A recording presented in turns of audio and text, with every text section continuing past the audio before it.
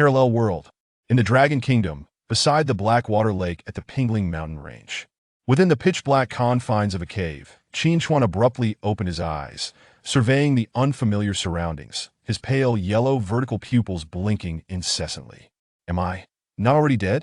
Qin Chuan instinctively spoke, only to realize he could only emit a hissing sound. Have I been reborn as a snake? Upon scrutinizing his form, Qin Chuan became increasingly convinced of his transformation into a serpent, noting his body appeared to measure just over a meter in length. Stepping outside the cave, towering trees loomed overhead, casting shadows that obscured the sun, while the ground remained thickly carpeted with wild grass. As Qin Chuan observed his surroundings, he noted that aside from his metamorphosis into a snake, everything seemed eerily reminiscent of the planet he once inhabited. Reflecting on the events prior to his rebirth, an endless hatred flickered in Qin Chuan's eyes. In his previous life, his girlfriend, Zhao Shuiying, had betrayed him, engaging in an affair with Wang Yinjuan. Upon discovering their illicit liaison, they conspired to incapacitate him, subsequently discarding him into the lake. Yet, what astonished him was the sight of a dragon he had witnessed in the depths of that very lake.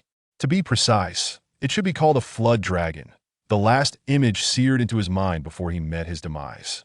Upon awakening, he found himself transformed into a snake. Could my rebirth be connected to that flood dragon? Qin Chuan shook his head, unable to fathom the reasons behind this phenomenon, deciding to dismiss such thoughts. As long as he could survive, it mattered little whether he was human or serpent. His foremost desire was to exact vengeance upon the treacherous duo, Wang Yinjuan and Zhao Shuiying. Regrettably, Wang Yinjuan was the son of the chairman of the Wang Group in Jiangcheng, surrounded by a cadre of formidable bodyguards, all seasoned veterans. In his current state as an ordinary king cobra, seeking revenge would prove exceedingly challenging. Detection indicates host meets activation criteria. Infinite devouring evolution system is binding. A mechanical voice echoed in his mind, pulling Qin Chuan from his reverie. Is this the system? Initially taken aback, Qin Chuan's astonishment swiftly transformed into elation. This was the golden finger that existed solely in novels. Host, Qin Chuan. Species, King Cobra. Skills, Strangulation LV.1 unleashes remarkable strength by constricting prey until death. Venomous Fangs LV.1. Administers a large quantity of venom upon biting, capable of swiftly poisoning the target to death. Evolution points, 0-100. Comprehensive combat power, 38. With a mere thought, the system panel materialized before Qin Chuan's eyes. Despite his current modest combat power, the existence of the system promised him infinite evolution. As long as he possessed the system, he would undoubtedly slay Zhao Shuiying and Wang Yinjuan, those despicable wretches. For now, it was imperative to enhance his strength. Quack, quack, quack. Suddenly, a cacophony of croaks pierced the air. Turning towards the sound, he discovered a group of bullfrogs not far away. Gazing at the plump bullfrogs, Qin Chuan felt an insatiable hunger. Well, I've turned into a snake, so feasting on a bullfrog seems quite natural. He stealthily approached the bullfrogs, opening his jaws wide, and swiftly seized one in his grasp. Two sharp, venomous fangs sank into the bullfrog's flesh. Bullfrog slain, 10 evolution points acquired. This bullfrog doesn't taste as bad as I imagined. It has a flavor reminiscent of fish. Qin Chuan smacked his lips, feeling a lingering desire for more. Without hesitation, he continued to silently dispatch the remaining bullfrogs. Bullfrog slain, 10 evolution points acquired.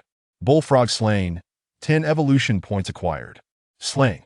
In a mere few minutes, the bullfrogs had transformed into Qin Chuan's evolution points, leaving him just 50 points shy of his first evolution. Only 5 bullfrogs, and my appetite has shrunk so much since my rebirth? Though he had consumed 5 bullfrogs in one go, a sense of fullness washed over him. Yet, for the sake of early evolution, he would endure. Just as he prepared to seek other prey, an overwhelming sense of danger washed over him, prompting him to swiftly twist his body away. Simultaneously, a tongue nearly half a meter long struck the very spot where Qin Chuan had just been. Goodness, how fortunate I was to dodge in time. What dares to ambush me? Glancing back, he beheld a colossal bullfrog, larger than the 5 he had just dispatched combined. Is this bullfrog some sort of monster? How could it possibly be so gigantic? At that moment, A panel unexpectedly appeared before Qin Chuan's eyes. Mutated Bullfrog awakened first stage. Skills. Long tongue LV.1 extends a long tongue to ensnare prey and swallow it whole. Comprehensive combat power. 47. Mutated creature? Before Qin Chuan could ponder further, the mutated bullfrog's tongue lunged at him once more, prompting him to evade with urgency, a flicker of fury igniting in his eyes. This was an intolerable affront. Just a mutated bullfrog, yet it dared to assault him twice with its repugnant tongue. He would not let this stand. Qin Chuan bared his venomous fangs and lunged at the mutated bullfrog. As his fangs penetrated the creature's flesh, torrents of venom surged forth. The mutated bullfrog, racked with pain, hastily retracted its tongue, attempting to dislodge Qin Chuan from its body. However, Qin Chuan was not about to relent. He coiled tightly around the mutated bullfrog, squeezing with relentless force. Already weakened by the venom, the mutated bullfrog lacked the strength to resist Qin Chuan's constriction, merely awaiting its demise in silence. Having ensured the mutated bullfrog was incapacitated, Qin Chuan withdrew. What does it matter if your combat power exceeds mine? You still fell victim to my venomous fangs. Mutated bullfrog slain, 100 evolution points acquired. Evolution criteria met. Proceed with evolution? Yes. To his surprise, the defeat of the mutated bullfrog yielded such a bounty of evolution points, more than sufficient for Qin Chuan to evolve immediately. Evolving. As the system's prompt resonated, Qin Chuan felt his consciousness begin to blur, gradually losing control over his body. Oh no, no one mentioned that evolution would plunge me into slumber. Fortunately, the duration required for his initial evolution was brief. Within minutes, Qin Chuan awoke. Host, Qin Chuan. Species. Mutated King Cobra awakened first stage. Skills Strangulation LV.2. Venomous Fangs LV.2. Dread LV.1 emits an invisible aura of intimidation, instilling fear in mutated creatures of lower tier. Bloodlust LV.1. The lower the host's health, the greater the power unleashed. Skill Points 1. Evolution Points 50500. Comprehensive Combat Power 147. Upon awakening, Qin Chuan noted the addition of 2 skills and a skill point, alongside a newfound length of 2 meters. His strength had visibly increased, and his scales had hardened significantly. Is this the sensation of possessing a system? Gurgling sounds emanated from his belly, having previously felt somewhat satiated. Qin Chuan now felt an intense hunger. Could this be a result of evolution? Perfect timing, as the mutated bullfrog is still here, and I have yet to sample its flesh. With that, he slowly consumed the mutated bullfrog. Though the evolution points required post-evolution had increased, the Pingling Mountain Range was teeming with wildlife. Turning his gaze towards the lake, teeming with various fish, Qin Chuan perceived it as a veritable treasure trove. My apologies, dear creatures, you shall obediently transform into my evolution points. With that proclamation, Qin Chuan plunged into the depths of the Blackwater Lake. Grass carp slain, 10 evolution points acquired. Crucian carp slain, 15 evolution points acquired. Blackfish slain, 20 evolution points acquired. As Qin Chuan relentlessly dispatched creatures, his evolution points skyrocketed. Thanks to his dread skill, the unmutated creatures quivered in fear under his presence, paralyzed into inaction as he consumed them at will. After several hours of voracious devouring, the sky gradually darkened. Qin Chuan had amassed over 2,000 evolution points. Faced with the incessant prompts in his mind asking if he wished to evolve, Qin Chuan swiftly ascended a tree to conceal himself. Should a mutated creature pass by while he was in the throes of evolution, he would have no recourse, not even a place to weep. System, initiate evolution. Once he secured a safe location, Qin Chuan promptly commenced his evolution. Evolving. As the system's prompt echoed, Qin Chuan once more succumbed to slumber, awakening mere minutes later. Chapter 2. Is this capable of causing a nuclear explosion? Host. Qin Chuan. Race. Mutated King Cobra. Awakening Stage 2. Skills. Strangulation LV.2. Venomous Fangs LV.2. Bloodthirst LV.1. Intimidation LV.2. Emits an invisible aura of intimidation that instills fear in mutated creatures of lower rank, while causing greater apprehension among creatures of the same rank towards the host. Skill Points 1. Evolution Points 1652,000. Comprehensive Combat Power, 213. The increase in comprehensive combat power is modest. Coupled with the recent experience of countering the mutated bullfrog, the panel's overall combat power merely provides a rough estimate of strength. It does not imply that a higher value signifies a more formidable mutated creature. Otherwise, Qin Chuan would have found himself swallowed by the mutated bullfrog just moments ago. It appears that with each level increase, the system grants a skill point, and given his current inadequacy in strength, it would be prudent to utilize it promptly. Gazing at the remaining skill points on the panel, Qin Chuan contemplated which skill to enhance. After much deliberation, he resolved to elevate the level of Bloodthirst.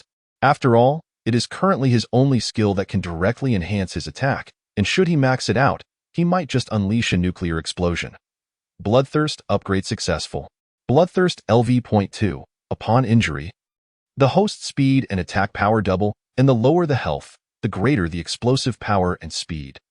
Host, Qin Chuan, Race, Mutated King Cobra, Awakening Stage 2, Skills, Strangulation LV. 2, Venomous Fangs LV.2, Bloodthirst LV.2, Intimidation LV.2, Skill Points, 0, Evolution Points, 1652,000, Comprehensive Combat Power, 257, not bad. Although he only leveled up once, the comprehensive combat power on the system panel increased by 44 points. Confirming that he had made the right choice in enhancing his skills, after evolving to Awakening Stage 2, Qin Chuan's size grew to 4 meters. At this moment, he stood alone, gazing at the luminous moon in the sky. As a gentle, cool breeze brushed past him, granting him an unprecedented sense of freedom in his past life, Qin Chuan was an orphan, having only one girlfriend, Zhao Shuiying. Most of his earnings were spent on her, leaving him to toil day after day.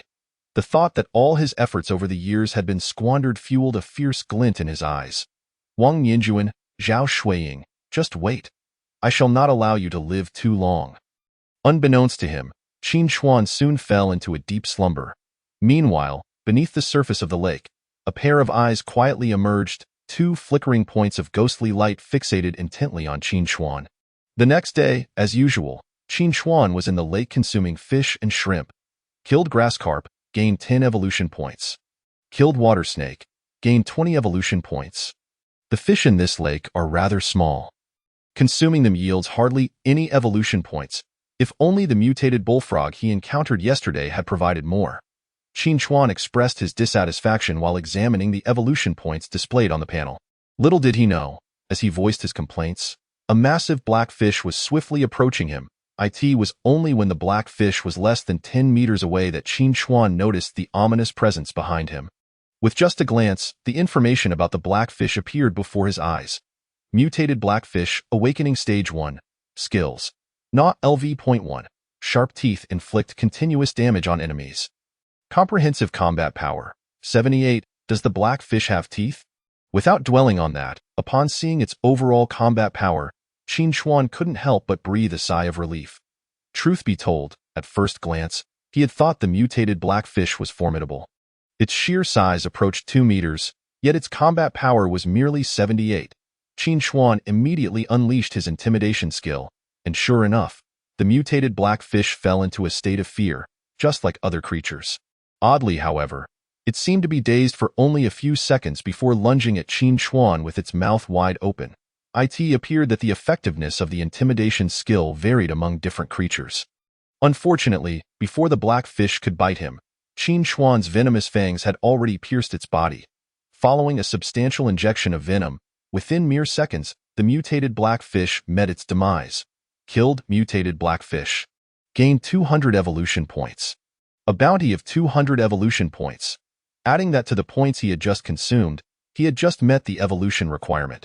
Just as he prepared to return to shore to evolve, an acute sense of danger surged within him, more intense than the ambush by the mutated bullfrog the day before. Without a moment's hesitation, Qin Chuan swiftly swam back to the shore. Hot on his heels was a black-headed turtle. The turtle, realizing its ambush had failed, retreated to the depths of the lake. Witnessing this, Qin Chuan felt a wave of dread wash over him. Had he reacted any slower, he would have perished in the lake. He had not anticipated that such a formidable creature as a stage 4 awakened being resided in these waters. Upon seeing the mutated turtle for the first time, Qin Chuan accessed the system and obtained all its information. Mutated Grass Turtle, Awakening Stage 4, Skills. Fierce Bite LV.3, possesses terrifying biting power, capable of inflicting substantial damage on prey. Hard Shell LV.4, the turtle shell boasts astonishing defensive capabilities, capable of withstanding most damage from creatures of the same rank. Counterattack LV.2, the shell is adorned with uneven spikes. When attacked by other creatures, the attacker suffers varying degrees of backlash. Comprehensive Combat Power 403. It seems I must refrain from venturing into the lake for the foreseeable future. At least until I reach Awakening Stage 4, I shall not enter those waters again. With that thought, Qin Chuan sought a secluded spot to prepare for his third evolution. The familiar slumber phase ensued. And this time, the evolution process took longer than before. Half an hour later, Qin Chuan opened his fearsome vertical pupils, discovering that his size had now reached 6 meters, his body thicker than that of an adult's thigh. The scales that adorned him had become even more robust, now an inky black. With a mere thought, the system panel reappeared before his eyes. Host: Qin Chuan, Race: Mutated King Cobra, Awakening Stage 3, Skills: Strangulation LV. 3, Venomous Fangs LV.3, Bloodthirst LV.2, Intimidation LV.2, Sharp Teeth LV.2, enhances the sharpness of the host's teeth. Hard Armor LV.1, reinforces scales, boosting the host's defense. Long Sight LV.1, grants the host enhanced vision over greater distances. Skill Points 1. Evolution Points 0.4000. Comprehensive Combat Power 389. Observing his post-evolution panel. Aside from the 3 new skills, what thrilled Qin Chuan the most was the System S evaluation of his comprehensive combat power. To think that at only Awakening Stage 3, he had achieved a combat power of 389. It's worth noting that the recently encountered mutated grass turtle had a combat power of merely 403. This suggests that the overall strength of mutated creatures is indeed linked to their race. Looking at the remaining skill points on the panel, Qin Chuan decisively allocated them to Bloodthirst, for he had no habit of saving skill points for the new year. Bloodthirst upgrade successful. Bloodthirst LV. 3. The host can actively unleash the skill, greatly enhancing speed and attack power upon activation. The lower the health, the greater the explosive power and speed. Has the passive skill transformed into an active one? Seeing Bloodthirst turn into an active skill sent Qin Chuan into a frenzy of joy. Although the increase may not appear substantial, the distinction between passive and active release is monumental. Previously, he had to sustain injuries to trigger the Bloodthirst skill. But now, he could enhance his speed and attack without the need for injury. The next time he encounters the mutated grass turtle, he could very well catch it off guard with this skill. Moreover, with the skill upgrade, Qin Chuan's comprehensive combat power had also seen a notable increase. Chapter 3A Ruckus in the Wild Boar Forest, Comprehensive Combat Power, 407, with the further enhancement of Bloodthirst. Qin Chuan's comprehensive combat power had surpassed that of the mutated grass turtle, reaching an astonishing 407. Gazing at the verdant lake, Qin Chuan decided against returning to gather evolution points from its depths. For the time being, he would stay away. With the emergence of the stage 4 awakened mutated grass turtle, who knows what even more formidable creatures lurk within that lake, he could only venture nearby and test his luck, hoping to avoid encountering any excessively powerful mutated beings. Having just departed from the lake, Qin Chuan soon encountered a mutated wild boar. Mutated wild boar, Awakening Stage 1, Skills. Charge LV.1, utilizes its massive tusks to charge at enemies, delivering tremendous impact damage and causing dizziness. Tusk Jab LV.1, employs its formidable tusks to strike enemies, inflicting a degree of damage. Comprehensive Combat Power, 123. To his astonishment, luck was on his side. He had stumbled upon a Stage 1 awakened mutated creature right off the bat.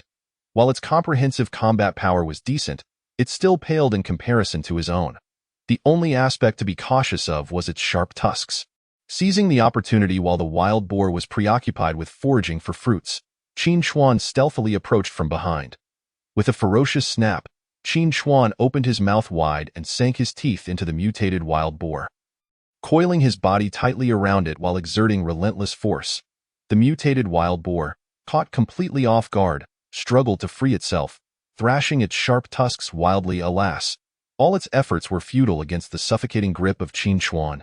Gradually, as Qin Chuan intensified his constriction, the boar's frantic little legs grew still, and silence enveloped the scene. Killed mutated wild boar, gained 180 evolution points. Indeed, mutated creatures offered a substantial bounty of evolution points. Yet this was merely a first-tier specimen. If only a few more mutated beings would present themselves, Qin Chuan mused, he would swiftly advance in evolution. With this thought igniting his excitement, he resumed his hunt. But after nearly an hour, he had only encountered 2 more mutated creatures. Killed mutated wild boar, awakening tier 1, gained 180 evolution points. Killed wild boar, gained 70 evolution points. Killed wild boar. Gained.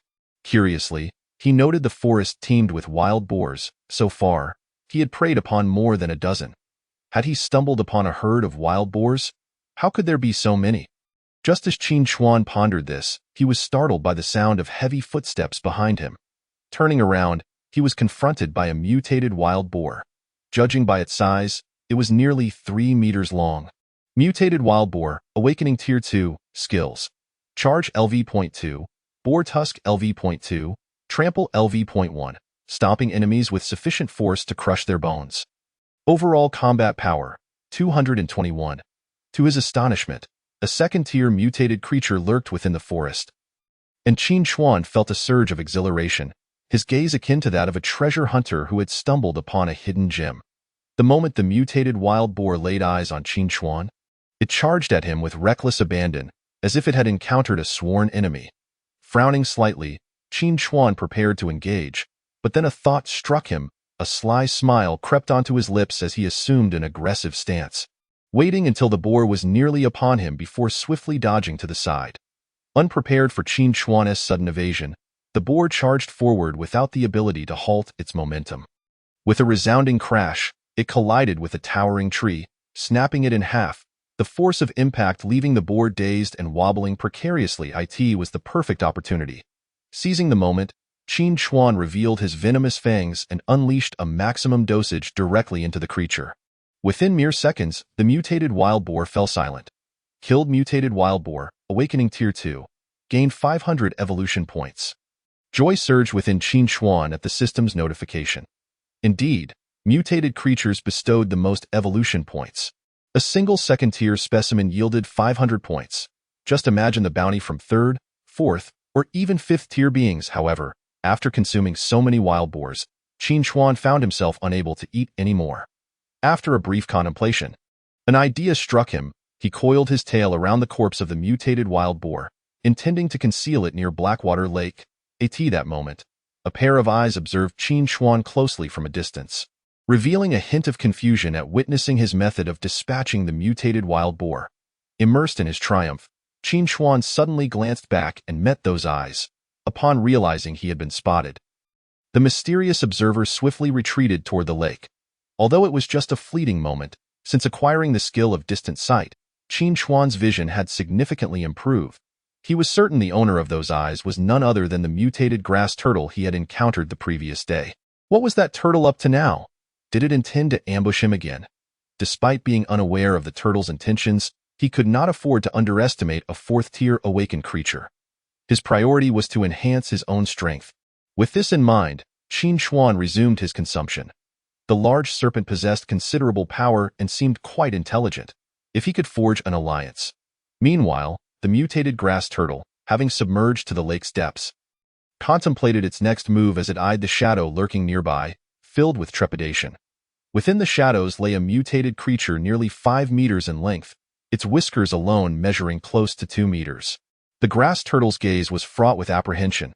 It realized the necessity of forming an alliance with the black serpent swiftly. As night fell, Qin Chuan's evolution points soared to 2,000 after several hours of slaughter.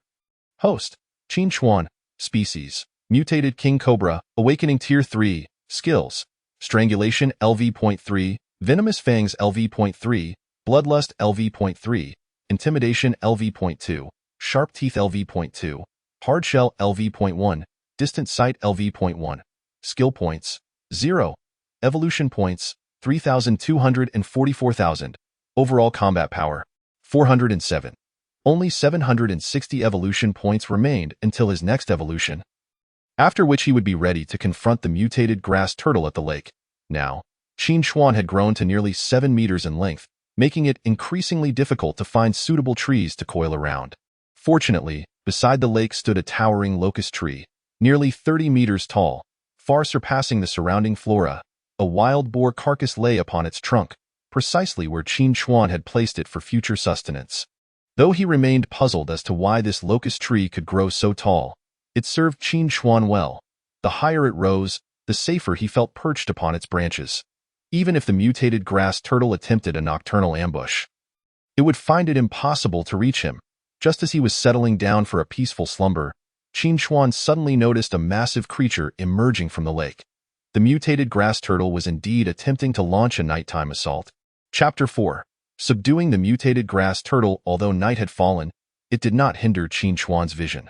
The mutated grass turtle, having reached the shore, began to scan its surroundings, seemingly in search of something. This old turtle was undoubtedly here to ambush him. Witnessing this scene only reinforced Qin Chuan's belief that it was indeed a premeditated attack. Since it had willingly presented itself, it would be unwise for it to underestimate him. A glint of ferocity flashed in Qin Chuan's eyes as he slowly descended from the tree. The mutated grass turtle, just having landed on shore, was still oblivious to the fact that Qin Chuan had stealthily approached from behind. With a swift motion, Qin Chuan opened his mouth wide, the cold glimmer of his fangs reflecting a chilling light as he aimed for the turtle's tail. However, just as his venomous fangs were mere centimeters away, the dark tail of the grass turtle retracted into its shell with lightning speed. Not just the tail but its entire body withdrew into the protective casing. Qin Chuan furrowed his brow slightly.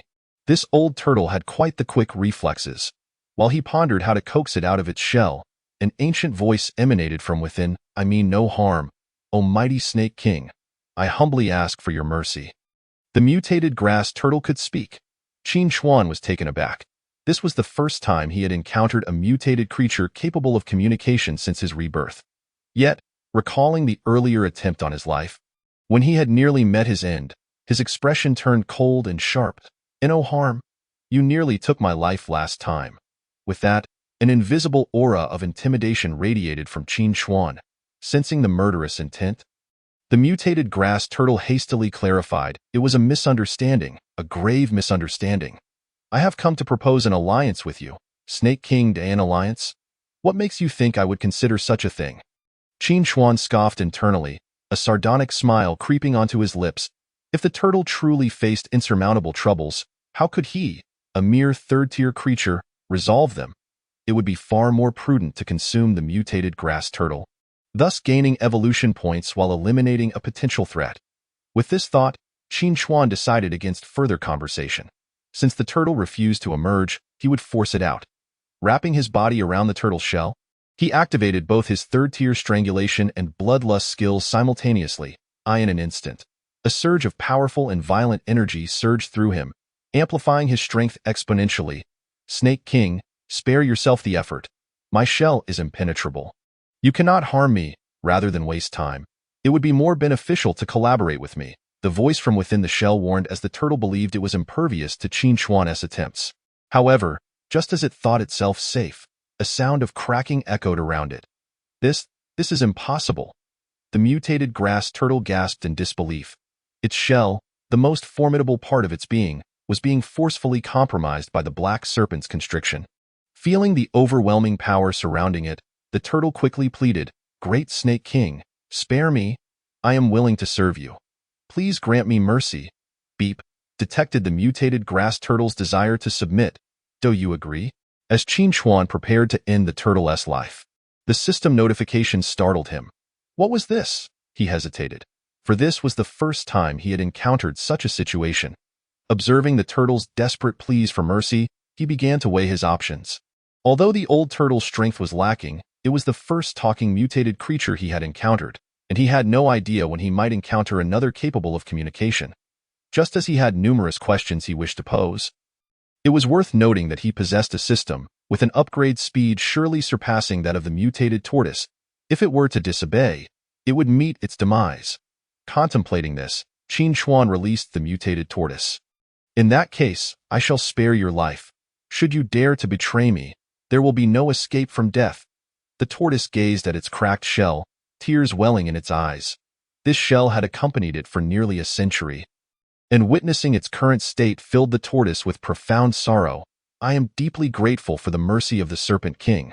I shall remain wholly loyal and will never harbor any treachery." With no time to lament the shell, the mutated tortoise hastily began to express its loyalty, fearing that Qin Chuan might suddenly change his mind and end its life. In response to Qin Chuan's inquiries, the tortoise answered each without the slightest hint of negligence.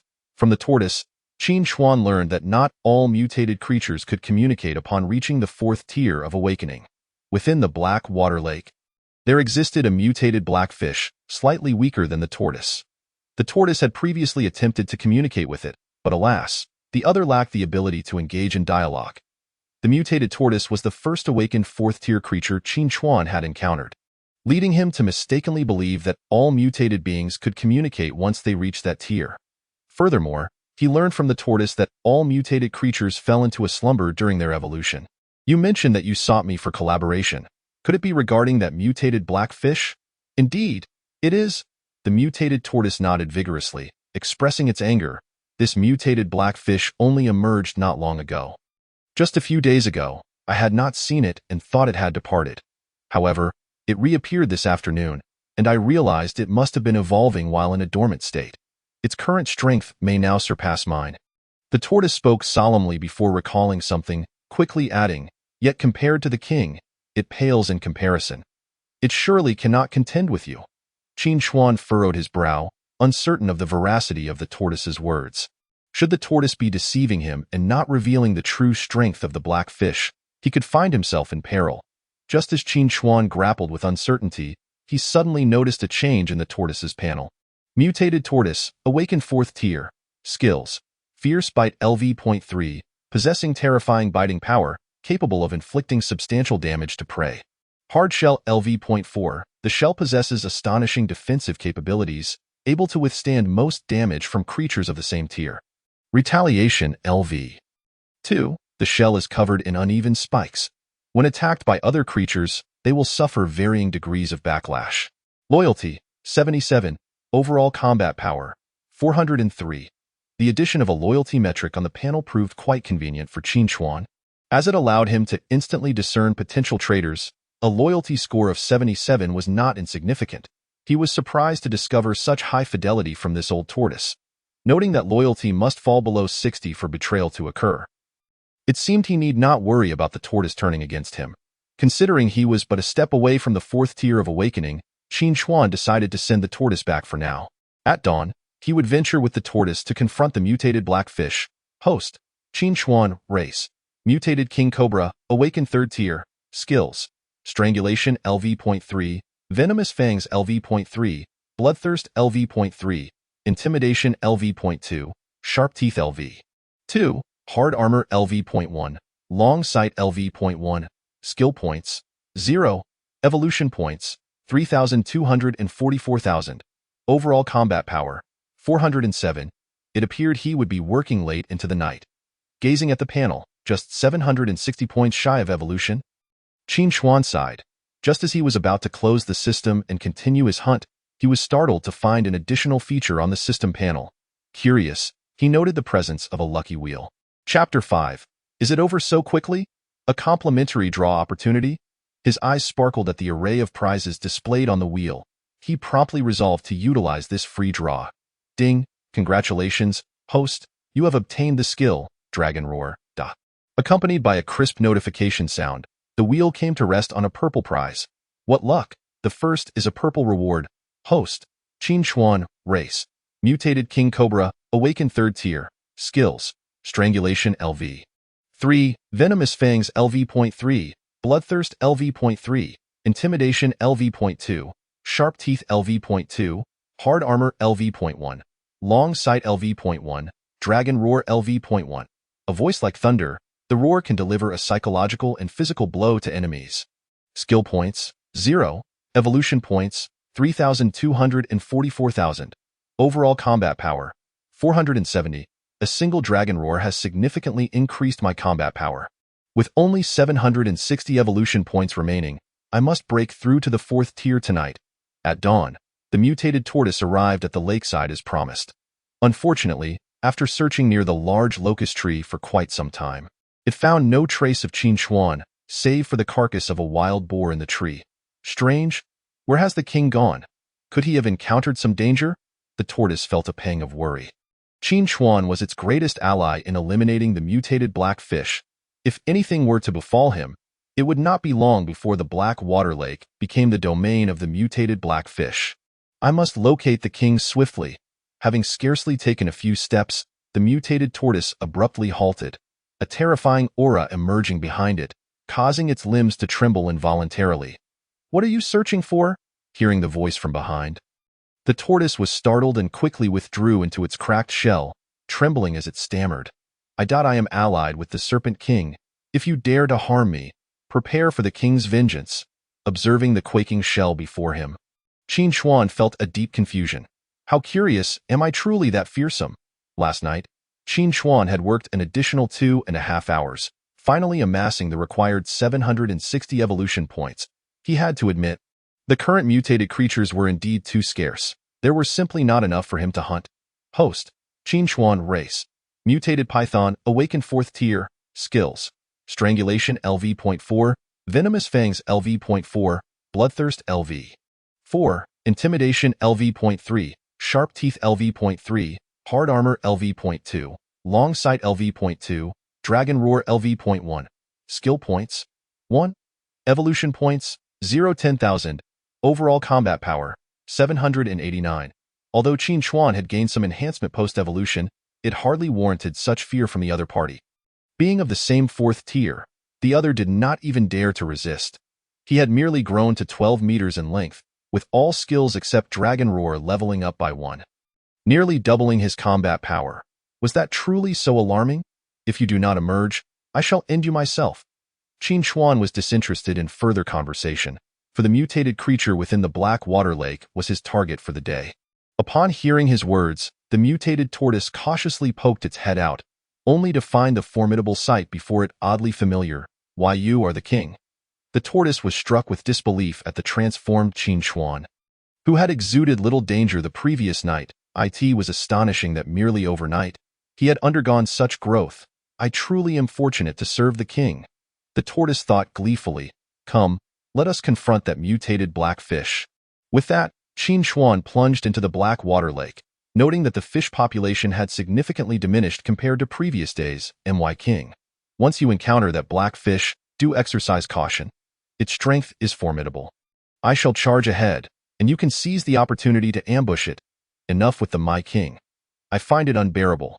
Where did you, an old tortoise, learn human language? Many men and women used to camp by the lake, and I overheard them. They always addressed each other as you, and occasionally made strange sounds. After hearing it often enough, I naturally picked it up. Be gone. You shall not utter that term again," with the mutated tortoise leading the way. It was not long before the mutated blackfish appeared within Qin Xuan's line of sight. Mutated blackfish, awakened 5th tier, skills. Gnaw LV.3, Whip LV.3, Sturdy Whiskers can be used to strike enemies. Venomous Fangs LV.1, Swift Swim LV.2, can unleash incredible speed in water. Overall combat power, 521. This power does not seem as formidable as I had anticipated. Without waiting for a reaction, Qin Xuan charged forward, activating Bloodthirst and sinking his fangs into the creature. The mutated tortoise stood frozen, having expected to lead the charge. I asked the king, concerned for my safety. Mutated tortoise loyalty points 10. Mutated tortoise loyalty, 87. Ignoring the notification ringing in his ears, the moment Qin Xuan bit into the mutated black fish, he released a surge of potent toxins. Having evolved to the 4th tier, his venom had been significantly upgraded, effortlessly dispatching the mutated blackfish. By slaying the mutated blackfish, awakened tier 5, I have acquired 2,000 evolution points. Alas, I never anticipated that an awakened tier 5 creature would yield such a substantial amount of evolution points. Qin Xuan, grasping the corpse of the mutated blackfish, began to swim towards the shore, closely followed by the mutated tortoise. The mutated wild boar resting in the trees was indeed a reward for you. Upon reaching the shore, Qin Chuan gazed at the damaged shell of the mutated tortoise and spoke softly.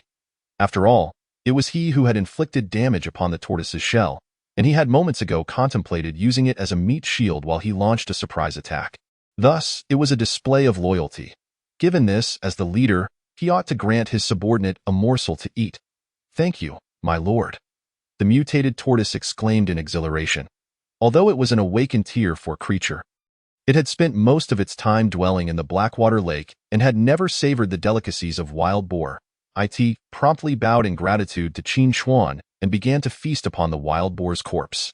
Qin Chuan also commenced devouring the corpse of the mutated black fish, and he had to admit, these creatures were rather delectable after their mutations. He wondered whether his current strength could withstand a bullet. It had been some time since his rebirth, and to eliminate those treacherous scoundrels swiftly, he needed to hasten his strength enhancement. Just then, a series of wolf howls reached his ears, accompanied by the faint sound of automobiles. Odd, could it be that there are people over there? Qin Chuan turned his attention to the source of the sounds, and after careful consideration, he decided to investigate. Casting a glance back at the mutated tortoise, which was engrossed in its meal, he had no intention of bringing it along. He instructed the tortoise to guard the vicinity of the Blackwater Lake while he prepared to uncover what was transpiring. What to do? "I do not wish to die yet." Inside the car, a man and a woman concealed themselves, while dozens of gray wolves fixated their gaze on the two within the vehicle. The girl curled up in the passenger seat, weeping uncontrollably, while the man furrowed his brow, his hand gripping the pistol trembling slightly. "For heaven's sake, can you stop crying?" The man's irritation grew with the girl's sobs, prompting him to press the gun against her head. Only then did she cease her weeping, though her body still convulsed occasionally. The man's name was Li Xiqing, the son of the Li family, the prominent clan of Jiangsheng. He had initially intended to bring the girl, who sat beside him, into the forest for an exhilarating experience, but never expected to encounter such a horde of gray wolves. Li Xiqing's expression darkened as he glanced at the girl, a flicker of malice crossing his eyes. Most of the wolves were merely ordinary gray wolves, but two had reached a size of 2 meters. Having attained awakened Tier 1.AT, the back of the pack was a gray wolf nearly 5 meters long. Having achieved awakened Tier 2, though it was some distance from the pack, it could not escape Qin Chuan's keen vision. Mutated Gray Wolf, awakened Tier 4, skills. Wolf Howl LV.3, the call of the Wolf King instills bravery in its kin, slightly enhancing their attack and speed. Sharp Teeth LV.2, Bite LV.4, Bloodthirst LV.1, Speed LV.2, gains increased speed and a small amount of stamina. Overall combat power, 487. It appears this one must be the Wolf King of the pack, with 2 at awakened Tier 1 and 1 at awakened Tier 4. Recently, mutated creatures seem to be proliferating. Not far away, Qin Chuan furrowed his brow, reflecting that this was not necessarily bad news for him. The more mutated creatures there were, the more evolution points he would accumulate. As for the consequences of the rampant mutated creatures on the world and potential harm to humanity, what concern was it of his? As long as he could carve out his own path, that was sufficient. Just as Qin Chuan prepared to charge in and capture them all, the car door suddenly swung open and a figure burst forth. Chapter 6. Li Xiqing, you bastard. How could you do this to me? As the door opened, Li Xiqing unceremoniously kicked the girl out of the vehicle. Initially, the pack of gray wolves had hesitated, uncertain about the square object before them, pondering how to extract the food within. To their surprise, the girl emerged on her own.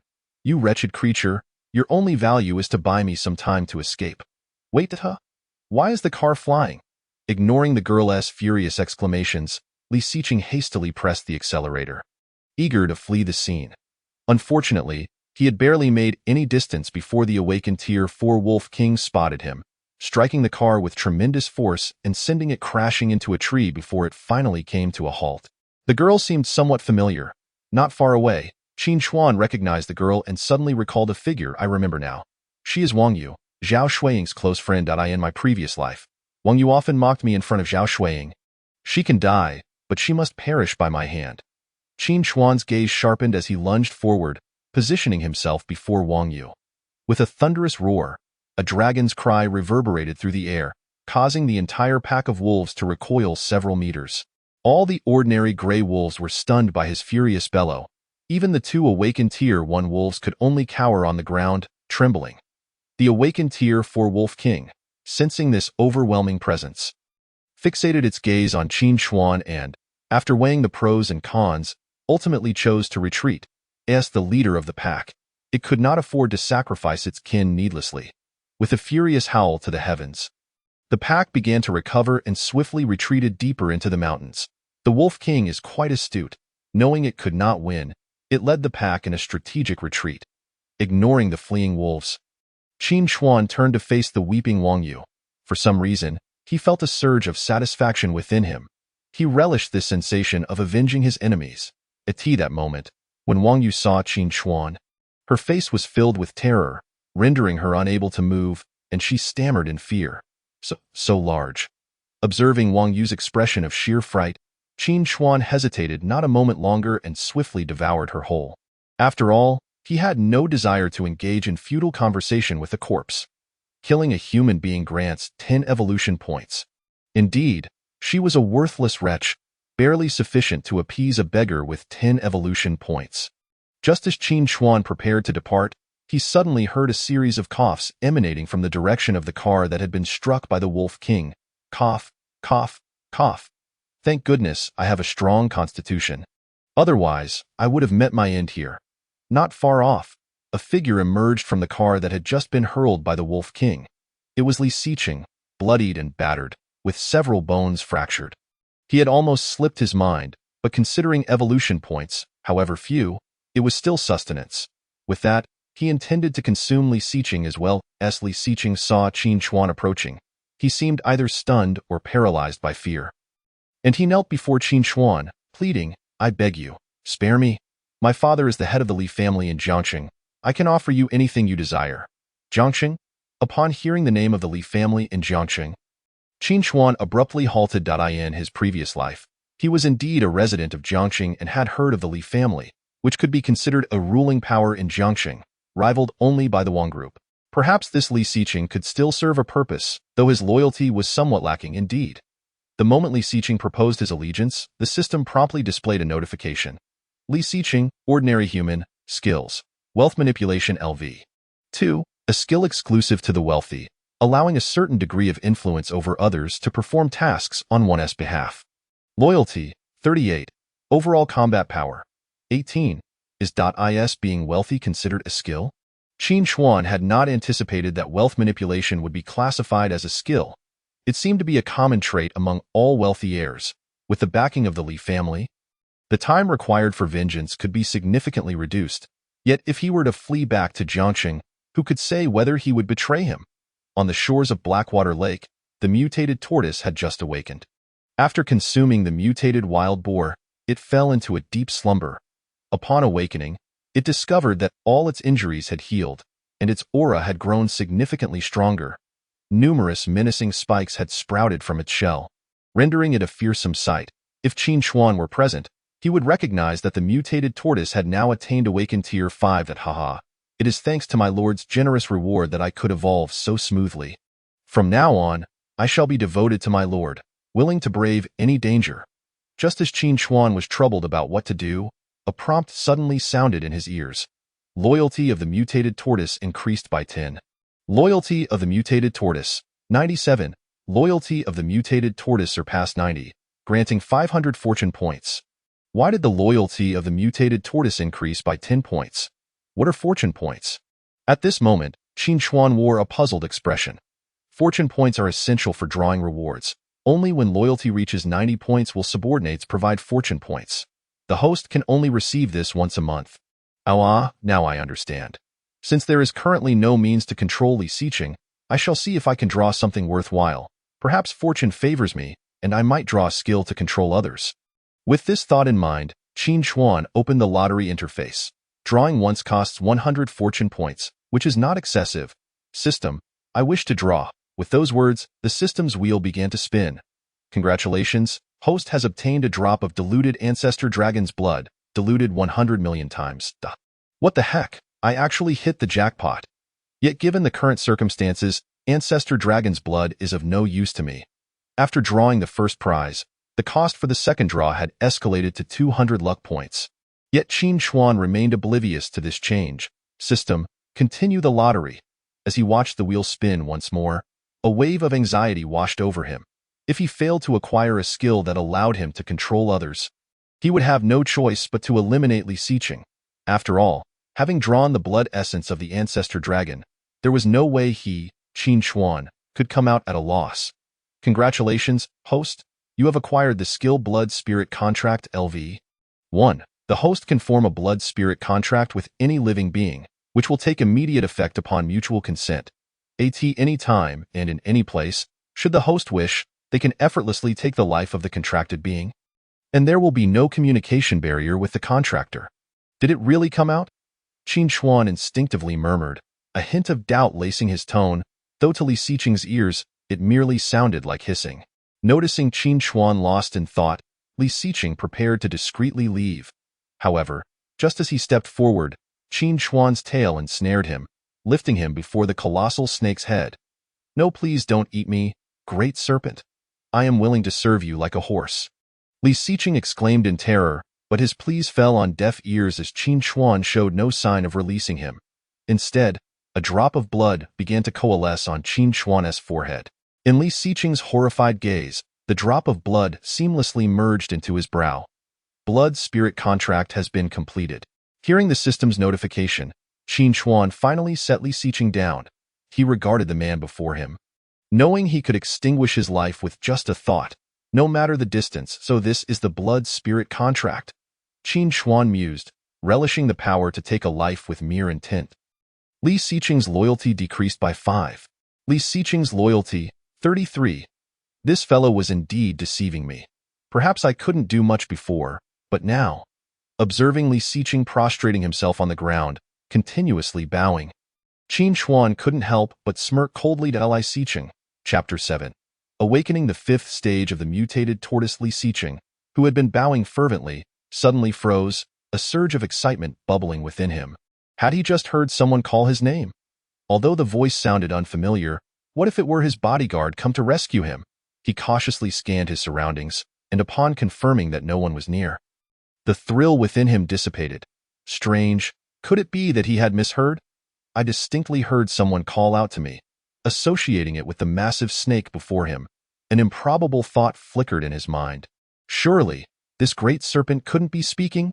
Li Xiqing pondered silently, having already been astonished by the sight of this enormous snake and the 4-meter-tall gray wolf. If this serpent could indeed converse, it would shatter his worldview entirely. No need to look far, human. I am right here. A voice interrupted Li Xiqing's reverie. He gazed in disbelief at Qin Chuan. You can actually speak? Good heavens, what on earth is happening in this world? Wasn't it said that after the founding of the nation, animals were not permitted to attain sentience? Could it be that the spirit energy of Blue Star is reviving? Is this a plot straight out of a novel? As soon as he uttered this, Li Xiqing quickly clamped his mouth shut. Realizing he had misspoken, he hastily corrected himself. Serpent. Serpent King, what instructions do you have for me? Seeing this, Qin Chuan did not wish to indulge in idle chatter and got straight to the point. I can spare your life, but you must demonstrate your worth to me. Upon hearing that he would not be killed, Li Xiqing instantly breathed a sigh of relief, nodding vigorously in agreement. As long as he could return to Jiangxing, he would ensure that Qin Chuan experienced the taste of firearms. Just as this thought emerged, a sharp pain shot through his heart, as if a constrictor snake was coiling tightly around him. A wave of suffocating dread exploding from within. Not even think about betraying me. You have just merged with my essence. Your life and death are now contingent upon my will. Qin Chuan's chilling voice rang in his ears, and only after he finished speaking did that suffocating sensation dissipate. Li Xiqing gasped for breath. His eyes filled with fear. It was terrifying indeed. In that fleeting moment, it seemed that Qin Chuan could truly kill him with a mere thought. Li Xiqing's loyalty increased by 40. Li Xiqing's loyalty, 73. As expected, death is the easiest key to unlock loyalty. Observing the panel displaying Li Xiqing's 73 points of loyalty, Qin Chuan felt a slight sense of reassurance. The woman who was with you earlier. Mentioning Wang Yu, Li Xiqing suddenly recalled that he had not seen her when he crawled out of the vehicle. She must have been devoured by the pack of wild wolves. However, why was the Serpent King inquiring about her? Although he was uncertain why Qin Chuan had suddenly brought up Wang Yu, he could only respond honestly, not knowing what information the Serpent King sought. He relayed everything he knew about Wang Yu, ultimately mentioning that he had a close friend named Zhao Shuiying, who had supposedly become involved with the heir of the Wang group. Upon hearing the name Zhao Shuiying, Qin Chuan involuntarily radiated an aura of killing intent, causing Li Xiqing to hold his breath in fear. It seemed the Serpent King harbored a deep disdain for this woman. Was her name too unpleasant? Li Xiqing mused internally. Since the Serpent King despised Zhao Shuiying so much, perhaps if he constantly opposed her, he might win the Serpent King's favor and, in turn, gain his freedom. Serpent King, I am confident I can ruin Zhao Shuiying's reputation. Killing her would not be a monumental task for the Li family. Oh? Qin Chuan was somewhat surprised. He hadn't expected Li Xiqing to possess some discernment. However, simply killing them would be too merciful. While he indeed wished to eliminate them swiftly, he yearned for them to perish in despair. Now was not the time.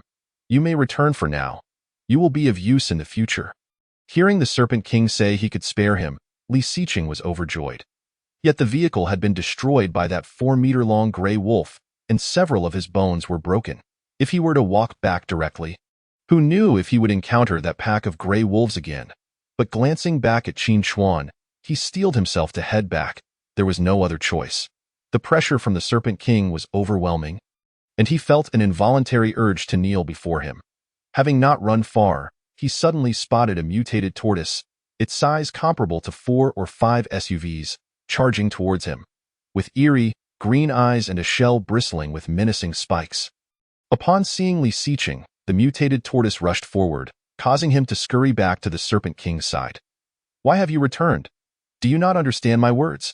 Qin Chuan frowned, perplexed as to why Li Xiqing had come back. Serpent King, there is a giant turtle over there. Giant turtle?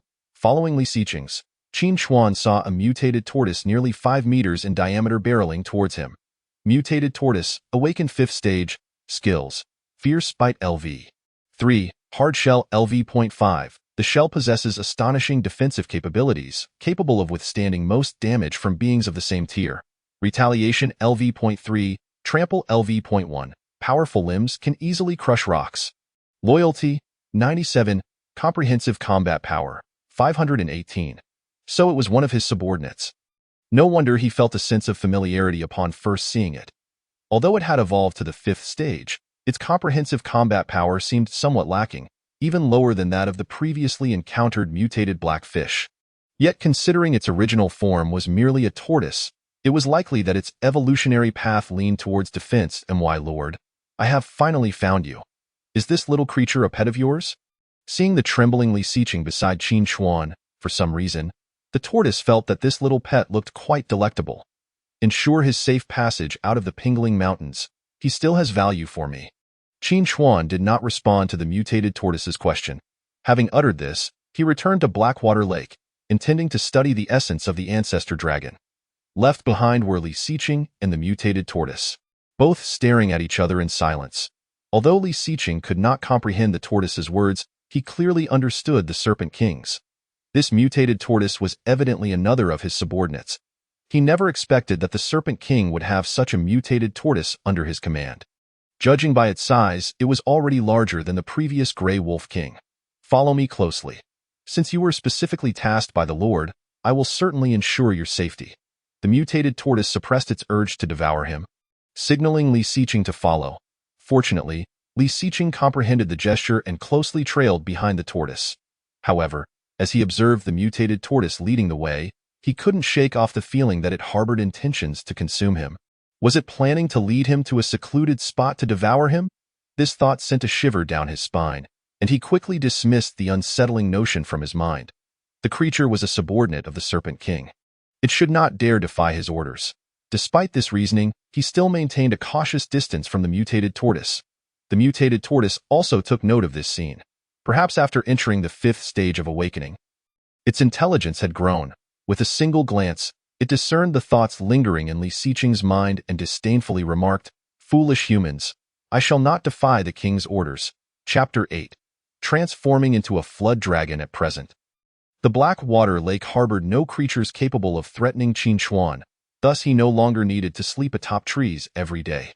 With a mere thought, the blood of the ancestral dragon was extracted from the system's space. The moment the ancestral dragon's blood manifested, a terrifying aura unique to the dragonkin radiated outward. Even at the frigid lake's bottom, this drop of ancestral dragon blood remained searingly hot, raising the temperature of the surrounding water considerably. Is this truly the blood of the ancestral dragon? Without a hint of hesitation, Qin Chuan immediately swallowed the drop of ancestral dragon blood. In an instant, a powerful surge of vitality began to spread throughout his body. Causing his blood to boil as if in fervor, he felt his bones melting, only to be swiftly replaced by new ones, while the scales of the serpent on his body began to shed. Replaced by glistening dragon scales, during this metamorphosis, Qin Chuan endured excruciating pain.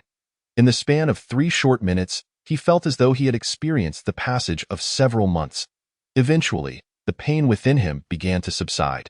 Devoured ancestral dragon blood, diluted 100 million times, gained 5,000 evolution points, 1 skill point. To his surprise, he was granted evolution points and skill points. Indeed, this drop of ancestral dragon blood was a remarkable treasure. As he sensed his newly transformed body, it felt infused with boundless strength. His scales had transformed into more resilient dragon scales, and a palm-sized white scale had emerged beneath his neck. Even his abdomen had sprouted limbs akin to those of a dragon. Regrettably, his head had only grown a pair of small horns, lacking the majestic dragon horns seen in films from his past life. System. Qin Chuan silently thought, wishing to check if there were any changes to his panel. Host. Qin Chuan Race. Mutated Flood Dragon, Awakening Stage 4. Skills. Strangulation LV.5, Venomous Fangs LV.5, Dragon Roar LV.5, Bloodthirst LV.5, Sharp Teeth LV.5, Blood Spirit Contract LV.1, Long Sight LV.5, Reverse Scales LV.10, Passive Skill, Dragons possess reverse scales. Touching them is fatal. If the reverse scales are harmed, the host will enter a berserk state, and the host's attack power will increase several-fold. Dragon Might LV.5, a unique aura of the dragon race. Any creature that encounters the host will instinctively feel fear. Dragon Scales LV.5, unique armor of the dragon race, immensely sturdy. Evolution points, 7,000 and 10,000. Skill points, 2. Comprehensive combat power, 1914, not accounting for the effects after reverse scales are activated. He had not anticipated that the ancestral dragon blood, even when diluted 100 million times, could yield such a significant enhancement. Although he had lost the skills of intimidation and hard armor, the newly acquired Dragon Might and Dragon Scales served as superior substitutes. Moreover, he had gained the reverse scales skill. Henceforth, should he encounter foes stronger than himself, this reverse scale would become his ultimate trump card. Not only that, but every skill on his panel, except for the Blood Spirit Contract, had been raised to at least level 5. Yet, none of this was the most crucial aspect. The most important revelation was that Qin Chuan discovered he could now soar through the skies like the legendary dragons. In the next moment, he burst forth from the lake's surface, soaring high above Blackwater Lake, relishing the exhilaration of flight.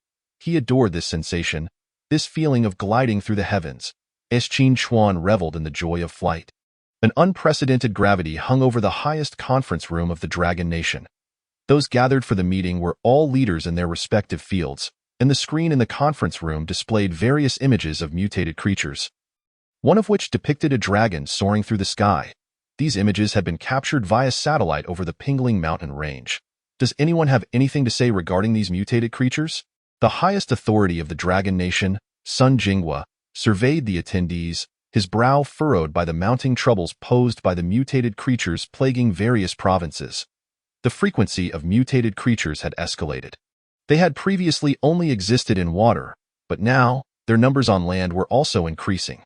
Leaders, we can no longer conceal the existence of these mutated beings from the public. It may be best to come clean. Spoke Hu Zhenyang, the minister of the military. If we simply inform the public not to venture outside, we can mitigate civilian casualties. That would only incite societal panic. Sun Jinghua sighed, rubbing his temples in exasperation. At this point, who cares about societal panic? If we do not inform the public soon, the people will perish. Hu Zhenyang rose abruptly.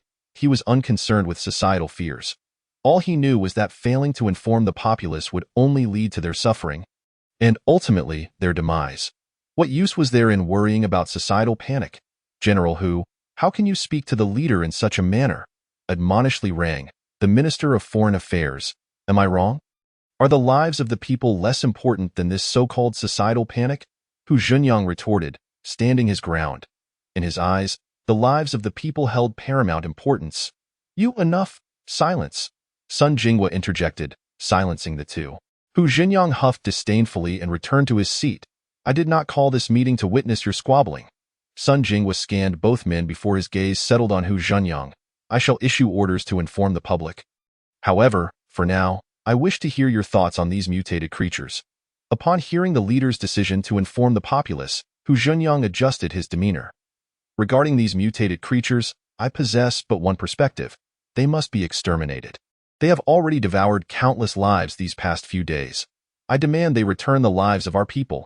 At Hu Junyang's declaration, Sun Jinghua furrowed his brow slightly before turning to Li Rang. Sharing a silent understanding, Li Rang stood and spoke. Based on reports from various provinces, mutated creatures have appeared across all regions, with the coastal provinces experiencing the highest concentrations. We have compiled a ranking of these mutated beings. Our foremost task is to address them according to their rank on the list. Upon hearing this, Hu Junyang's eyes sparkled with excitement. He had long desired to confront these mutated creatures. After all, no matter how massive they grew, could they withstand his firearms? After receiving the list from Li Rang, he scrutinized it closely. This intelligence was of utmost importance in military strategy.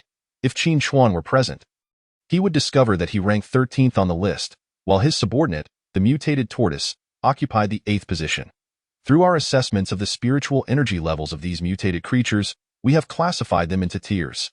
Thus far, the most formidable creature discovered within the Dragon Nation is the Orca King in the ocean, which has reached Awakening Stage 8.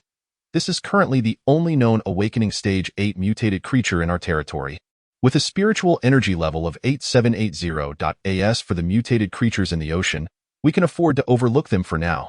However, the mutated creatures on land require your attention, General Hu. Despite their frequent clashes due to Hu Junyang's temperament, Li Rang could not deny that his military prowess was unparalleled in the Dragon Nation. Rest assured, this matter shall be entrusted to me. I will ensure that these mutated creatures pay a heavy price. Chapter 9. Mutated Spider. At this moment, Qin Chuan had just concluded his aerial escapades, blissfully unaware of the high-level decisions being made in the Dragon Nation. By the banks of Blackwater Lake. He suddenly recalled that he still had some skill points remaining from his last evolution, prompting him to open his system panel. Host. Qin Chuan. Race. Mutated Flood Dragon. Awakening Stage 4. Skills. Strangulation LV. 5. Venomous Fangs LV.5. Dragon Roar LV.5. Dragon Might LV.5. Bloodthirst LV.5. Sharp Teeth LV.5. Blood Spirit Contract LV.1. Dragon Scales LV.5. Long Sight LV.5. Reverse Scales LV.10. Evolution Points 7,010 10,000. Skill Points 2. Comprehensive Combat Power 1914. After careful contemplation, Qin Chuan ultimately resolved to elevate the level of the Blood Spirit Contract. After all his other skills had reached a minimum of level 5, while the Blood Spirit Contract remained at level 1. Besides this reason, the most significant factor was the need for luck points. To participate in a lottery, one required luck points, which could only be obtained from subordinates whose loyalty reached 90 points. This situation compelled Qin Chuan to recruit more followers to amass a substantial amount of luck. Blood Spirit Contract upgrade successful. Blood Spirit Contract LV.3. Any creature that signs a Blood Spirit Contract with the host will return 50% of the evolution points upon slaying any being. Moreover, if the contractor's loyalty is greater than or equal to 90, their evolution speed will increase by 30%. If the contractor's loyalty reaches 100, there is a chance of bloodline mutation during their evolution. Currently, the Blood Spirit Contract can bind a maximum of 6 beings. The return of 50% of evolution points is indeed a valuable asset. Henceforth, the speed at which he collects evolution points will significantly accelerate, and the advancement of his subordinates will also hasten. Presently, it appeared that only the mutated tortoise's loyalty had surpassed 90. A loyal subordinate can indeed be nurtured well. Once the mutated tortoise has successfully escorted Li Xiqing, it must also be bound by a contract. As he pondered this, Qin Chuan noticed a mutated tortoise covered in numerous scars, approaching him from a distance. Who did this? How could it be so injured? Qin Chuan's expression darkened. The mutated tortoise was, after all, one of his underlings, and to see it in such a state was unacceptable. When a younger brother is bullied, the elder brother must seek justice. My lord, there is a large spider in the northern woods. The mutated tortoise, dragging its battered body, had its shell riddled with holes. At that moment, I was escorting that human out of the mountain range when a large spider suddenly charged at me without warning. Thankfully, I managed to intercept it, allowing the human to escape, but the spider was formidable, and I could only flee, inadvertently stumbling into a pack of gray wolves upon discovering the spider intruding into their territory. The wolves attacked it, which granted me a narrow escape. The mutated tortoise lamented its misfortune, reflecting on how its shell had only just recovered, and now, within a day, it was damaged once more. Though, why must this tortoise endure such a cruel fate? Do you pledge your loyalty to me? Qin Chuan spoke coldly. The mutated tortoise froze, puzzled by the meaning behind the lord's words, its heart racing with apprehension. What does my lord mean? Is he testing my loyalty? Have I failed him in some way? Is it my weakness that has caused him to doubt my worthiness as his follower? Overwhelmed by these thoughts, the mutated tortoise, disregarding its injuries, hastily knelt before Qin Chuan. My lord, please do not abandon this old servant. I shall strive to keep pace with you and only wish to serve you faithfully. Seeing the tortoise prostrate before him, Qin Chuan momentarily failed to react. What has come over this old turtle today? Why is it speaking such peculiar words? Surely it cannot have just gained sentience and succumbed to senility, or perhaps the battle with that mutated spider has left it dazed. Answer my question. Disregarding its thoughts, Qin Chuan decided to establish the blood-spirit contract first, planning to later avenge the tortoise. This old servant would gladly oblige. With that, a drop of essence began to coalesce on Qin Chuan's forehead, ultimately merging into the body of the mutated tortoise. In an instant, the tortoise felt a significant increase in its ability to absorb the natural energies around it, as if it had regained several years of youth. Blood-spirit contract completed. Detected loyalty of the mutated tortoise exceeds 90 points. The evolution speed of the mutated tortoise is accelerated by 30%. Hearing the notification sound, Qin Chuan nodded in satisfaction. Now, go to Blackwater Lake to recuperate. I shall confront that mutated spider. With that, Qin Chuan soared into the air, heading northward. By the heavens, my lord can fly. Before long, Qin Chuan reached the northern region of the Pingling Mountains. A heavy scent of blood permeated the air. Upon arrival, he quickly discerned that this was the battleground between the mutated spider and the gray wolves. Observing the scattered corpses of wolves, most of which were ordinary, Qin Chuan noted only one body of an awakened first-tier gray wolf. The corpse of the Wolf King was conspicuously absent. It appeared the Wolf King had fled alongside the awakened gray wolf. However, the whereabouts of the mutated spider remained unknown. If they had fought to mutual destruction, it would save him considerable effort. Continuing his search for the mutated spider, he finally stumbled upon a cave. Its entrance draped in thick webs. This must be it. Inside the cave, he could distinctly sense the presence of a mutated creature of considerable rank. Although Qin Chuan was merely an awakened fourth-tier being, his nearly 2,000 combat power instilled him with confidence. After all, the awakened fifth-tier mutated tortoise possessed only a little over 500 combat power. If the mutated spider were truly powerful, it would not have allowed the tortoise and the gray wolf king to escape. At most, its strength could be around 900. With this in mind, Qin Chuan felt reassured as he entered the cave. The interior was quite spacious, though it felt somewhat cramped compared to Qin Chuan's imposing stature. To his surprise, he discovered an abundance of spiders within. Although none were mutated creatures, their sheer numbers were formidable. Slaying them would yield a significant amount of experience points. Roaring with the might of a dragon, Qin Chuan unleashed a thunderous roar that echoed throughout the cave. Many spiders succumbed to the force of the sound, collapsing lifelessly. Killed spider, gained 2 evolution points. Killed spider, gained 2 evolution points. Killed. Just as Qin Chuan reveled in the notifications, a rustling sound echoed within the cave, followed by the emergence of a mutated spider adorned with countless eyes. At last, it has shown itself. Mutated spider, awakened 6th tier, skills. Venomous fangs LV.4, Venom Silk LV.4. The resilient silk can ensnare prey, and the venom can paralyze them. Hypnosis LV.2. Bewitches prey, disrupting their senses. Toughness LV.3. Strengthens silk. Comprehensive combat power 727. It possesses some strength, albeit marginal. While 727 combat power is the strongest Qin Chuan has encountered thus far, it pales in comparison to his own combat power exceeding 1100. This presents a perfect opportunity to test his new skill, Dragon Might. In the next moment, an intangible presence radiated from Qin Chuan, causing the mutated spider to tremble as if faced with a natural enemy. The multitude of eyes reflected a profound fear, as if it were on the verge of fleeing. Truly, the aura of the dragon race is unparalleled. Even as an awakened 4th-tier being, Qin Chuan could instill such terror in a 6th-tier mutated spider. Pleased by the spider's reaction, Qin Chuan decided to further assess his defensive capabilities. Having struggled to find a suitable target for testing, he resolved to seize this opportunity. With that, he retracted his aura, allowing the spider to regain its composure, though fear still lingered in its eyes now. Attack me! Upon seeing Qin Chuan's gesture, the spider seemed to understand his command. With no hesitation, it bared its sharp fangs and lunged at him. A sound of shattering echoed as the spider's fangs broke upon contact with Qin Chuan's scales. To his astonishment, Qin Chuan had not anticipated his defenses to be so formidable as to shatter the fangs of an awakened 6th-tier creature. Judging by this, he speculated that he could withstand human bullets, but not necessarily cannon fire. With the increasing number of mutated creatures, humans would certainly take countermeasures, so it was imperative for him to evolve and enhance his strength swiftly. After dispatching a nearby spider, he prepared to seek out additional prey. Killed mutated spider, awakened 6th tier, gained 5,000 evolution points. Evolution conditions met. Host, do you wish to evolve? No, Qin Chuan was not on his home turf.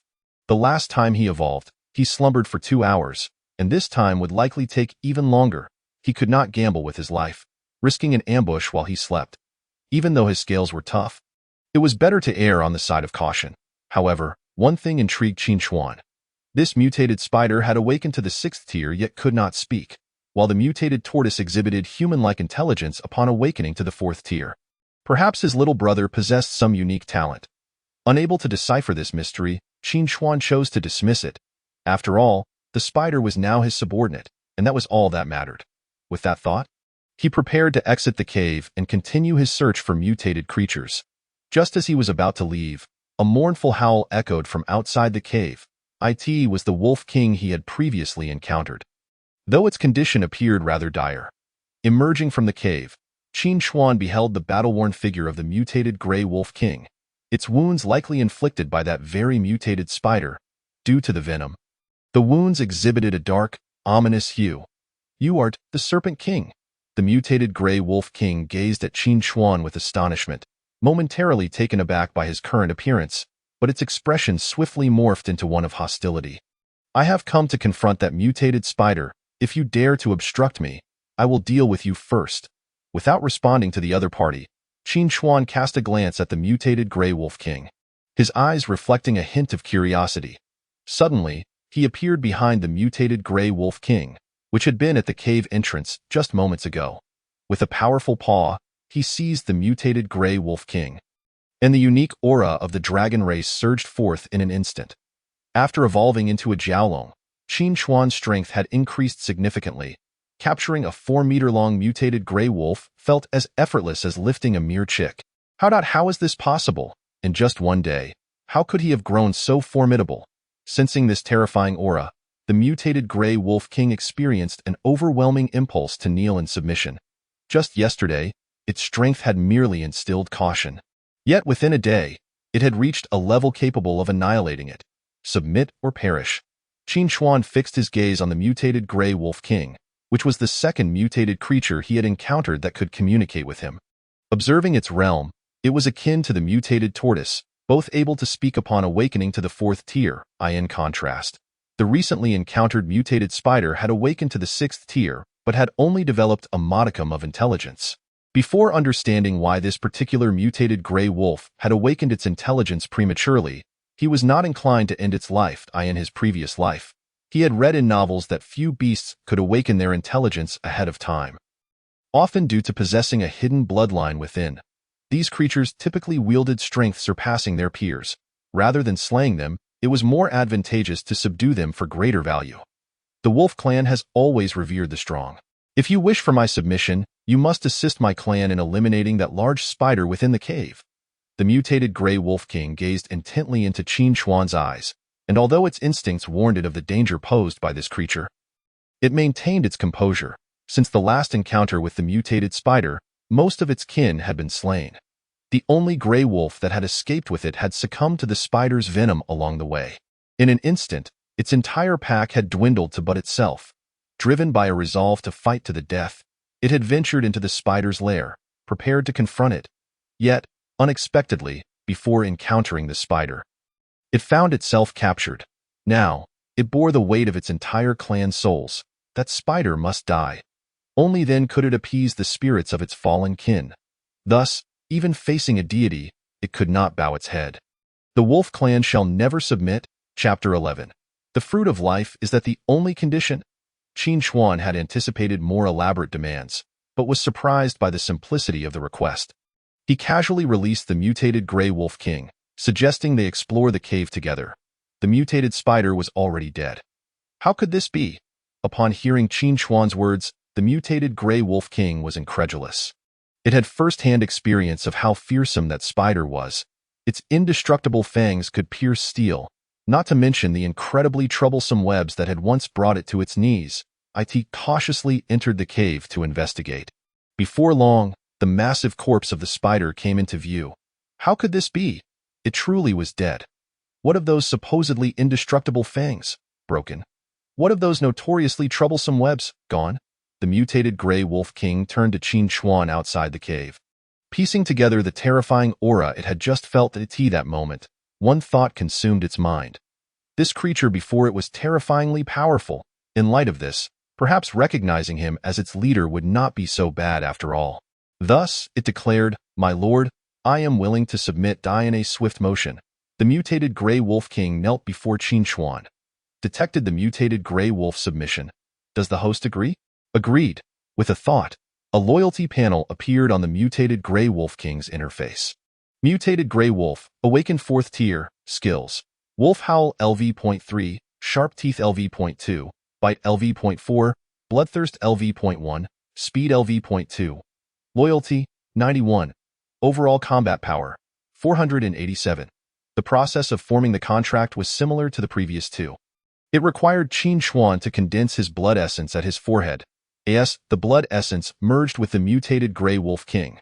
The black toxins within it visibly dissipated. It was an unexpected delight to discover that his blood also possessed detoxifying properties.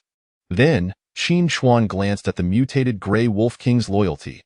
To his astonishment, he was taken aback by the high loyalty score of 91 points right after submission.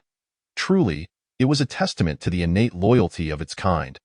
It seemed he could easily acquire a wave of fortune value from it. Mutated Grey Wolf's loyalty reached 91. Obtained 400 fortune value. Detected that the mutated Grey Wolf's loyalty exceeds 90 points. Its evolution speed increases by 30. After successfully subduing the mutated Grey Wolf King, Qin Chuan temporarily settled it in the northern part of the mountains, as it had previously resided in that area and should be safe. Unbeknownst to him, the evening had arrived. After a day of hunting, Qin Chuan returned to Blackwater Lake. Host, Qin Chuan, race. Mutated Jiaolong, awakened 4th tier, skills. Strangulation LV.5, Venomous Fangs LV.5, Dragon Roar LV.5, Dragon Might LV.5, Bloodthirst LV.5, Sharp Teeth LV.5, Blood Spirit Contract LV.3, Dragon Scales LV.5, Long Sight LV.5, Reverse Scale LV.10, Evolution Points, 17780, 10000, Skill Points, 0, Overall Combat Power, 1914. To his surprise, he had amassed over 10,000 evolution points in a single day. Today had indeed been fruitful. Looking at the astonishing number of evolution points displayed on the panel, Qin Chuan decisively spent 10,000 points to commence evolution. Truthfully, it had been some time since his last evolution. Although only a day or two had passed, as a man with a system, it was unacceptable to go a day without leveling up. Evolution commencing. As the prompt sounded, a familiar sense of drowsiness washed over him. And before he knew it, Qin Chuan succumbed to slumber. When he awakened, it was morning. Host: Qin Chuan, race: Mutated Jiaolong, awakened 5th tier, skills: Strangulation LV.5, Venomous Fangs LV.5, Dragon Roar LV.6, Dragon Might LV.6, Bloodthirst LV.5, Sharp Teeth LV.6, Blood Spirit Contract LV.3, Dragon Scales LV.6, Long Sight LV.5, Reverse Scale LV.10, Evolution Points, 7,780 20,000, Skill Points, 1. Overall Combat Power, 2437, upon entering the 5th tier of Awakening. Qin Chuan's dragon horns had grown slightly larger, his limbs more robust, and most significantly, his size had reached a terrifying 18 meters. Observing the skills on the panel, Qin Chuan initially intended to allocate his skill points to Bloodthirst. Unfortunately, once a skill reached level 5, further upgrades required 2 skill points. Thus, he placed the skill point into Blood Spirit Contract, raising its capacity to 8, with the 400 fortune value contributed by the mutated Grey Wolf King. He now possessed a total of 600 fortune value. It was time to draw a prize. As he gazed at the dazzling array of prizes on the spinning wheel, Qin Chuan felt an undeniable anticipation. If only he could draw another golden legend as he had previously. Alas, good fortune could not be relied upon indefinitely. As the wheel came to a halt, the system's notification echoed in his ears. Congratulations to the host for drawing the skill. Teng Yu, the host can communicate with any creature. Not bad. With this skill, those humans should be able to understand his speech. Observing the spinning wheel's requirement of 800 fortune value for the next draw, Qin Chuan couldn't help but feel a headache coming on, as anticipated. Each lottery draw increased the cost exponentially, and he wondered if there was an upper limit. If there were no upper limit, he couldn't fathom how much fortune value would be required for a single draw years down the line. Why has it suddenly become foggy today? Returning to the lakeshore, a thick fog enveloped Blackwater Lake. Yet it did not hinder Qin Chuan. The corpse of the mutated spider hung from the branches of an ancient locust tree, a trophy he had carried back from the northern mountains to stave off the hunger that came with evolution. After consuming the soft abdomen of the mutated spider, he offered the remaining legs and head to the mutated tortoise. How strange. I've never heard that the old locust tree bore fruit. A peculiar black fruit caught Qin Chuan's attention on the ancient locust tree. He had never heard of such a tree bearing fruit in his previous life. While he examined the fruit closely, a system panel materialized before him. Mutated ancient locust tree, awakened 1st tier, skills. Fruit of Life LV.1 has a minuscule chance of producing the fruit of life weekly. When consumed by mutated creatures, it can heal their injuries and provide a small amount of spiritual energy. Mist LV.1 can release mind-disturbing mist centered around the ancient locust tree. Overall combat power, 0. The ancient locust tree had mutated as well. Its skills seemed to be of an auxiliary nature. If it could awaken its intelligence sooner, he might consider taking it as a subordinate. After all, mutated plants like the ancient locust tree were quite rare. This was the first mutated creature Qin Chuan had encountered since his arrival in this world. He had no way of knowing how many mutated plants existed in the future. Amidst the multitude of trees by the shores of the Blackwater Lake, only the ancient locust tree has undergone a mutation, suggesting there is something extraordinary about it. Let us first examine what unique effects this fruit of life possesses. Upon swallowing the fruit, Qin Chuan is met with a sweet flavor and a significant moisture content, finding it rather delectable. Upon consuming the fruit of life, he gains 100 evolution points. A single fruit grants 100 evolution points. Although this may not seem substantial to him, as he could easily acquire more by vanquishing a few creatures. The crux of the matter is that this evolution point is derived from just one fruit. Moreover, the mutated locust tree is only at the 1st level of awakening, and the skill associated with the fruit of life is also merely at level 1. If the mutated locust tree's level were to rise, would not each subsequent fruit yield thousands of evolution points? Possessing a system may not be of great significance, but these fruits could be consumed by his subordinates. As their levels increase, so too will the fortune they provide. For him, this is entirely beneficial, and thus the mutated locust tree must be preserved. He resolves to have the mutated tortoise guard the locust tree, as it is conveniently located near his Blackwater Lake. Just as he prepares to delegate this task to the mutated tortoise, a gunshot suddenly echoes through the mountains. Chapter 12. The calm before the storm. Qin Chuan swiftly ascends above the Blackwater Lake, eager to ascertain the cause of the commotion. Why are there so many humans arriving all at once? In the northern part of the mountain range, numerous armed individuals begin to slaughter the mutated creatures within, indiscriminately targeting even the unmutated animals. With the aid of his long-range vision, Qin Chuan can clearly observe the humans traversing the mountains. There are roughly a dozen of them, each equipped with ordinary firearms. If these weapons were merely standard firearms, he would not fear them given his current defensive capabilities. His true concern lies with the nuclear weapons potentially in their possession. Having lived as a human in his past life, he is acutely aware of the devastating power of such armaments. For safety's sake, he decides to return to the lake's depths to observe the situation before taking any action. In the northern part of the Pingling Mountain Range, one man, resembling a monkey, inquires, "Brother Wang, why has the government suddenly tasked us with hunting these animals? And who exactly is that commander who? How dare he assert that if we complete a 7-day hunting mission in the mountains, he can petition the state to spare us from execution? What is going on? Why are you asking me? Why do you care? Since the government has promised to absolve us of our death sentences after 7 days, are you afraid they'll go back on their word?"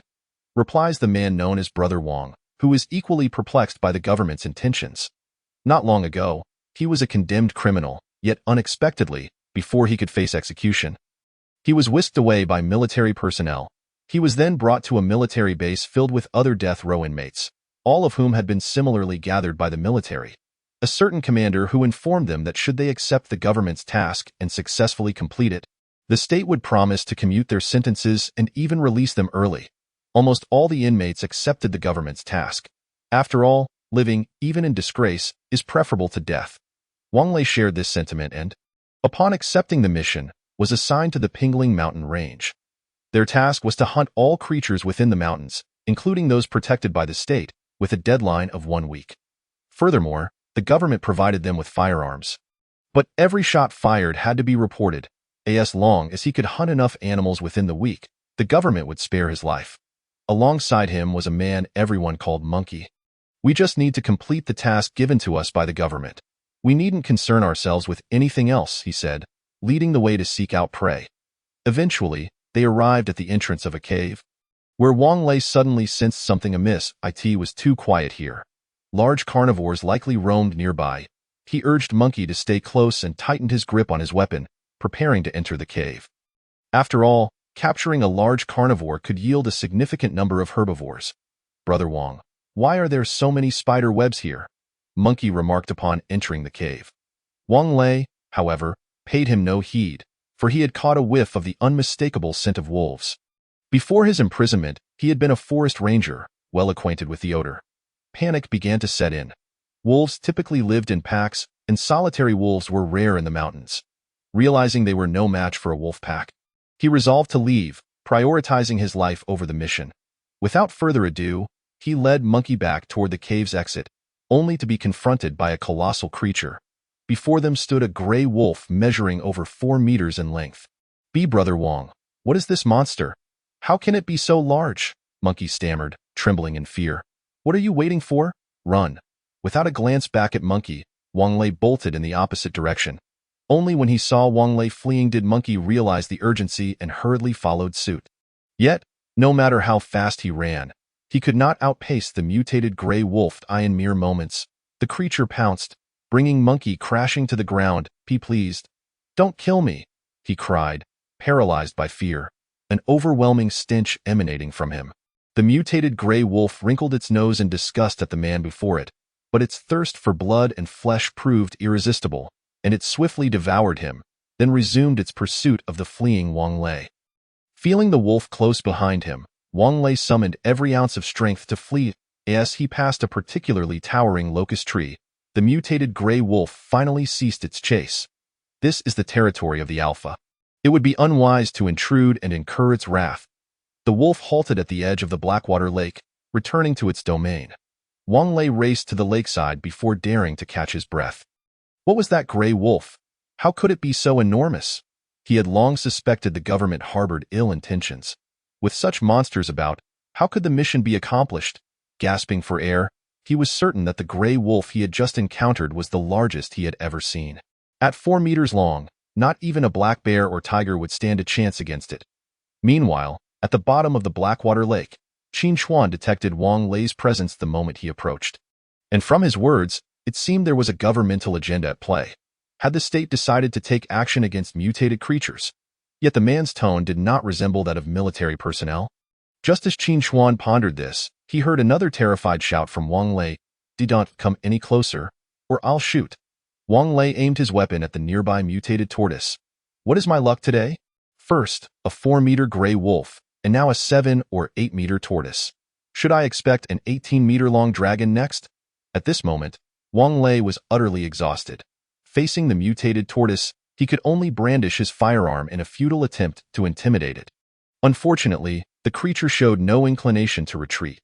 With resolve, Wang Lei fired several shots at the tortoise. Alas, the bullets lacked the power to even penetrate its skin. What manner of monster is this, impervious to bullets? Is this how my life ends? At that moment, fear gripped Wang Lei's heart. The mutated tortoise, incensed by Wang Lei's actions, felt a twinge of pain from the bullets. Despite being unharmed at it, opened its mouth wide and surged toward Wang Lei, intent on devouring him. Just as Wang Lei faced the jaws of death, a terrifying aura emanated from the depths of Blackwater Lake. Old Tortoise, stand down. Chapter 13. The evening gathering. Upon hearing Qin Chuan's command, the mutated tortoise immediately halted, awaiting its lord's directive. Meanwhile, Wang Lei, paralyzed with fear upon witnessing the tortoise's reaction, heard a resonant dragon's roar emanating from the depths of the lake. Could it be that he was truly about to encounter a dragon? Wang Lei's terror escalated as he glanced toward Blackwater Lake. In the next moment, an 18-meter-long dragon erupted from the water, coiling above him. Human, state your purpose, and perhaps I might consider sparing your life. You can talk? Wang Lei's fear reached its zenith. The mere sight of an 18-meter-long dragon was astonishing enough, but now he discovered it could speak. What in the world is happening? Wasn't it said that after the establishment of the nation, animals were forbidden from attaining sentience? When Qin Chuan had previously chastised the mutated tortoise, he had not utilized the skill of common language. Thus Wang Lei had only heard the dragon's roar. Answer me. Qin Chuan's gaze turned icy, and the aura emanating from him gradually intensified. Remembering that Qin Chuan had previously mentioned sparing his life, Wang Lei hastily divulged everything he knew. That general who truly possessed remarkable cunning, employing a group of death row inmates to test the prowess of various regions' mutated creatures. A cold smirk crossed Qin Chuan's mind, and he couldn't help but feel a twinge of admiration for this general who, while purging pests for the Dragon Kingdom, also gathered intelligence on the mutated beings. Lord Dragon King, I have shared all that I know. Shouldn't you consider releasing me now?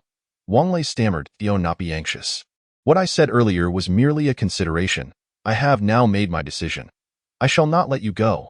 Upon hearing Qin Chuan's words, Wang Lei's eyes widened in shock.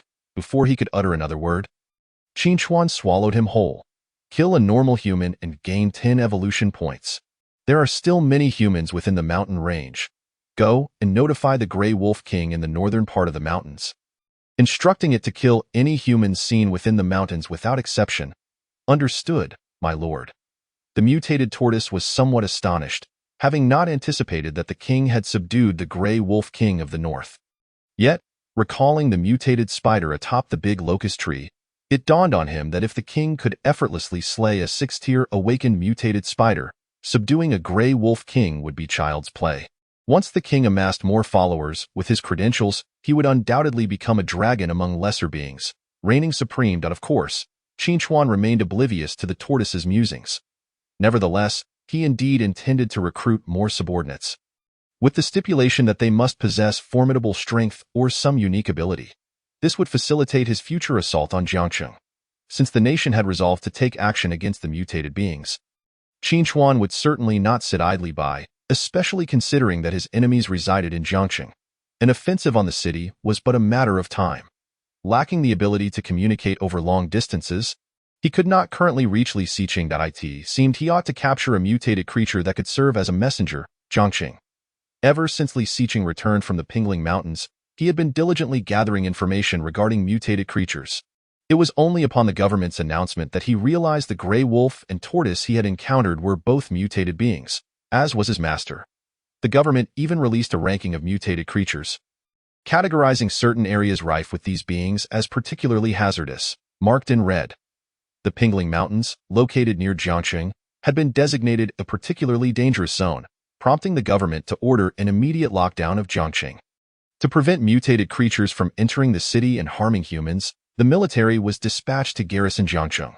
The reason the Pingling Mountains were classified as a particularly dangerous area was due to the 6 beasts listed on the ranking.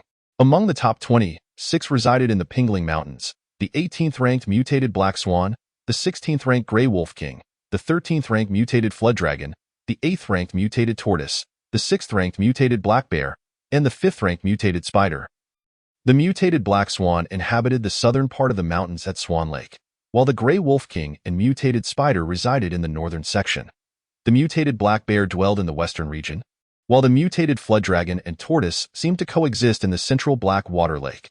Seeing the terms mutated Flood Dragon and mutated Tortoise inevitably reminded Li Xiqing of the 2 beings by Black Water Lake.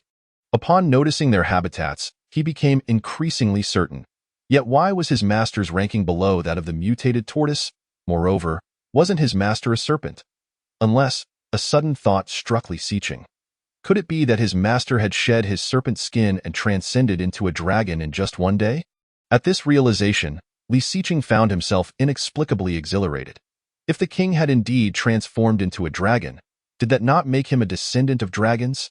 Furthermore, considering the blood essence his master had merged with him last time, did that not imply that dragon blood coursed through his veins as well? Master, Wang Yanjuan from the Wang Group invites you to attend a soiree tonight, announced the butler, Fu Bo, standing nearby.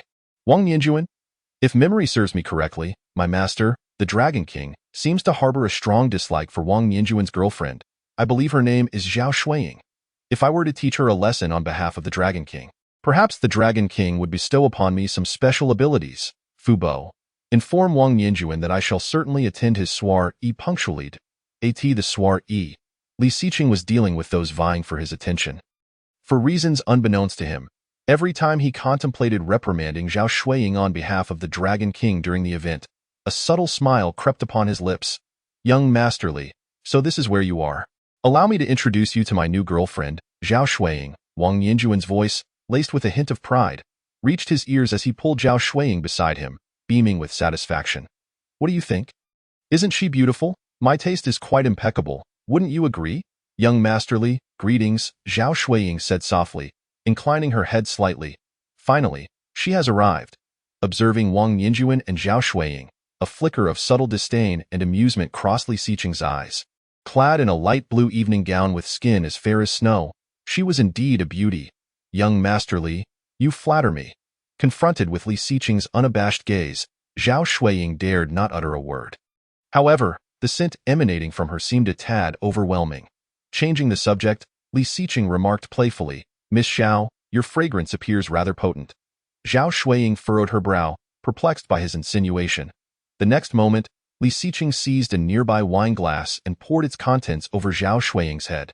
Indeed, the romantique candy is quite effective. It barely masks your rather pungent aroma. Chapter 14. The mutated parrot. Due to Li Xiqing's actions, the soiree fell into a deathly silence. One had anticipated that he would cause a scene at the Wang family's event, openly slapping the Wang family's face. Wang Yanjuan's expression darkened, and Zhao Shuiying was, after all, his companion. Li Xiqing's actions were an unabashed provocation. Observing Wang Yanjuan's increasingly stormy demeanor, Li Xiqing felt an uncontainable glee. In Jiangxing, he was notorious for his debauchery, while Wang Yanjuan, engaging in the same antics, somehow retained a good reputation. He simply enjoyed putting on a facade of propriety. Now witnessing Wang Yanjuan's embarrassment, how could Li Xiqing not revel in this? I shall see how you extricate yourself from this predicament, he thought with a smirk. Zhao Shuiying's expression was equally grim, yet with Wang Yanjuan silent beside her, she dared not provoke Li Xiqing further. I am unsure how little Shui has offended young Master Li. I apologize on her behalf, Wang Yanjuan said apologetically, then waved his hand, instructing his subordinates to escort Zhao Shuiying away to change. Li Xiqing stared incredulously at Wang Yanjuan, aghast at the unfolding events. In a way, he can endure this. I'm not done playing yet. I can't let Zhao Shuiying leave just like that. Stop. Did this young master grant you permission to leave? Return at once. Upon hearing this, not only Wang Yinjuan but even those around felt that Li Xiqing had crossed the line. Unprovoked, he had splashed someone with wine and now refused to let her go change. He was indeed the most notorious dandy in Jiangxing. Seeing that Wang Yinjuan had yet to intervene, the subordinate could only helplessly bring Zhao Shuiying back. Young Master Li, do you have further instructions?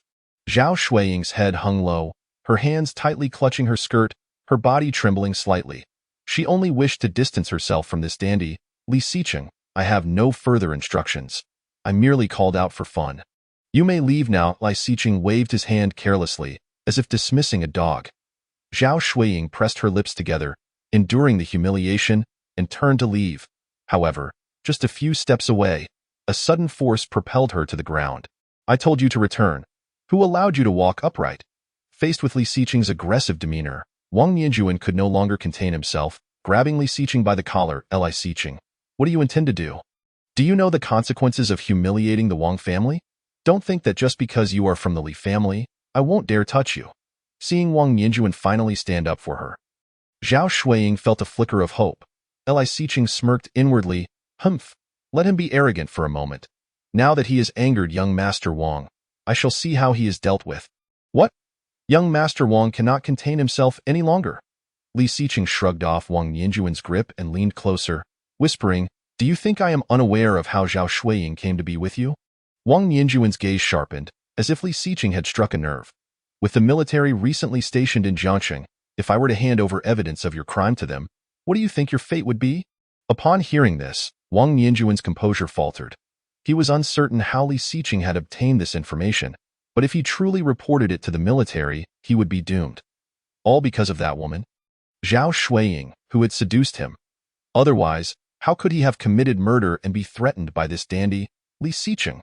As these thoughts raced through his mind, Wang Yinjuan's anger flared, momentarily forsaking his facade as the young master of the Wang family, delivering a resounding slap to Zhao Shuiying's face. You filthy wretch, if young Master Li commands you to leave, why do you linger here to vex him? Zhao Shuiying was utterly stunned by the slap delivered by Wang Yinjuan. What on earth was happening? Shouldn't Wang Xiao have stood up for her? Why did he turn around and strike her instead? Wang Xiao, have you made an error in judgment? Shouldn't it be Li Xiqing who ought to leave? Zhao Shuiying gazed at Wang Yinjuan in disbelief. He was supposed to defend her. You've offended young Master Li, and yet you dare to call him by name? Shouldn't you hastily depart? Seeing Wang Yinjuan's demeanor, Zhao Shuiying, no matter how unwilling, could only exit in disgrace. Young Master Li, I trust you are satisfied with this resolution. The surrounding crowd erupted in astonishment as they witnessed Wang Yinjuan attempting to curry favor with Li Xiqing. One was a notorious dandy of Jiangxing, while the other was the talented scion of the Wang family. The Wang and Li families were evenly matched in power, yet here was the heir of the Wang family ingratiating himself to the dandy of the Li family. Very well, let it be so. I shall forgive you this time. Just as Li Xiqing was about to turn and leave, he suddenly recalled something and said to Wang Yinjuan, By the way, you must treat your girlfriend well. Do not cast her aside. This time, I am merely administering a lesson for the Dragon King. Without his command, I wouldn't dare to eliminate you outright. After all, the Dragon King despises Zhao Shuiying so. What if he wished to take matters into his own hands and discovered that I had preemptively claimed the kill? Who knows how he might react in his fury? He then returned to the Li residence by car. In the Pingling mountain range, Qin Chuan gazed at the half-meter-long mutated parrot before him, nodding in satisfaction. Mutated parrot, awakening stage 1. Skills. Miniaturization LV.1. Can reduce its size. Peck LV.1. Deals damage with a peck. Loyalty. 68. Overall combat power. 36. This parrot was discovered by Qin Chuan in the western part of the mountains. And during his search for parrots, he also gathered a wealth of evolution points. Despite its seemingly low combat power and unimpressive skills, this parrot served a vital purpose that Qin Chuan currently needed. It could act as a messenger. Parrots are the only animals that can talk without mutation, and with its new mutations, its learning speed would be even faster. After teaching it just once, the parrot could remember everything Qin Chuan said. Coupled with the miniaturization skill, if he reverted it to its pre-mutation size, it could fulfill the role of a messenger perfectly. With it by his side, he could establish contact with Li Xiqing in Jiangxing. After informing it of the message he wished to convey to Li Xiqing, the parrot swiftly took flight toward Jiangxing. As Li Xiqing was also a contract holder of Blood Spirit, he would undoubtedly possess a unique aura, one that humans could not detect, but mutated creatures could. Thus, Qin Chuan had no need to worry about the parrot failing to locate him upon reaching Jiangsheng. The criminals previously dispatched from the north had all been eliminated by the mutated Grey Wolf King. And the state would surely send forth a more elite force. It was imperative for him to elevate his level to Awakening Stage 6 as soon as possible. Host: Qin Chuan Race. Mutated Jiao Dragon, Awakening Stage 5, Skills: Strangulation LV. 5, Venomous Fangs LV.5, Dragon Roar LV.6, Dragon Might LV.6, Bloodlust LV.5, Sharp Teeth LV.6, Blood Spirit Contract LV.4, Dragon Scales LV.6, Distant Sight LV.5, Reverse Scale LV.10, Evolution Points, 9,980 20,000, Skill Points, 0, Overall Combat Power, 2437. With the more than 2,000 evolution points collected from the West, he still required over 10,000 additional points to evolve to Awakening Stage 6. Most of the mutated creatures in the north had been dealt with, and he needed to conserve some points for the mutated Grey Wolf King. After all, it was his subordinate, and he could not allow it to go hungry. It seemed that tomorrow would require another expedition to the west. Chapter 15. The Dragon King's Command. On a dimly lit road, a Rolls-Royce glided through the night. Li Xiqing sat in the back seat, idly scrolling through his phone, completely unconcerned about the potential backlash from his earlier actions at the banquet. With the title of Jiangqing's foremost dandy, what did he have to fear from a bit of infamy? Suddenly, as he was engrossed in his phone, he glanced out the window and felt an inexplicable connection, as if sensing a profound bond. Was it merely his imagination? Li Xiqing rubbed his temples, puzzled, for he had indeed felt something, and it had been quite intense. Young master, given your actions at the Wang family banquet, I fear the old master may be displeased upon learning of this. Fu Bai, the driver, remarked. He had watched Li Xiqing grow up and understood his temperament to some extent. Although Li Xiqing often acted like a dandy, he would never engage in such blatant provocation of the Wang family. Humph, that old man only has eyes for my elder brother. What does it matter if he finds out? He'll merely scold me a few times. He has never truly cared for me. Li Xiqing scoffed, a hint of envy flickering in his eyes. From a young age, he had lived in the shadow of his elder brother, and his parents favored his brother as well no matter how hard he tried. He never received their acknowledgement. As a child, his parents celebrated only his brother's birthday, never considering his own. Only Fu Bai would bring him a small cake and wish him a happy birthday. He felt like a transparent person in the family, as if the Li household consisted solely of the three of them. Later, his brother Li Zetian advised him that if he constantly bullied others and caused trouble for the family, his parents would pay more attention to him. He believed him, and thereafter, he began to bully others and deliberately create disturbances at significant events. Indeed, his parents began to notice him more. However, this gradually fostered his current dandy disposition, and by the time he realized this, it was too late. The title of Jiangqing's foremost dandy had become inextricably linked to him. While Li Xiqing was lost in childhood memories, the screech of brakes pierced the air, and the car came to an abrupt halt. What is going on, Fu Bai? Why did the car suddenly stop? Li Xiqing furrowed his brow, his tone tinged with irritation. Young master, there's a parrot flying around our car. I'll get out and chase it away. Fu Bai opened the door and stepped out. A parrot? Li Xiqing followed Fu Bai's gaze and, upon spotting the parrot, felt that same inexplicable connection anew. Intrigued, he called out to Fu Bai, intending to investigate for himself. Though puzzled, Fu Bai complied and halted his actions. The parrot was flitting about, seemingly searching for something, and upon seeing Li Xiqing, it immediately flew over and perched on his shoulder. Then, it uttered a phrase that left Li Xiqing utterly astonished. The Dragon King commands. At that moment, Li Xiqing finally understood the source of the bond he had felt. It was due to the essence of the Dragon King. The parrot before him was evidently a messenger sent by the Dragon King to establish contact. Just as he was about to inquire what the Dragon King desired, an armed vehicle approached, and 3 or 4 soldiers armed with firearms disembarked. What were they doing here? Had they uncovered something? Li Xiqing's heart raced, perplexed by the presence of the military. Greetings, I am Captain Liu Bing of the 3rd Squad. We noticed this parrot flying directly towards you while on patrol and initially thought it might be a mutated creature preparing to attack. Hence our decision to investigate. Upon hearing their intentions, Li Xiqing sighed in relief and explained, You've misunderstood. This is merely a pet parrot of mine that accidentally flew away from its cage a few days ago. I didn't expect to find it here today. I apologize for the inconvenience, everyone. After confirming that the parrot was indeed just an ordinary one, Lu Bing and his team returned to their vehicle to continue their patrol. Once they departed, Li Xiqing finally inquired about the Dragon King's command. The Dragon King commands that before nightfall tomorrow, you are to meet him in the Pingling Mountain Range. Upon reaching the northern part of the mountains, other subordinates of the Dragon King will ensure your safety. Should you fail to meet the specified time, the consequences will be yours to bear. Li Xiqing promptly agreed and then recalled something, sharing with the mutated parrot the events that had transpired at the banquet, as well as the mutated creature rankings and some state notifications, hoping it would relay this information to the Dragon King. After hearing Li Xiqing's words, the parrot flapped its wings and took flight. Fu Bai, though witnessing the scene, did not overhear their conversation. Subsequently, Li Xiqing and Fu Bai continued their journey back to the Li residence. As time passed, the sky soon brightened with the faint light of dawn. Emerging from the lake, Qin Chuan spotted a parrot sleeping on an old locust tree. With a flick of his tail, he roused it and began to inquire about the task he had assigned the previous day. The mutated parrot recounted everything Li Xiqing had said, prompting Qin Chuan to erupt into hearty laughter. Especially upon hearing how Li Xiqing had humiliated Zhao Shuiying at the banquet, he felt an overwhelming sense of delight. Zhao Shuiying and Wang Nianjuan were merely appetizers.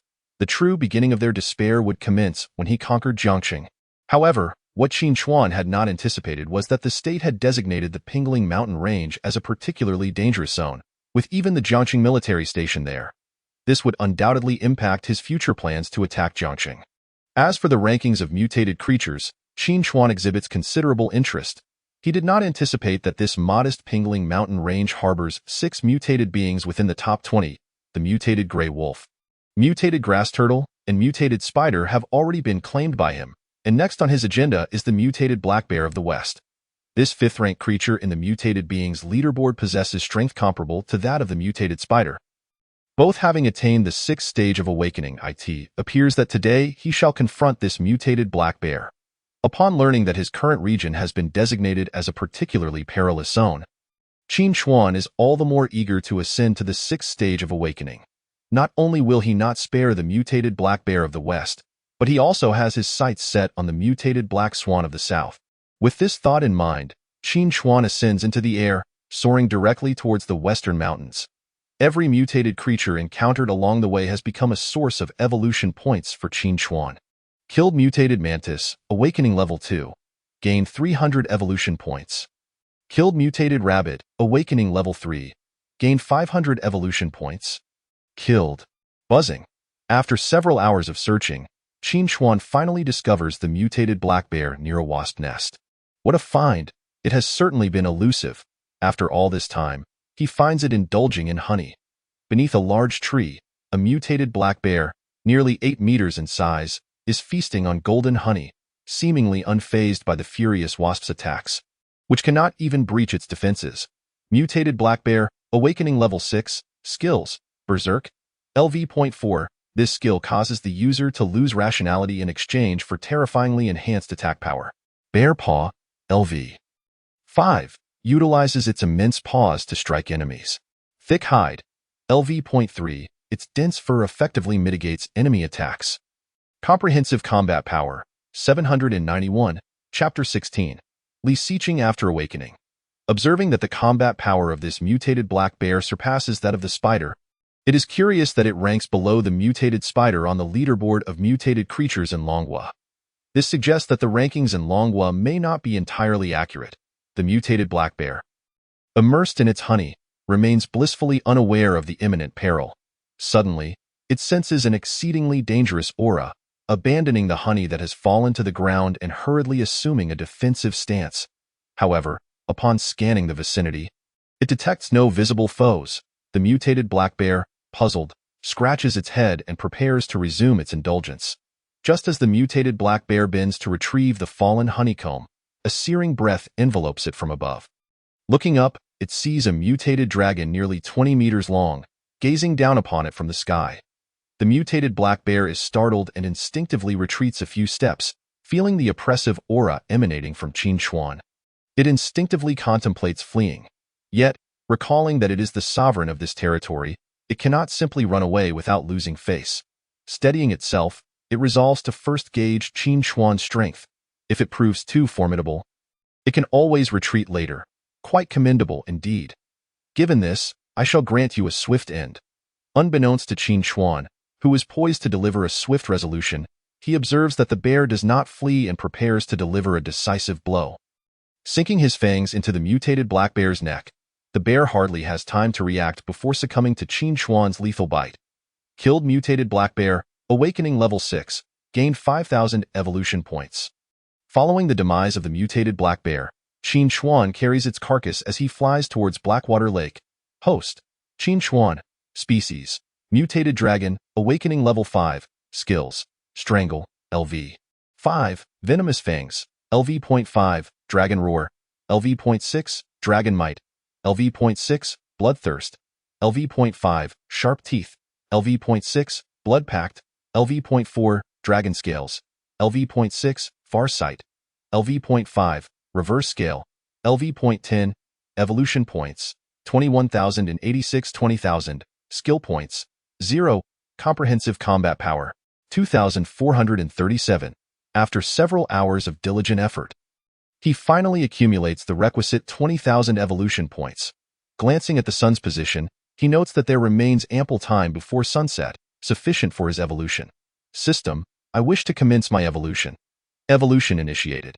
The familiar sensation returns as Qin Chuan once again slips into slumber at the bottom of Blackwater Lake. Time passes, and as the sun nears the horizon, Qin Chuan awakens. Oddly, he feels an itch at his neck. Upon opening his eyes, he finds a 4-meter-long mutated crocodile gnawing at his throat. Yet, due to the impenetrable nature of his dragon scales, the creature's efforts inflict no harm. Qin Chuan furrows his brow. Swiftly dispatching the mutated crocodile with a bite, relieved that its rank was insufficiently high. Had it been one of the awakened 7 or 8-tiered creatures, he might have met his end here tonight. It seems prudent to have the mutated grass turtle act as his guardian during future evolutions. As he contemplates this, he hears the voice of the mutated grass turtle from the lakeshore. Dragon King, the human from last time has arrived. Oh, Li Xiqing has come so soon. The sun has barely set, and with Jiangxing now under lockdown, one wonders how Li Xiqing managed to leave. Qin Chuan reflects on Li Xiqing's performance during the previous evening's event with satisfaction. Dealing with Zhao Shuiying and Wang Nianjuan requires a ruthless approach. Upon reaching the shore, he spots the mutated grass turtle alongside Li Xiqing, who stands frozen in place. The moment he sees Qin Chuan, a storm of emotion surges within him. He had never expected that the mutated dragon on the leaderboard was truly the king, and in just a few days, the Serpent King had genuinely evolved into a dragon. Particularly striking are the 2-meter-long dragon horns adorning Qin Chuan's head. Bow before the Dragon King. Li Xiqing hastily kneels, and the mutated grass turtle beside him echoes, bow before the Dragon King. For reasons unknown, hearing them address him in such a manner prompts Qin Chuan to involuntarily think of characters from novels in his past, often depicted with crooked smiles. Observing Li Xiqing's status panel, Qin Chuan finds himself even more pleased. Li Xiqing, ordinary human, skills. Wealth ability LV.2, a skill exclusive to rich second-generation individuals. Their financial prowess can attract others to do their bidding. Loyalty, 84, comprehensive combat power, 18, loyalty has risen above 80. A commendable achievement.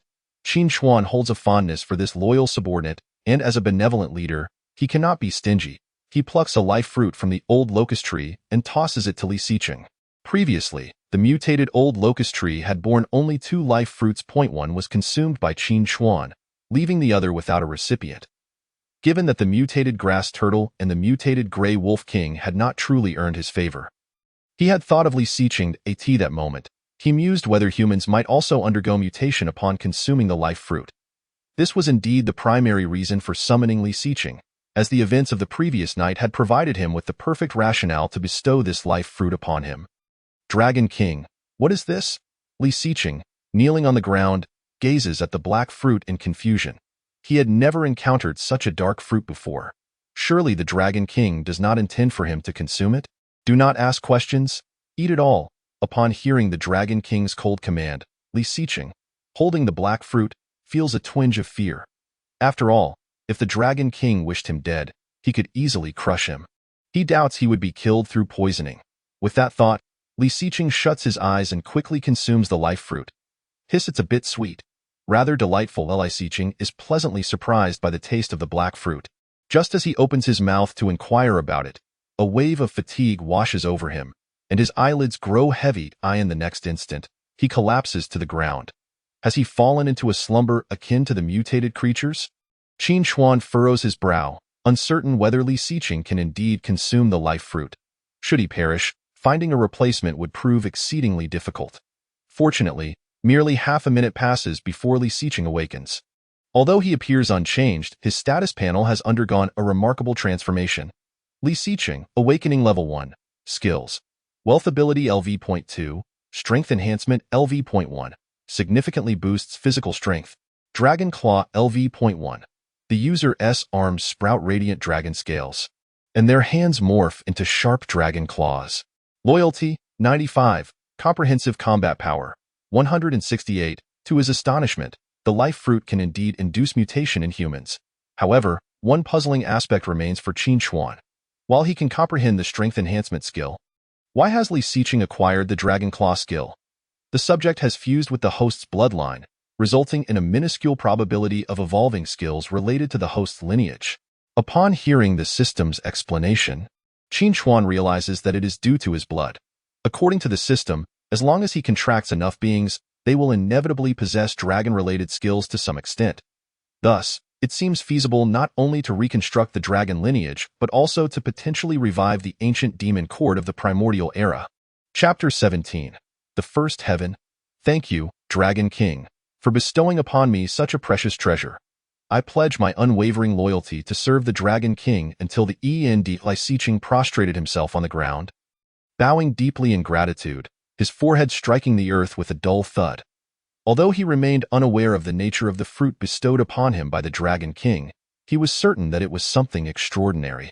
He could distinctly feel a powerful surge of energy coursing through his body, a sensation of strength he had never experienced before. At this moment, he felt capable of delivering a single blow that could fell a bull. Howl! You vile creature! You dare to curse the Dragon King to death! Upon hearing Li Xiqing's words of selfless devotion, the creature mistakenly believed he was uttering a curse against the Dragon King and prepared to crush him underfoot. Startled by the roar of the mutated tortoise, Li Xiqing glanced up just as the massive foot loomed above him. Dragon King, save me!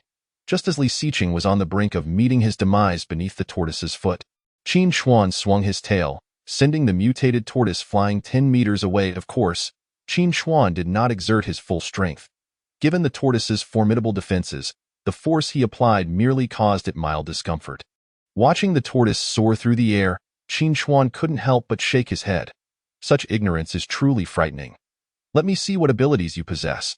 Qin Chuan turned his gaze toward Li Xiqing, eager to witness the true nature of his dragon claws. At once, Li Xiqing's right arm was enveloped in a layer of golden dragon scales, his fingers transforming into sharp golden dragon claws capable of effortlessly slicing through tree trunks. How magnificent! Yet, the resplendent gold was rather blinding. Qin Chuan preferred the dark scales that adorned his own form. After confirming with Li Xiqing that no reports of human mutations had surfaced within the Dragon Kingdom or even throughout the Blue Star, he declared, since you have successfully entered the first stage of awakening, you shall henceforth act in tandem with this mutated parrot. Relay any significant news directly to the mutated parrot, and it shall convey it to me. Understood, Dragon King. With that, a mutated parrot alighted upon Li Xiqing's shoulder, and he instantly recognized it as the same one that had come to deliver news the previous night. Now that Li Xiqing had entered the first stage of awakening, his status within Jiang City would undoubtedly soar, granting him access to even more valuable information. After all, Li Xiqing had already signed the Blood Spirit contract, so there was no need to worry about betrayal once he acquired his powers.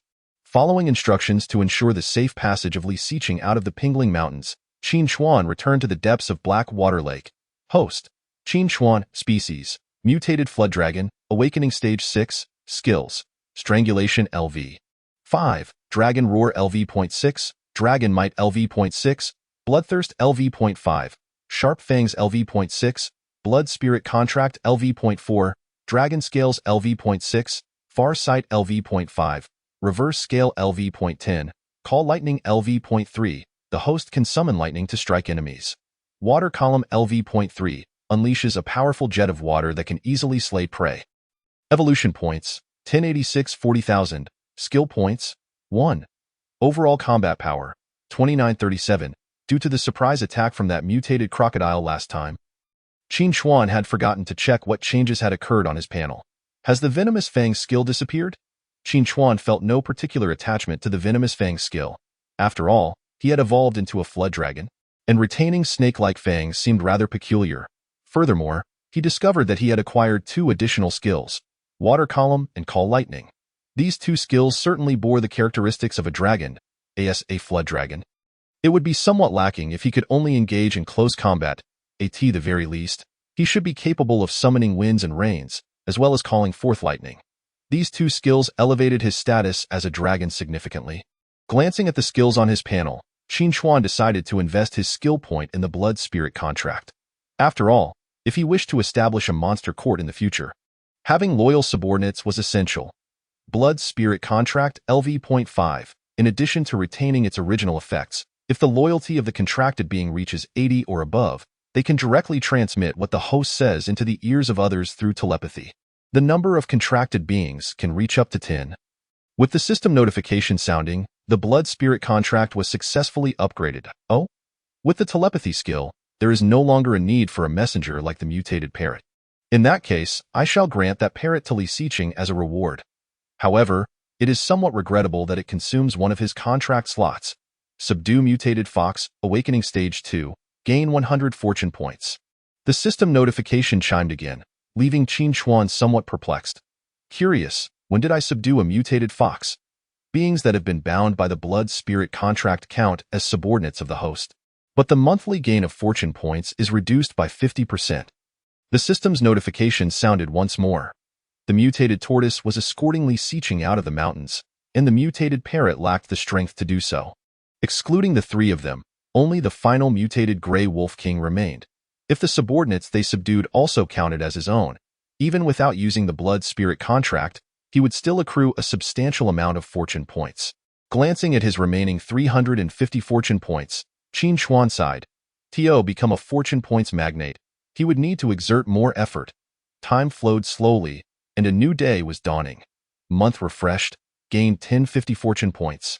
Initially still somewhat groggy upon waking, Qin Chuan was instantly awakened by the system's notification. Fortune points refresh at the beginning of each month. At first, Qin Chuan had believed that the accumulation of fortune points would reset after a month from the day they were gained. To his surprise, they refreshed according to a fixed monthly schedule, which was quite fortunate for him. Seizing the opportunity of the first day of the month, he decided to draw a lottery and bask in some good fortune. System, I wish to draw a lottery, Qin Chuan intently thought. Consuming 800 fortune points, the lottery begins. Subsequently, the pointer began to spin, and as moments passed, its speed gradually slowed. Suddenly, a burst of golden light erupted. A jackpot! Qin Chuan was overwhelmed with excitement. This was the second time in his life that he had struck gold. Congratulations to the host for obtaining the unique realm of the Monster Court. First Heavenly Layer. The Monster Court consists of 33 heavenly layers. Upon acquiring each layer, the fortune points gained from mutated beings increase by 30%, and cultivation speed increases by 20%. Heavens! It seems the divine forces are aiding him in the reconstruction of the ancient Monster Court. System, I wish to place the first heavenly layer above the Pingling Mountains. In an instant, an incredibly dense layer of clouds gathered above the Pingling Mountains, obscuring the blue sky. All creatures within the Pingling Mountains were sent into a frenzy by this spectacle, fleeing in all directions. Even the largest mutated beings appeared diminutive in the face of such an extraordinary phenomenon. Meanwhile, the emergence of the first heavenly layer sent shockwaves throughout all levels of the Dragon Kingdom. The highest conference room of the Dragon Kingdom immediately sealed all information regarding the anomaly in the Pingling Mountains. No matter what, this information must be contained. Chapter 18. Red Fox and Tsung. Barely minutes after the first heavenly layer appeared, major media outlets were inundated with information related to it. My goodness. Is the legendary heavenly realm about to manifest? Recently, the nation announced the occurrence of animal mutations. Could it be that mythology is about to revive so soon? Surely not. If it is the celestial court of the three purities, that would be acceptable, but if it is the ancient monster court, we are doomed. Indeed, the ancient monster court has always looked down upon our human race. Countless comments regarding the first heavenly layer flooded in, and despite the nation's and platforms' efforts to suppress the information, the speed of its dissemination was unstoppable. Such a phenomenon was beyond containment. Not only in the Dragon Kingdom, but even countries around the world were paying attention to this anomaly. Numerous nations opposed to the Dragon Kingdom reveled in the misfortune, with some foreign netizens openly mocking the Dragon Kingdom in the comments section of videos, only to be countered by the righteous defenders of the Dragon Kingdom. At this moment, the high-ranking officials of the Dragon Kingdom were in disarray due to the emergence of the first heavenly layer. The nation's leader, Sun Jinghua, felt a profound sense of powerlessness in the face of such a phenomenon. It is inevitable that biological mutations will occur globally. Every nation will experience the emergence of mutated beings. In fact, some smaller countries have already seen half of their military forces decimated by these mutated creatures. Leader, according to meteorological experts, this phenomenon is certainly not a natural occurrence. Satellite imagery indicates that the cloud layers above the Pingling Mountains appeared suddenly. Minister of Foreign Affairs, Li Rang, was the first to speak. Our primary task now is to stabilize public sentiment, and secondly, we must deploy more troops to secure the cities near the Pingling Mountains. Upon hearing this, Sun Jinghua helplessly rubbed his forehead. He was well aware of these considerations. Since the emergence of mutated beings, he had already repositioned some border defense forces inland. If he were to dispatch more troops, the defenses at the border would be weakened, leaving the Dragon Kingdom vulnerable to an incursion by enemy nations. In that case, the Dragon Kingdom would truly be beset on all sides by internal and external threats. Leader, if it comes to that, I will lead the troops to sweep the mutated beings from the Pingling Mountains. Hu Zhenyang shouted loudly, and beyond that, he genuinely could not conceive of a better plan. Even if I perish at the hands of the mutated beings, I will ensure the extermination of every last one within the mountains. Given the current situation, Sun Jinghua had to acknowledge the validity of Hu Zhenyang's proposal. It was indeed the best course of action for the moment. If a conflict were to erupt, one cannot fathom how many lives would be lost and how much blood would be shed. However, only by eliminating those mutated creatures entirely and demonstrating the nation's strength to the populace can we instill a sense of security among the people and effectively quell social panic. Hu Zhenyang, upon receiving the order, was to immediately lead the 2nd and 3rd Divisions to the Pingling Mountains. Within a week, all mutated beings within the mountain range must be eradicated, with a single command from Sun Jinghua. He had no choice but to issue this directive for the sake of the Dragon Nation. Hu Zhenyang vowed to complete the mission. He proclaimed loudly that through the death row inmates, he had already gathered intelligence on the mutated creatures across various regions. Mutated beings of the 3rd and 4th tiers are no match for bullets, and those above Tier 5 cannot withstand military-grade explosives. With 2 full divisions at his disposal, he could hardly fathom how they could possibly lose this battle. By the way, there is news from Jiangxing. It is said that they have birthed the first human awakened one. Li Rang spoke softly. Upon hearing this news, everyone present was utterly astonished.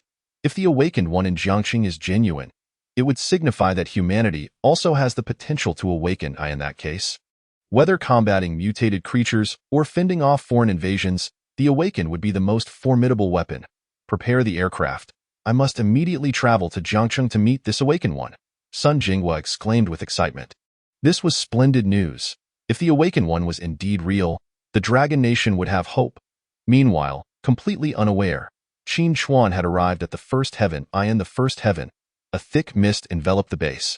Yet one could clearly discern the situation on the ground, with the entire Pingling Mountain range laid out before him. Qin Chuan leaped boldly, landing directly in the northern part of the mountains. Mutated Grey Wolf King, why do you not come forth to pay your respects? With this thought, Qin Chuan conveyed his message telepathically to the mutated Grey Wolf King. Shortly thereafter, the mutated Grey Wolf King emerged from the thicket.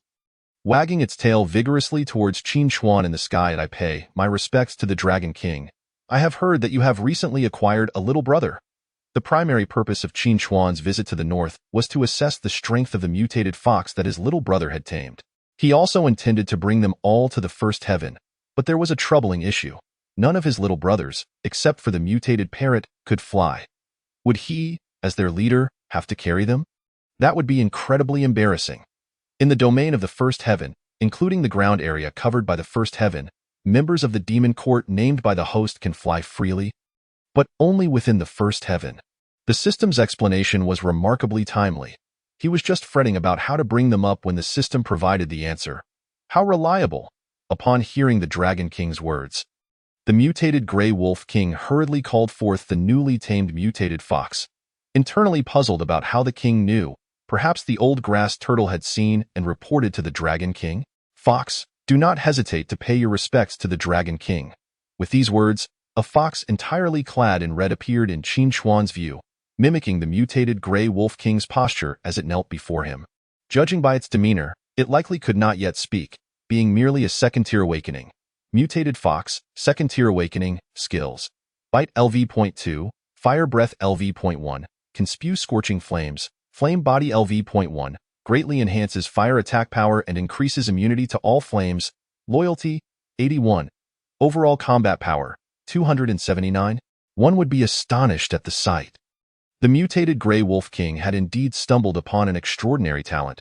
Just looking at its skills, Qin Chuan knew that it would be remarkable as it matured. Historically, those who played with fire seldom ended up weak. Is Fox the name you bestowed upon it? Qin Chuan inquired of the mutated Grey Wolf King, finding the name rather unappealing, almost an insult to such a remarkable talent.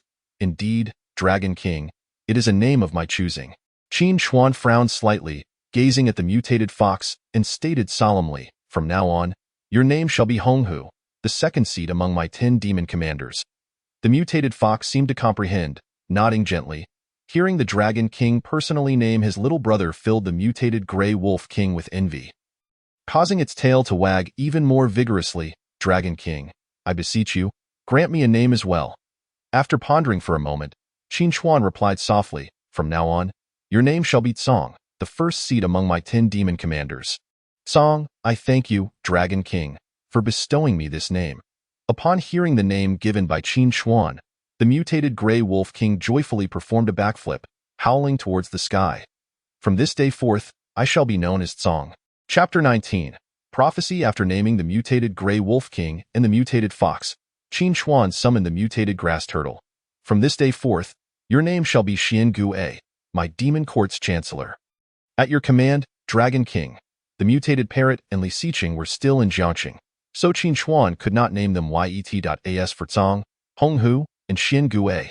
Now that they had been appointed as members of the demon court, they could freely fly within the domain of the first heaven. However, should they venture beyond its confines, their ability to fly would vanish. Regarding the actions of the Dragon Nation's higher-ups in response to the emergence of the first heaven, Li Xiqing had conveyed considerable news, including that the minister of the Dragon Nation's military would personally command an assault on the Pingling Mountains, and that the nation's leader intended to visit Jiangqing to meet Li Xiqing in person. Since Li Xiqing's return to Jiangqing, he had gone directly to the military's encampment to showcase his strength, even drawing the attention of the military's commander, Zhang Liang.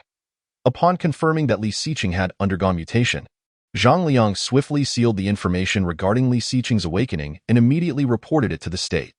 This matter was classified and could not be disclosed casually. Moreover, even Li Xiqing himself had but one request. His identity must remain confidential for the time being. After all, this matter pertained to the fate of the entire populace of the Dragon Nation. Li Xiqing's successful awakening signified that humanity now possessed the means to confront those mutated creatures in this era of global spiritual resurgence. Having a human ally was advantageous, as the information flowed freely. Next, Qin Chuan's objective was to seize control of the entire Pingling Mountain range. The northern and western sections had already been successfully claimed by Qin Chuan, leaving only the southern and eastern sections.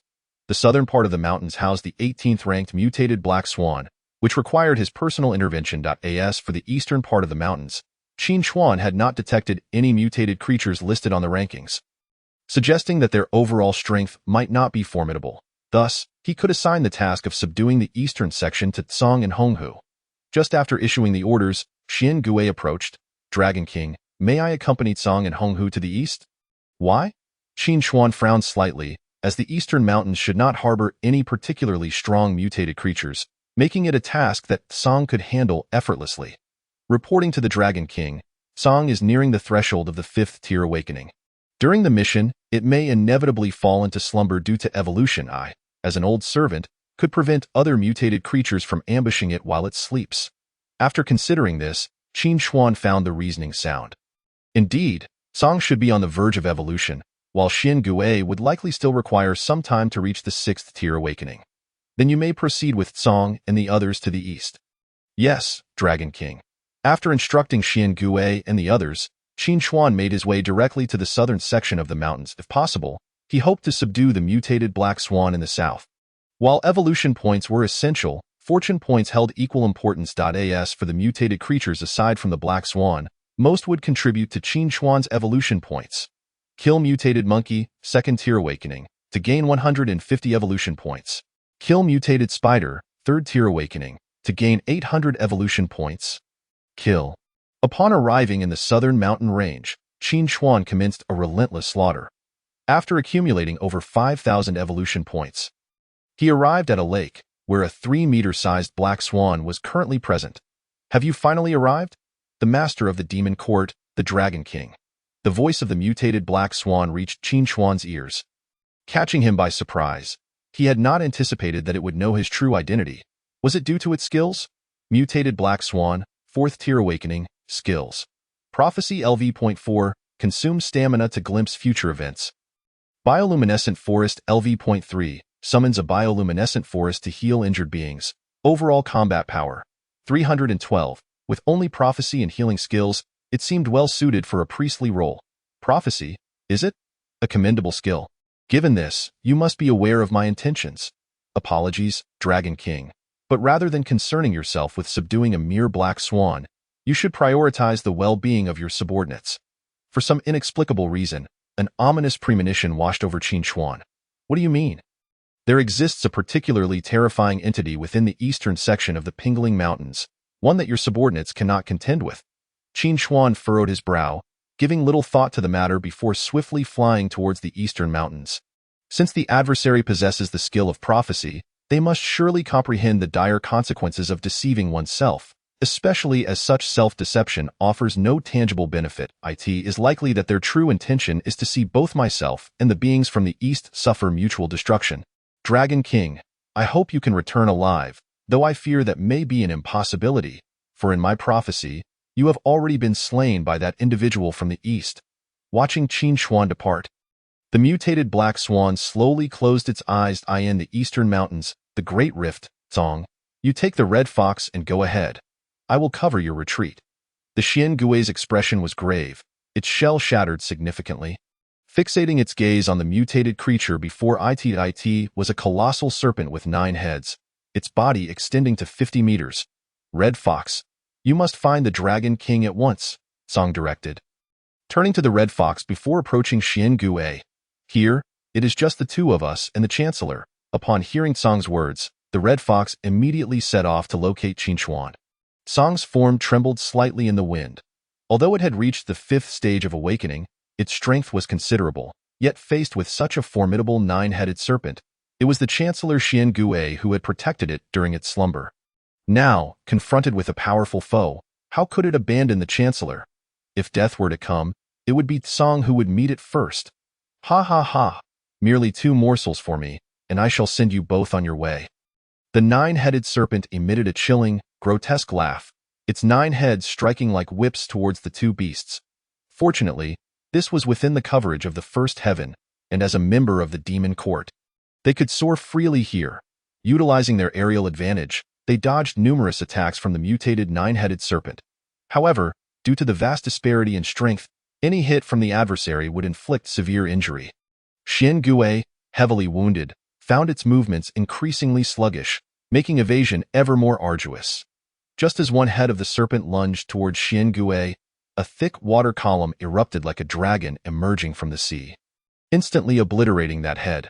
Following this, the sky seemed to be stirred by an invisible hand, gathering tumultuous clouds that stacked upon one another, shrouding the entire firmament in impenetrable darkness. In an instant, thunder roared.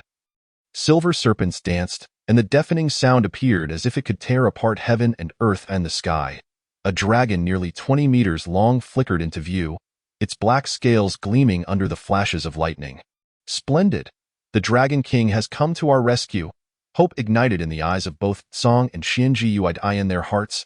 The Dragon King was the strongest of all. Roar. A dragon's roar reverberated through the heavens and the earth.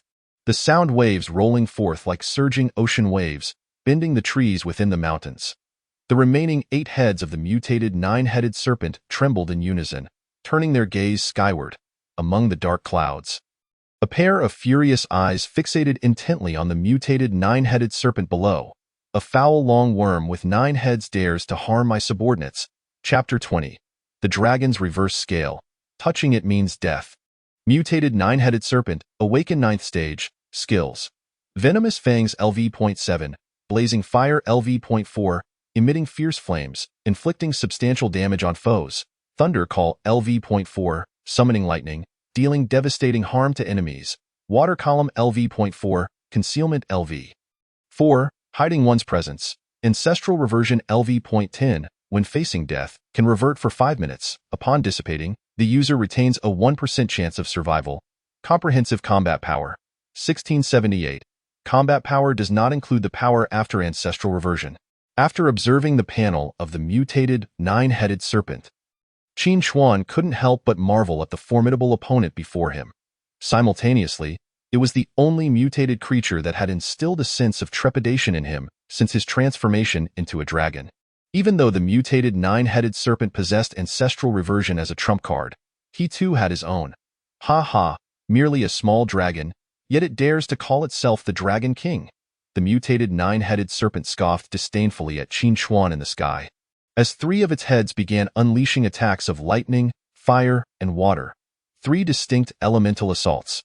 You shall not be the first dragon to perish in my jaws. With that, 3 streams of elemental power descended upon Qin Chuan. Is this all the strength you possess? If so, you shall meet your demise. Withstanding the assault, Qin Chuan felt no discomfort. Apart from a slight tingling sensation, he even found it somewhat pleasurable. How can you withstand my attack? The mutated 9-headed serpent was incredulous. Having cultivated for a millennium, it had finally awaited the resurgence of spiritual energy, loosening its bottleneck, yet it could not even handle a mere dragon. Ignoring its words, Qin Chuan flickered forward, swiftly severing one of the serpent's heads with a single bite. You accursed dragon, I will ensure your death. The mutated 9-headed serpent writhed in pain, having lost 2 heads in such a short span, igniting a burning rage within it. However, to Qin Chuan, these words were nothing more than impotent bluster. Given its strength, it was not even a match for him. He continued to shatter 4 more of its heads, leaving the once 9-headed serpent with only 3 remaining. This won't do. I must flee quickly. After all this time, I cannot afford to die here. Gazing at its dwindling heads, the mutated 9-headed serpent felt genuine fear. It could not comprehend how a mere dragon possessed such overwhelming power. The dragons it had previously slain paled in comparison to the one before it, rendering it incapable of breaching its defenses. Instinctively, it desired to escape. Noticing the serpent's intentions, Qin Chuan swiftly seized the opportunity. His claw smashing through another of its heads. Now, the serpent was left with only 2 heads. Its speed was inferior to his, and if it did not activate Ancestral Reversion, it was surely doomed. No! Even in death, I will take you down with me. Realizing escape was impossible, the mutated 9-headed serpent activated its Ancestral Reversion skill.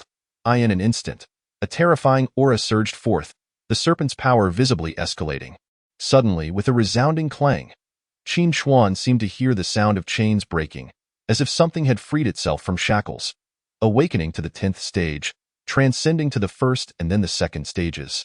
Witnessing the continuously rising levels on the mutated 9-headed serpent's panel, Qin Chuan's expression turned grave. Its realm had ascended directly to the 3rd stage of transcendence. Not only had all 9 heads regenerated, but its size had also swelled to over 80 meters tall. Transcendent Ancestral Reversion 9-headed serpent, Transcendent 3rd stage, skills.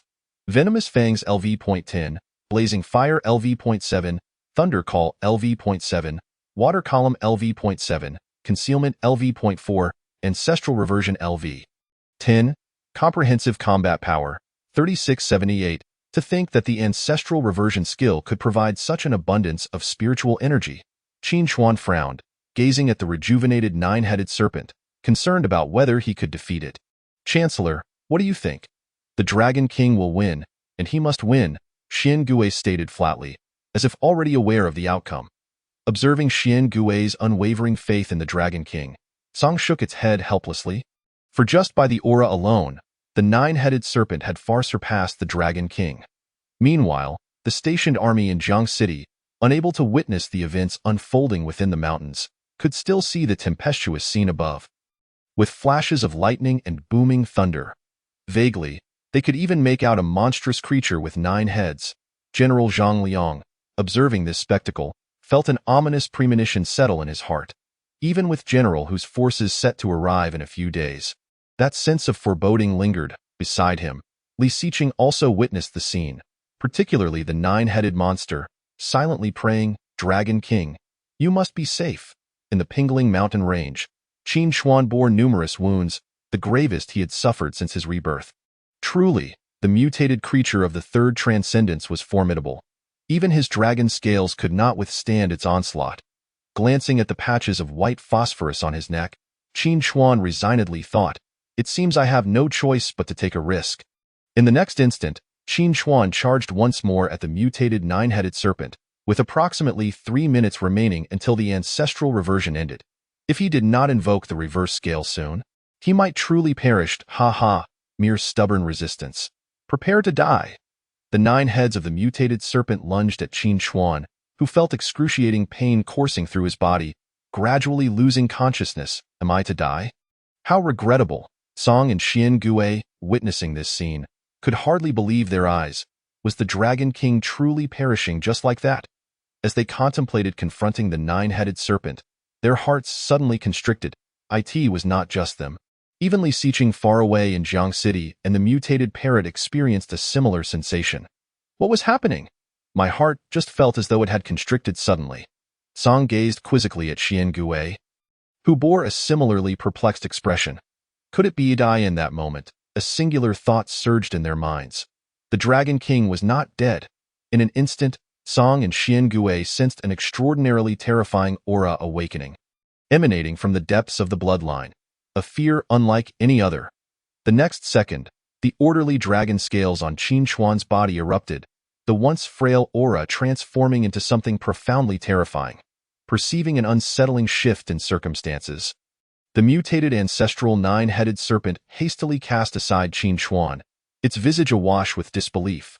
It had actually sensed its own bloodline quaking in fear. It is crucial to note that the ancestral bloodline it bore was that of the legendary great demon Jiao Ying, from ancient mythology. How could the bloodline of Jiao Ying be experiencing terror? What manner of terrifying lineage coursed through this serpentine creature?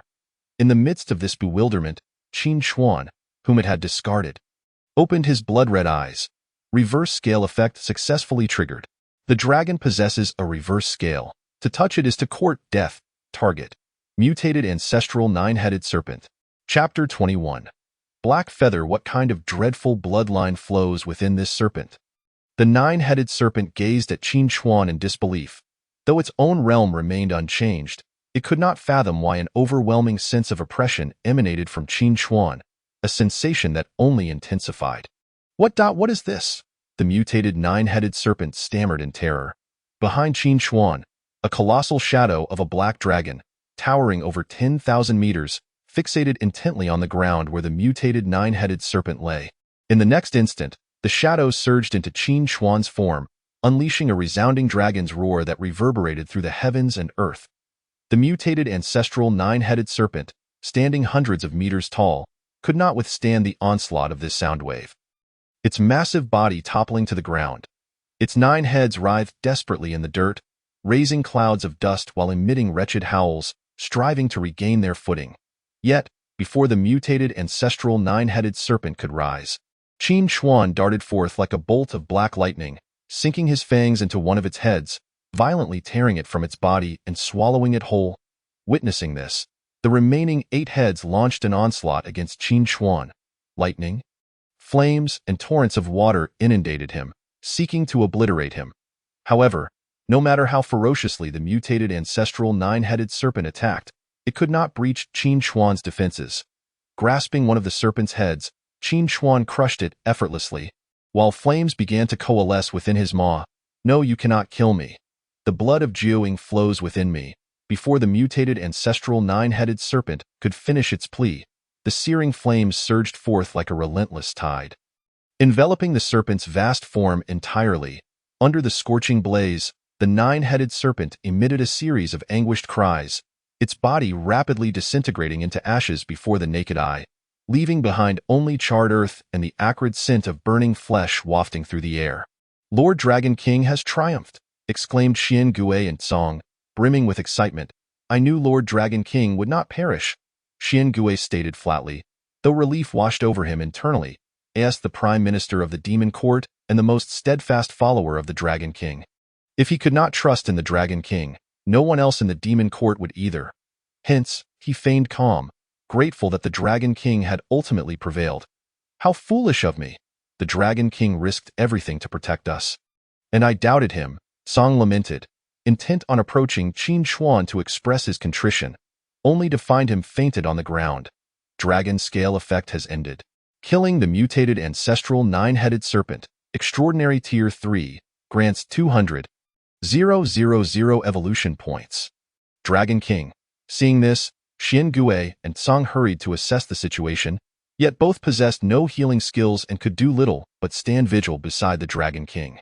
Prime Minister, what has happened to Lord Dragon King? Song inquired anxiously. Xian Gui's expression grew grave. At that moment, he too was at a loss, knowing only of a healer located in the southern part of the mountain range.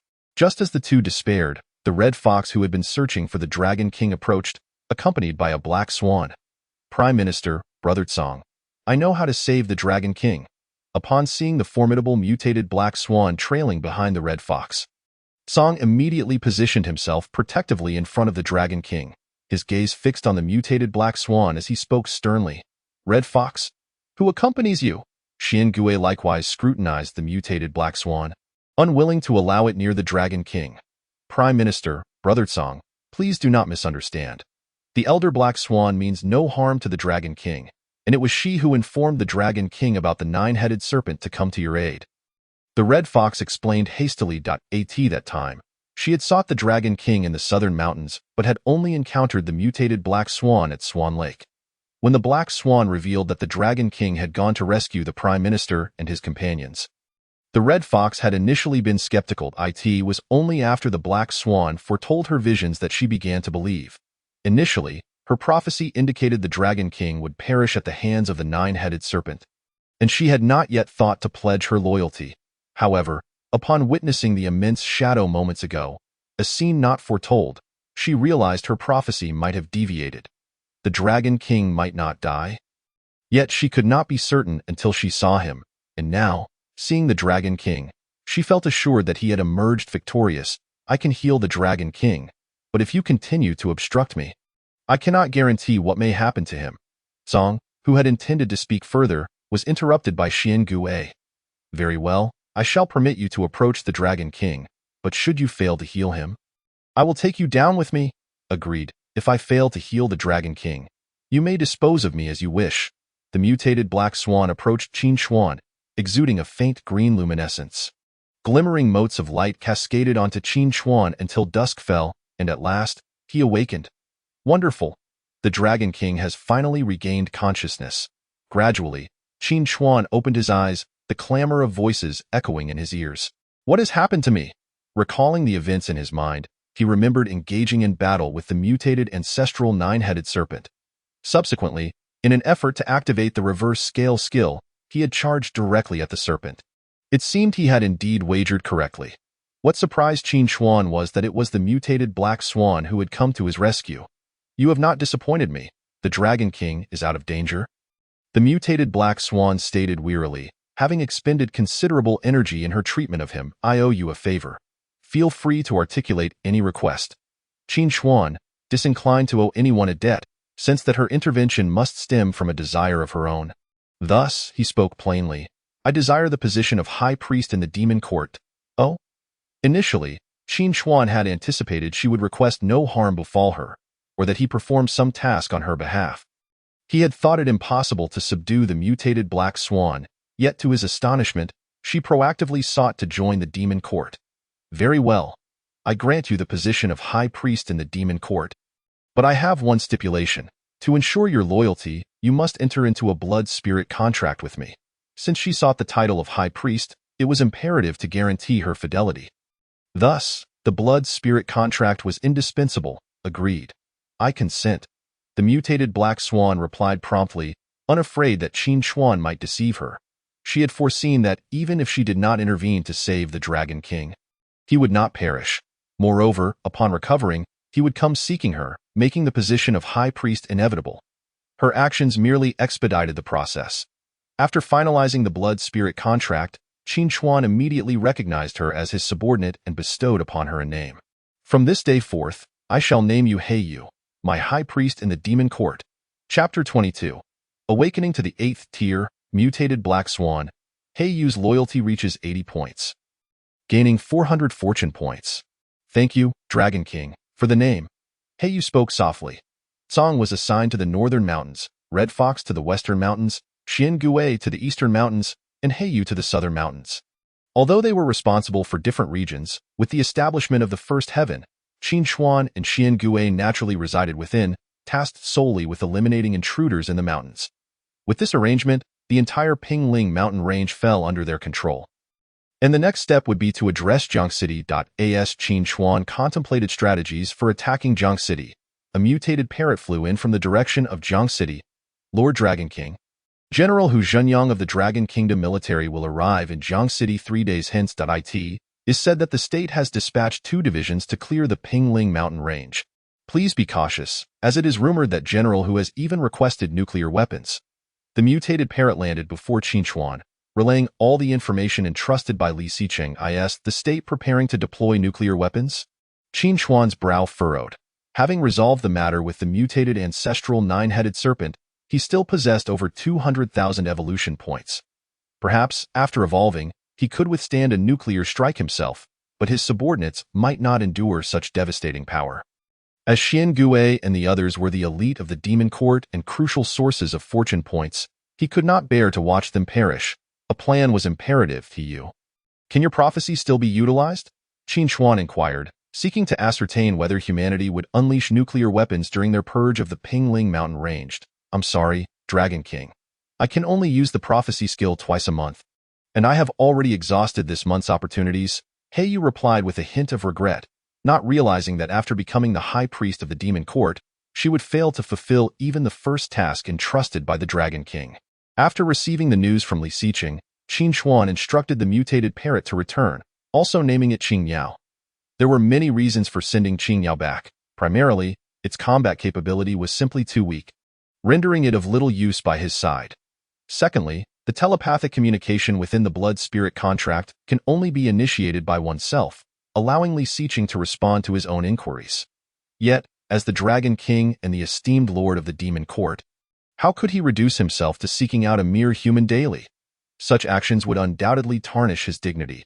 Unless it were a matter of utmost urgency, he would refrain from reaching out. Subsequently, Qin Chuan instructed Xiangui and the others to depart, and he activated his system panel, Host, Qin Chuan, Race, Mutated Flood Dragon, Awakening Level 6, Skills, Strangle LV.5, Dragon Roar LV.6, Dragon Might LV.6, Bloodlust LV.5, Sharp Teeth LV.6, Blood Spirit Contract LV.5, Dragon Scales LV.6, Long Sight LV.5, Reverse Scale LV.10, Call Thunder LV.3, Water Column LV.3, Evolution Points, 208,432 40,000, Skill Points, 0, Comprehensive Combat Power, 2937.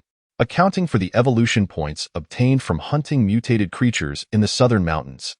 Combined with the 200,000 evolution points contributed by the mutated ancestral Hydra, Qin Chuan's total evolution points now approach 210,000. System. I am ready to evolve. In preparation for the Dragon Kingdom's army arriving in 3 days. Qin Chuan resolved to elevate his level, consuming 20,000 evolution points, evolution commencing. The familiar sensation of slumber enveloped him once more.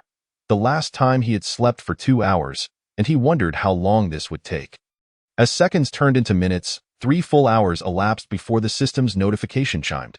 Evolution successful. Without dwelling on the other changes on the panel, Qin Chuan's gaze fixated on the evolution points section. Evolution points 168432, 80000. He could evolve again. Without hesitation, Qin Chuan opted for another evolution, as there were still 3 days until the Dragon Kingdom's army reached Jiangxing. Given that each evolution necessitated a period of slumber, Qin Chuan felt pressed for time. Approximately 5 hours later, as dawn broke, he finally awoke from his slumber. This time, his form had surged to over 40 meters, his limbs had grown significantly stronger, and even the dragon horns on his head had extended beyond 6 meters. His dragon scales had received further enhancement, and all skills had seen comprehensive growth. Host, Qin Chuan, Race, Mutated Flood Dragon, Awakening Level 8, Skills, Strangle LV.7, Dragon Roar LV.7, Dragon Might LV.7, Bloodlust LV.6, Sharp Teeth LV.8, Blood Spirit Contract LV.5, Dragon Scales LV.7, Long Sight LV.6, Reverse Scale LV.10, Water Column LV.5, Purple Lightning LV.6, evolved from Call Thunder, allowing the host to summon a more powerful attack, Black Flame LV.4, a black flame, more potent than regular fire, capable of incinerating any object with ease. Evolution points 88,432, 160,000. Skill points 1. Fortune 1050. Comprehensive combat power 4399.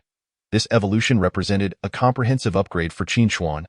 With the Call Thunder skill evolving into Purple Lightning, and even the addition of the Black Flame skill, skills such as Strangle, Dragon Roar, and Dragon Might had all increased by 1 level, elevating his comprehensive combat power to an astonishing 4399. Yet, for reasons unknown, this total combat power evoked a sense of nostalgia from his childhood. After reviewing the panel, Qin Chuan prepared to visit Black Water Lake. He had observed from the first heaven that the mist surrounding Black Water Lake had significantly expanded, leading him to speculate that the mutated old locust tree had also undergone evolution. Upon arrival at Black Water Lake, Qin Chuan's suspicions were confirmed. The height of the mutated old locust tree had indeed reached over 40 meters, and its level had ascended to Awakening Level 2.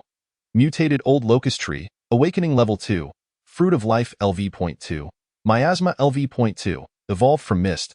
The white fog it emits contains toxic miasma that can poison living beings. Comprehensive combat power 50. Its combat power remained disappointingly low. Although the mutated Old Locust Tree could provide the Fruit of Life, the miasma it produced was indiscriminate in nature. This posed a significant dilemma. If only the miasma could be contained within a fixed radius around Black Water Lake. Qin Chuan could only hope that the mutated Old Locust Tree would soon gain sentience, as capturing it could potentially transform the miasma skill into a formidable weapon against humans. Perhaps it was merely his imagination. But Qin Chuan felt that since the last battle with the mutated ancestral Hydra, the concentration of spiritual energy around him had noticeably increased. Chapter 23. Li Xiqing's Killing Intent before the first spiritual tide arrives. The existence of extraordinary beings is not permitted in the world. However, due to the mutated Hydra forcibly breaking the shackles of heaven and earth through its ancestral skill, the spiritual tide has arrived prematurely, and the spiritual energy in the world is gradually thickening. It is predicted that the first spiritual tide will arrive tonight. Listening to the system's explanation, Qin Chuan finally comprehended the situation. It appeared his instincts had not been mistaken. Indeed, after breaking the shackles of heaven and earth, the surrounding spiritual energy had become significantly denser. By tonight's spiritual tide eruption, mutated beings on Blue Star would likely face another wave of terrifying evolution. Subsequently, Qin Chuan summoned the Red Fox, responsible for the Western Mountains, intending to bestow upon it the newly sprouted Fruit of Life from the mutated Old Locust Tree. Xian Gui and Song, both awakened at level 5, would find little use for a single Fruit of Life. Conversely, the Red Fox, currently at Awakening Level 2, was the perfect candidate to receive this fruit, as it would likely ascend to Awakening Level 3 upon consumption. The Red Fox expressed gratitude to the Dragon King for the bounty. Upon receiving the order, the Red Fox hurried from the west, bowing deeply in thanks upon learning that the Dragon King intended to reward it with the Fruit of Life. After consuming the fruit, the Red Fox predictably fell into slumber. While Qin Chuan prepared for the Dragon Kingdom's army in 2 days, on the other side, The Dragon Kingdom was vigorously preparing to combat the mutated beings. At this moment, Commander Zhang Liang of the Jiangqing Military District was engaged in discussions with Li Xiqing regarding the mutated Hydra from the previous day. Alas, the mutated beings were growing stronger by the day. It was reported that the mutated Orca King in the ocean had evolved to Awakening Level 9. Zhang Liang displayed signs of fatigue, evidently having had little rest in recent days, as he rubbed his forehead and turned to Li Xiqing. The nine-headed beast they had encountered yesterday in the Pingling Mountain range likely matched or even exceeded the strength of the mutated Orca King, at present. The entire Dragon Kingdom had but one awakened individual, and the hopes of the nation rested solely upon him. Li Xiqing remained silent in response to Zhang Liang's words. His strength was bestowed by the Dragon King, and even his life was held in the Dragon King's hands. As for the hopes of the Dragon Kingdom, he felt unworthy of such a title. Commander Zhang, since General Hu will not arrive until the day after tomorrow, I shall return to the Li family. He held no curiosity regarding the nine-headed beast, merely viewing it as a defeated foe of the Dragon King. Having spent considerable time at the military, he was now inclined to return home. Especially since his elder brother had returned to the country early today, and he had heard that his family had prepared a welcome feast for him. After such a long separation, he indeed missed his elder brother. Thereafter, Li Xiqing departed the military district, setting his course towards the Li family. I'm sorry, young master, but the master has instructed that you are not to return home. Upon alighting from his vehicle and preparing to enter the Li family estate, Li Xiqing was intercepted by a bodyguard stationed at the entrance. This is my home. How dare you, a mere bodyguard, obstruct my path? I apologize, young master, but the master has stated that since you enjoy gallivanting outside, you should never return to the Li family. The bodyguard spoke with an air of arrogance, for everyone in the Li family knew that the master held little affection for Li Xiqing. Now that the eldest son had successfully returned, Li Xiqing was regarded as insignificant.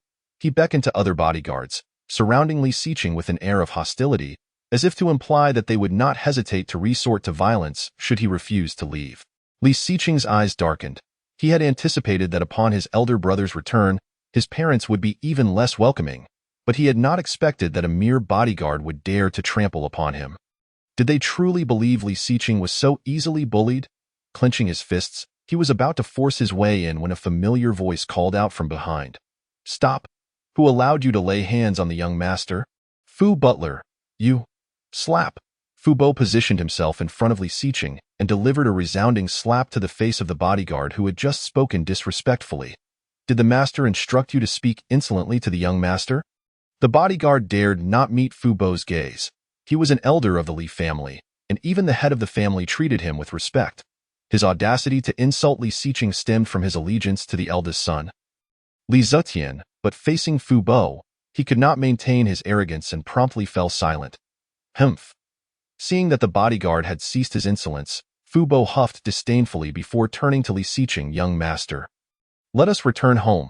Watching Fu Bo's retreating figure, Li Xiqing felt a surge of emotion. Fu Bo was the only one in the Li family who genuinely cared for him. During his childhood, Fu Bo had always celebrated his birthdays with him, preparing delicious cakes and pretending they were gifts from his father.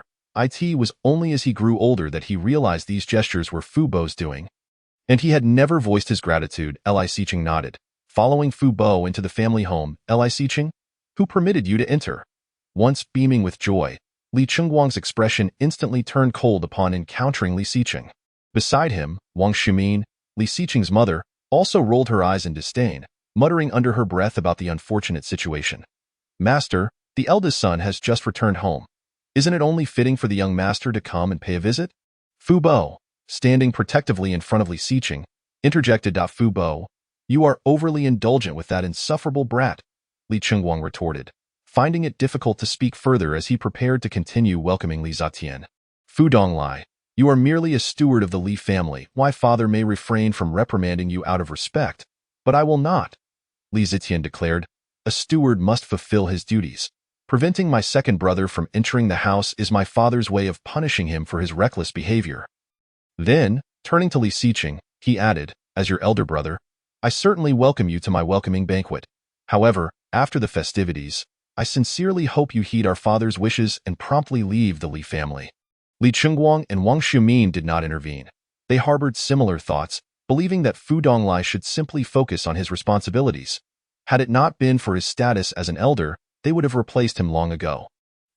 Fu Bo felt a surge of anger and disappointment at Li Zetian's insolence. Despite having watched them grow, Li Xiqing treated him like family, whereas Li Zetian regarded him as a mere servant. Observing that Li Chengguang and Wang Xiumin did not oppose Li Zetian, he surmised that their sentiments aligned with those of Li Zetian. Before he could finish his thought, "Smack!" Li Xiqing exclaimed, "You vile wretch dare to strike me." Li Zetian had not anticipated that Li Xiqing would retaliate so suddenly. "If you continue to insult Fu Bo, I will not hesitate to end your life right now." Chapter 24. He is my good brother. You? A good-for-nothing who spends his days either cavorting about or chasing women. What right do you have to threaten me? Li Zetian scoffed, incessantly jabbing a finger at Li Xiqing's chest. Li Xiqing merely hung his head, remaining unperturbed by Li Zetian's provocations. Mistaking Li Xiqing's silence for fear, Li Zetian turned to Fu Bo. "Remember, one of you is a servant and the other a waste. How will you complement each other?" Laughter echoed through the hall as Li Zetian's derision resounded. Li Chengguang and his wife remained silent, watching Li Zetian's antics, even nodding in satisfaction. They thought to themselves that their eldest son, Li Zetian, was indeed promising.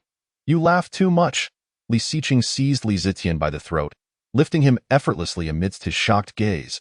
It was only when Li Zetian's eyes rolled back that Li Chengguang and Wang Xiumin snapped to attention. "Li Xiqing, what are you doing? Release your elder brother at once." Li Chengguang admonished urgently. "Li Xiqing, let my Tian'er go, or I will call the police." Wang Xiumin chimed in. Fu Bo observed the scene, furrowing his brow, yet refrained from speaking further. The eldest son clearly lacked respect for his elders and deserved a lesson. "You want me to release him? Very well, crack." Li Xiqing abruptly snapped Li Zetian's neck and tossed him aside as if discarding a dead dog. "I have released him. Are you satisfied now?" Everyone gasped in shock as Li Xiqing had just killed Li Zetian. Li Chengguang and his wife were stricken with terror, while concern flooded Fu Bo's eyes. He had initially thought that Li Xiqing merely intended to teach Li Zetian a lesson, but now it seemed they were in deep trouble. Fu Bo began to worry. "Li Xiqing, you have killed Tian'er. I will call the police. I want you dead." Wang Xiumin screamed, her voice hoarse. Smack!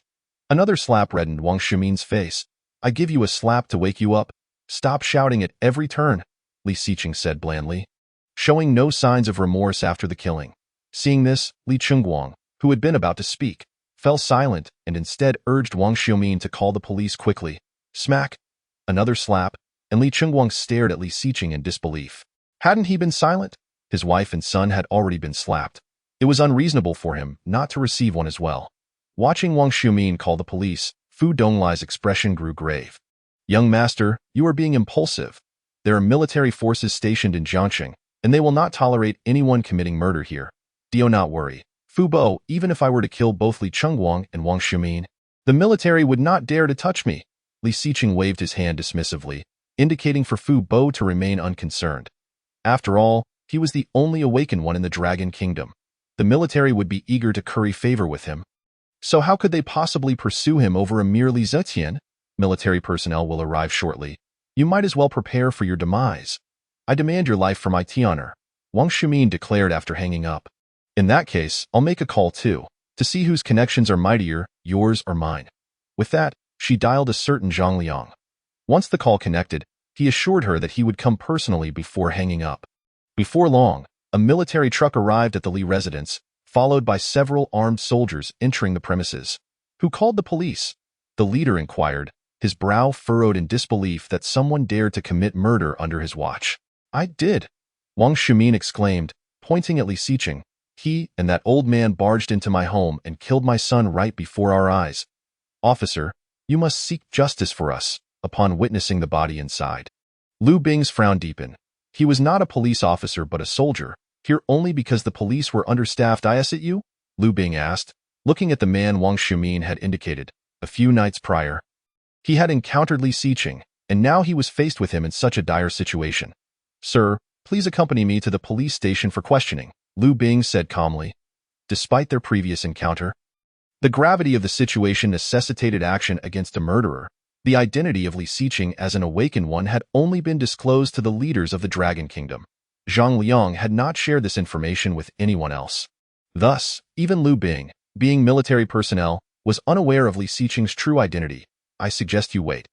Otherwise, I cannot guarantee that Chief Zhang Liang will not hold you accountable. Li Xiqing lounged in a chair, nonchalantly eating the banquet food meant for Li Zetian, showing no signs of distress upon hearing Lu Bing's intent to apprehend him. Chief Zhang Liang. Upon hearing that name, Lu Bing's heart sank. His direct superior happened to be named Zhang Liang. What a coincidence. Just as Lu Bing contemplated this, Wang Shumin could no longer contain herself. Li Xiqing. What do you mean? Are you ignoring the officer's words? Do you intend to assault a police officer? Officer, rest assured, he is merely a scion of the Li family. A reckless fool who would never dare oppose you. Lu Bing finally calmed down, realizing that Chief Zhang Liang was not someone just anyone could know. If Li Xiqing truly had connections with him, he would never have committed murder, given Chief Zhang Liang's zero tolerance for such crimes. Mr. Li, if you do not cooperate with my investigation, I will have to take you into custody, Lu Bing warned, while the 4 soldiers accompanying him encircled Li Xiqing. Who are you preparing to detain? Suddenly, a burly middle-aged man burst through the door, unleashing a tirade at Lu Bing. You insolent brat, who do you think you are to threaten someone? Chief Zhang, you came in person? Lu Bing saluted hurriedly, a sense of foreboding growing stronger. He instinctively glanced at Li Xiqing, hoping he did not truly know Chief Zhang. Sir, I received a report of a murder, and that is why I am here, Lu Bing explained in haste. Did I ask you to speak? Do you even know who you are trying to apprehend? He is. Before he could finish, Zhang Liang felt the piercing gaze of Li Xiqing and hastily swallowed the words awakened one. He is my good brother. Chapter 25. The surge of spiritual energy upon this realization. Wang Shumin could no longer remain seated and hurriedly inquired, Officer, shouldn't you apprehend this murderer? Zhang Liang furrowed his brow, recalling the lifeless body he had encountered upon entering the room. However, Li Xiqing was a figure designated for a meeting by the authorities, and moreover, he was the only awakened individual in the Dragon Kingdom. The nation needed him and could not afford to jeopardize the entire hope of the Dragon Kingdom for the sake of one man. Chief Zhang, let us consider this matter settled. I appreciate your assistance in extricating me from this predicament. Li Xiqing remarked nonchalantly after wiping his mouth, his hunger sated down. Why grievances with him are purely personal. I am willing to submit to an investigation. Hearing Li Xiqing's words, Zhang Liang finally exhaled in relief. Although Li Xiqing had made such a statement, he dared not truly detain him for an inquiry.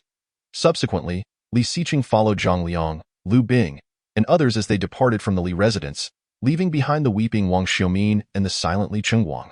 After exchanging a few pleasantries with Zhang Liang, Li Xiqing departed in Uncle Fu's vehicle. Chief, are we truly letting him go? Lu Bing seethed with indignation, unable to comprehend why Chief Zhang would not arrest the murderer who stood before them. In response, Zhang Liang offered no explanation, gazing towards the direction in which Li Xiqing had vanished, silently vowing, I hope you will not give us another opportunity. Otherwise, even if you are an awakened one, the nation may not tolerate such a contemptor of the law. Upon returning to his own villa, a parrot alighted upon Li Xiqing's shoulder. Qingniao, I would like to request your assistance. This was the name bestowed upon the mutated parrot by the Dragon King, perhaps due to its verdant green head. After detailing the task at hand, Qingniao took flight from the room. Since you do not regard me as family, I shall dispense with any pleasantries, Li Xiqing remarked with a cold smile as he watched Qingniao depart. As evening descended upon the Li estate, Li Chengguang and his wife remained engulfed in the grief of losing their son.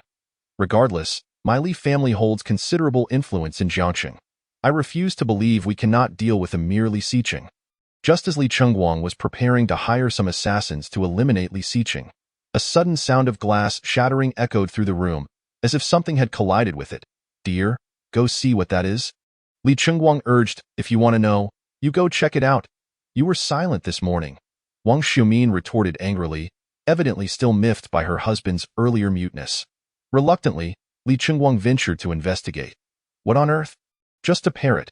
When he realized it was merely a parrot banging against the glass, he intended to disregard it, unsure of its origins.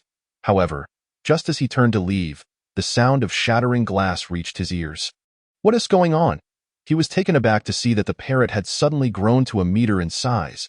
In that moment, he recalled reports of mutated creatures, rumored to be several times larger than their normal counterparts. and possessing extreme aggression, particularly towards humans, often harboring great hostility.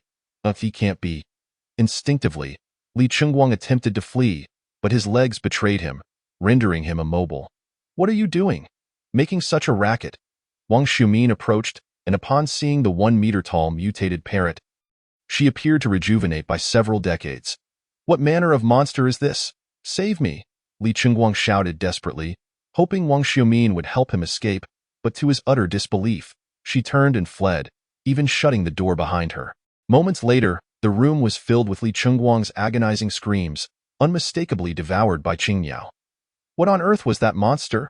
Hearing the cries, Wang Xiumin dared not linger and hastily fled the Li residence. Yet, she had barely taken a few steps when she felt herself suddenly lifted, soaring into the air.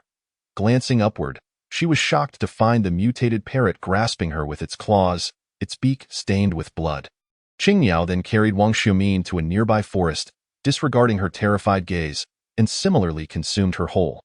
After a satisfied belch, it resumed its ordinary parrot form and flew straight towards Li Xiqing's villa. At the Pingling mountain range, Qin Chuan awaited the eruption of the first surge of spiritual energy, accompanied by Xiangui and Song. Before long, the sky opened up, unleashing a torrential downpour of blood-red rain. In an instant, all creatures within the mountains seemed to sense something amiss, becoming agitated. They all bathed in the sanguine rain, including Xiangui and the others, as if this blood rain possessed an inexplicable allure to all living beings. Is this the spiritual energy surge?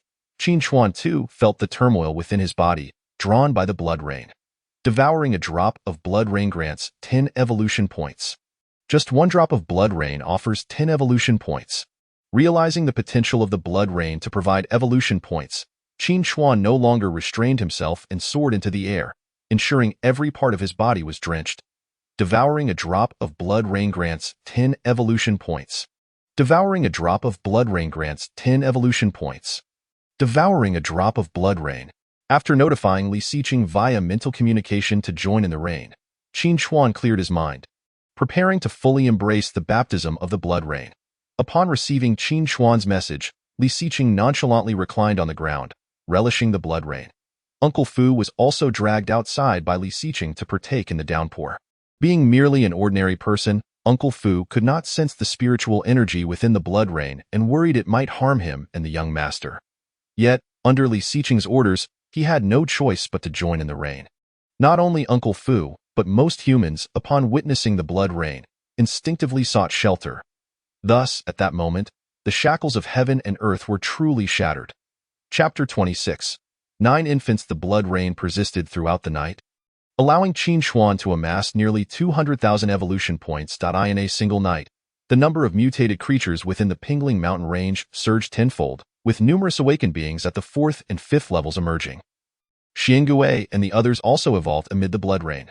Mutated Tortoise Xiangui, Awaken Level 7, Skills, Fierce Bite LV.6, Hardshell LV.7, Retaliation LV.5, Trample LV.4, Rock Spike LV.3, Summons Sharp Rock Spikes from the ground. Loyalty, 99, Overall Combat Power, 734, Xiangui ascended to Awaken Level 7 during this blood rain. Having previously been at Awaken Level 5, only a step away from Level 6, the blood rain facilitated this breakthrough. Song successfully advanced to Awaken Level 6, significantly enhancing its combat capabilities. Mutated Grey Wolf Song, Awaken Level 6, Skills, Wolf Howl LV. 5, Sharp Teeth LV.5, Bite LV.6, Bloodlust LV.4, Speed LV.5, Cloning LV.3, summons a clone with equal strength, which can only exist for half an hour each day. Shadow Meld LV.2, can merge its body into shadows and traverse through them. But each transition consumes a portion of stamina. Loyalty, 99, Overall Combat Power, 712. As for Heiyu, aside from advancing to Awaken Level 5, it only upgraded its skills without gaining any new ones. However, Qin Chuan was astonished to find that Honghu had leapfrogged from Awaken Level 3 to Awaken Level 5, and not only that, its skills and combat power experienced a terrifying surge. Mutated Fox Honghu, Awaken Level 5, Skills, Tear LV. 3, Blazing Fire LV.4, Flaming Body LV.3, Nine-Tailed Body LV.2, an ancient unique constitution of the nine-tailed fox clan. With each tail evolved, its power greatly increases, and with each additional tail, it gains an extra life. Loyalty, 90. Combat power, 701. In addition to the flaming body skill, Honghu had further evolved to acquire the nine-tailed body, reinforcing Qin Chuan's belief that it possessed an ancient bloodline. Observing the details on the panel, Qin Chuan speculated that Honghu likely carried the legendary bloodline of the nine-tailed fox. Currently, Honghu was merely at awakened level 5, yet the system evaluated its combat power to be on par with Xiangui and Zong, exceeding 700. Qin Chuan could hardly fathom how formidable Honghu would become upon evolving into a nine-tailed fox. With this thought, he instinctively glanced at Honghu's tails. Already two. That's quite fortuitous. Consequently, aside from the High Priest Heiyu, Xiangui and the other three would be the undisputed powerhouses in the Pingling Mountains. Even with the blessings of the Blood Rain, they would pose no threat to Xiangui and the others. Following today, the reinforcements from the Dragon Kingdom would soon arrive in Jiangxing, and a conflict between him and humanity was inevitable. Rather than adopting a passive defense, he preferred to take the initiative, for idly waiting was not in his nature. Thus, Qin Chuan commanded Xiangui and the others to control the mutated creatures within their territories. By the time the Dragon Kingdom's troops reached Jiangxing tomorrow, he intended to use these two divisions to establish the reputation of his demon court. Dragon King, I discovered a serpent egg within the lair of the Hydra in the eastern region. The Red Fox whispered. She had stumbled upon this egg the previous day and had initially intended to consume it, but upon receiving the Dragon King's summons, she inadvertently forgot about the egg. Now recalling the matter, she resolved to report it to the Dragon King. Take me to see it. Upon hearing of the serpent egg in the Hydra's cave, Qin Chuan's interest was piqued. The Hydra was formidable, and according to its own account, it bore the bloodline of the ancient mythical beast, Jiuying Dai. In ancient times, Jiuying was a member of the demon court. Should the Hydra's offspring successfully hatch, he would not mind nurturing it. Subsequently, Qin Chuan followed the Red Fox to the lair of the mutated Hydra. Inside the cave lay a serpent egg, measuring 2 meters in size. The torrential blood rain from the previous night had caused some of it to flow into the cave, staining the originally white egg a deep crimson. As Qin Chuan approached to inspect the egg, he heard a cracking sound.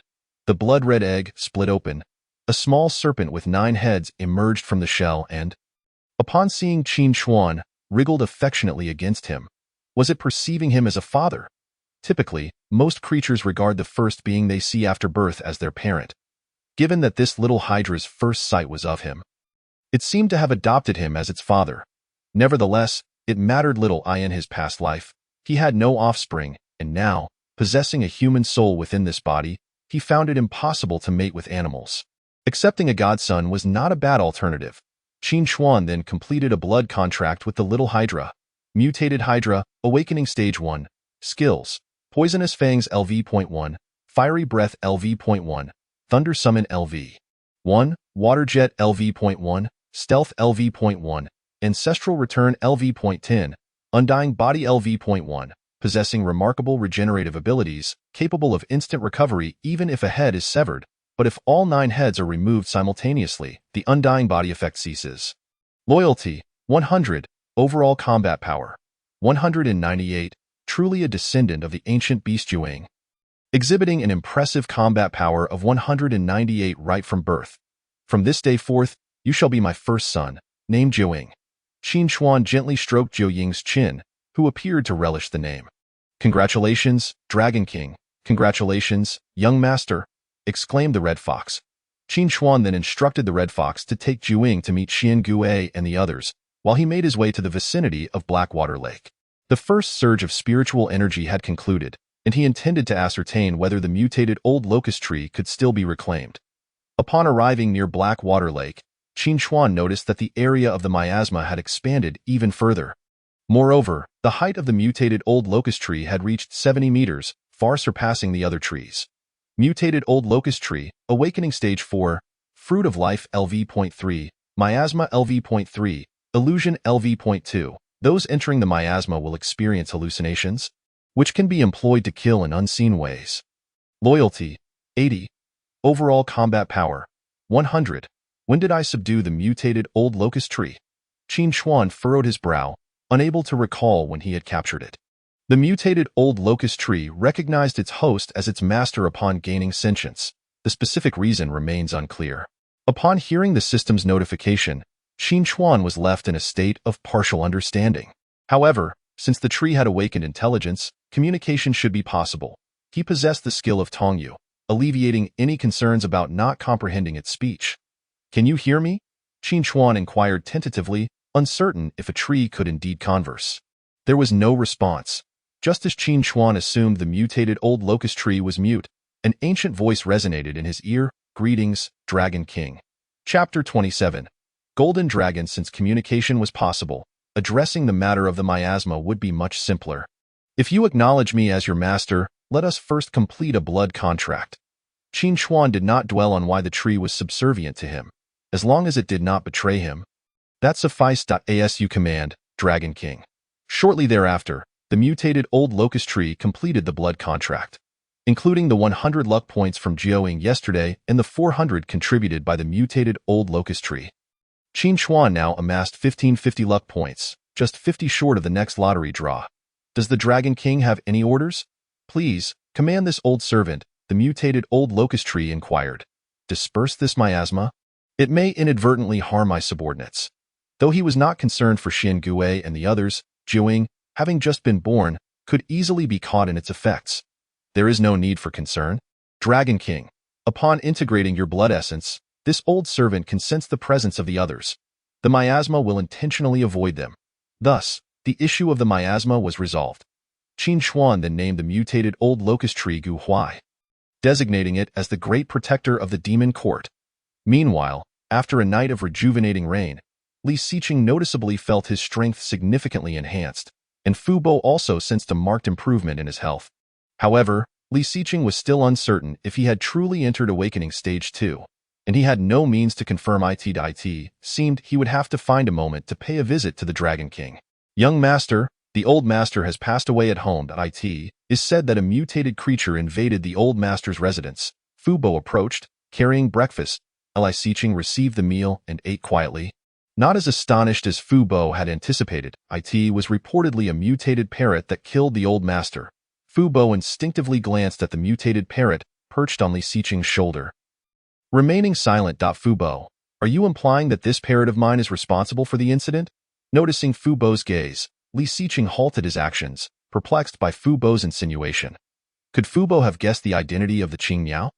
"What I mean is, since the old master was killed by a mutated creature, this parrot by your side might also become a mutated being, and I worry for your safety. In truth, Fu Bo had long sensed the growing estrangement from the Li Chengguang family. They had intended to replace him as the steward. However, due to his status as a long-standing member of the household, he was reassigned to assist Li Xiqing. "Oh, not worry." Fu Bo, realizing that Fu Bo was merely concerned for his safety. Li Xiqing felt a sense of relief. By the way, young master, have you seen today's news?" Fu Bo suddenly recalled something he had just read and spoke up. "I heard that Awakeners have emerged in the Lighthouse Nation. Has the world so swiftly given rise to other Awakeners?" Li Xiqing quickly checked the news, and indeed, he found an article concerning Awakeners. Shocking. The first Awakener has appeared in the Lighthouse Nation, capable of controlling flames. As Li Xiqing gazed at the image accompanying the news, it depicted a man with a ball of fire in his right hand. Numerous comments flooded in below, with most expressing skepticism, doubting the authenticity of someone wielding fire. "Is this a hoax? Are we witnessing a cosplay of King of Fighters? What kind of garbage news is this? Have they resorted to such tricks to deceive us, thinking we are mere children?" Li Xiqing frowned. He felt that the individual in the image might indeed possess the genuine ability to control flames. After all, he himself was an Awakener, so he was not overly surprised by the news. Strangely, the article was deleted just minutes after being published. If it were false, there would be no need to remove it, and now Li Xiqing was 100% certain that the Awakener in the Lighthouse Nation was genuine. This information must be conveyed to the Dragon King. After relaying the matter to Qing Miao, it promptly flew out of the villa. Fu Bo observed this without further comment, as the parrot had flown out several times before. Always returning within 24 hours, Li Xiqing rationalized that Qing Miao had merely gone out for a stroll. In the first layer of heaven.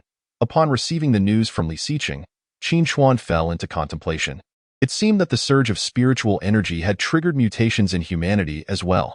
However, currently, only a scant few individuals had successfully awakened their powers, and it was certain that they could not keep pace with mutated creatures. After Jiuying met some of his uncles, Qin Xuan settled him near Blackwater Lake.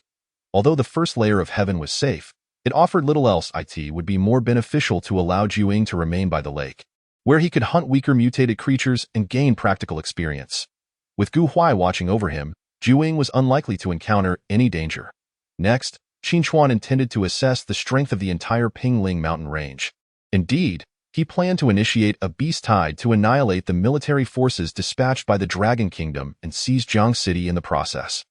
Presently, the strongest forces were in the western region, managed by the Red Fox, which included a mutated gorilla at Awakening Stage 5, a mutated spider at Awakening Stage 4, and 2 mutated wild boars at Awakening Stage 4. In the northern region, overseen by Tsong, there was a mutated horned cow at Awakening Stage 4 and a mutated bat at the same stage. In the eastern region, managed by Xian Gui, there were also 2 mutated creatures at Awakening Stage 4, namely a mutated eagle and a mutated giant crocodile. Lastly, in the southern region, helmed by Heiyu, there was only 1 mutated python at Awakening Stage 4. The central area was devoid of high-level mutated beings. As Qin Xuan had eradicated them all within the mountains, there are no fewer than 100 awakened Tier 3 mutated creatures, not to mention the countless Tier 2 and Tier 1 variants, including the swarms of mutated ants and spiders. The lower-tier mutated beings number in the hundreds of thousands. As Qingyao prepared to return to Jiangxing, Qin Xuan bestowed upon Li Xiqing a codename, Jinlong, instructing Qingyao to convey this message to him. After arranging everything, Qin Xuan readied himself to ascend to awaken Tier 9. The blood rain from the previous night had granted him nearly 200,000 evolution points, perfectly timed before the arrival of the military reinforcements.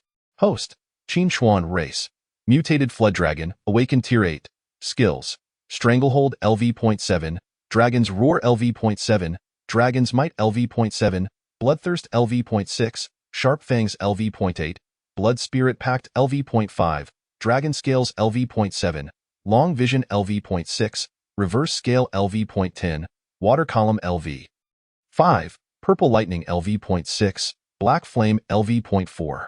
Evolution Points, 294,232 160,000. Skill Points, 1. Fortune, 1050. Comprehensive Combat Power, 4399 System. I wish to evolve, Qin Xuan silently declared.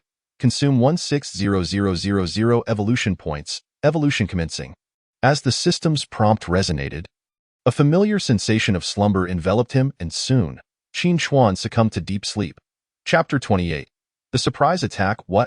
We are to launch a surprise attack on the Pingling mountain range, Li Xiqing exclaimed in disbelief. Earlier that afternoon, Zhang Liang had called him, indicating a task was to be assigned. He never expected it would entail a nighttime raid on the Pingling mountain range.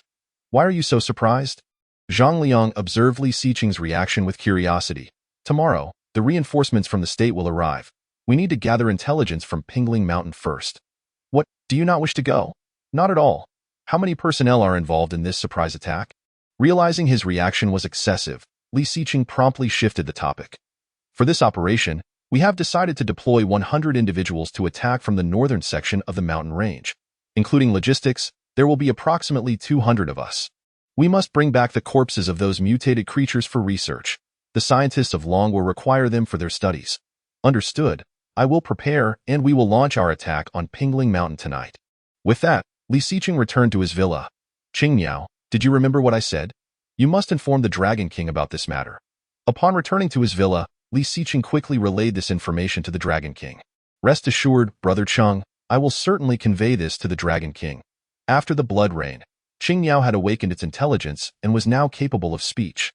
Just as Qingyao prepared to take flight, Li Xiqing suddenly recalled something and called it back. Is there anything else, Brother Cheng? If the Dragon King is not present, then inform the Prime Minister. Hurry. Subsequently, Qingyao swiftly flew towards the Pingling mountain range. But as night fell, it had yet to return. Li Xiqing gazed anxiously in the direction of the mountains, hoping Qingyao would successfully relay the message to the Dragon King. Zhang Commander, I have arrived. As Li Xiqing waited for Qingyao, he decided to meet with Commander Zhang. I've been waiting for you a long time. Xiao Cheng, what took you so long? I was delayed on the way. The others frowned slightly upon seeing Li Xiqing. They were about to confront mutated creatures, yet here was a young man who appeared to be under 20. Although they were all professionally trained, none dared to question this anomaly.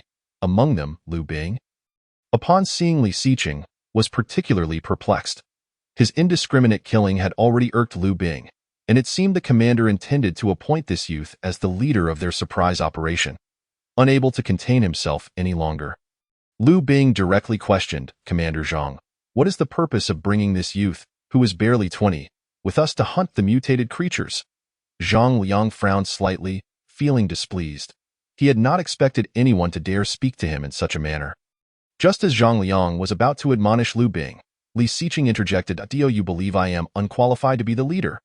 Li Xiqing regarded Lu Bing with interest, realizing this was a perfect opportunity to buy more time for the Dragon King. "Let us have a match. Aside from firearms, you may use any weapon of your choice. I will fight you barehanded. Do not underestimate me. I too will fight without weapons. If you can defeat me, I shall acknowledge you as the leader." As the captain of the third squad, Lu Bing possessed formidable combat prowess and was confident in his ability to best a mere youth. "Then please, go ahead." Seeing that his opponent was unarmed, Li Xiqing shrugged casually and gestured for Lu Bing to proceed. "Come at me," Lu Bing shouted, throwing a punch towards Li Xiqing's face.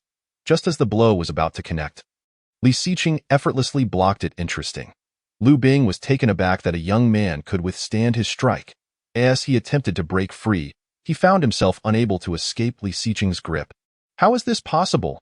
Lu Bing felt incredulous, unable to believe such strength could reside within a youth. Seeing Lu Bing's disbelief, Li Xiqing smirked and exerted a bit more force, causing Lu Bing to grimace in pain. "Do you still have any objections?" Li Xiqing released Lu Bing's hand, relishing the astonished expressions of those around him. "And no." Lu Bing stammered, fully aware from their brief clash that he stood no chance against Li Xiqing. Since he had declared he would recognize Li Xiqing as the leader if he could win, he had no intention of retracting that statement. In that case, let us depart." Li Xiqing then led the group of 200, including logistics, into the mountains. According to plan, Li Xiqing divided them into groups of 5 to sweep through various northern regions. Yet, strangely, after 10 minutes of entering the mountains, they had encountered not a single mutated creature. It seems Qingniao successfully delivered the message to the Dragon King. With this thought in mind, Li Xiqing contemplated hunting a few low-tier mutated creatures to report back. Suddenly, a wolf's howl echoed from deep within the mountains, followed by the sounds of gunfire and human screams. "Everyone, enhance your vigilance," Lu Bing, partnered with Li Xiqing, called out. Although Li Xiqing was the leader, the responsibility of command still lay with Lu Bing, given Li Xiqing's lack of knowledge. In the next moment, a 3-meter-tall mutated wild boar charged out from the underbrush, prompting the group to open fire, but their efforts proved futile. Lu Bing acted swiftly, landing a shot on the boar's soft underbelly. However, this only enraged the creature, which barreled towards him. Lu Bing had not anticipated that the mutated wild boar could still charge after being shot and quickly attempted to evade. Unfortunately, the boar seemed to have locked onto him, pursuing him relentlessly. "Am I going to die here?" Just as the mutated wild boar was about to collide with Lu Bing, a figure stepped in front of him. "This is impossible," to everyone's astonishment. Li Xiqing single-handedly subdued the mutated wild boar. What shocked them even more was that his right hand was covered in golden scales, shimmering in the darkness like dragon scales, with a sudden exertion of strength. Li Xiqing's sharp fingers pierced directly into the boar's skull. It struggled for mere moments before breathing its last. "Why your hand?" Lu Bing asked incredulously, suddenly recalling the morning's news and exclaiming, "Could it be that you are an awakened one?" Chapter 29. The devastating defeat. Although that news article was quickly deleted, many had already seen it. When mutated creatures first emerged, scientists in Longhua began researching how to induce mutations in humans. After a year since that blood rain, it seemed the researchers had finally developed a serum capable of inducing mutation in humans.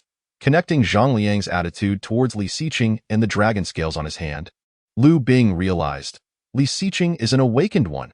A look of understanding dawned upon his face. In a wonder he dared to disregard the law. His true identity was that of an awakened one. "Why are you standing there in a daze?" Li Xiqing gazed at Lu Bing, who appeared as though he had turned to stone. "Call the logistics team to clean up the battlefield." "Oh, right." Lu Bing finally snapped back to reality, hastily summoning the logistics team to remove the mutated wild boar's carcass. Strange, why has it suddenly become so quiet? One of the team members remarked. Indeed, there was gunfire just a moment ago. Why is it so silent now? Lu Bing too sensed something amiss and furrowed his brow. Why haven't we received any messages from the other teams? Time had passed for over 10 minutes, yet no reports had returned from the other teams. For those trained professionals, this was highly unusual. Surely, it was improbable for so many to fall within such a short span. With that thought, Lu Bing's expression grew increasingly grim as he pressed the intercom. This is headquarters, please respond. Moments passed with no reply. This is headquarters, please respond. Unfortunately, still no response was forthcoming. Upon witnessing this scene, Li Xiqing scoffed, do not waste your effort. They must all be dead. How could that be possible? They are seasoned warriors. How could they all perish within a mere 10 minutes? Lu Bing was unwilling to accept Li Xiqing's assertion, for it was his 3rd battalion that had participated in this ambush. How could he explain their fate to their families? The other teammates, upon hearing this grim news, were similarly stricken with anguish. These were comrades they had lived alongside for so long. It would be a lie to claim there were no feelings involved. Just as the group bowed their heads in silence, a 6-meter-long gray wolf appeared before them. Astonishingly, this wolf could fly. Everyone present beheld the enormous gray wolf, but what drew their attention even more was the fact that this mutated wolf had taken to the skies. The group swiftly assumed combat stances, aiming their rifles at the creature. It is the mutated wolf, Song, that accompanies the Dragon King. Li Xiqing recognized it at once. The casualties from this ambush had already been too great. He could not allow Song to eliminate the remaining survivors. If everyone perished, he would have no justification for returning. He quickly unleashed his skill, Golden Dragon Arm, charging directly at Song, and then shouted to the others, Lu Bing, you and the others must flee first. I will cover your retreat. But Lu Bing attempted to protest, yet was cut off by Li Xiqing. This is an order, move quickly. Only then did Lu Bing lead the others in a hasty escape. Once the group had departed, Li Xiqing hurriedly explained, Song, allow me to explain. Before he could finish, a parrot appeared on Song's back, and no need for explanation. You have performed admirably this time. When the Dragon King awakens, I shall report your merits, Song stated. The bluebird acted as a translator, conveying everything Song had said. The northern region was under Song's jurisdiction, although the attackers in this ambush were not particularly formidable. Without the intelligence provided by Li Xiqing, it was possible that negligence could have allowed a few to slip through. If they had mistakenly ventured into the central region, it would have been Song's dereliction of duty. It was crucial to remember that the 9th prince was still near Blackwater Lake. Should they harm the prince, Song would not have enough lives to spare from the Dragon King's wrath. Fortunately, Li Xiqing's advance warning had allowed Song to prepare adequately. Take this awakened 3rd-tier mutated rabbit back to account for your actions. Along with the 2nd-tier wild boar, the humans should not hold you accountable. Song casually tossed a 3-meter-long white rabbit onto the ground. Thank you, brother Song. With these 2 mutated creatures, Li Xiqing would have something substantial to report to Colonel Zhang. By the way, Bluebird, are you not returning to Jiangqing? Li Xiqing inquired. No, brother Chen. Tomorrow, when the army arrives, we shall launch an assault on Jiangqing. All you need to do is keep an eye on those who must be watched, preventing them from escaping Jiangqing. Bluebird replied. Li Xiqing was well aware of the individuals Bluebird referred to. Yet upon hearing that the Dragon King planned to attack Jiangqing the following day, he felt an overwhelming sense of astonishment. Although there had been many reports of mutated creatures preying on humans, never had there been news of mutated beings attacking a city. If the Dragon King could annihilate all the reinforcements sent from the Dragon Nation and successfully seize Jiangqing, such news would undoubtedly shock the entire Blue Star. After all, the notion of mutated creatures conquering cities was utterly astonishing. As the strength of these mutated beings continued to grow, humanity's firearms were beginning to show signs of decline. If mutated creatures were to actively assault cities, countries like the Dragon Nation and the Lighthouse Nation could temporarily be disregarded. However, several smaller nations would likely face extinction at the hands of these creatures. On the return journey, Li Xiqing hoisted the carcass of the mutated white rabbit, swiftly catching up with Lu Bing and the others. Despite the rabbit's considerable size, it posed no burden to him. Captain Li, are you all right? The others inquired upon seeing him catch up.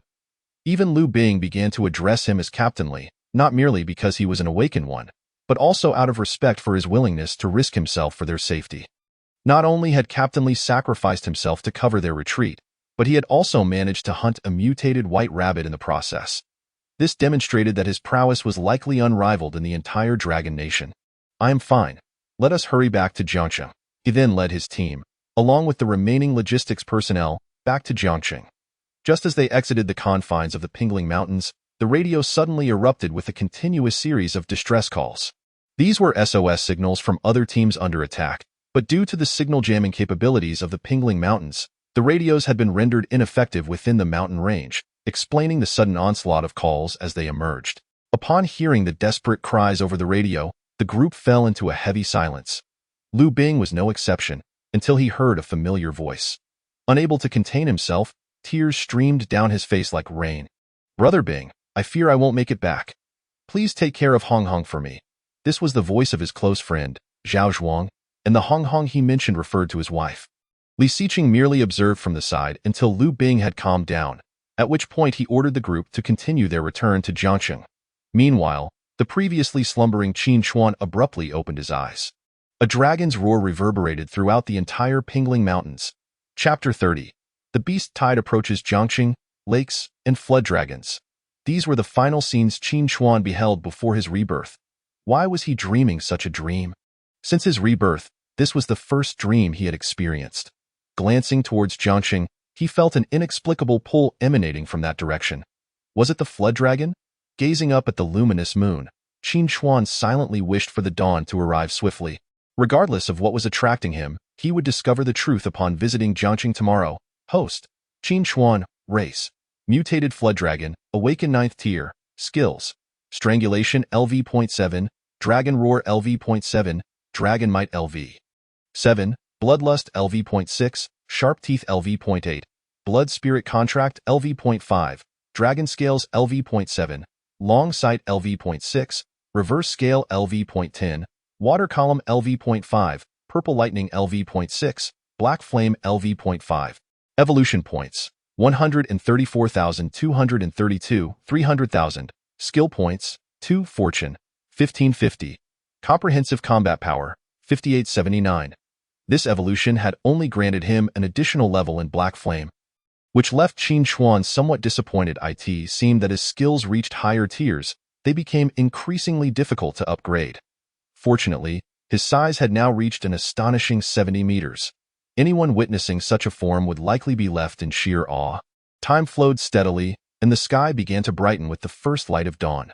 Dragon King. The Dragon Nation's troops have entered the city. Bluebird, who had been scouting near Jiangsheng, finally spotted the reinforcements from the Dragon Nation as the first light broke. Promptly relaying the news to the Dragon King. They have finally arrived. A glint of murderous intent flashed in Qin Chuan's eyes. Having been reborn for some time now, it was high time that Wang Yinjuan and Zhao Shuiying experienced the depths of despair. Gu Huai, keep a close watch on the 9th Prince. Today, I shall take the entirety of Jiangsheng. Qin Chuan commanded Gu Huai before soaring into the skies above the Pingling Mountains. With a thunderous dragon's roar that echoed through the heavens, the entire Pingling Mountains erupted in chaos. The roars of various creatures filled the air, but the loudest among them was the howl of a wolf from the north. Dragon King, Song is willing to serve as the vanguard for the Demon Court. Leading the mutated creatures from the north straight into Jiangsheng, Song charged ahead, eager to rush forth. Excellent. Song shall be the vanguard in this battle. Xin Gue, Hong Hu, and He Yu. You three lead your respective regions' mutated creatures to encircle Jiangsheng. Under no circumstances are you to allow anyone to escape the city. Meanwhile, upon returning to Jiangsheng, Li Xiqing indeed faced no reprimand from Colonel Zhang. Instead, he was personally received by the head of state. The head of state had flown in, arriving several hours earlier than the military, accompanied by 2 men and 1 woman who appeared to be around Li Xiqing's age. However, Li Xiqing sensed an undercurrent of threat emanating from them. Hey, you must be Li Xiqing, the first awakened one of our Dragon Nation, right? One of the blonde youths behind the head of state remarked. Li Xiqing frowned slightly, choosing to ignore the boy, as he found his tone quite off-putting. Are you deaf, kid? I'm talking to you. Seeing that Li Xiqing was ignoring him, the blonde youth felt insulted and retorted angrily. Was the head of state testing me? It seemed that since the head of state did not stop the blonde, he was likely preparing to gauge Li Xiqing's true strength. However, To challenge a young man who barely counted as a soldier was rather condescending, was it not? Since you know I am an awakened one, you should understand the consequences of provoking me. Li Siqing continued to ignore him.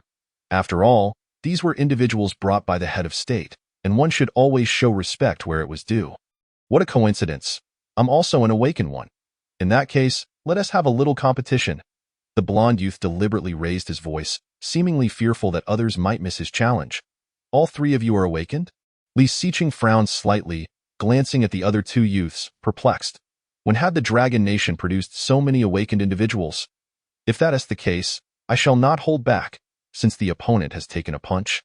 Li Siqing is certainly not a petty person and will ensure he is thoroughly satisfied. In just a few exchanges, the yellow-haired man collapses to the ground, bruised and battered.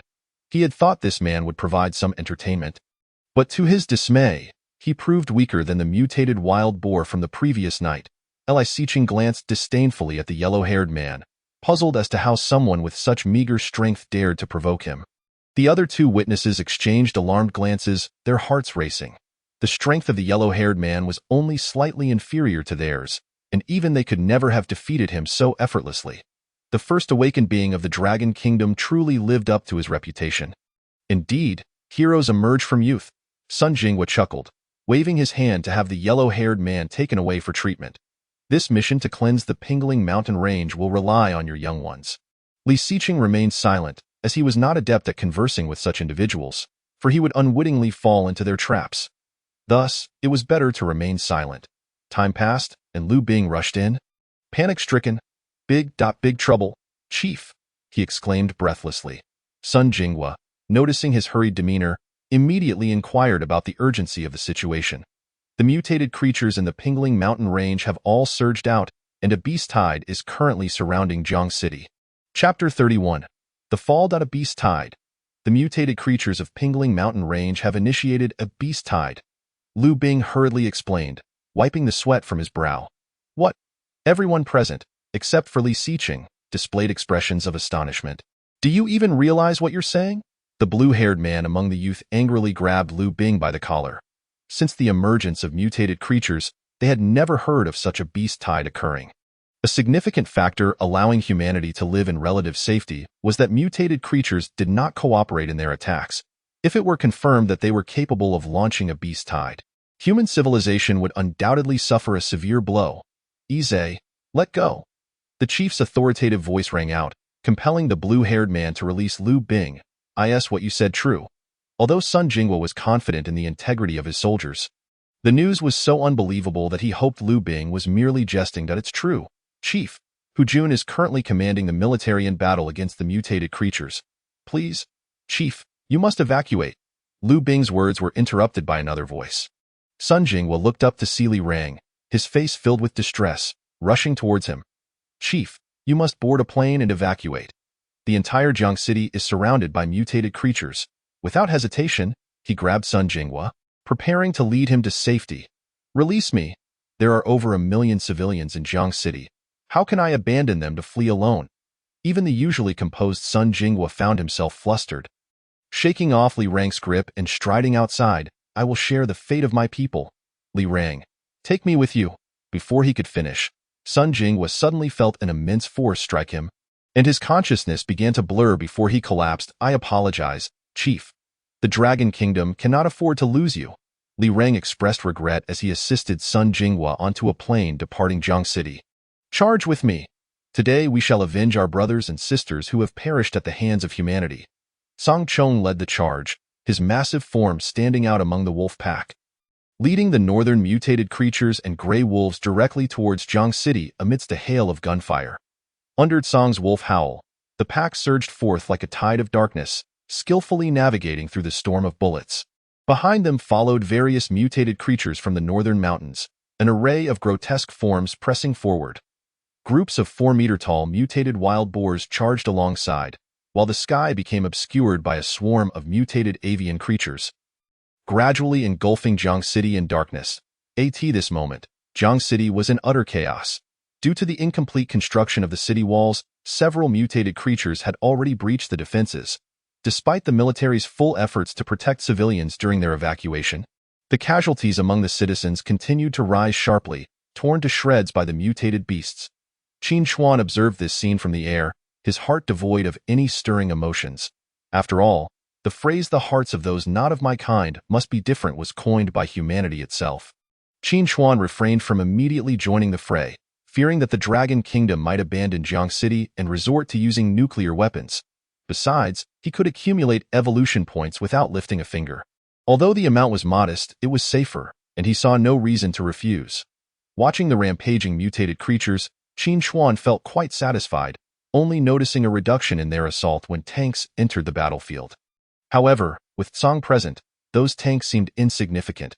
Indeed, the moment the tanks appeared, a massive gray wolf lunged forward and bit through one of them. Heavens, what manner of monsters are these? Who will come to our rescue? Daddy, help! Don't eat me! Ah! The sounds of screams and pleas filled the AI in a desperate bid for survival. Some individuals recklessly shoved others out of their way or even sacrificed those nearby to the mutated creatures to buy themselves time to escape. In that moment, the darkest aspects of human nature were laid bare. Mommy! On the street, a little girl lay on the ground beside her mother, who had been struck dead by a fleeing vehicle. A mutated black bear, drawn by the cries, approached the weeping girl. Just as the girl was about to meet her end, a bullet suddenly struck the bear in the head. "Little sister, are you all right?" Lu Bing, having rejoined the battle, rushed to check on the girl's condition. After successfully escorting the chief onto the plane, he chose to return to the battlefield. He was a soldier and would fight to the death if necessary. "Uncle, be careful." At that moment, Lu Bing was still focused on the little girl, completely unaware that the mutated black bear had risen once more until the girl alerted him. Instinctively, he prepared to shield her and escape together. "This is bad. I can't dodge it." Lu Bing's heart raced, and just as the bear's paw was about to come crashing down on him, he hurled the girl away. He closed his eyes, bracing for death. But after a long moment, the anticipated pain did not arrive. Lu Bing opened his eyes to find the mutated black bear with 5 bloody puncture wounds in its head, bleeding profusely, while a man with dragon scales covering his right arm stood nearby. "What are you staring at? Hurry and take the girl to safety," Li Xiqing impatiently urged Lu Bing, who stood frozen in place. "Save all the Wang family and Zhao Shuiying, and continue to act as an undercover agent in the Dragon Kingdom. This is the task assigned to me by the Dragon King. If it were not for his command, I would have no desire to save these Jiang City residents who see me as a wastrel, though I am indeed just that." "And what about you?" Lu Bing furrowed his brow, concerned for Li Xiqing. Although he was an awakened being, facing so many mutated creatures, it was unlikely for anyone to survive. "I bear a mission I must fulfill, Li Xiqing. You are a true hero." Hearing Li Xiqing's words, Lu Bing mistakenly believed he was going to rescue others, interpreting the act of saving lives as his mission. In that moment, Lu Bing felt a deep admiration for Li Xiqing, viewing him as the hero of Jiang City. After a profound bow, Lu Bing prepared to escort the little girl to safety. "Is this person stunned?" Li Xiqing remained oblivious to Lu Bing's thoughts and did not comprehend his meaning. "Never mind. I must prioritize completing the Dragon King's task." With that in mind, Li Xiqing swiftly made his way towards the Wang family father. "What do we do? The outside is filled with mutated creatures. Will the military really come to our rescue?" Wang Yanjuan was terrified, having awakened to find Jiang City under siege by mutated beasts. The head of the Wang family, Wang Lei, looked horrified and ignored his son's concerns, solely focused on finding a way to survive. Inside the Wang residence, numerous mutated insects swarmed, and nearly all the servants lay dead, leaving only him, Wang Yanjuan, and Zhao Shuiying huddled together in a storeroom. Wang Lei's expression darkened as he cast a glance at his son and Zhao Shuiying, his thoughts remaining inscrutable. Suddenly, sounds of fighting erupted outside, and the noise of the mutated insects ceased, replaced by the sound of footsteps. "Could it be the military come to rescue us?" Zhao Shuiying instinctively said from her corner. Wang Lei and Wang Yanjuan exchanged hopeful glances, eagerly preparing to open the door for help. As they swung the door open, a blood-soaked, golden-scaled humanoid creature appeared before them. Chapter 32. Total collapsed a monster. Wang Lei and Wang Yanjuan recoiled in fear, while Zhao Shuiying cowered beneath the bed. "Stop screaming. You're too loud." Li Xiqing seized Wang Yanjuan by the head. "Scream again, and I'll crush your skull." Wang Lei quickly covered his mouth, staring in terror at Li Xiqing. kneeling on the ground, too frightened to move. Now, all they had to do was wait for the Dragon King. Li Xiqing gazed out the window, the ominous dark sky casting an oppressive pall over the atmosphere. The Western Front had been breached. Reinforcements were urgently requested. The Eastern Front had fallen to mutated creatures. Headquarters was called for support. The Southern Front was under siege. As the incessant cries for help echoed through the intercom, Hu Xinjiang found himself unable to respond, consumed instead with the task of directing the military to aid the civilians. Damn it! Why had these cursed mutated creatures suddenly unleashed a tide of beasts?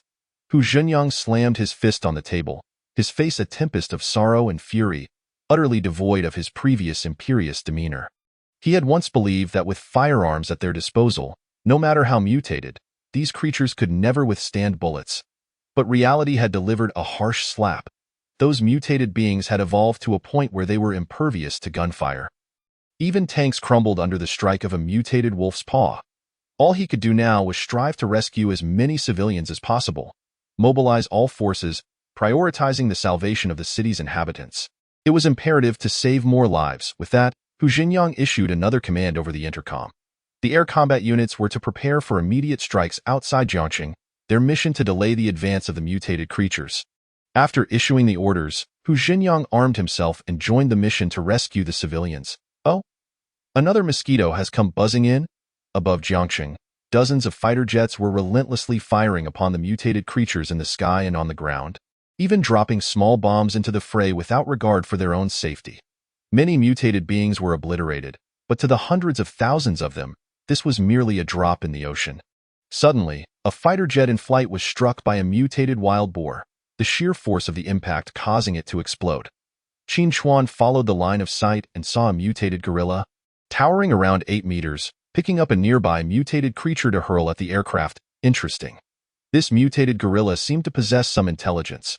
Once this battle concludes, perhaps I could consider integrating it into the demon court. As a result of the fighter jet's explosion, other jets began to take notice of the mutated gorilla on the ground, quickly retreating whenever it attempted to throw another mutated creature. Thus, the gorilla had only managed to destroy that one fighter jet. Very well, I shall take matters into my own hands. To facilitate my actions, Qin Chuan unleashed his aura, instantly creating a gaping hole in the sky previously obscured by mutated avians. Not a single mutated creature dared approach within 500 meters of him. Strange, why have these mutated beings suddenly scattered? One of the fighter jet pilots noticed this peculiar phenomenon, but it was indeed fortuitous. With the absence of aerial interference, he could operate more smoothly. Just as he was about to resume his bombardment of the ground creatures, he suddenly found his aircraft uncontrollable. While searching for the cause, he was startled by the terrified voice of his teammate in the back seat. "A dragon! There's a dragon!" The teammate quaked as he pointed towards the rear of the plane. And as the pilot turned, his pupils dilated, his heart seemingly skipping a beat. There truly was a dragon. Behind the fighter jet, a nearly 100-meter-long dragon grasped the aircraft and, with a mere squeeze, caused it to explode. The occupants unable to even let out a scream. Only 11 jets remain. Qin Chuan surveyed the remaining aircraft, which had now turned their fire upon him. Alas, the bullets striking him felt no more than a tickle. Having no effect whatsoever. Time to test the skill, Thunderbolt. With a mere thought, the sky erupted in a tempest of lightning, purple bolts striking down upon the mutated creatures, many of which were hit and instantly transformed into Qin Chuan's evolution points. They were merely mutated beings from the Pingling Mountain Range, not members of the Demon Court. Their demise mattered little to him. In mere seconds, all the fighter jets in the sky were struck by the purple lightning, exploding into fragments. Killed mutated Sparrow, Awaken Level 1, gained 30 evolution points. Killed mutated Peregrine Falcon, Awaken Level 1, gained 40 evolution points. Killed human, gained 10 evolution points. After dismissing the system's notification sounds, Qin Chuan inquired about Li Xiqing's progress with the mission. Upon learning that Li Xiqing had successfully gained control over the situation, Qin Chuan immediately flew towards his location. Many witnesses beheld the soaring figure of Qin Chuan in the sky. Including Hu Jinying.it was the mutated dragon ranked 13th, such a colossal form for one so high on the leaderboard. Hu Jinyang's expression grew grave. For a fleeting moment, he believed humanity stood no chance against the mutated creatures. However, The thought of the research institute's successful development of evolution serums rekindled hope in his eyes. If more potent evolution serums could be produced, it wouldn't be impossible for the people of Longhua to become awakened beings, thus enabling them to triumph over the mutated horrors. Shortly thereafter, Qin Chuan arrived at Li Xiqing's position. The reason Qin Chuan dared to appear so openly was his confidence that Longhua would not resort to nuclear weapons in this conflict. He had observed from above that the Longhua military was determined to rescue the citizens of Jiangxing, which indicated that as long as there remained even one civilian, Longhua would never employ nuclear arms. Bow before the Dragon King. Upon sensing the aura of the Dragon King, Li Xiqing promptly brought Wang Yanjuan and others before Qin Chuan. A dragon, a dragon. It is indeed a dragon. At that moment, Wang Yanjuan was paralyzed with terror, and in the presence of the nearly 100-meter-long Qin Chuan, he was so frightened that he urinated in his pants. Zhao Shuiying, equally horrified, cowered behind Wang Yanjuan, while Wang Lei knelt foolishly on the ground. We bow before the Dragon King. Wang Lei stammered, trembling as he addressed Qin Chuan, even prostrating himself. He emulated Li Xiqing's gesture of kneeling, but with far greater solemnity. Li Xiqing merely knelt on one knee, while Wang Lei prostrated completely. Humans, break their legs, and I may consider sparing you. Qin Chuan regarded Wang Yanjuan and Zhao Shuiying with a cold smirk. Chapter 33. Abandoned City. I am sorry, my son. Upon hearing the promise of survival, Wang Lei approached Wang Yanjuan, his eyes glinting with malice. Father. No, you know I fear pain the most. Father. As he beheld his father drawing near, tears streamed down Wang Yanjuan's face as he desperately shook his head, calling out to his father, hoping to awaken paternal love within him. Yet, this did not halt Wang Lei's advance. He picked up a brick from the ground and approached Zhao Shuiying. What do you intend to do? Seeing Wang Lei approach, Zhao Shuiying instinctively attempted to flee, but her hair was seized by Wang Lei, who yanked her down to the ground. Son, do not worry. I will first break this woman's legs, allowing you to live a little longer. Wang Lei's heart hardened as he brought the brick crashing down on Zhao Shuiying's legs. Zhao Shuiying let out a heart-rending scream, and to ensure her legs were indeed broken, Wang Lei struck multiple times. When it was Wang Yanjuan's turn, Wang Lei showed no mercy either, delivering additional blows to each leg to secure his own survival. Dragon King, I have completed the task. Does that mean I can? Wang Lei did not finish his sentence, but his intention was clear. Fear not. Since I have promised to spare you, I will not kill you. You may leave. Wang Lei instinctively glanced at the golden dragon blocking the doorway. Upon seeing it indeed make way, he felt a sense of relief and hurriedly ran outside. Just as he was about to escape, he felt a sudden chill in his chest as a hand adorned with golden dragon scales pierced through him. You do not keep your word. Before Wang Lei could finish his sentence, he collapsed to the ground, breathless. The Dragon King said he would spare you, but he never said I would spare you. The Dragon King simply did not wish to soil his own hands. Li Xiqing wiped the blood from his arm, speaking coldly that it is good to have a subordinate who can get things done. Qin Chuan felt a sense of satisfaction within, then turned his attention to the unconscious Wang Yanjuan and Zhao Shuiying on the ground, sending a gentle stream of water to awaken them. Please, spare me. The awakened Wang Yanjuan, disregarding the pain in his legs, only wished to survive. Dragon King, I implore you, spare me. I am willing to serve you like a beast. Zhao Shuiying also pleaded for mercy. Can you wretched creature, be quiet? Is there any space for you to speak here before the Dragon King? Wang Yanjuan yelled in anger. He realized that since he had taken up with Zhao Shuiying, his luck had soured, as if all misfortunes had befallen him. I have no right. Do you think you do? You were even beaten into a cripple by your father, making you even less worthy to speak. In the face of life and death, Zhao Shuiying disregarded Wang Yanjuan's status. Now that the mutated creatures had breached Jiangxing, what did Wang Yanjuan's noble identity matter? Misfortune would still lead him to be devoured by the mutated beasts. What did you say? I will kill you. It appears that the matter struck a nerve, prompting Wang Yanjuan to directly engage in a tirade against Zhao Shuiying, who equally refused to back down.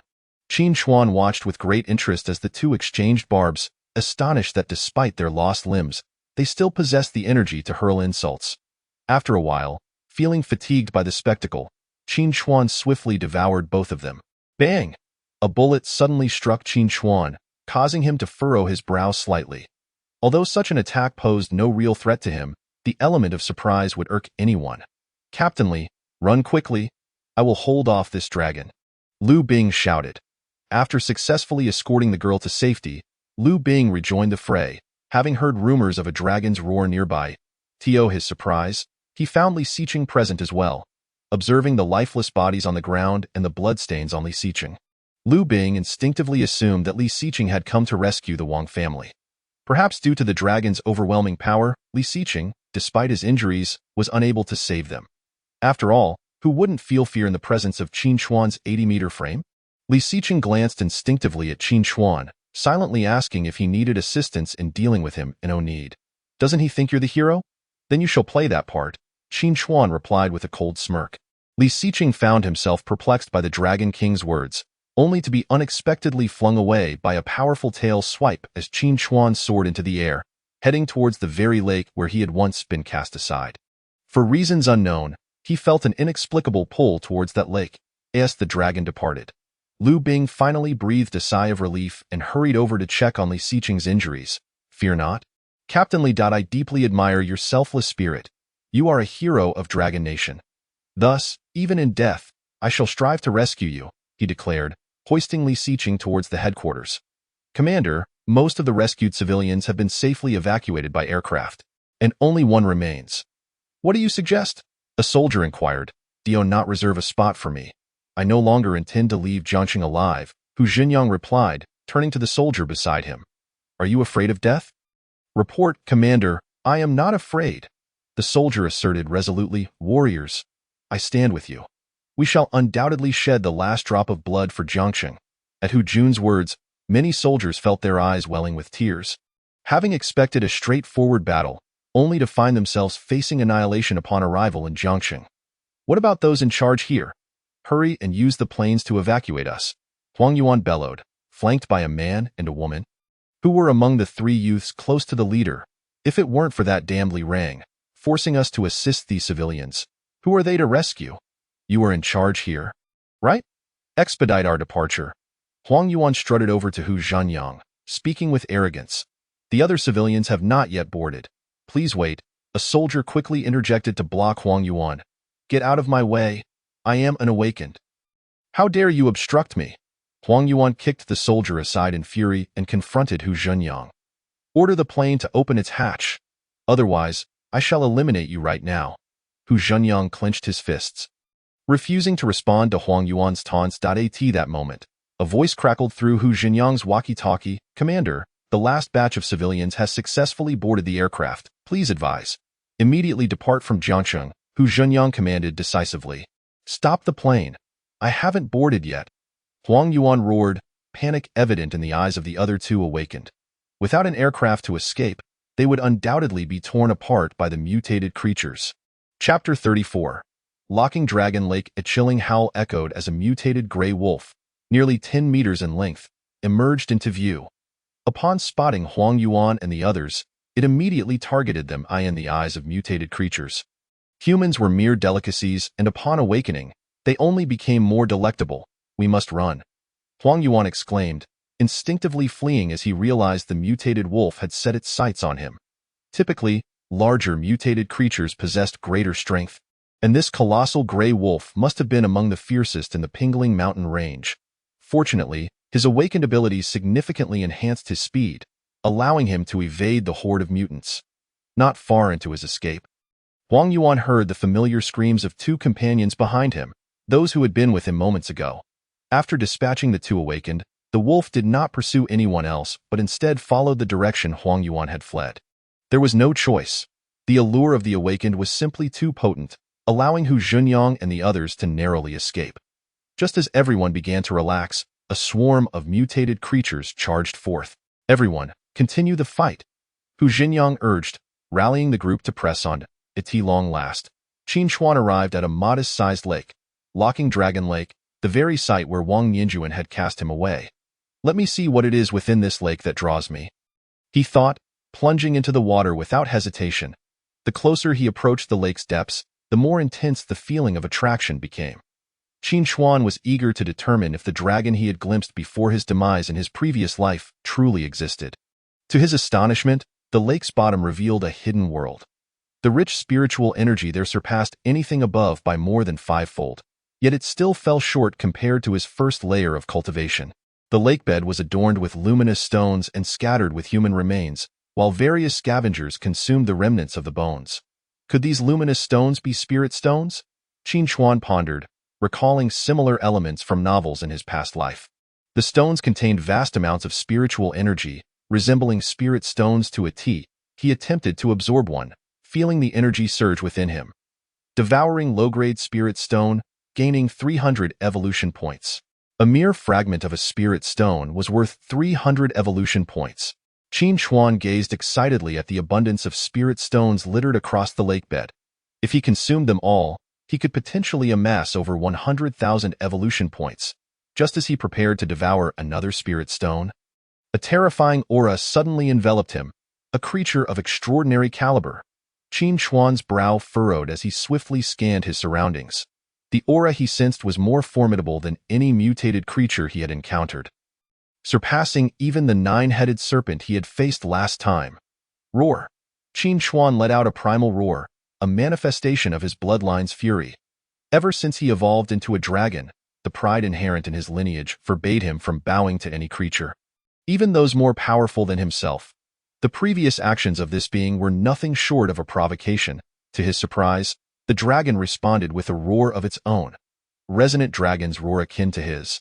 What he had assumed to be a mere name for the lake turned out to be a reality. There truly was a dragon within. Following the sound, Qin Chuan soon spotted a slightly greenish dragon. Mutated dragon, extraordinary 4th tier. Skills: Dragon Roar LV.7, Dragon Might LV.6, Sharp Fangs LV.9, Dragon Scales LV.8, Reverse Scales LV.8, Water Pillar LV.5. Overall combat power, 5273. Despite being an ordinary dragon, Qin Chuan possessed the bloodline of the ancestral dragon within him. Though it was but a trace, it far surpassed these lesser dragons. Aside from a slight edge in realm, it could not compare to his own prowess. Have you been the one drawing me here all along? Qin Chuan inquired, sensing the pull had originated from the very dragon before him. You are the second of my kin I have encountered. Submit to me, and I shall offer you protection, the mutated dragon intoned, glancing at the spirit stones on the lakebed. Not only that, but I can also bestow these spirit stones upon you. How many do you desire? I will grant you as many as you wish. Killing you would yield me those spirit stones regardless, Qin Chuan countered, firmly believing that a mutated creature would not generously offer him spirit stones. Rather than waiting for their gift, he would seize them himself. With that thought, Qin Chuan charged at the mutated dragon. Ha ha ha, commendable courage. You are far more interesting than the last of your kind. Fear not. I shall spare your life, the mutated dragon exclaimed, charging back at Qin Chuan. Having been trapped in Locking Dragon Lake for centuries, this dragon had evolved to the 4th tier, thanks to the spirit stones at the lake's bottom. Now, it was thrilled to encounter an intriguing kin and had no intention of killing him. Unaware of the dragon's intentions, Qin Chuan unleashed his black flames, purple lightning, and other skills upon the mutated dragon. Oddly enough, despite his combat power being 500 points higher, he sensed that the dragon felt remarkably weak. Why is it that while I seem to overpower him, he displays no desire to retaliate? Is my strength too overwhelming? No, I shall cease. I do not wish to bully the younger generation, as Qin Chuan halted his onslaught. The mutated dragon began to speak rapidly. This cannot be. How can a creature with a weaker aura dominate me? Are the young ones of today truly this formidable? Surrender? Too late. You shall willingly become my evolution points. Qin Chuan had no intention of sparing his opponent and charged directly towards the mutated dragon. The last time he faced the nine-headed serpent, which had undergone a reverse mutation, he had garnered a staggering 200,000 evolution points. This extraordinary 4th-tier mutated dragon would undoubtedly yield even more. It seemed that he had no choice but to reveal his trump card. The mutated dragon spoke in a low voice, astonished that a junior had compelled him to resort to using his reverse scale. Roar! In an instant, the dragon's aura surged exponentially, forcing Qin Chuan to stagger back several steps in response to the mighty roar. Young one, you are quite impressive. Although you have touched my reverse scale, I shall grant you one final opportunity. Submit or perish. Chapter 35. Subduing the mutated dragon. Had the reverse scale been triggered, Qin Chuan scrutinized the mutated dragon before him, sensing that the effect of its reverse scale differed from his own. Young one, are you afraid? Submit to me, and I shall spare your life. You maintain your rationality? It was only when the mutated dragon spoke again that Qin Chuan discerned the peculiar difference. The last time he had triggered the reverse scales effect, he had completely lost consciousness, unaware of what had transpired.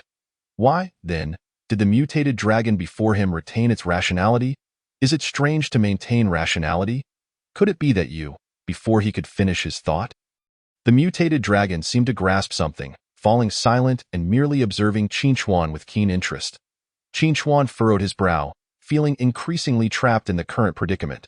The mutated dragon possessed a method to trigger its reverse scale without losing rationality. Precisely what Qin Chuan needed at this moment. If only he could control the effects of his own reverse scale, for the uncertainties following a loss of rationality were far too numerous.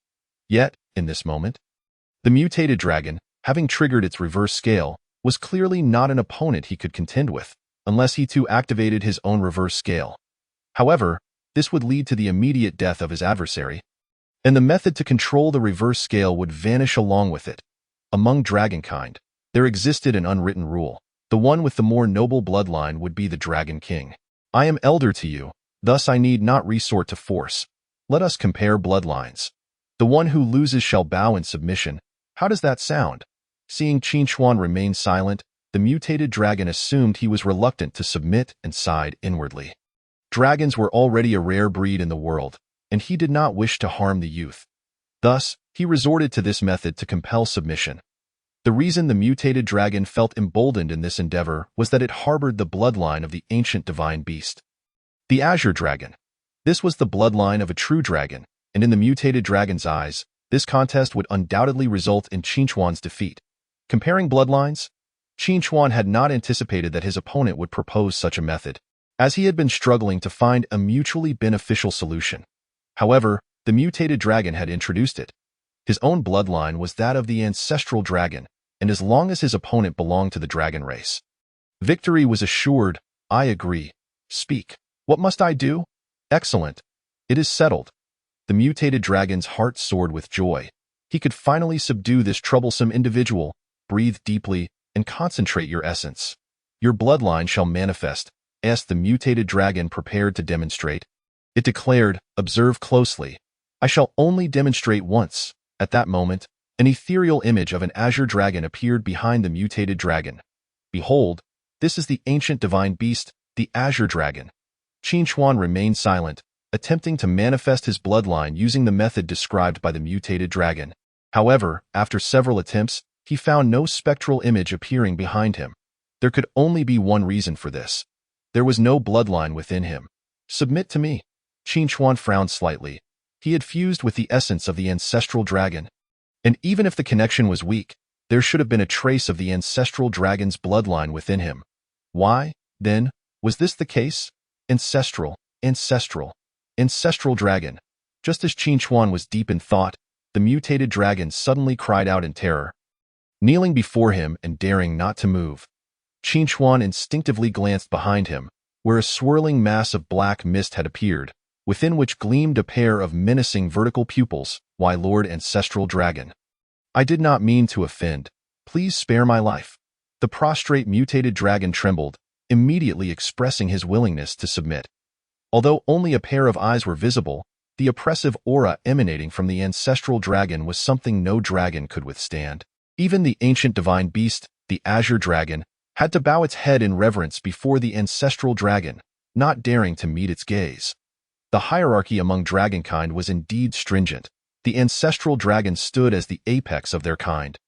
Possessing the bloodline of the ancestral dragon meant that all dragons would inevitably bow to him. With this realization, Qin Chuan's heart surged with excitement as he envisioned the grand spectacle of dragons flocking to him. Perhaps, one day, he could even unify the continent and dominate the seas. Since you are willing to submit, I shall not kill you. Ultimately, Qin Chuan resisted the temptation of evolution points and chose to spare the mutated dragon. The spirit stones at the bottom of the lake were already sufficient for him to ascend to the 10th tier of awakening. Rather than slaying the mutated dragon, it was wiser to gather the fortunate boar. As an extraordinary 4th-tier mutated creature, It could provide him with 1,400 fortune points each month, far surpassing the combined total of all his direct subordinates. Thank you, Dragon King. Thank you, Dragon King. The mutated dragon expressed his gratitude repeatedly, no longer daring to refer to Qin Chuan as a junior. Subdued mutated dragon, extraordinary 4th tier. Obtained 1,400 fortune points. Qin Chuan surveyed the multitude of spirit stones scattered about and began to devour them voraciously. The mutated dragon stood frozen in place, fully aware of the amount of spirit energy contained within a single stone. Even he could only absorb around 20 stones in a day, as excess consumption could lead to bodily explosion. To his astonishment, the Dragon King consumed stones with an insatiable appetite, devouring in one bite what would take him a week to consume, showing no signs of stopping. Devouring inferior spirit stone, obtained 300 evolution points. Devouring inferior spirit stone, obtained 300 evolution points. Devouring inferior spirit stone. In less than half an hour, Qin Chuan had consumed all the spirit stones from the lakebed. He had not anticipated that there would be such an abundance. Providing him with over 300,000 evolution points, Qin Chuan opened his system panel to assess his current evolution points. Host, Qin Chuan, Race, Mutated Dragon, Awaken 9th Tier, Skills, Strangulation LV.7, Dragon Roar LV.7, Dragon Might LV.7, Bloodthirst LV.6, Sharp Teeth LV.8, Blood Spirit Pact LV.5, Dragon Scales LV.7, Long Sight LV.6, Reverse Scale LV.10, Water Column LV.5, Purple Lightning LV.6, Black Flame LV.5. Evolution Points, 464,134 300,000. Skill Points, 2 Fortune, 2,950. Comprehensive Combat Power, 5879. Due to the fact that most of the mutated creatures attacking Jiangxing had been coerced by the Xiangui and their ilk, the lives taken did not contribute to Qin Chuan's evolution points. Furthermore, the mutated creatures he had inadvertently harmed while using Purple Lightning had led to a current total of 46,000 evolution points. It was best to first head up and check the current situation in Jiangxing. He recalled that Li Siqin had mentioned the return of the leaders, making it a perfect opportunity to see if they were still present in Jiangxing. For now, Qin Chuan remained in Jiangxing. Recklessly evolving here posed too many uncertainties. It would be wiser to wait until he returned to the first heaven to evolve. Chapter 36. Alive, I seek the turtle. Dead, I seek the corpse in the skies above Jiangxing. 2 dragons surveyed the land below. The air was thick with the scent of blood, as the defenses on all sides had been breached by mutated creatures, leaving only the central region to hold out against the onslaught. Who would have thought that after hundreds of years of obscurity, these mutated creatures would dare to unite and assault human strongholds? One could only wonder when these creatures had learned the art of cooperation. The elder mutated dragon gazed in astonishment at the chaos unfolding below. He could clearly discern that this beast tide was led by 4 distinct mutated creatures, none other than the 4 beasts of the Xiangui. Do not be surprised. They are my subordinates and I orchestrated this beast tide, Qin Chuan explained calmly. At this moment, the ranks of the demon court remained sparse, with only 2 of the 10 demon marshals present. However, 1 more could be added now. With this thought, Qin Chuan instinctively turned his gaze towards the mutated dragon. From today forth, you shall be the 3rd seat of the 10 demon marshals, and I bestow upon you the name Azure Dragon. Thank you, Dragon King, for the title. The mutated dragon's face lit up with excitement. The Azure Dragon was one of the oldest dragon breeds. To receive such a name from the Dragon King meant that he was equivalent to the Azure Dragon among his kin, the true Azure Dragon. Come, let us descend and take a look. Qin Chuan paid no heed to the mutated dragon's thoughts and flew directly towards the central region of Jiangxing. At that moment, only a little over 1,000 people remained in the central area, desperately holding their ground. When they saw the 2 dragons descending from the sky, they immediately launched a fierce attack against them. You mere ants dare to attack the Dragon King? You seek death? The mutated dragon roared in fury, preparing to unleash a water column to eliminate these individuals when Qin Chuan intervened. With a focused gaze, he released his own aura, instantly immobilizing everyone present with its overwhelming force. Not only the humans but the entire city of Jiangxing, upon sensing this overwhelming pressure, knelt respectfully in place, and at that moment, the city fell into an eerie silence. Who is in charge here? Qin Chuan's voice was not loud, Yet in the stillness of the atmosphere, everyone could hear him distinctly. The expressions of those present were filled with shock, for it was the first time they had ever heard a mutated being speak. "I am," the voice responded defiantly. "What do you want?" Qin Chuan turned towards the sound and beheld a robust middle-aged man staring back at him, with no trace of fear in his eyes.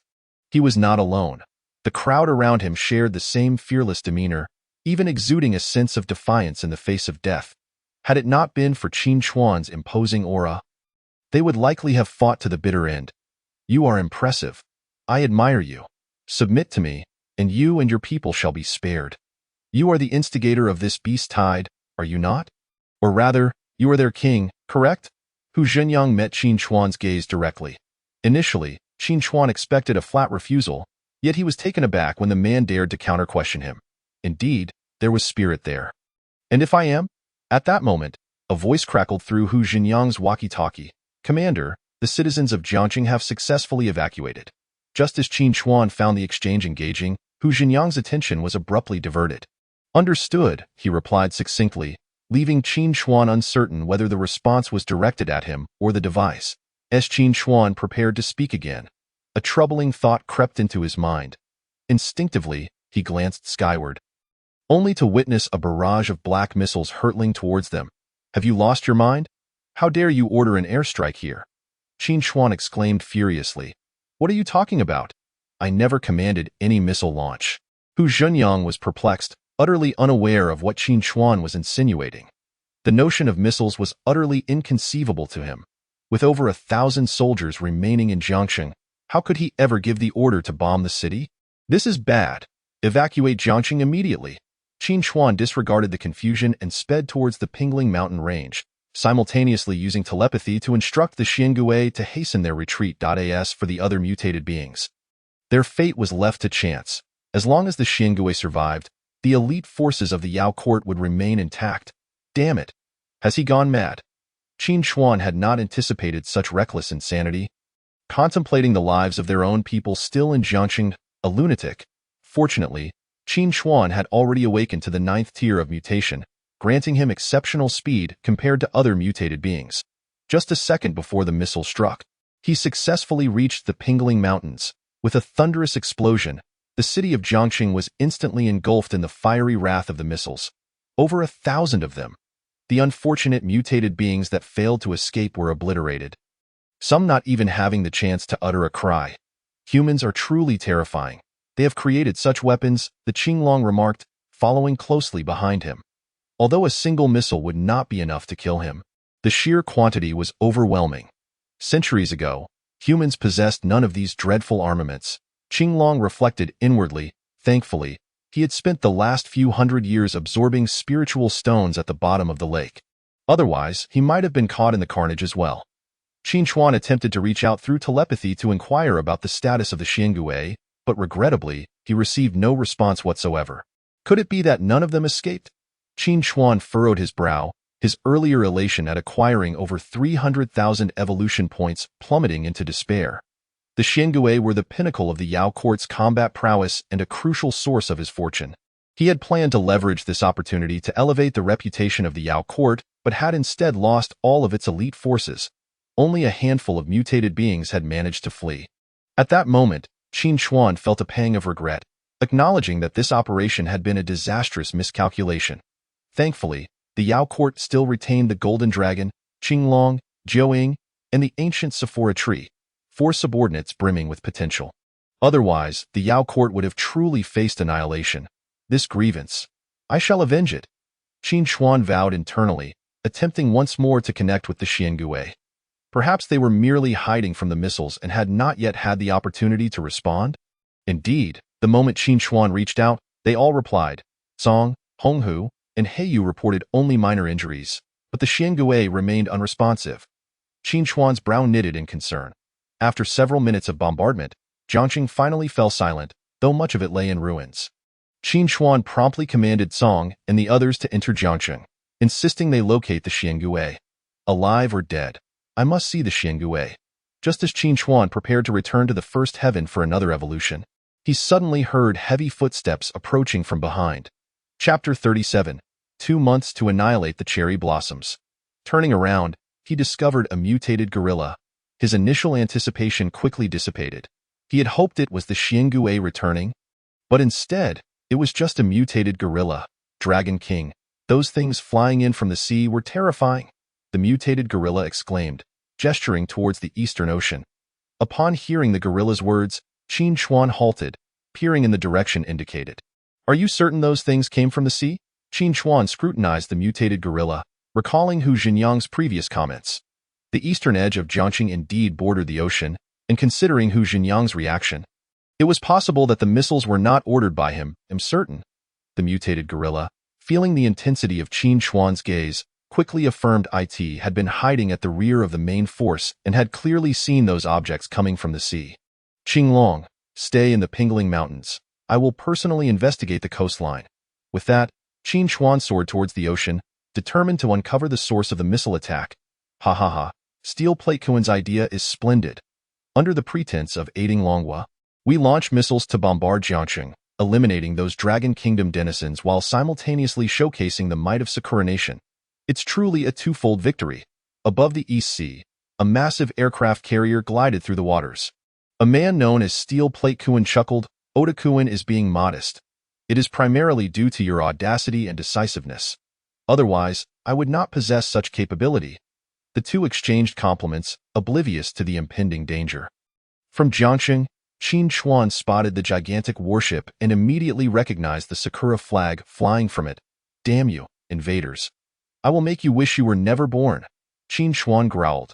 Observing the smoke still billowing from the ship's cannons, he knew that the missiles had indeed been launched by these Sakura people. With a furious roar, Qin Chuan unleashed a powerful sonic wave that nearly capsized the Sakura warship. The soldiers aboard the vessel instantly recognized the monstrous figure soaring above them. Plunging into a state of sheer panic, Baka, what is happening outside? Oda Kuen bellowed, disturbed by the tumultuous commotion. They had almost believed they were under attack from the mutated beings lurking beneath the water. This is bad, General Oda. A nearly 100-meter-long mutated creature is charging towards us, a Sakura soldier exclaimed. Nonsense. How could there possibly be a nearly 100-meter-long mutated creature? Oda Kuen roared, slapping the soldier aside as he prepared to investigate for himself. Steel Plate Kuen followed closely behind him, equally skeptical of the claim. After all, Sakura Nation was vast and resource-rich, and their most formidable mutated creature was merely the 60-meter-long Yamakagura. How could the Dragon Kingdom possibly possess a creature of such size? Even if one did exist, it would surely be a paper tiger. The two believed they could easily tear it asunder. Where is this 100-meter beast? Oda Kuen arrived on deck, only to find no trace of the supposed creature. Instinctively, he questioned the soldier's honesty, and his temper flared. Baka, where is this 100-meter giant? If it dares to show itself, I'll crush it with my bare hands. Sir Oda, it's fine, Steel Plate Kuen. Those curs dared to deceive us. When we return, I will have them all executed. Look above. Hearing Steel Plate Kuen's panicked exclamation, Oda Kuen felt a flicker of confusion. Instinctively, he glanced upwards. The moment he raised his head, a wave of heat washed over him, and he found himself staring into the eyes of a nearly 100-meter-long mutated dragon, fixated upon him. Oda Kuen's legs buckled, and he collapsed to the ground, unable to muster the strength to rise, repeatedly muttering the word monster. Please, do not kill me. Oda Kuen stammered in terror. In the midst of his fury, Qin Chuan would not let the opportunity slip by. He unleashed a torrent of black flames, reducing Oda Kuen to ash, the searing heat even burning through the deck of the warship. Open fire! You fools, what are you doing? Steel Plate Kuen finally snapped back to reality, hastily ordering his men to shoot. Yet, no matter how fierce their assault, the bullets failed to penetrate Qin Chuan's armored scales. With a single swipe of his tail, he cleaved the warship in two, deeming it too lenient to simply incinerate those invaders. Drowning or being dismembered by the mutated beings lurking in the depths seemed far more fitting. The sailors of Sakura Nation were cast into the sea, and soon, desperate cries echoed across the surface. As long as Qin Chuan remains here, none of the citizens of Sakura Country present can hope to survive.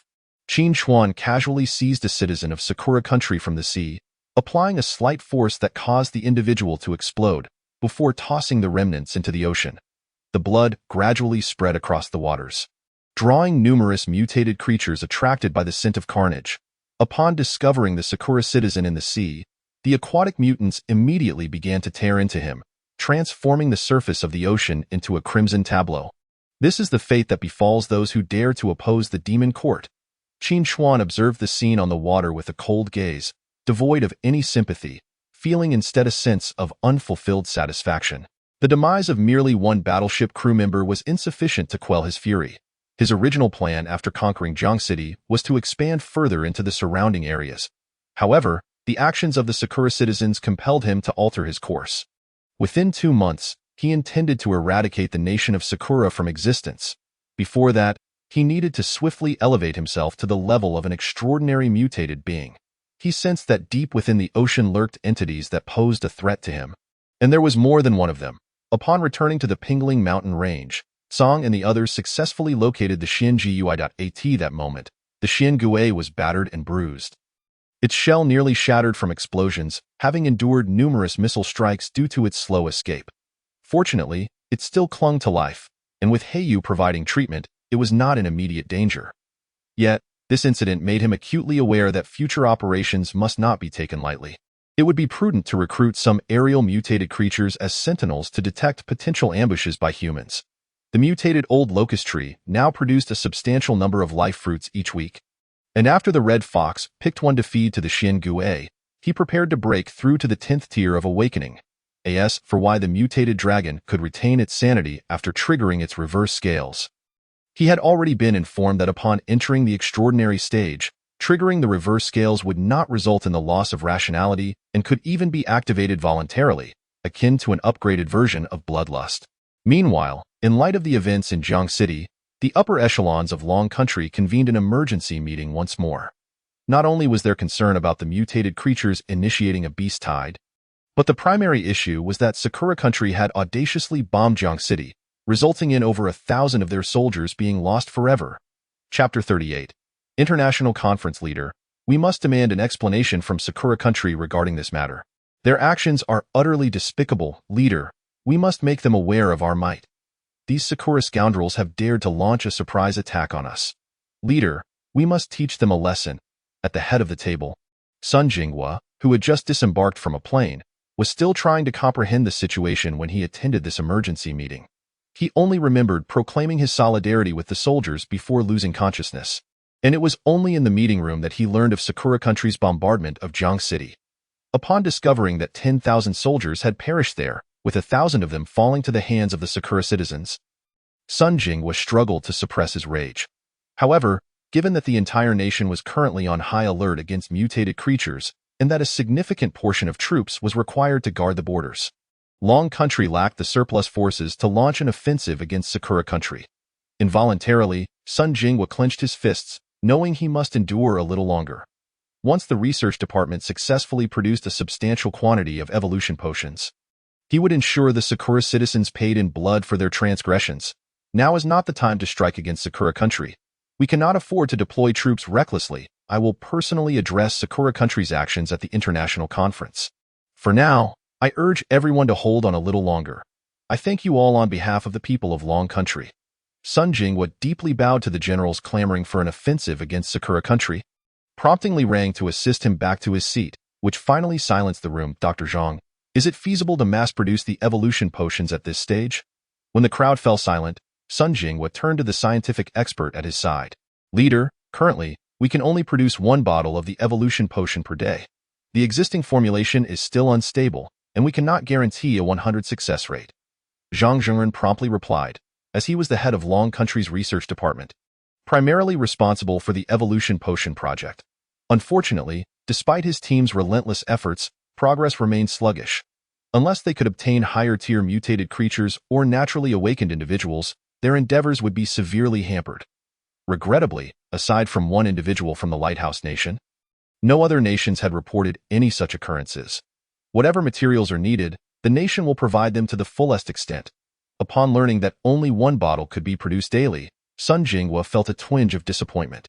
High-level mutated creatures or naturally awakened individuals would suffice, Zhang Zhengren stated directly. This research was critical to humanity's survival, and he would candidly disclose any shortcomings in their experiments. A naturally awakened individual? Sun Jingwa mused, a figure flashing through his mind. Unfortunately, that person was likely among the 3 artificial awakened beings who perished in Jiang City.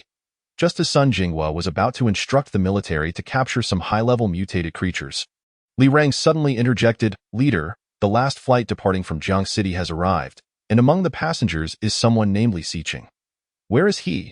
I need to confirm this personally," Sun Jingwa exclaimed, excitement coursing through him. If his memory served him correctly, the naturally awakened individual from Jiang City was indeed named Li Xiqing. Since this flight had come from Jiang City, it was highly probable that the Li Xiqing on board was that very individual.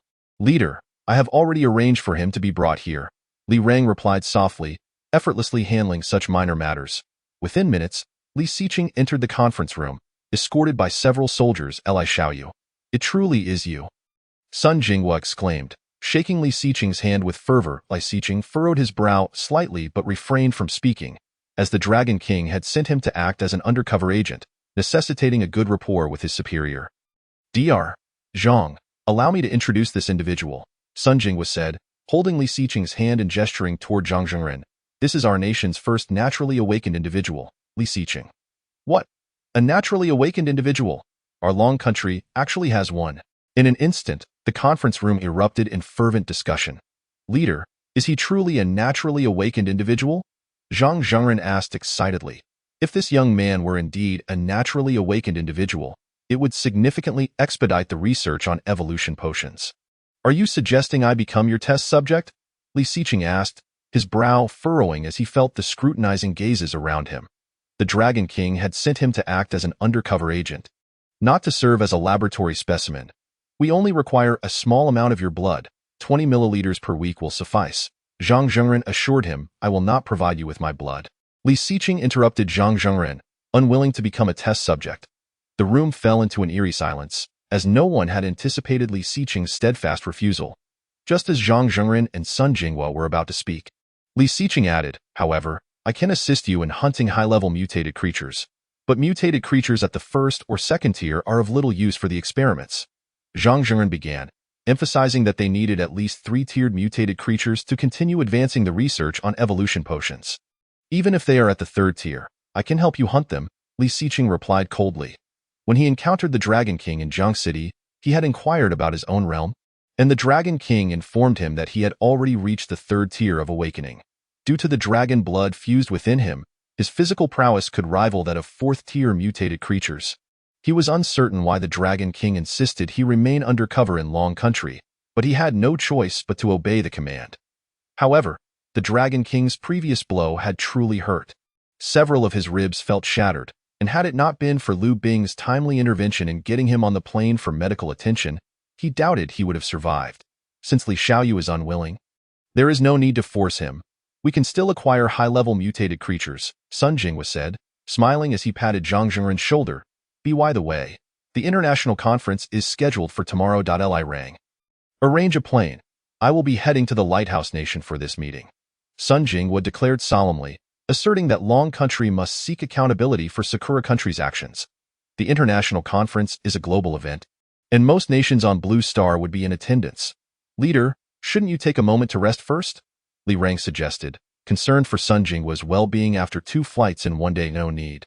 We must depart for the capital of the Lighthouse Nation immediately. Sun Jingwa sighed, lamenting the fallen soldiers of the nation. He had no time for rest. I hope you will bring Li Xiaoyu along. Sakura Country is a vassal of the Lighthouse Nation, and with the recent emergence of a naturally awakened individual there, I worry for your safety during this trip. Having Li Xiqing accompany you would ensure your security. With that, he glanced at Li Xiqing, hoping he would agree to accompany the leader. Chapter 39. The Ancient True Dragon. Then it's settled. I will accompany the leader, Li Xiqing stated. He was also curious to see what the Lighthouse Nation was like. Although the Li family is quite affluent in Jiangxing, his parents have never allowed him to travel abroad. Seizing this opportunity to venture overseas is a blessing. Li Rang let out a sigh of relief. He had anticipated that the other party might impose certain conditions, yet to his surprise, they readily agreed. He had underestimated their intentions, viewing them through a lens of suspicion. Sun Jingwa felt similarly. Witnessing Li Xiqing's lack of demands only deepened his admiration for him. Subsequently, under Li Rang's arrangements, The flight to the Lighthouse Nation was swiftly prepared. After a night of travel, Li Xiqing and his companions finally arrived at the Lighthouse Nation. Concurrently, in the first heavenly realm, Qin Chuan successfully completed his evolution.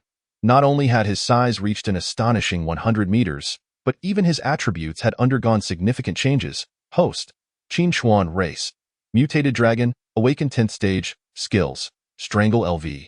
7, dragon roar LV.7, dragon might LV.7, bloodthirst LV.6, blood spirit contract LV.5, dragon scale LV.7, far sight LV.6, reverse scale LV.10, water column LV.5, purple lightning LV.6, black flame LV.5, dragon tooth LV.9, evolved from the skill sharp teeth, greatly enhancing the sharpness of the host's teeth. Dragon soul LV. 4. All dragons reclaimed by the host significantly enhance their combat power, defense, and speed, provided they are on the same battlefield as the host. Evolution points: 164,134 600,000. Skill points: 3. Fortune, 2,950.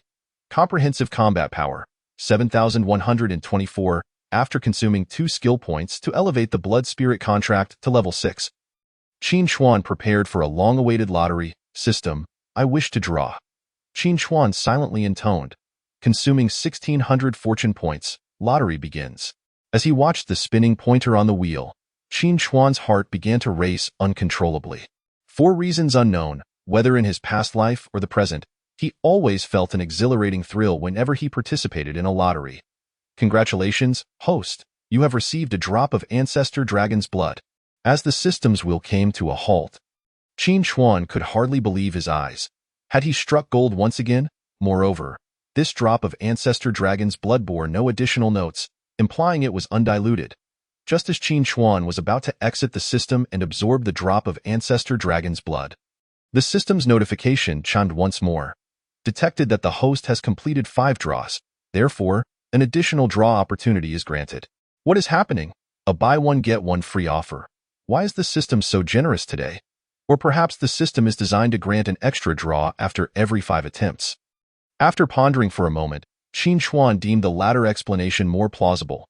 As his number of draws increased, the required fortune points also multiplied, making the system's generosity appear reasonable.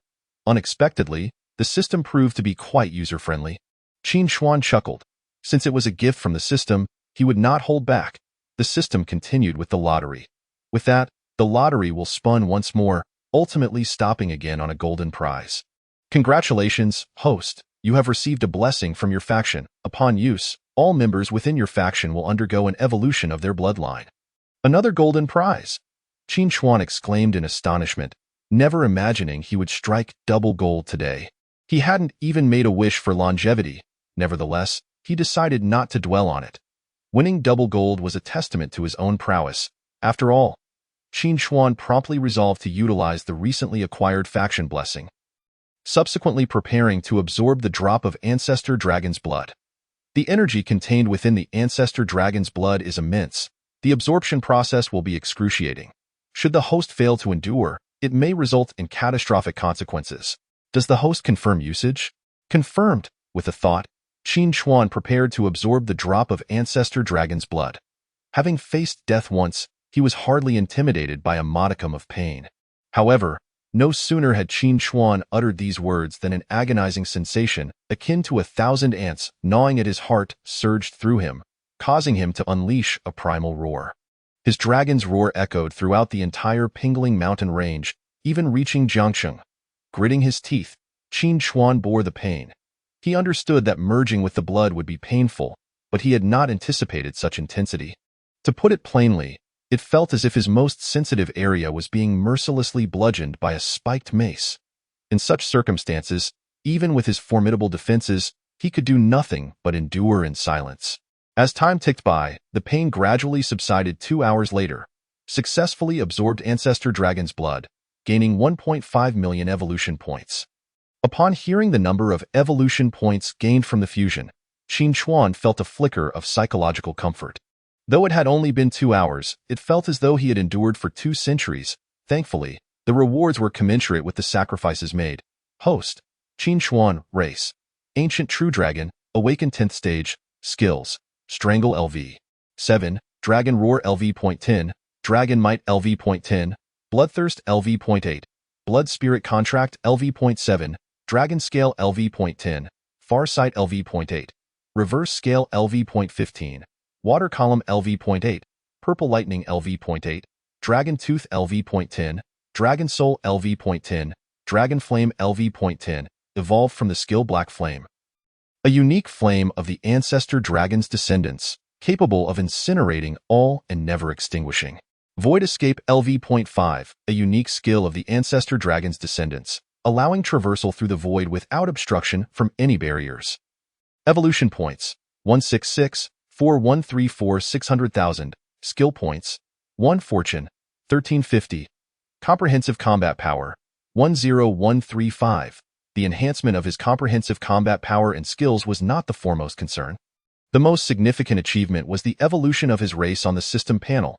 He had successfully transitioned from a mutated dragon to an ancient true dragon. Now, in Blue Star, he no longer needed to fear any creature.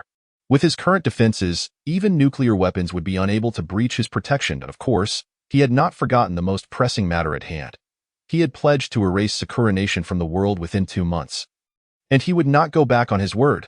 Having learned from past experiences, Qin Chuan did not plan to involve Xian Gui and the others this time. It was important to note that while Sakura Nation lacked nuclear weapons, its master, the Lighthouse Nation, possessed them. Who could say whether the Lighthouse Nation might deploy nuclear weapons during his assault on Sakura Nation? He did not believe for a moment that the Lighthouse Nation would show mercy towards Sakura Nation's lands, especially considering their prior invitations to dine at Sakura Nation's expense. Chapter 40. Humiliate the Dragon King, Die. Qin Chuan arrived at Black Water Lake, curious about the changes the faction blessing would bring to Xian Gui and the others, and summoned them to the lake. Before their arrival, he had already encountered Jiao Ying and Gu Huai. Although the system did not specify the exact effects of the faction blessing, Qin Chuan surmised that it had enhanced the bloodline purity of his subordinates. He could distinctly sense that the bloodline within Jiao Ying had grown denser, yet for some reason, he felt an unsettling aura emanating from him. As for Gu Huai, Qin Chuan could not discern any particularly special traits. Though he had gained numerous branches akin to those of a willow tree, thus acquiring additional offensive capabilities, before long, Xian Gui and the others arrived from their respective areas to Blackwater Lake. The last to arrive being that rascal Qinglong. Since the Pingling Mountain area had been divided, Qin Chuan had sent Qinglong to Jiangsheng, making his delayed arrival understandable. Bow before the Dragon King. The various mutated creatures chorused in unison. Qin Chuan carefully examined their transformations, noting that the most significant changes were in Xian Gui and the Red Fox. First, Xian Gui had developed 2 protrusions on his head resembling small horns, and while his shell had yet to fully recover, it was evidently more fearsome than usual. Additionally, Xian Gui exuded an aura reminiscent of an ancient divine beast, likely on par with the bloodline within Qinglong. Qin Chuan speculated that Xian Gui had very likely awakened the Xuanwu bloodline. The changes in the Red Fox were more pronounced. Its 2 tails had transformed into 3, and it now radiated an intense fiery energy. As for the other mutated beings, apart from Qinglong's bloodline concentration significantly increasing, he could not perceive any alterations in Song and Heiyu. Xian Gui, how many mutated creatures remain in Pingling Mountain? Qin Chuan inquired. The members of the Demon Court were still too few. It was imperative to capture more mutated beings. Dragon King, currently there are only 2 awakened beings of 4th stage or higher in Pingling Mountain. Xian Gui replied. They are a mutated gorilla in the western region with a strength of 5th stage, and a mutated giant crocodile in the eastern region, likely at the 4th stage. Most of the mutated beings with awakened 4th and 5th stages perished within Jiangxing due to those missiles from Sakura Nation. Had it not been for the Dragon King's prior warning, they too would have met their demise beneath those missiles. Bring them to see me. Qin Chuan directed Xian Gui and the Red Fox, as the western and eastern regions were their territories and thus their responsibility to find. Before long, the mutated gorilla and the mutated giant crocodile stood before Qin Chuan. He recognized the mutated gorilla, the one who had provided him with intelligence. From today onward, you shall be the 4th and 5th seats among the top 10 demon generals of the Demon Court, named Titan and Big Mouth. The 2 mutated beings were instantly overjoyed, kneeling in gratitude. Thank you, Dragon King, for bestowing names. Naming the mutated gorilla Titan was quite fitting given its size.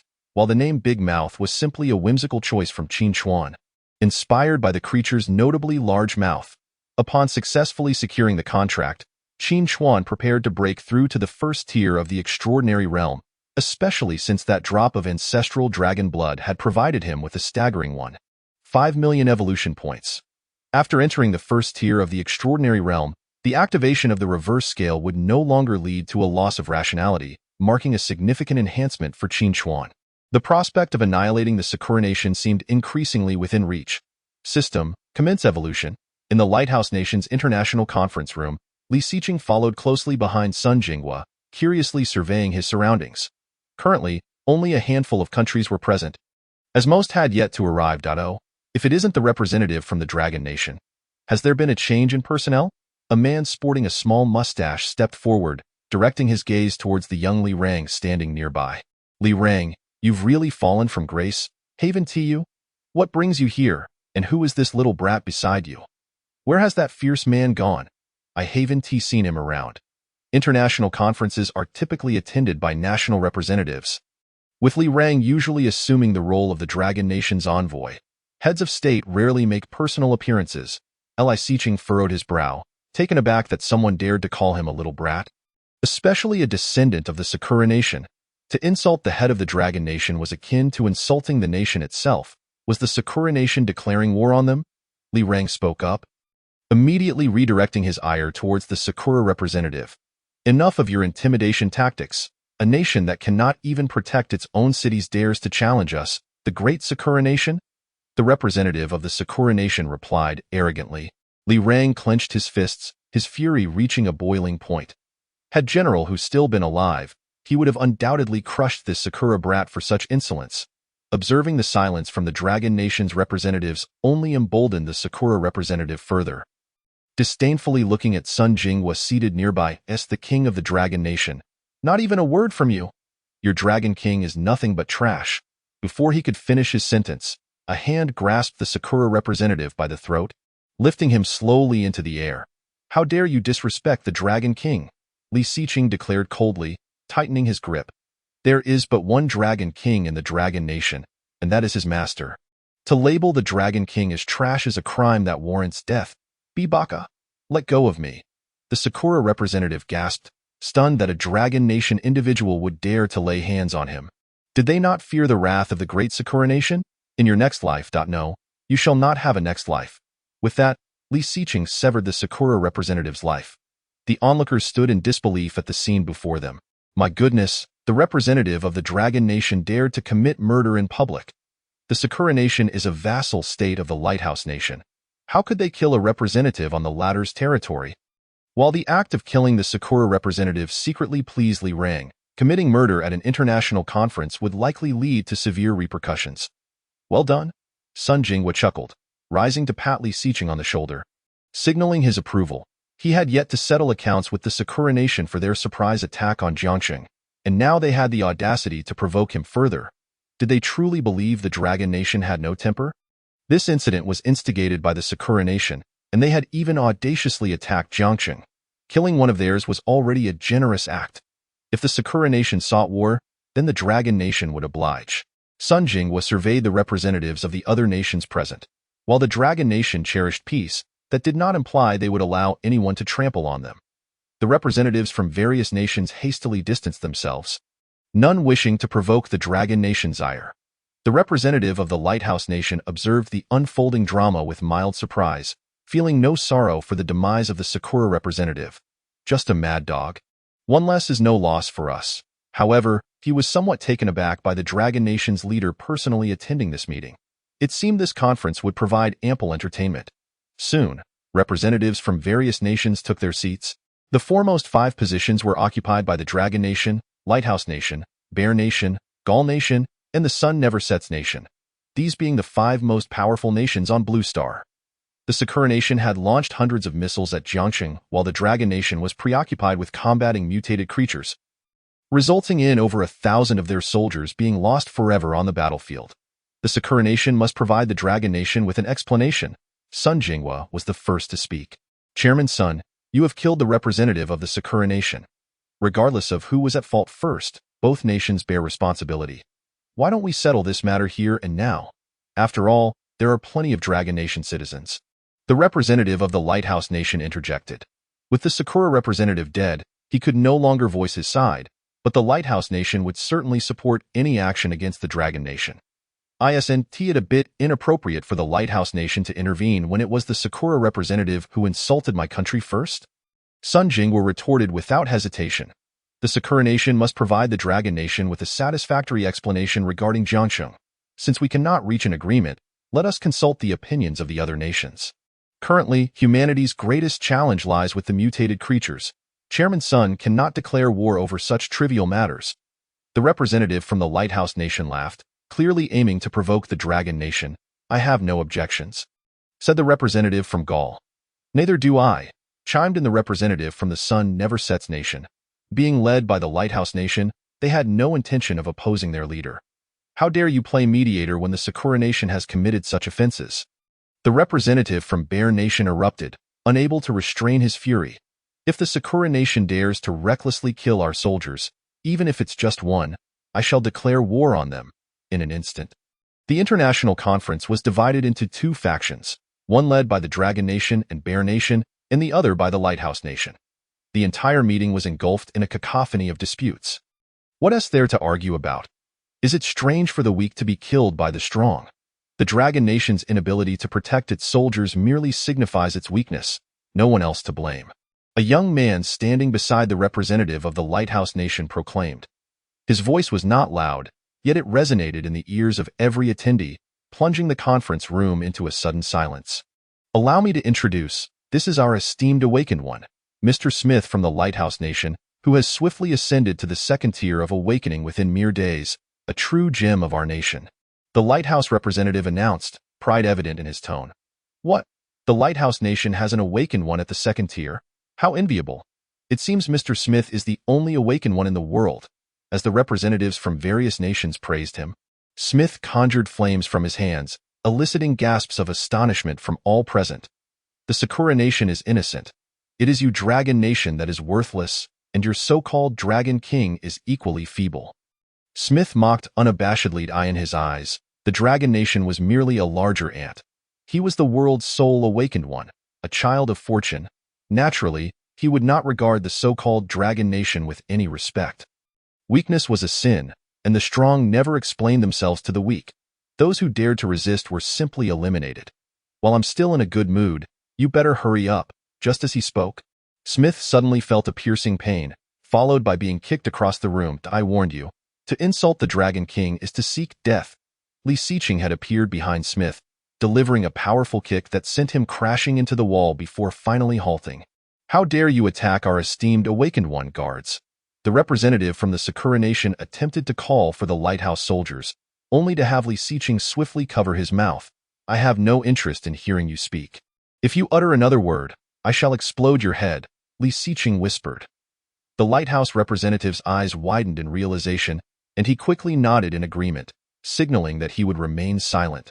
Once released, he collapsed to the ground, hastily covering his mouth in fear of having his head shattered. You lowly peasant, how dare you strike me? You will learn the consequences of angering an awakened one. Smith roared as he got back on his feet, utterly incensed at being so humiliated by a commoner. In the next moment, Smith gathered a fireball in his palm and hurled it toward Li Xiqing. Is this what you call fire? Li Xiqing scoffed, disdain written on his face. The fireball lacked even the potency of a belch from a satiated red fox. With a focused gaze, golden scales enveloped his left arm, effortlessly blocking the fireball. You too are an awakened one, Smith exclaimed instinctively, having believed himself the sole awakened in existence. And what of it? You worthless being cannot defeat me, Smith bellowed, unleashing a torrent of flames from his mouth. The immense fire engulfed Li Xiqing, representing his strongest attack, capable of melting steel. And what of being an awakened one? This is the price for mocking me. Be careful, Li Xiaoyu is in danger. Sun Jingwu gasped, initially intending to seek justice for his soldiers, but now fearing the loss of the Dragon Nation's only natural awakened one. Chairman, don't get too close. Li Reng urgently restrained him, realizing the gravity of the situation was beyond the involvement of ordinary individuals. As they beheld the raging inferno in the international conference room, Sun Jinghua and his companions could do naught but place their faith in Li Xiqing's ability to endure. Ha ha ha. I always knew that the awakened ones of our beacon country are the strongest. All of you from the dragon country are nothing but worthless trash, and so are your awakened ones. Initially covering his mouth, the representative of the beacon country couldn't help but laugh as he witnessed Smith's successful subjugation of the opponent. His gaze towards the dragon country now filled with pride. Did I not warn you that if you dared to speak again, I would crush your skull? Chapter 42. A new threat. No. It cannot be. The representative of the beacon country looked on in terror at the flames, within which a shadowy figure slowly approached him. He attempted to flee, but his legs would not cooperate, leaving him helpless as the figure drew nearer. The flames wielded by Smith could melt steel. If the opponent was unafraid of fire, they must be a monster. A monster. Li Xiqing, adorned in dragon scales, emerged nonchalantly from the flames, seizing the beacon country representative by the head. With a mere exertion of force, blood erupted forth instantaneously. The representative of the beacon country did not even have time to scream before his skull was crushed. He had been given a chance, yet he failed to value it. Your flames are lacking, truly unimpressive, Li Xiqing remarked, casting a sidelong glance at Smith, a smirk lingering at the corners of his mouth. How dare you underestimate? Before Smith could finish his sentence, he found himself suddenly charged at by Li Xiqing. The speed was such that he barely had time to react before being pinned beneath Li Xiqing's foot. Behind me stands the beacon country. If you dare to kill me, everyone from the dragon country will pay the price, including you. Smith threatened, genuinely frightened now, resorting to invoking the power of the beacon country. How could he, the world's foremost awakened one, be so outmatched by this man before him? What are you babbling about? Li Xiqing asserted, stepping firmly upon Smith's head. Weaklings, are they not meant to be trodden underfoot? Just as Li Xiqing prepared to end Smith's life, a host of soldiers from the beacon country swiftly surrounded him. What do you intend to do? Seizing the moment while Li was momentarily stunned, Sun Jinghua interposed himself before Li Xiqing, showing no fear of the soldiers from the beacon country. Witnessing this, Li also rushed forward, promptly positioning himself in front of Sun Jinghua, rebuking the leading man in the suit. Lower your weapons at once. Do you realize that standing before you is the leader of the dragon country? He aimed to instill a sense of caution in their opponents, for their actions represented a blatant provocation towards the dragon country. Leader Sun, I deeply apologize for Smith's reckless behavior, yet I hope you can spare Mr. Smith's life. The suited leader smiled, addressing Li Xiqing and the others. Allow me to introduce myself. I am the new sovereign of the beacon country, Tabeki. Both Sun Jinghua and Li were taken aback, having encountered the sovereign of the beacon country before, but this man was certainly not him. Li Xiqing's expression darkened. Although he had ascended to the third tier of awakening, he was uncertain whether he could withstand a bullet now, though not be surprised. I am the newly appointed sovereign of the beacon country. Regarding the despicable actions of the Sakura country, I shall compel its sovereign to kneel in apology and take his own life. Tabeki chuckled, brazenly demanding a sovereign's self-termination. I have but one condition. Spare Mr. Smith. Sun Jinghua and Li exchanged glances, skepticism clouding their minds regarding the authenticity of his words. While the Sakura country was indeed a vassal of the beacon country, its sovereign would not simply bow and apologize on the strength of a single utterance, let alone take his own life. Only Li Xiqing sensed something amiss. For reasons unknown, he could feel a palpable aura of danger emanating from the man.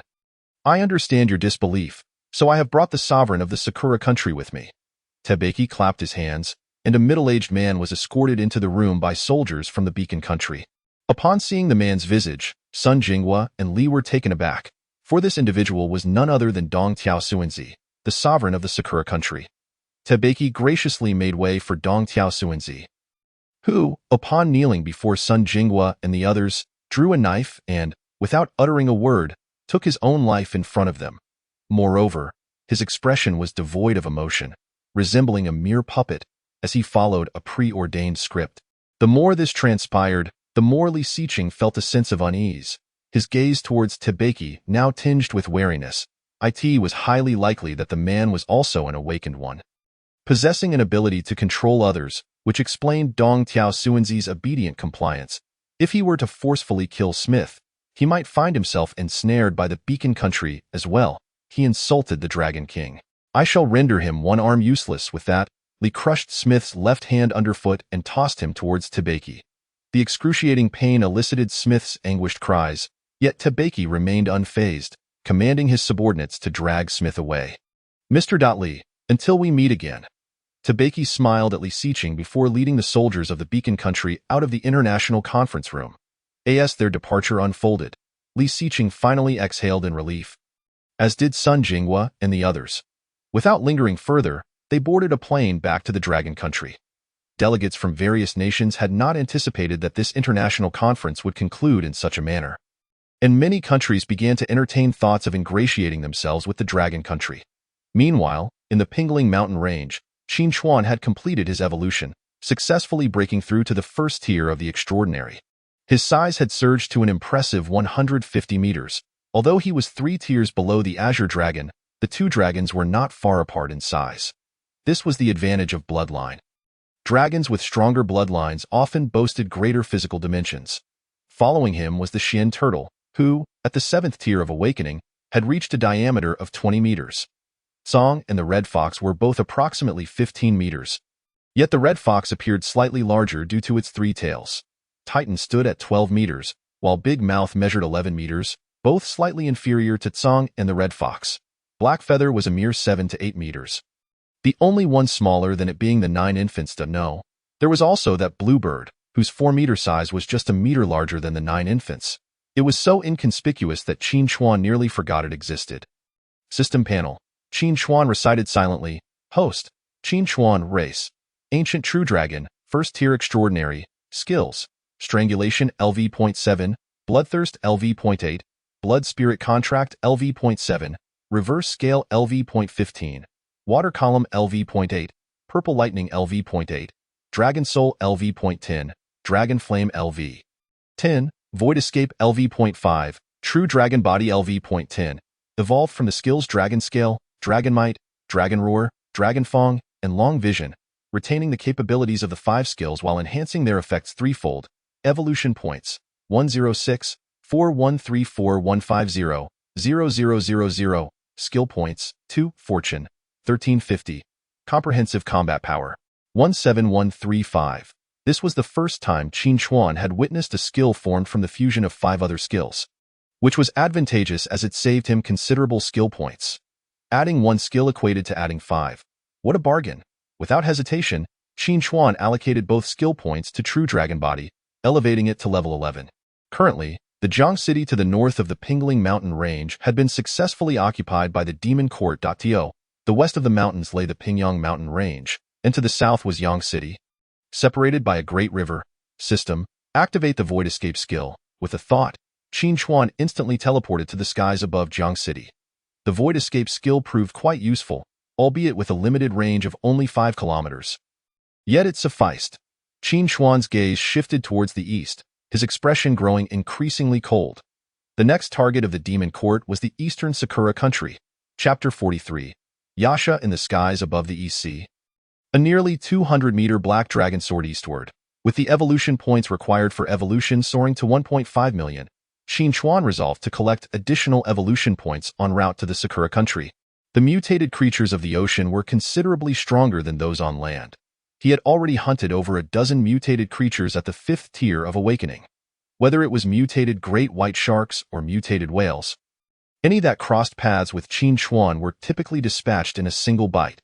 There was no denying that, with the bloodline of the ancestral dragon, Qin Chuan's combat prowess was exceedingly formidable. Despite being merely at the 1st tier of the extraordinary, his comprehensive combat power had already reached an astounding 17,000. At this level of strength, even the extraordinary 4th tier Azure Dragon would be easily devoured. However, he was uncertain whether there existed stronger realms beyond the extraordinary. With his current stature of an impressive 150 meters, if there truly were mutated creatures beyond the extraordinary, their sizes might well exceed 10,000 meters. Oh, a mutated creature is daring enough to approach me? Halting in mid-flight, Qin Chuan unleashed a torrent of flames upon the sea below. The searing dragon flames instantaneously turned that area to scalding heat. Moreover, due to the flame's eternal nature, the seawater could not extinguish them. This allowed the dragon flames to penetrate the surface of the ocean and strike the mutated creature rushing towards him. Within mere moments, a mutated octopus engulfed in black flame surfaced. Kill mutated octopus, 9th tier awakening. Gain 9,000 evolution points. No wonder it dared to attack me. It turns out to be a mutated creature at the 9th tier of awakening. This mutated octopus is undoubtedly the strongest creature in these waters. It seems to have become accustomed to its dominance, emboldening it to launch an attack against me. Alas, it has greatly overestimated its own prowess. Just as Qin Xuan was preparing to continue his journey to the land of cherry blossoms, he perceived an emergence of several more mutated beings from the ocean floor, all seemingly targeting him. How intriguing, Qin Xuan mused as he observed that these mutated creatures did not engage in conflict upon encountering one another. Instead, they swam in tandem towards him. Under normal circumstances, a confrontation would be inevitable between two mutated entities due to their strong territorial instincts.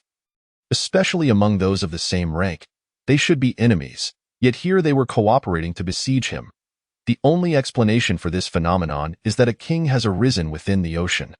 Soon, all the mutated creatures came into Qin Xuan's line of sight, and without exception, they were all awakened to the 9th tier. 9th tier awakened mutated beings, along with that previously encountered mutated octopus.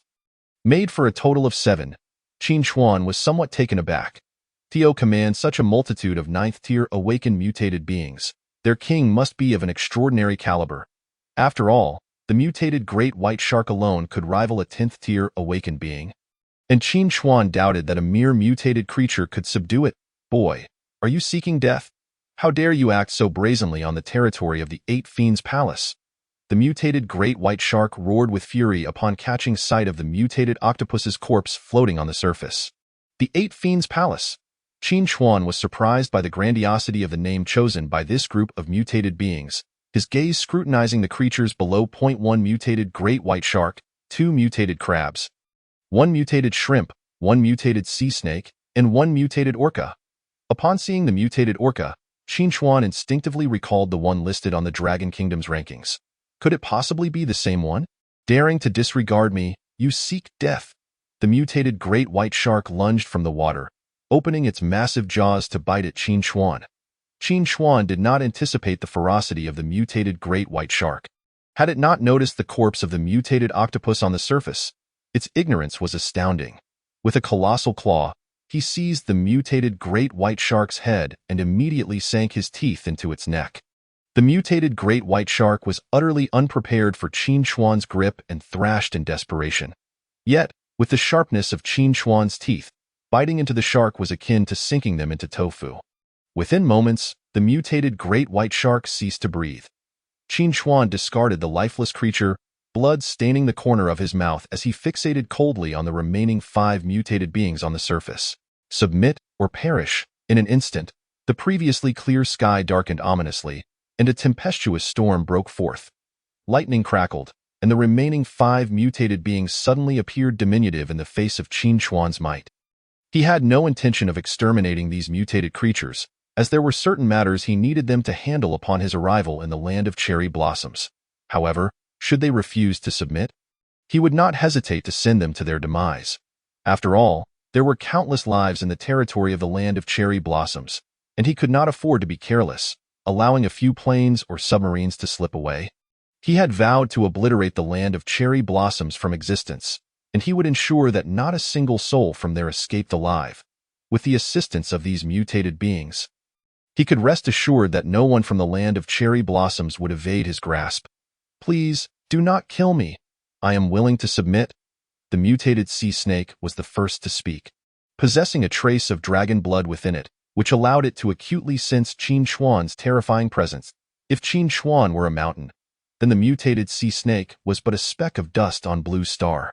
Excellent. What of the other 4? Qin Xuan inquired, unleashing his aura in an instant. We too are willing to submit. Almost instantaneously, the remaining mutated beings resolved to yield to Qin Xuan. Their eyes were filled with trepidation. They dared not resist in his presence. Go and inform your former king that he must appear before me within 3 minutes. Qin Xuan commanded the mutated orca. Wyas, Dragon King, the mutated orca stammered. Hastily diving back into the depths, Qin Chuan harbored no concerns regarding the possibility of escape. As long as the orca remained within 5 kilometers, he could teleport to its side. Should it exhibit any inclination to flee, he would not hesitate to sever its head. Roughly 2.5 minutes later, the mutated Orca King finally returned, followed by a fish-like being wielding a trident. Yasha, Extraordinary Tier 2, Skills. Water Pillar LV. 8. Fish Scales LV.7, covered in fish scales that can deflect enemy attacks. Thunder Spear LV.6, summons a trident formed of lightning to strike enemies, inflicting substantial lightning damage. Voice of Tsunami LV.7, summons a tsunami, causing widespread damage. Overall combat power, 2,948. Are you the king of these waters? Qin Chuan scrutinized the Yasha on the surface, noting that this was his first encounter with a humanoid mutated creature. The Yasha, initially exuding an air of menace, immediately subdued its aura upon witnessing Qin Chuan in the sky. Although it could sense that the other was of a lower realm, for some inexplicable reason, it felt an instinctual fear emanating from its own bloodline in the presence of this black dragon, rendering it unable to muster the courage to raise its trident. Dragon King. The Yasha dared not meet Qin Chuan's gaze. Instinctively lowering its head, from this moment forth, lead all your mutated beasts to assault the land of cherry blossoms. One from that land is to be allowed to escape, Qin Chuan commanded. Why yes, understood, the Yasha stammered. The 8 Fiends' Palace often preyed upon the people of the land of cherry blossoms, so the Yasha was well aware of the territory's layout. It immediately began rallying its subordinates to attack the land of cherry blossoms. The surrounding 9th-tier awakened mutated beings were momentarily taken aback. They had anticipated a clash between the Yasha King and the Black Dragon, yet the Yasha displayed no intention to confront the latter. The mutated sea snake, however, had foreseen this outcome. The Yasha, after all, was merely a loyal hound watching over the dragon clan. The black dragon before them possessed a bloodline that was at least that of an ancient divine beast. It would indeed be absurd for the Yasha to resist. Qin Chuan was similarly surprised by the Yasha's compliance. Creatures of the sea often served the dragon clan. It was evident that the dominion of the demon court would not be confined to the land. Given that 70% of Blue Star was oceanic, if the demon court sought to unify the world, it first had to gain control over the seas. By subduing this Yasha, the demon court's strength would increase significantly, allowing them to extend their influence over the nearby waters as well. Meanwhile, the high-ranking officials of the land of cherry blossoms were engulfed in despair over the actions of Higashi Jusumi. That fool had actually knelt and apologized to the Dragon Kingdom, and in front of the International Assembly, no less. His actions had utterly humiliated the land of cherry blossoms. The atmosphere in the conference room was rife with curses directed at him.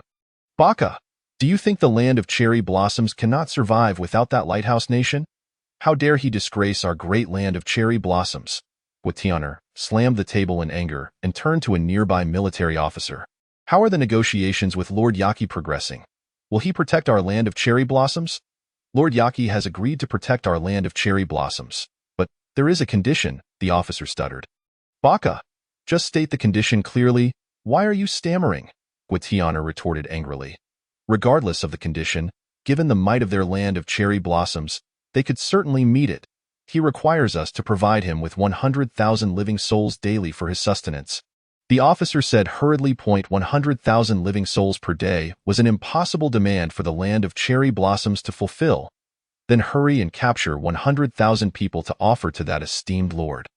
Guatianer barked. Is this such a trivial matter that I need to instruct you? The officer was taken aback by Guatianer's swift agreement.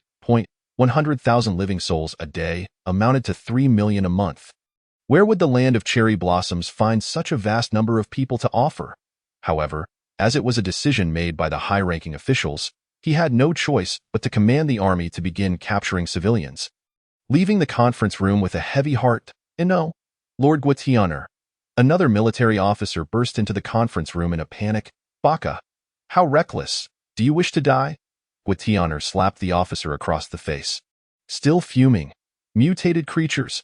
The mutated creatures have launched a beast tide. They are mounting a large-scale assault on the land of cherry blossoms, the officer exclaimed, disregarding the pain on his face. Baka, what nonsense are you spouting? A beast tide? Mutated creatures attacking? With Lord Yaki's protection, How could the land of cherry blossoms be besieged by mutated beings? You must be fabricating this, Guatianer exclaimed, drawing his pistol, prepared to execute the officer on the spot. Just as he was about to pull the trigger, he noticed a shadow looming outside the glass. The others in the conference room also turned their attention to the window, their faces betraying expressions of terror. Guatianer stared in disbelief as a towering tsunami, over 100 meters high, surged toward the capital of the land of cherry blossoms, accompanied by swarms of mutated creatures. The most striking figure among the chaos is the Yasha atop the tsunami, its towering height of over 60 meters instilling an icy dread. The occupants of the conference room hastily began their flight for survival, including Hirota Eriko. You little ones, today, with the Dragon King presiding, let us slay with abandon. This day marks the end of the Cherry Blossom Nation. With that proclamation, the Yasha brandished its steel fork, effortlessly cleaving a skyscraper in twain. Not just Kyoto, but all cities of the Cherry Blossom Nation found themselves besieged by a horde of mutated creatures, filling the air with a cacophony of screams throughout the land. Even as the military of the Cherry Blossom Nation initially retaliated against the aberrations, they faltered within mere minutes, torn asunder by the relentless tide of beasts. Even the aircraft carriers dispatched by the Cherry Blossom Nation fell victim to the merciless onslaught of mutated beings. Whether battleship or submarine, once targeted, they would be reduced to scrap metal in less than 5 seconds. Baka, get us airborne, now! Hirota Eriko barked an urgent command to his subordinate as he fled the conference room. The pilot swiftly sealed the cabin door and successfully launched the aircraft. Only when assured that no mutated creatures lurked in the skies did Hirota Eriko allow himself a moment of relief. Gazing upon the inundated Kyoto, he felt no remorse. Hearing the cries of his fellow countrymen, he even felt a twinge of satisfaction. Thankfully, it was these wretched commoners who perished. No, I must head to the Lighthouse Nation. It is the only haven left. Just as Hirota Eriko prepared to instruct the pilot to fly toward the Lighthouse Nation, the plane jolted violently as if colliding with an unseen force, sending him sprawling from his seat.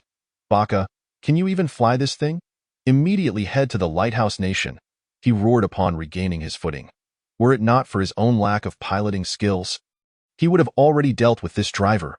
And master, there's a dragon outside. The pilot's face paled in terror, his voice trembling as if he had beheld a creature of pure horror. Hirota Eriko furrowed his brow and turned to the window. Locking eyes with the menacing gaze outside it was then he realized that Qin Chuan had been circling above the Cherry Blossom Nation, intent on preventing any escape by air. Dragon King, Great Dragon King. I am willing to submit to you. The Cherry Blossom Nation has over 100 million citizens, all of whom can serve you. Please, do not take my life. Hirota Eriko immediately knelt in supplication, pleading for Qin Chuan to spare him. Observing within the aircraft, it was evident that Hirota Eriko's lower half had betrayed him, a stream of yellow liquid marking his fear. Qin Chuan frowned slightly and unleashed a torrent of dragon fire, incinerating the plane entirely. At that moment, the skies above the Cherry Blossom Nation were shrouded in ominous clouds, lit by flashes of lightning.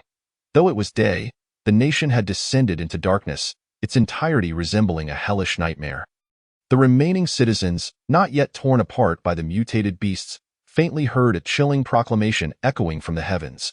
Citizens of the Cherry Blossom Nation, none shall escape alive. Chapter 45. Have you contemplated how to die? This is divine retribution. This is the heavens punishing the Cherry Blossom Nation. Our doom is sealed. What sins have we committed? Why must we face this wrath? We merely discharged nuclear wastewater into the sea. Surely, this does not warrant such punishment. In an instant, the survivors of the Cherry Blossom Nation believed this was a divine punishment, with many opting for self-termination to escape the clutches of the mutated creatures. They preferred death over being devoured by the aberrations. Some survivors, seeking refuge from the mutated beasts, scrambled toward the peak of Mount Fuji. Kikik. I never anticipated that humans would come to me. At the summit of Mount Fuji, the 8-headed Yamata no Orochi emerged from the crater. Due to the deliberate suppression of information regarding the Yamata no Orochi by the elite of the Cherry Blossom Nation, most citizens remained oblivious to its existence. Though they had heard legends of the creature, they could not fathom that any life could thrive within a volcano. The Yamata no Orochi immediately launched an assault on the survivors, and after consuming them, It turned its attention to the mutated beings in the sea. Witnessing the slaughter of the Cherry Blossom Nation's citizens, the Yamata no Orochi erupted in fury. "Stop! They are my prey. You shall not take them." The Yamata no Orochi surged forth from Mount Fuji, attacking the mutated creatures in the ocean while simultaneously devouring the surviving citizens. The mutated sea serpents, responsible for the assault on Mount Fuji, gaped wide in shock and charged at the Yamata no Orochi. By the Dragon King's command. Any and all beings within the Cherry Blossom Nation, be they mutated creatures or humans, shall be slain without mercy. With that, more mutated creatures from the ocean charged towards the Yamata no Orochi, but the vast disparity in strength rendered most of them no match for it. Even the awakened 9th-tier mutated sea serpent fell easily to the Yamata no Orochi's might. Ah, it seems there is more delectable prey ahead. The Yamata no Orochi gazed toward Kyoto, sensing a formidable mutated creature in that direction, perfectly suited for a satisfying feast. At this moment, Kyoto had become a paradise for oceanic aberrations. What a delight! I have longed to eradicate these Cherry Blossom Nation citizens, the Yasha cackled, reveling in a sense of exhilaration he had not felt in ages. The Cherry Blossom Nation's reckless discharge of nuclear waste had claimed many of his kin's lives before he evolved into a Yasha. The enmity between the Cherry Blossom Nation and the Yasha, as well as all mutated creatures in this oceanic expanse, was profound. A significant presence approaches? The Yasha furrowed his brow, sensing a powerful mutated being drawing near. Moments later, he beheld an 8-headed white phosphorus serpent. Gripping his steel fork tightly, he readied himself for battle. He was the sovereign of these waters. To surrender without a fight would strip him of his title as king among the ocean's mutated beings. Of course, surrendering to the Dragon King was not disgraceful. Even the revered Yasha ancestor would bow before the Dragon King, let alone himself. "Ah, a Yasha from the sea. I can smell your delectable essence from afar. Come to my belly." The Yamata no Orochi charged at the Yasha, its 8 heads quivering with excitement as the enticing aroma emanating from the Yasha beckoned them, eager to rend him limb from limb. "Arrogant!" the Yasha roared, summoning a surge of potent lightning energy around his steel fork. As the power intensified, he hurled the thunder spear at the Yamata no Orochi. The fearsome bolt of lightning pierced one of the serpent's heads, and without hesitation, the Yasha seized the opportunity to bite down on another head. With a powerful tug, he severed it from its body, then retrieved his fork, casting a triumphant glance at the Yamata no Orochi. In mere moments, the 8-headed serpent had lost 2 of its heads. "It appears your strength is lacking. In that case, perish." The Yasha swung his fork, preparing to cleave the remaining heads from the Yamata no Orochi. Yet, to his astonishment, the heads he had thought vanquished began to regenerate, catching the Yasha off guard as one of the newly sprouted heads sank its teeth into him in that moment of negligence. The Yamata no Orochi successfully injected a considerable amount of venom into the Yasha's body. Consciousness began to fade. The Yasha suddenly felt dizzy, his strength waning as he struggled to maintain his composure. Thud! The steel fork slipped from his grasp, plunging into the sea. He could no longer muster the strength to hold it, merely managing to keep himself upright. "Kikik, delectable prey. I'm coming." The Yamata no Orochi drew closer, its eyes gleaming with anticipation as it beheld the Yasha, a rare delicacy that it had yet to savor. Would he perish here? Why had the Dragon King not come to his aid? As the Yamata no Orochi approached, the Yasha regretted attacking the Cherry Blossom Nation. He wished to continue guarding these waters. Just as the Yasha faced imminent demise, a terrifying pressure descended upon the Yamata no Orochi, causing it to recoil mere meters from the Yasha's head. The Yamata no Orochi gazed warily at the sky, where dark clouds loomed, and a pair of golden eyes fixated upon it could sense the danger emanating from the owner of those eyes. Merely locking gazes with the being struck fear deep into its bloodline, compelling it to retreat in a frantic bid for survival. All 8 heads of the Yamata no Orochi simultaneously unleashed jets of water toward Qin Chuan before hastily fleeing into the depths of the sea. "Kikik, this time, I shall spare you, but next time, your luck may run out." Before vanishing, the Yamata no Orochi left a threatening remark for the Yasha. However, Qin Chuan would not let it escape so easily. Just as the Yamata no Orochi was about to disappear beneath the waves, a colossal dragon claw slammed down, pinning it to the ground. The Yasha is my subordinate. Now, have you decided how you will meet your end? Chapter 46. The Humans of Swan Lake, Yamata no Orochi, Transcendent Tier 3, Skills. Water Column LV.6, Undying Body LV.7, possessing remarkable regenerative abilities, capable of recovering even if its heads are severed. Venomous Fangs LV.9, Comprehensive Combat Power, 3477. The Yamata no Orochi of the Cherry Blossom Nation is hardly impressive, even inferior to the mutated nine-headed serpent I previously vanquished. Truly, the creatures inhabiting the Cherry Blossom Nation are worthless. Kikik, you cannot kill me one day. I will slay you with my own hands. The eight-headed serpent, Yamata no Orochi, let out a sinister chuckle. Realizing he could not break free, he resolved to cease his struggles altogether. Possessing the extraordinary ability of rapid regeneration, he was confident that this black dragon could not kill him. Oh! Qin Chuan observed the subdued Yamata no Orochi with keen interest. What transpires when an immortal being encounters an unquenchable flame? What do you intend to do? Save your breath, for you cannot kill me. As he beheld the dark flames coalescing in Qin Chuan's mouth, an ominous dread took root in the serpent's heart. In the next instant, the searing dragon fire surged forth, enveloping Yamata no Orochi entirely. Ah, you will surely regret this. He shrieked in a mournful wail, his 8 heads entwined in a desperate attempt to extinguish the flames. Yet, unbeknownst to him, this dragon fire was eternal. Even if he plunged into the depths of the ocean, it would continue to burn. The scales that came into contact with the dragon fire would disintegrate instantly. But due to his immortal nature, they would regenerate at an astonishing pace. Thus, Yamata no Orochi was condemned to endure the agony inflicted by the dragon fire incessantly. I beg you, spare me. I will submit to you right here. Please do not kill me, he pleaded pitifully, truly terrified. The dragon fire not only tormented his physical form but also relentlessly scorched his very soul, a torment he wished never to experience again. The immortality he once took pride in had become a relentless shackle. Ignoring the serpent's cries, Qin Chuan approached the Yaksha, infusing a drop of his essence into the Yaksha's being. From this day forth, you shall hold the 6th seat among the 10 demon lords of my demon court, overseeing the Sakura Nation and its surrounding seas. The infused Yaksha felt a warm surge within, as the bloodline of the Yaksha stirred in response to the essence. Demon court? The Yaksha instinctively echoed, before his head grew heavy, and he collapsed into the sea. Upon regaining consciousness, he found himself alone, his surroundings devoid of Qin Chuan and Yamata no Orochi, save for a few loyal subordinates guarding him.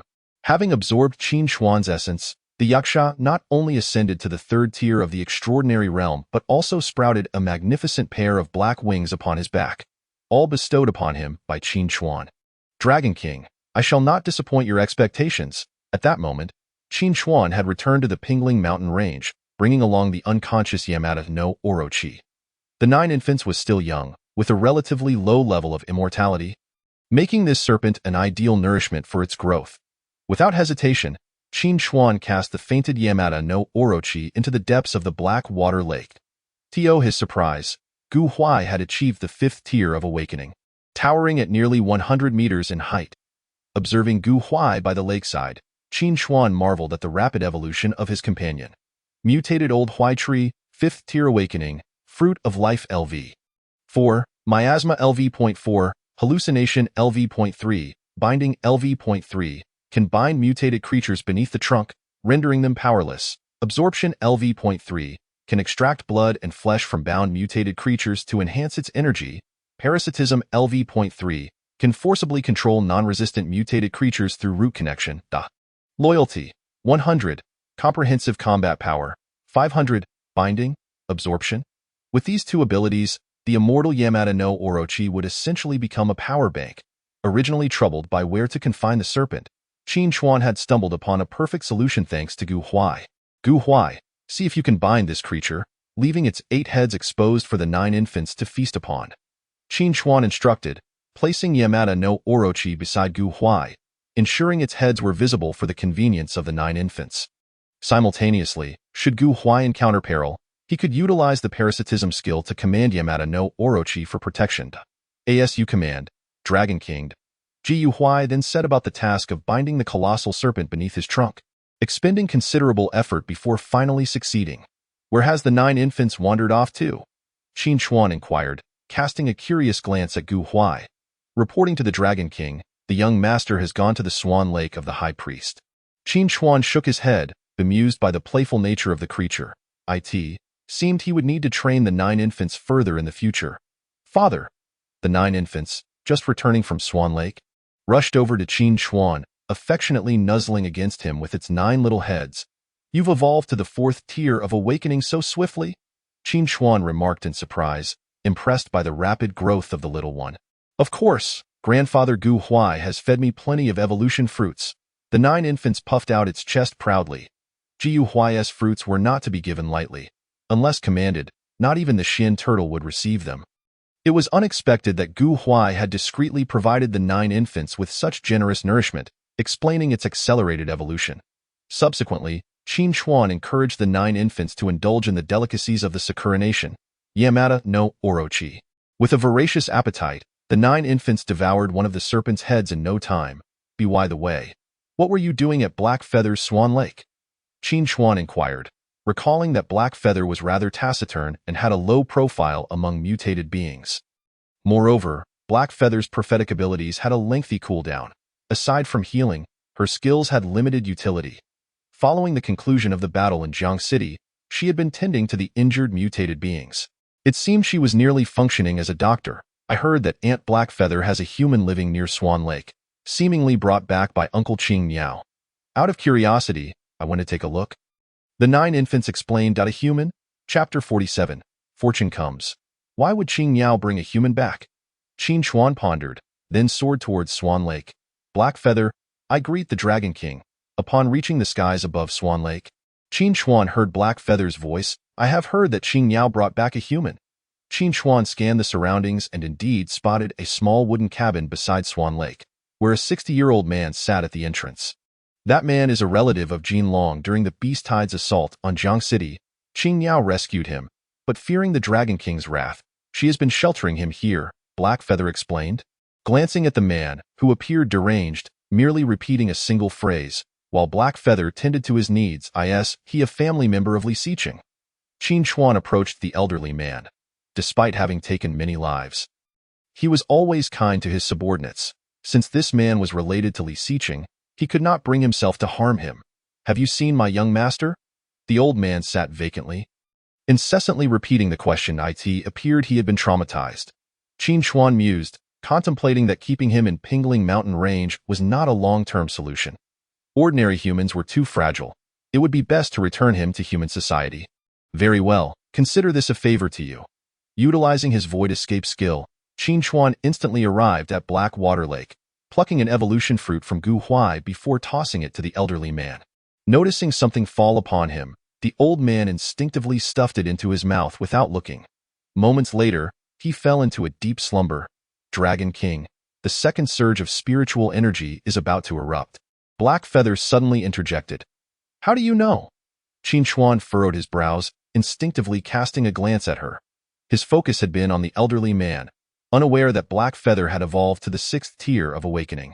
With Gu Huai, the 9 infants, and Blackfeather all having broken through, was the second surge of spiritual energy truly imminent? After reaching the 5th tier of awakening, I acquired a new skill, language perception. With this ability, I can predict forthcoming events even without using prophecy, albeit with less precision. Can you ascertain the exact timing? Qin Chuan inquired eagerly. It had barely been 10 days since the last surge, and the next one was approaching so swiftly.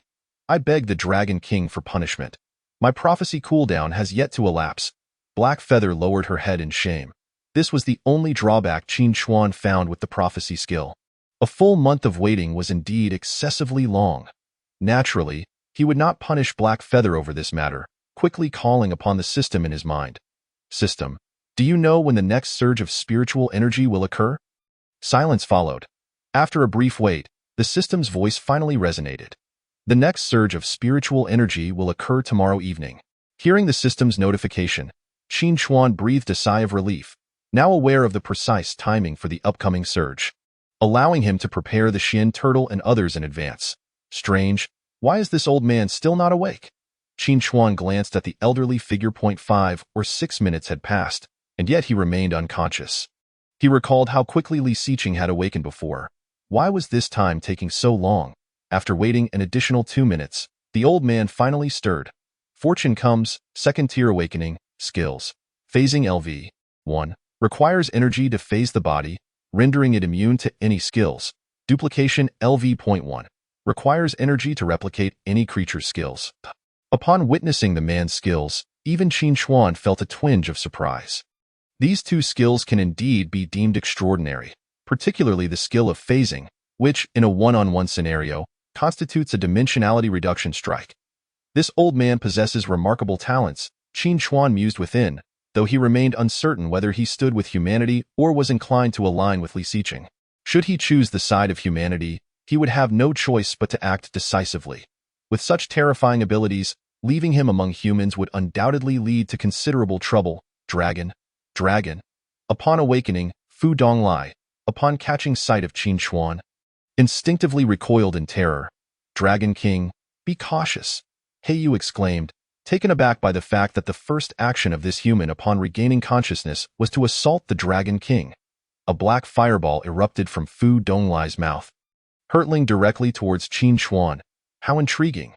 Qin Chuan observed the dark flames that struck him, astonished that the opponent could even replicate his dragon fire, albeit with diminished potency. He quickly interposed himself between Heiyu and Fu Donglai, casually absorbing the dragon fire enveloping him.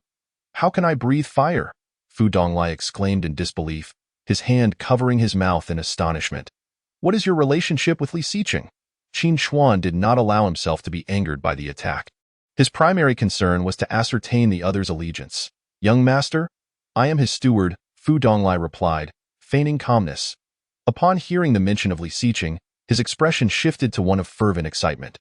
Once confirming the connection to Li Xiqing, Qin Chuan divulged all pertinent information regarding Li Xiqing, including his affiliation with the Demon Court.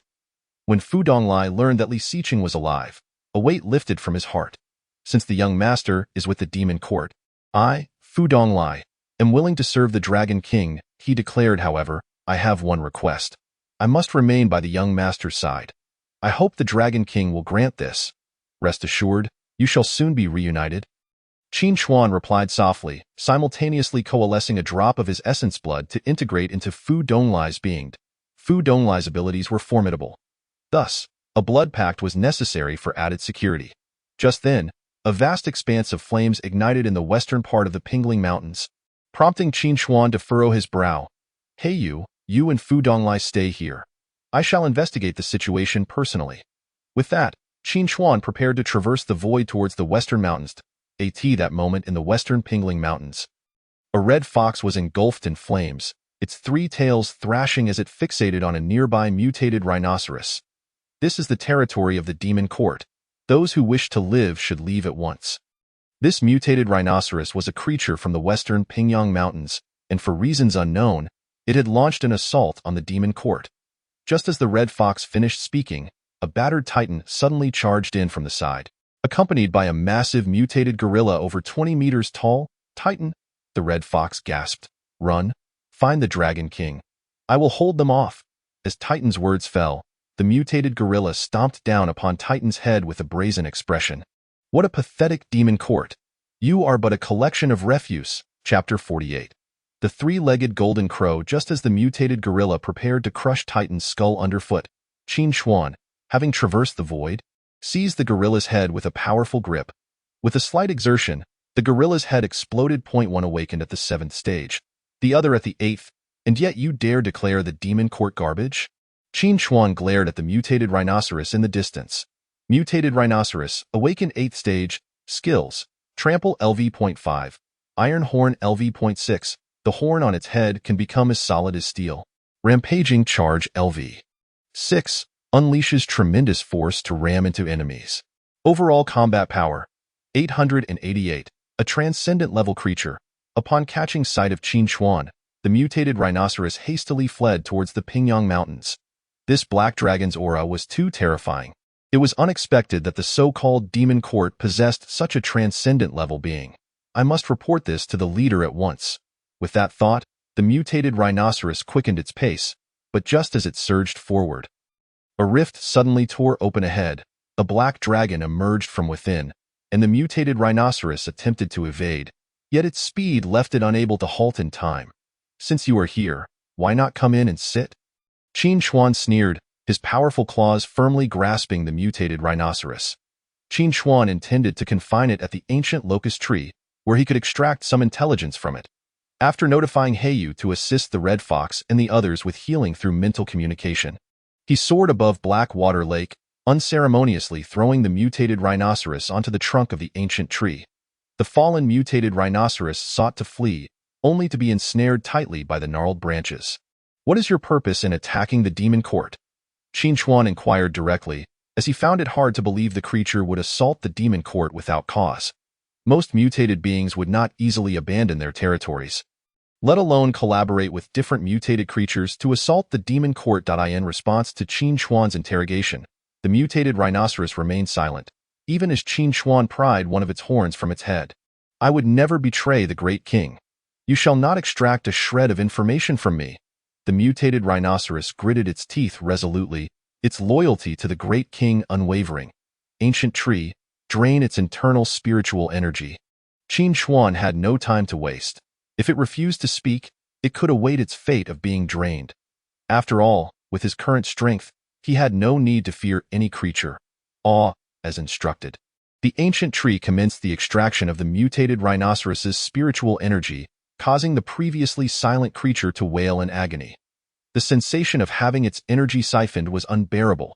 If he were to utilize dragon fire, ending its existence would be too merciful soon. The mutated rhinoceros's rank plummeted from awakened 8th stage to 7th stage, then to 6th stage. Even as its rank fell to the 4th stage, it showed no signs of speaking. Qin Chuan was astonished by the mutated rhinoceros's loyalty, willing to perish rather than divulge any information. Just as Qin Chuan contemplated having the ancient tree conclude the creature's life, an overwhelming aura surged from the direction of the Pingyang Mountains. By mere judgment of the aura, the opponent's rank surpassed even that of the Azure Dragon. In an instant, a flaming three-legged golden crow appeared over the Pingling Mountains. Three-legged golden crow, transcendent 6th stage, skills. Flame Body LV. 8. Void Traversal LV.6, Solar Fire LV.9, a unique skill of the three-legged golden crow bloodline, born from the flames of the sun, capable of incinerating any creature with its searing heat. Overall combat power, 8195. This was the only mutated creature Qin Chuan had encountered with combat power exceeding 8,000. Moreover, the three-legged golden crow was a descendant of the imperial bloodlines of the Demon Emperor Jun and Donghuang Taiyai. Was no wonder its overall combat power was so high. The three-legged golden crow bloodline was indeed comparable to that of the ancestral dragon. With a straightforward panel and exaggerated statistics, this creature was undoubtedly a numerical anomaly. "I am the sovereign of the Pingyang Mountains, and I hope the Dragon King might spare my subordinates," the golden crow spoke first, exuding an aura that revealed its awareness of the black dragon's formidable presence. Yet, precisely because of this, it refrained from direct confrontation, hoping to recruit Qin Chuan as its subordinate. "That would depend on whether you possess the strength to do so." Qin Chuan shared this sentiment.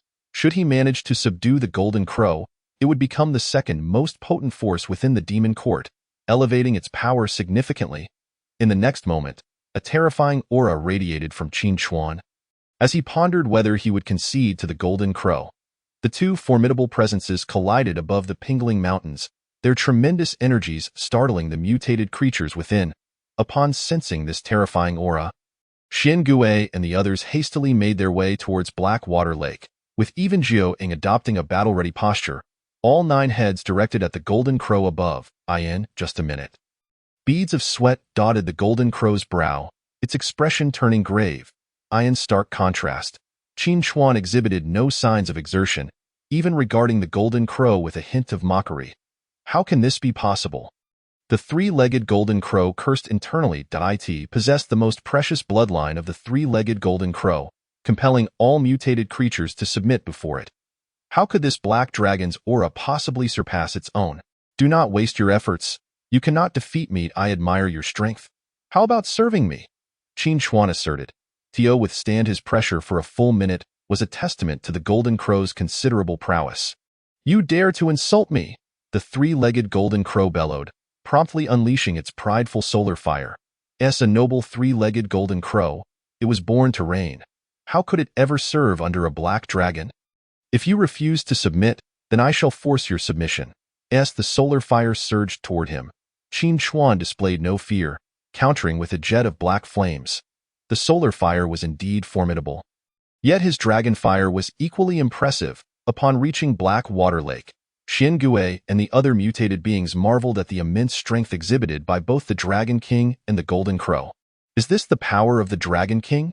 The red fox, having awakened its flame body, could perceive the might of these two flames with even greater clarity than Xian Gui and the others. Whether it be the Dragon King's dragon flames or the solar fire of the mighty Golden Crow, she could withstand neither for even a fleeting second. The two torrents of fire clashed, the golden solar flames coalescing into a colossal Golden Crow, while the black dragon flames similarly transformed into a 100-meter-long black dragon. With a thunderous roar, the black dragon flames surged forth, charging directly at the solar fire.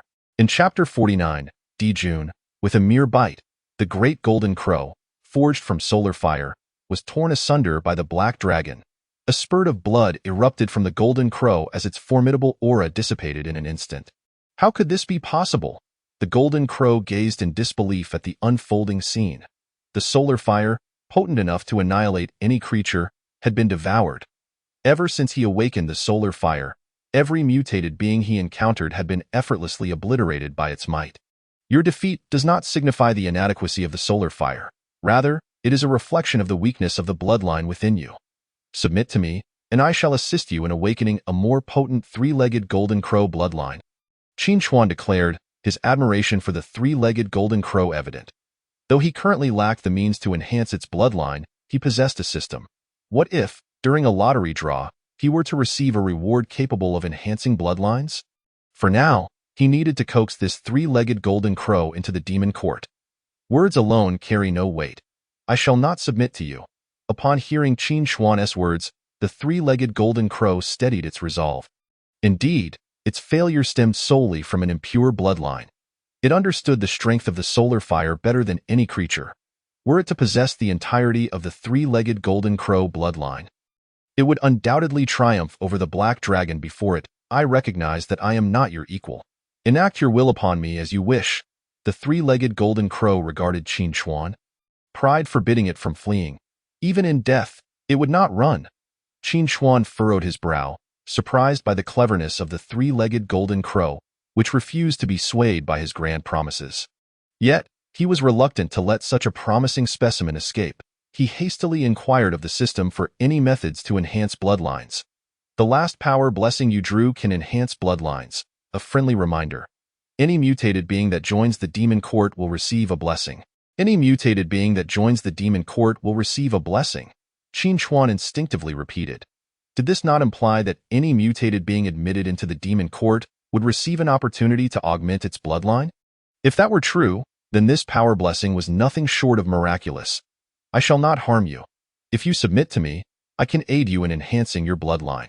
Simultaneously, Qin Chuan commanded Gu Huai to release the mutated rhinoceros and fixed his gaze upon the three-legged Golden Crow. "Should you choose not to submit, you may depart with this mutated rhinoceros. However, from this day forth, you shall never set foot in the demon court again. You will forfeit any future chance to elevate your bloodline." Qin Chuan harbored no concerns that the three-legged Golden Crow would opt to leave. The allure of enhancing one's bloodline was immensely compelling for any mutated being, especially for one bearing the bloodline of an ancient divine beast. Refusal was inconceivable today. Having vanquished its prideful solar fire, the three-legged Golden Crow, with its haughty disposition, would undoubtedly strive to surpass itself. And the best way to surpass oneself was through bloodline enhancement. At this moment, the three-legged Golden Crow began to waver. If the other truly possessed the means to amplify its three-legged Golden Crow bloodline, what harm was there in submitting? Yet, if the other was deceiving it, it would drag a few of his subordinates down with it, even in death. "Very well. Provided that you can assist me in enhancing my bloodline, I am willing to submit to you." After much contemplation, the three-legged Golden Crow finally made its decision, kneeling before Qin Chuan and speaking softly. subduing the three-legged golden crow, extraordinary level 6, has yielded 1,600 fortune points. Upon hearing the notification, Qin Xuan spoke.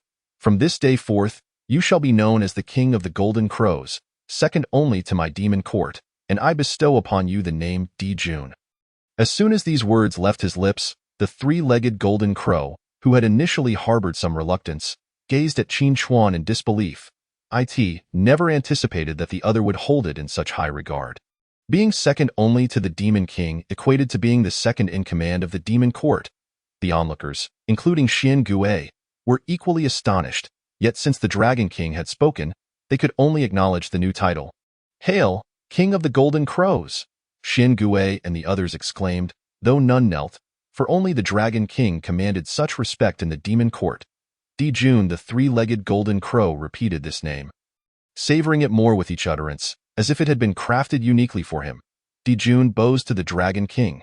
Di Jun proclaimed excitedly, and in the next moment, he felt an immensely powerful force continuously enhancing his bloodline. In mere seconds, Di Jun discovered a drop of three-legged golden crow essence had manifested in his mind. His own three-legged golden crow bloodline had thickened more than ever, and even the potency of the solar fire had significantly increased. The Dragon King had not deceived him.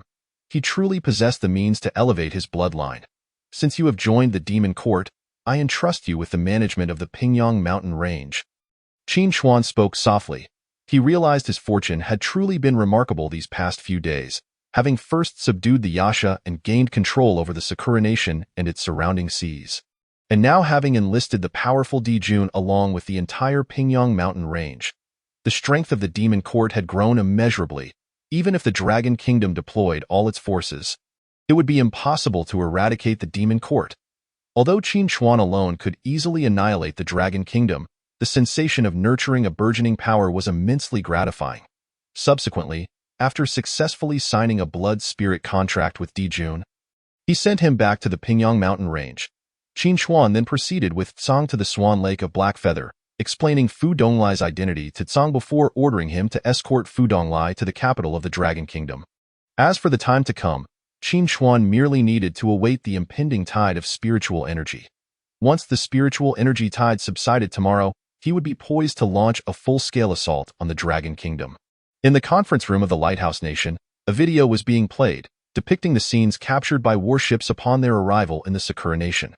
The footage revealed the capital of the Sakura Nation submerged by the sea, teeming with mutated beings, including a monstrous mutated orca measuring 40 meters in length. However, the most striking sight was the Yasha commanding the tsunami. Its 60-meter-tall form elicited gasps of astonishment from everyone in the conference room.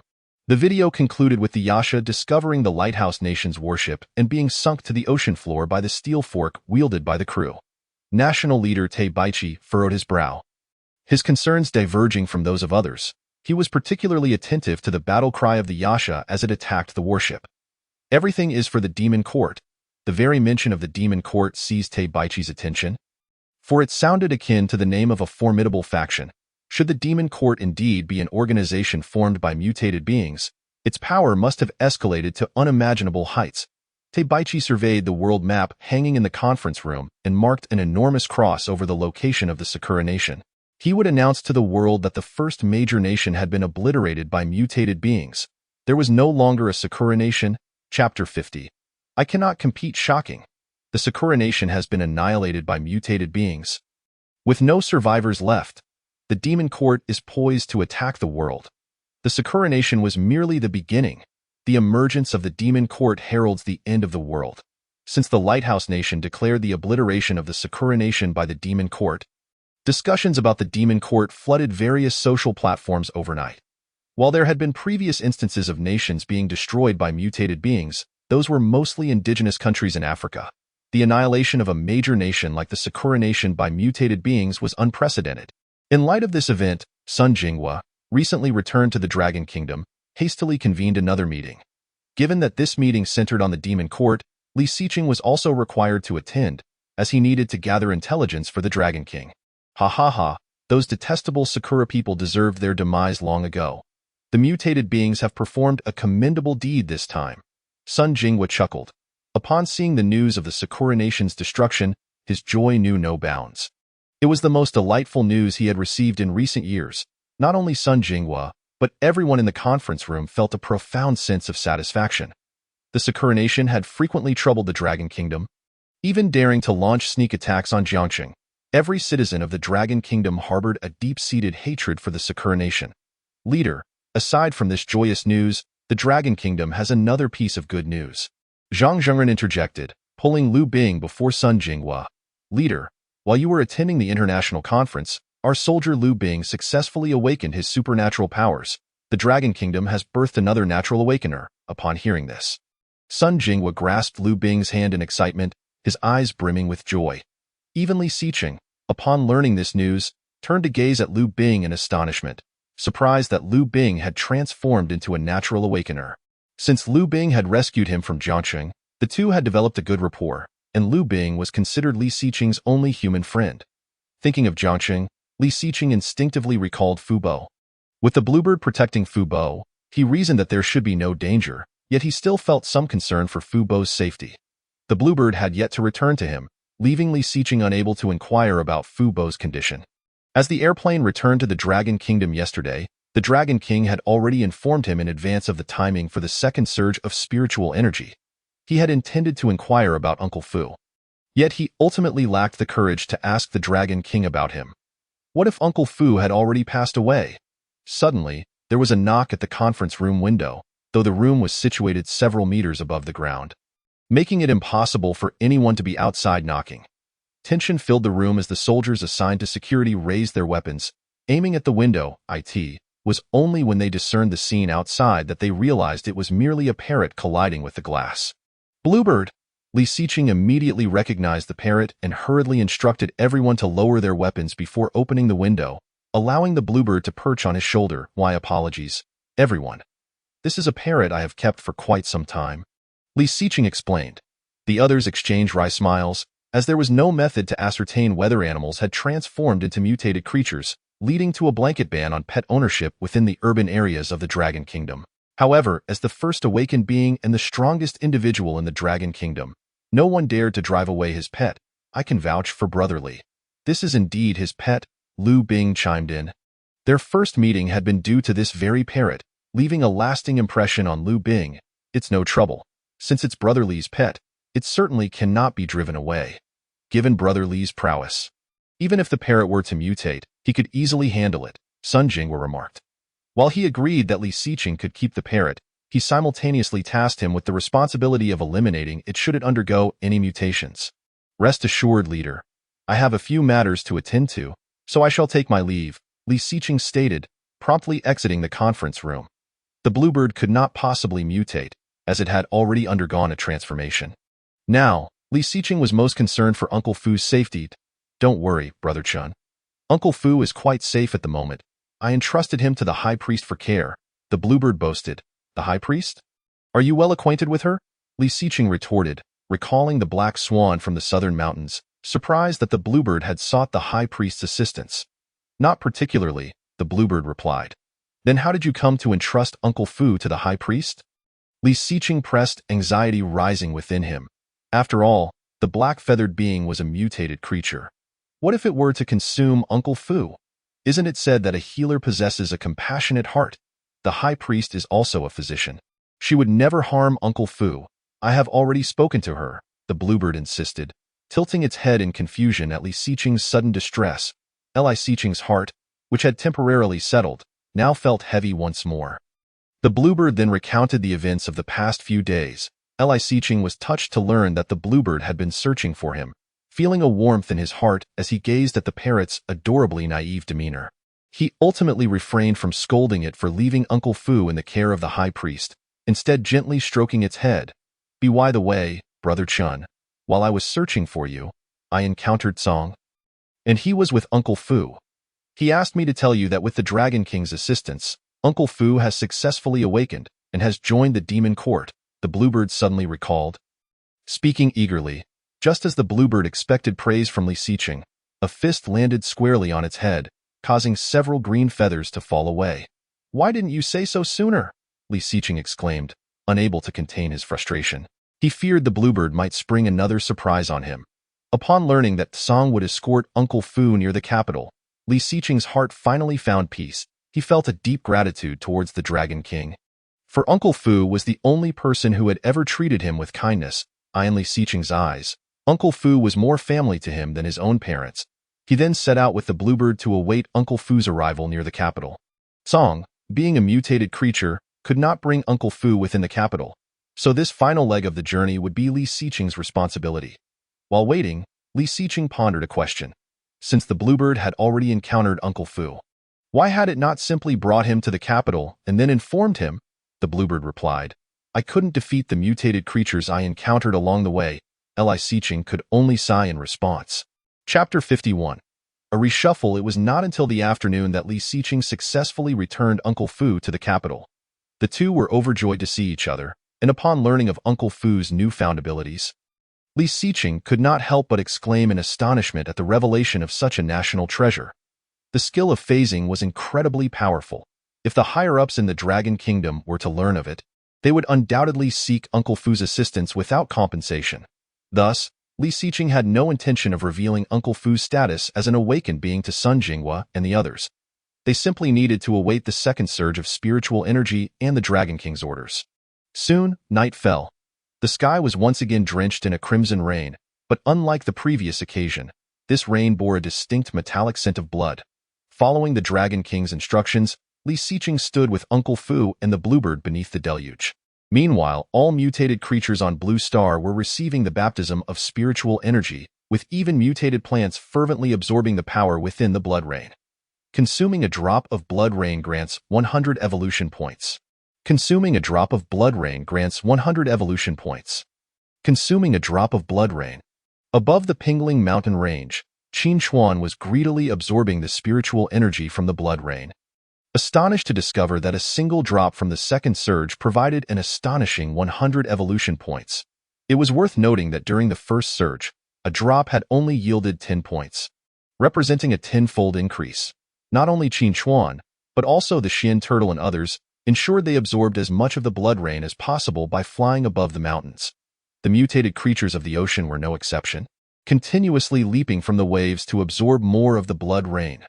The Yasha, who governed the Sakura Kingdom, stood defiantly atop the crest of a tsunami, frantically consuming the blood rain pouring from the heavens. As time passed, the sky gradually brightened to a pale hue. Qin Chuan had initially believed the blood rain would cease by dawn, yet he noticed that even as the sun rose, the rain showed no signs of abating. Instead, it grew even more torrential. Towering creatures such as the Thunder Bear of the Bear Nation, the Storm Eagle of the Lighthouse Nation, and the Toxic Lizard from the A3 Nation, all previously unknown to humanity, were now laid bare before them. When humanity discovered their presence and unleashed nuclear weapons upon them, they quickly realized that the weapons they had once prided themselves on could no longer inflict fatal harm upon these mutated beings. Moreover, the moment they chose to attack the mutated creatures, they sealed their fate, destined to endure the wrath of these very beings. As the blood rain came to an end, all mutated creatures commenced indiscriminate assaults on the surrounding humans, causing varying degrees of chaos across all nations on Blue Star. This marked the onset of a global beast tide. The second surge of spiritual energy would not only empower the mutated creatures, but would also fundamentally reshape the biological chain on Blue Star. From this moment forward, the era of human dominion over Blue Star had come to an end. In the Pingling mountain range, Qin Chuan was contemplating the gains from this surge of spiritual energy. This surge had provided him with over 1.6 million evolution points. Combined with the previous million he had remaining, it was more than sufficient for him to evolve to the second tier of the extraordinary. Observing the other members of the demon court, Qin Chuan nodded with satisfaction. Thanks to the enhancement provided by the first heaven, the members of the demon court absorbed far more spiritual energy during this surge than other mutated creatures. First was the three-legged golden crow, Dijun, who successfully evolved from the sixth tier of the extraordinary to the seventh, surpassing a cumulative combat power of 10,000, merely 7,000 lower than Qin Chuan himself. Following him was the azure dragon, who advanced from the fourth to the fifth tier of the extraordinary, achieving a combat power of over 6,800. At the same time, Qin Chuan sensed through mental connection that the Yasha had also ascended to the fourth tier of the extraordinary. Unfortunately, he was not present to witness the panel. but he estimated the Yasha's combat power to be around 4,000 to 5,000, ranking as the third strongest in the Demon Court. The Prime Minister, Xian Turtle, successfully reached the first tier of the extraordinary, experiencing an explosive growth in size, now measuring an impressive 50 meters in diameter. Moreover, the Xian Turtle was increasingly resembling the legendary Xuanwu, with a cumulative combat power exceeding 1,900. What astonished Qin Xuan the most was that the Red Fox had directly evolved from the 5th tier of awakening to the 9th tier, even sprouting a 4th tail. Its combat power surged past 1,300, surpassing Tsong and making it the 5th strongest in the Demon Court. While Tsong also evolved to the 9th tier of awakening, its combat power was only just over 100. The other members did not experience significant changes. The 9 infants reached the 6th tier of awakening, boasting a combat power of over 900 and growing to a size of over 10 meters. The Big Mouth and the ancient Huai trees also reached the 6th tier of awakening. With no particularly surprising developments on their panels. Oh, what a promising specimen. Originally, Qin Xuan thought he had seen it all, but when he glanced at Titan's panel, his eyes widened in delight. Mutated Gorilla Titan, Awakening Tier 8, Skills, Bloodthirst LV. 6, Chaos LV.5, can transform into chaos, thereby becoming immune to various physical damage. The form of the Chaos Ape LV.4 transforms one's body into an immense size, possessing extraordinary strength and presence. Comprehensive combat power. 1275. Could it be the Chaos Ape? One of the ancient 3,000 demon gods? Qin Xuan exclaimed in astonishment, unable to believe that the usually simple-minded Titan bore the bloodline of the Chaos Ape. He then instructed Titan to demonstrate his 2 skills.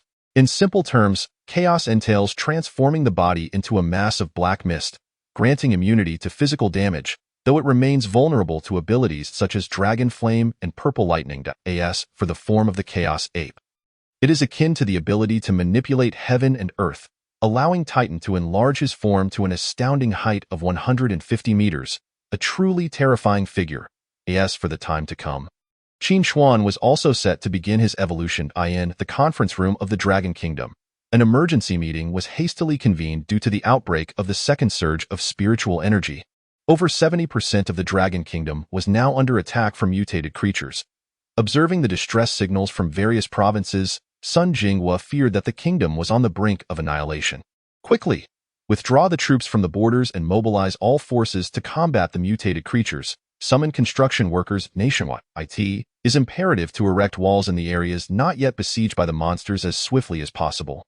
Sun Jinghua promptly enacted countermeasures, dispatching all tanks and aircraft to rescue more citizens.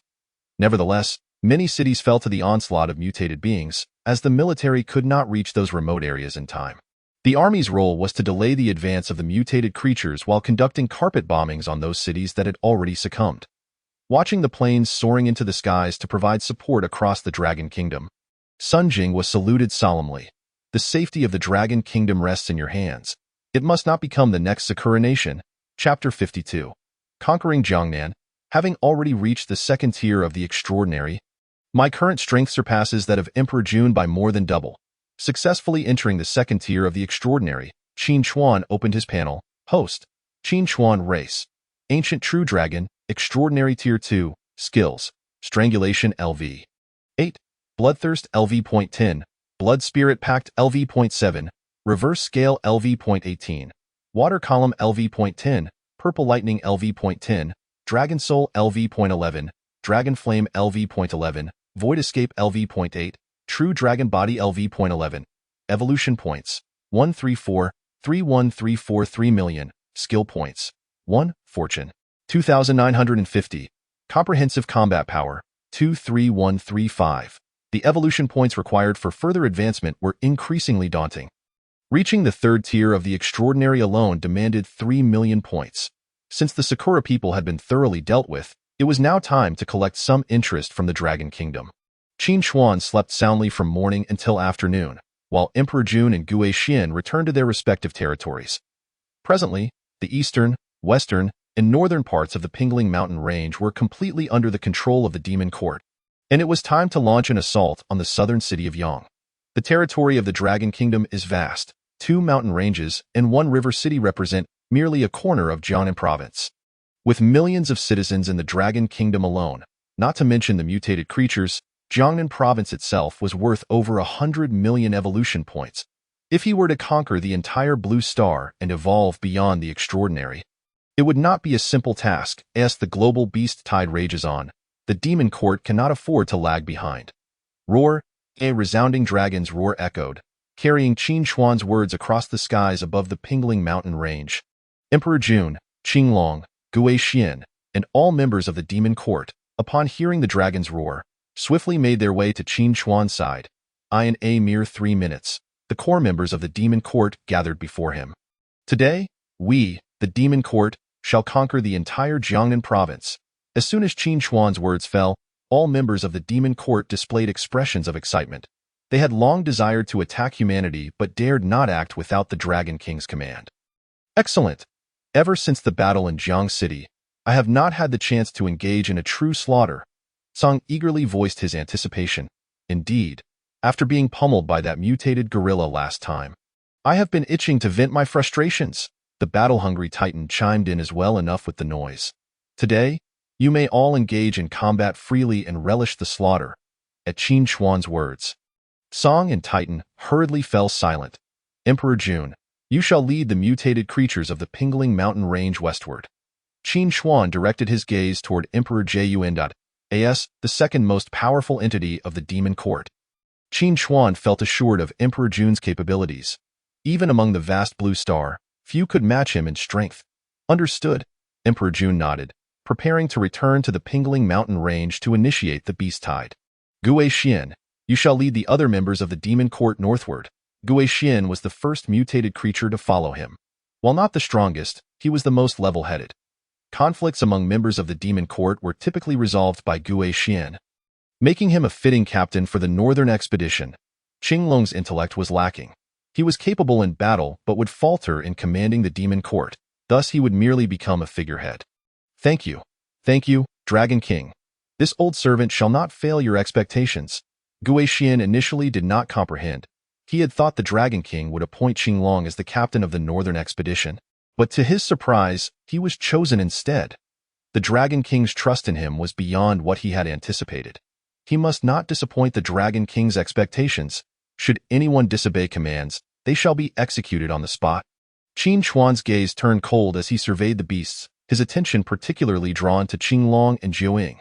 The demon court aimed to control the entire Blue Star, and he did not wish to manage his subordinates daily. These matters would need Gui Xian to handle in the future, and thus he must help establish Gui Xian's authority within the demon court. The position of chancellor was not to be taken lightly. Noticing Qin Xuan's gaze, Qinglong instinctively shivered, hastily proclaiming, I shall certainly obey the chancellor's orders. Jiuying echoed the sentiment, fully understanding that his father intended for him not to leverage his status as heir to threaten the chancellor. The other mutated creatures similarly declared their intention to heed the chancellor's commands. Satisfied, Qin Xuan nodded. After assigning the tasks, he set forth toward the southern city of Yang, for one dragon was sufficient to secure Jiangnan province. Just as he crossed the great river between Yang City and the Pingling Mountain range, Qin Xuan heard cries for help from the riverbank. Looking over, he saw a girl in a light blue dress being pursued by a 1-meter-tall mutated rat. Please, great rat sir, I beg you, do not kill me. The girl stumbled, apparently tripped by something, and fell to the ground. She looked back at the mutated rat with terror, tears of fear glistening on her delicate face. Just as the mutated rat was about to pounce on the girl and feast upon her, a colossal dragon claw seized the creature. After effortlessly crushing the mutated rat, Qin Xuan turned his attention to the girl. Thank you, Black Dragon sir. The girl gazed up at the suddenly appearing Qin Xuan, forcing a smile. Thank you. Qin Xuan swiftly unleashed a breath of dragon flame, sending the girl to her demise. Though 10 evolution points seemed scant, every little bit adds up. Killed ordinary human, gained 10 evolution points. Hearing the system's notification, Qin Xuan felt his luck had taken a downturn today. Encountering such a fool right after stepping out, what kind of good person sees a black dragon and doesn't flee? Instead smiling and calling it Black Dragon sir? How unfortunate! Upon reaching the skies above Yang City, Qin Xuan discovered it had already been overrun by mutated creatures, with a number of survivors barely clinging to life. No wonder he encountered humans along the way. They were merely low-quality cannon fodder, destined to become his evolution points. Qin Chuan surveyed the mutated creatures within Yang City. The strongest among them had barely reached the 5th awakening tier. The cannon fodder under the demon court was plentiful, but what he sought were elite individuals with potential, not worthless beings.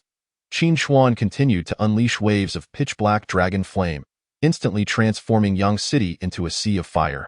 Whether mutated creatures or survivors, all would ultimately be reduced to ashes beneath the dragon flame. Killed mutated bear, awakened tier 3, gained 4,000 evolution points. Killed mutated mosquito, awakened tier 2, gained 500 evolution points. Killed ordinary human, gained.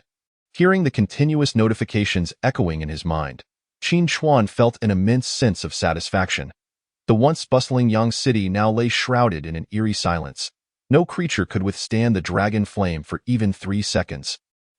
He had not expected such a small city could yield over 100,000 evolution points. When factoring in the evolution points shared with him from the slaughter of other members of the demon court, he had amassed over 200,000 evolution points in less than half an hour. Chapter 53. Jin City Falls, South City Falls, Western Jiangnan. Above Jin City, hundreds of thousands of flying mutated creatures darken the skies. Emperor Jun gazed down at Jin City. His 100-meter stature had already instilled despair among the survivors within. Is heaven punishing humanity? I have done nothing wrong. Why can't I live? The survivors of Jin City screamed in agony. Having already faced a beast tide once, they had survived the previous onslaught. Why, oh heavens, must the beast tide descend upon Jin City once more? The echoes of cries, howls, and shouts reverberated through Jincheng, as a pervasive atmosphere of despair spread relentlessly. Emperor Jun cast a cold gaze upon the survivors within the city, devoid of any compassion in his heart. If they had not mutated, would humanity not also appear as a terrifying beast tide in the eyes of animals?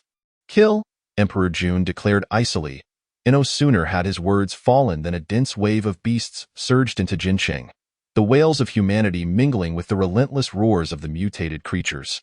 In the northern part of Jiangnan, Nanqing stood as a city yet to be breached by the beast tide. The ground remained protected by a torrent of steel, while aircraft in the sky unleashed their fire upon the mutated beings. The commanding officer stationed in Nanqing furrowed his brow. The remaining forces were dwindling, and should the beast tide persist, Nanqing too would likely succumb. Among the attacking beast tide, the strongest mutated creature was merely a 7th-tier awakened mantis. Evidently not the tide led by Gue Xian. Commander, the mutated creatures surrounding Nanqing are beginning to retreat. A soldier rushed to inform the officer upon witnessing their withdrawal. Is what you say true? The commander, filled with excitement, hastily scrutinized the assault. Outside Nanqing, the mutated beings were indeed fleeing, and within mere minutes, only a 7 or 8 meter tall mutated mantis remained. Yet, the commander found himself perplexed as to why this mantis was facing away from Nanqing. A resounding roar echoed through the heavens. The commander of Nanqing seemed to grasp a sudden realization and quickly produced a telescope to observe the direction the mantis was facing. A dark green dragon was soaring towards Nanqing, closely followed by a swarm of flying mutated creatures. Moreover, numerous distinct mutated beings appeared in the southern approach, organized in a manner that suggested a systematic distribution by species. Leading the charge was a pack of gray wolves. Guided by a mutated gray wolf, Wu, the foremost wolf howled, and the pack surged towards Nanqing in an instant. They are my prey. The mutated mantis, upon noticing other mutated beings encroaching on its territory, immediately assumed a combat stance. As the pack of gray wolves charged forward, the mantis swung its scythe-like arms, cleaving several wolves in twain. Witnessing this spectacle, Song furrowed his brow and instinctively glanced at Xian Gue. After receiving a nod of affirmation from Xian Gue, Song charged towards the mutated mantis. Faced with Song, who was 2 tiers stronger, the mantis showed no signs of fear and swung its scythe at him. Song melded into the shadow of the mantis, evading the attack with ease. The mantis, momentarily bewildered, was at a loss for Song's whereabouts. Seizing the opportunity, Song emerged from the mantis's shadow and swiftly slashed one of its legs. Just as he was about to deliver a fatal blow, Xian Gue's voice rang out, "Tong, do not kill the mantis. Capture it alive." Though puzzled by the command, Song complied promptly, subduing the mantis without further harm. Observing the fierce mantis, even with one leg severed, Xian Gui nodded in satisfaction. The Dragon King had previously instructed that any mutated creature exhibiting significant potential must be captured alive, and this mantis's audacity to confront so many beings from the demon court spoke volumes of its courage. All troops advance. With Xian Gui's command, a multitude of mutated creatures surged towards Nanqing Eye in the sky. The dark mass of mutated beings enveloped the city. The soldiers of Nanqing, who had just celebrated the repulsion of the previous wave, were plunged into despair once more. They had barely managed to withstand the last assault. Now, another wave threatened to overwhelm them. Continue fighting, even if it costs us our last breath. The officer's rallying cry was abruptly silenced as a water spout exploded through his head. The Azure Dragon led the charge, unleashing torrents of water that reduced the steel defenses to mere scrap. Despite the aerial forces attacking with all their might, they posed no threat to the dragon. Even without the dragon's direct intervention, the sky was thick with mutated creatures that tore apart the aircraft. Titan pounded his chest in fury, carelessly hurling nearby mutated beings into the heart of Nanqing. The fortunate ones, who survived the fall, wreaked havoc within the city, slaughtering at will. The unfortunate met their demise against tall buildings, their luck failing to claim even a few ordinary lives. The commander of Nanqing roared in anguish. As his deputy rushed to his side, managing the frontline battle, while also shouldering the responsibility of escorting civilians to safety. Both waves of the beast tide had originated from the south, prompting immediate arrangements to evacuate civilians from the northern sector of Nanqing. "Hurry!" the deputy shouted. "As long as the majority of the Dragon Kingdom's populace remains, our nation shall not perish." In mere minutes, the tank brigade was obliterated, and the Air Force met the same fate, leaving only 400 soldiers in Nanqing. Yet, as long as there were still defenders, they were resolute in their determination to hold the line. "Not good, deputy. The vehicles evacuating civilians from the north have been ambushed by mutated creatures." A soldier rushed to convey the dire news. "What did you say?" The deputy could hardly fathom the report.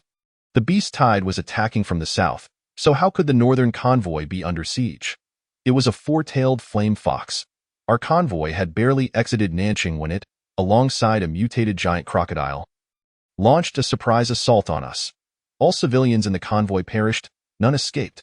The soldier exclaimed in a panic. Upon hearing that all civilians had been lost, the deputy seemed to lose his soul.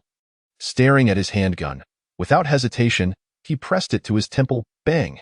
In the eyes of the stunned soldiers, the deputy ended his own life. The mutated creatures that had ambushed the northern convoy were evidently lying in wait. A tactic the deputy had never anticipated. Could humanity truly triumph over these mutated beings? Xian Gui, who had been monitoring the situation in northern Nanqing, recognized the success of their plan as flames erupted in the north. "Members of the Demon Court, heed my command. Within 10 minutes, take Nanqing." Chapter 54. Brothered Song with Jinqing fallen, Nanqing succumbed, and Yangqing too faced ruin. Within a mere half-day, the cities of Jiangnan province had been ravaged. Sun Jinghua massaged his temples, incredulous as he perused the reports from various provinces. While other regions faced assaults from the beast tide, they managed to hold their ground for a while. In stark contrast, Jiangnan province fell within minutes, some cities in as little as 30 seconds. Even 1,000 pigs could not be consumed in 30 seconds. Something immensely terrifying must lurk within Jiangnan's mutated ranks. Could it be the Demon Court? Sun Jinghua murmured, instinctively contemplating the annihilation of the Sakura nation's Demon Court. Only they could swiftly conquer so many cities. Yet, something felt amiss. Suddenly, he recalled the images of the beast tide transmitted from Jiangnan province. Most depicted mutated insects. If the Demon Court were responsible, the tide would consist of mutated creatures instead. Yet, the images relayed back only showed a few cities like Jinqing, Nanqing, and Yangqing as being overrun by mutated beings. Was there another force at play in Jiangnan province? Resolute in his decision, Sun Jinghua promptly declared the entire Jiangnan province a forbidden zone, dispatching additional troops to guard its borders. If two factions indeed existed within Jiangnan, perhaps they could be made to turn against one another. Strange. Why are the southern cities of Jiangnan so pristine? Qin Chuan pondered. Along his journey, he had passed numerous cities, yet aside from a few mutated insects, not a single mutated creature could be found. Even the mountains traversed had been thoroughly cleared, leaving the southern landscape as barren as if locusts had passed through. As Qin Chuan contemplated the events that had transpired, a buzzing sound reached his ears. Following the sound, he discovered another city, Jingcheng. At this moment, Jingcheng was besieged by a dense swarm of mutated insects, predominantly mutated ants and locusts. These insects were generally around 1 meter in size. Sparing neither humans nor mutated beings, particularly, the mutated locusts did not even spare mutated plants, decimating the once lush mountains into flatlands. I knew the cities I passed through were deserted. It turns out you were all stealing my evolution points. Qin Chuan cursed under his breath, unleashing a torrent of dragon flames to incinerate the mutated insects surrounding Jingcheng. Kill mutated ant, awaken tier 2. Gain 200 evolution points. Kill mutated ant, awaken tier 3. Gain 300 evolution points. Kill mutated locust, awaken tier 2. Upon sighting Qin Chuan, the mutated insects surged towards him, seemingly intent on tearing him apart. A mere swarm of ants dares to covet my power. Qin Chuan, bewildered that the mutated insects dared to charge him despite his overwhelming presence, observed their lack of fear. Mutated ant, awaken tier 2, skill. Bite LV.1. Mother Nest Awareness LV.1. Eliminates any fear within themselves. Will not feel any trepidation, and will unconditionally obey commands from the mother nest. Comprehensive combat power. 123. Mother Nest Awareness. Qin Chuan instinctively glanced at the other mutated insects, all of which possessed the skill of a hive mind. It was precisely because of this ability that these aberrant creatures remained unaffected by his aura. It appeared that a king had indeed been born among the insectoids. Qin Chuan's gaze sharpened. He had no time to squander with these mutated insects. Roar! A resounding dragon's roar suddenly reverberated through the southern region of Jiangnan. All mutated insects within the city of Jingcheng were instantly obliterated by the violent sound wave, countless mutated ants and locusts erupting in a cacophony of destruction. The system notification in his mind rang incessantly, and the evolution points on his panel surged upwards like a rocket. Simultaneously, the western Dijun and the northern Xiangui were also besieged by the insect horde. With Dijun in the west, no matter how many mutated insects there were, the flames of the sun could easily turn them to Asai in the north. The mutated beasts led by Xiangui had just captured the southern city when they were met with the onslaught of the insect swarm. Although the northern region boasted the extraordinary beings of Xiangui and Qinglong, neither possessed widespread destructive abilities. While Qinglong also had the skill of a dragon's roar, its duration was far too brief. The rate of extermination was eclipsed by the reinforcements of the insect horde.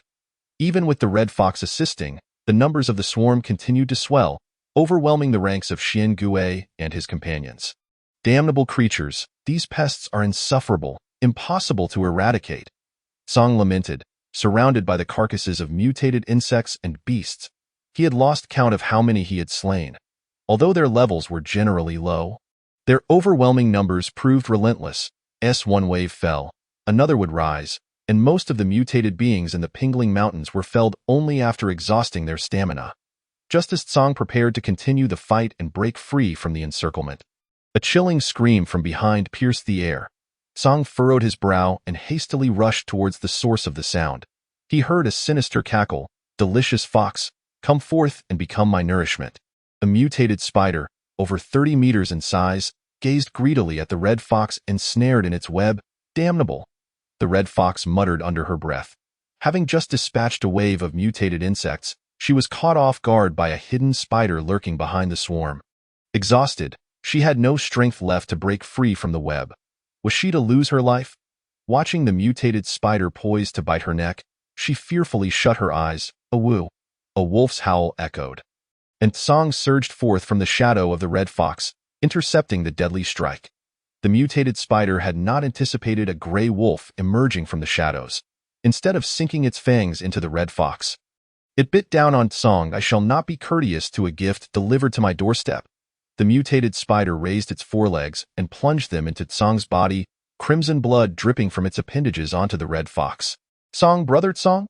The red fox gazed in disbelief at the scene before her, recalling the first moment she encountered him.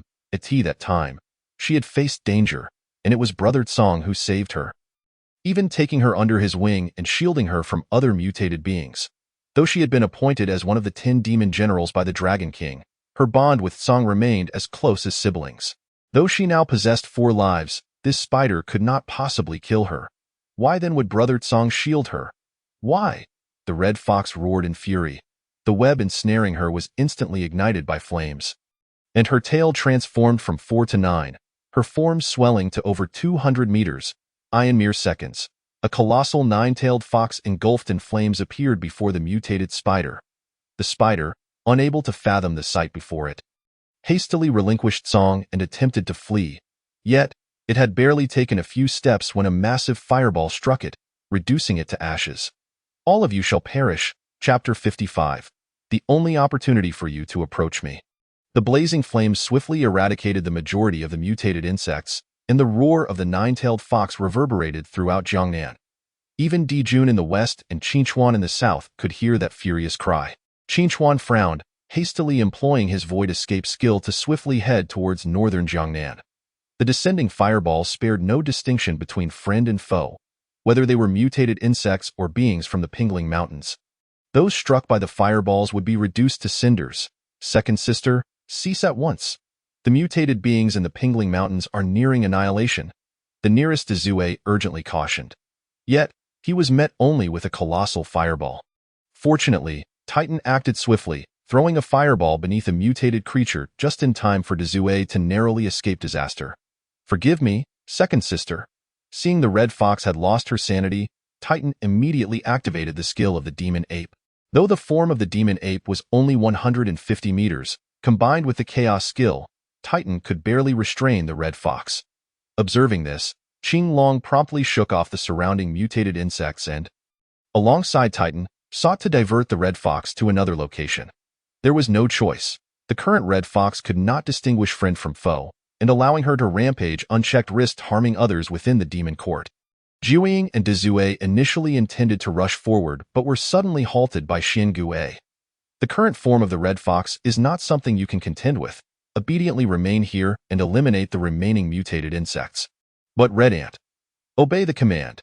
Jiuying's words were cut short by Xian Gue's authoritative gaze, leaving him with no choice but to stay behind and clear the remaining insects.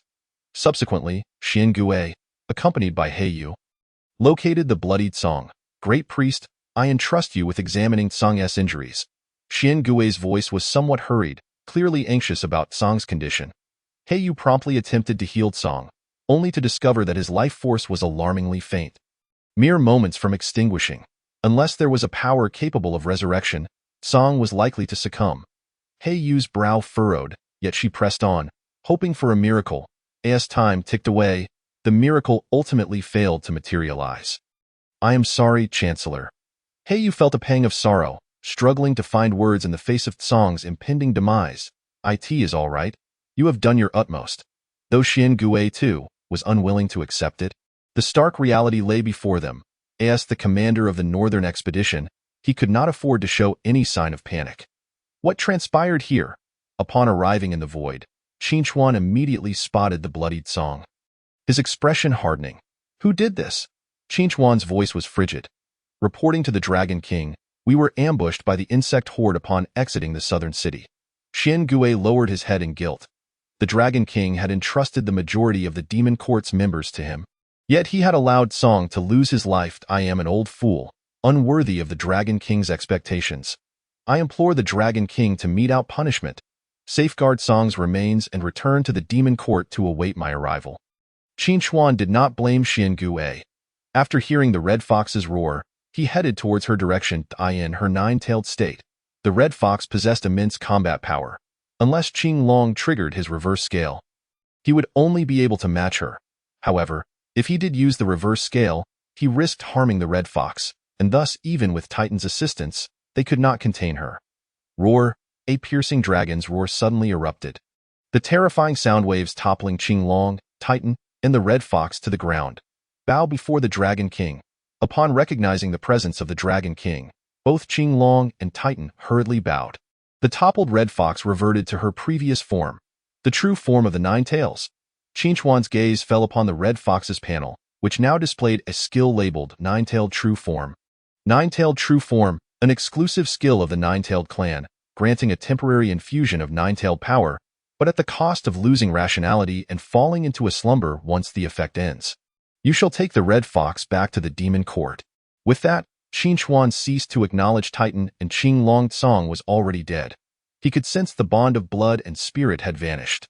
Song was his second subordinate, since he was slain by the insect horde. All of the insectoids in Jiangnan province must pay the price for Tsang's death. The most direct method was to locate the controller of the swarm. Qin Chuan swiftly teleported to the side of the mutated mantis, which he had long observed being controlled by Xin Gui. He had simply been preoccupied with Tsang and the red fox at the time. Who is your king? Where is it? Qin Chuan grasped the mutated mantis. Bringing it before his eyes, he had already checked the mantis's panel.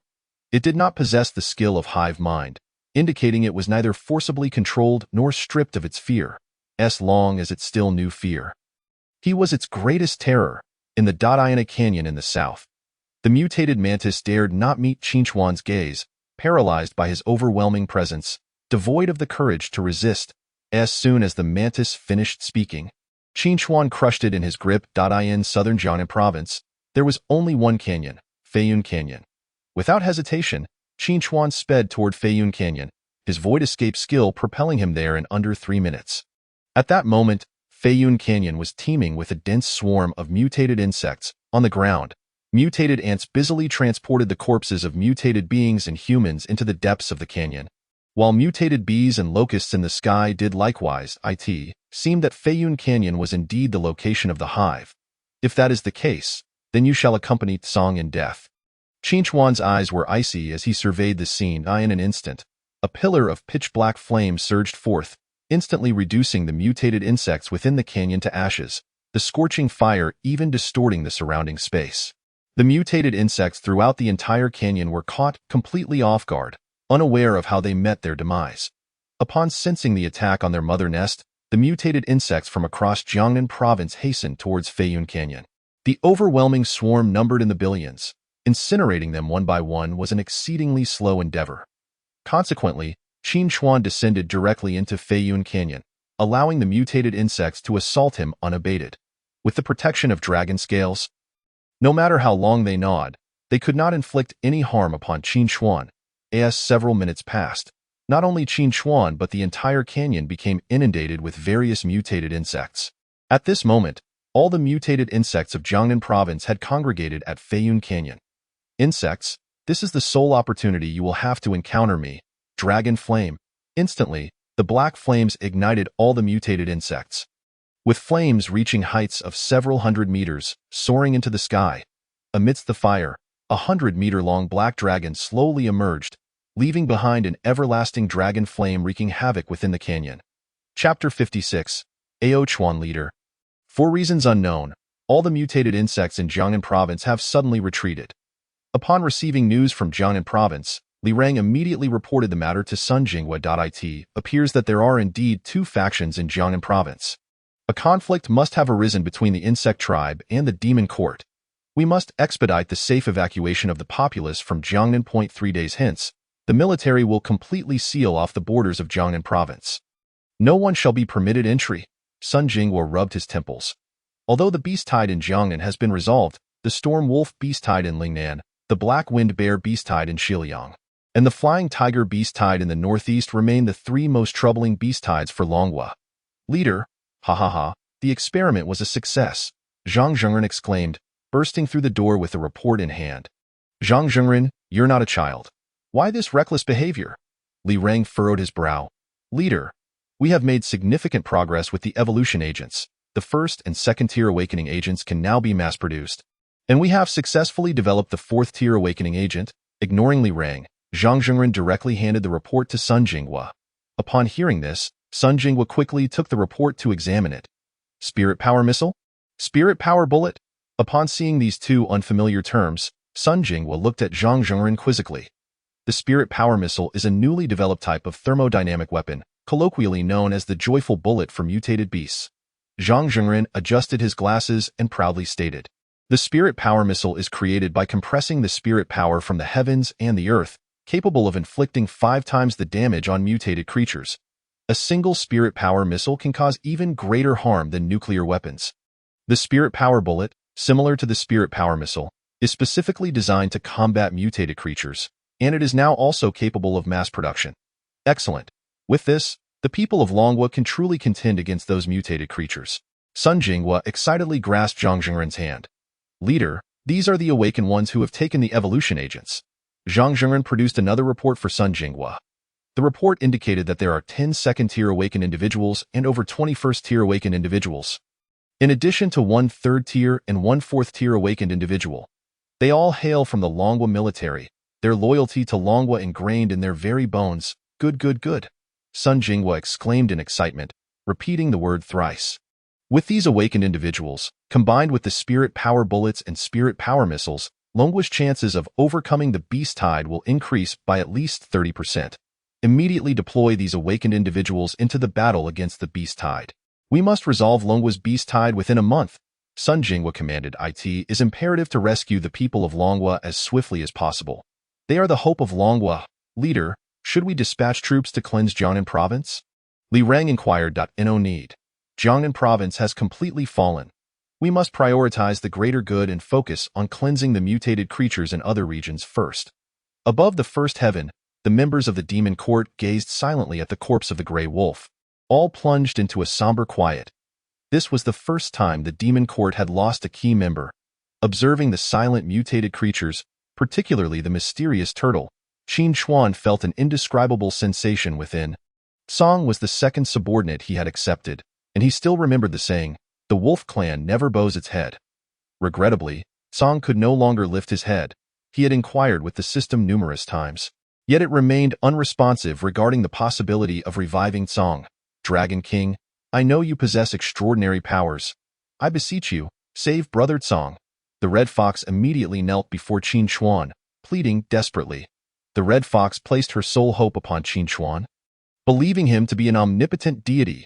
In response, Qin Chuan remained silent, his gaze cold as he observed the scene.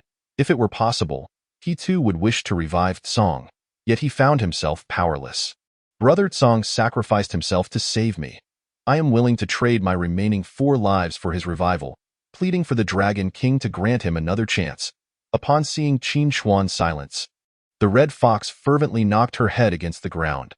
The sound echoed throughout the first heaven, blood quickly oozing from her forehead, yet she showed no signs of cessation. Qin Chuan closed his eyes, feeling a sense of helplessness for the first time since his rebirth. He loathed this feeling.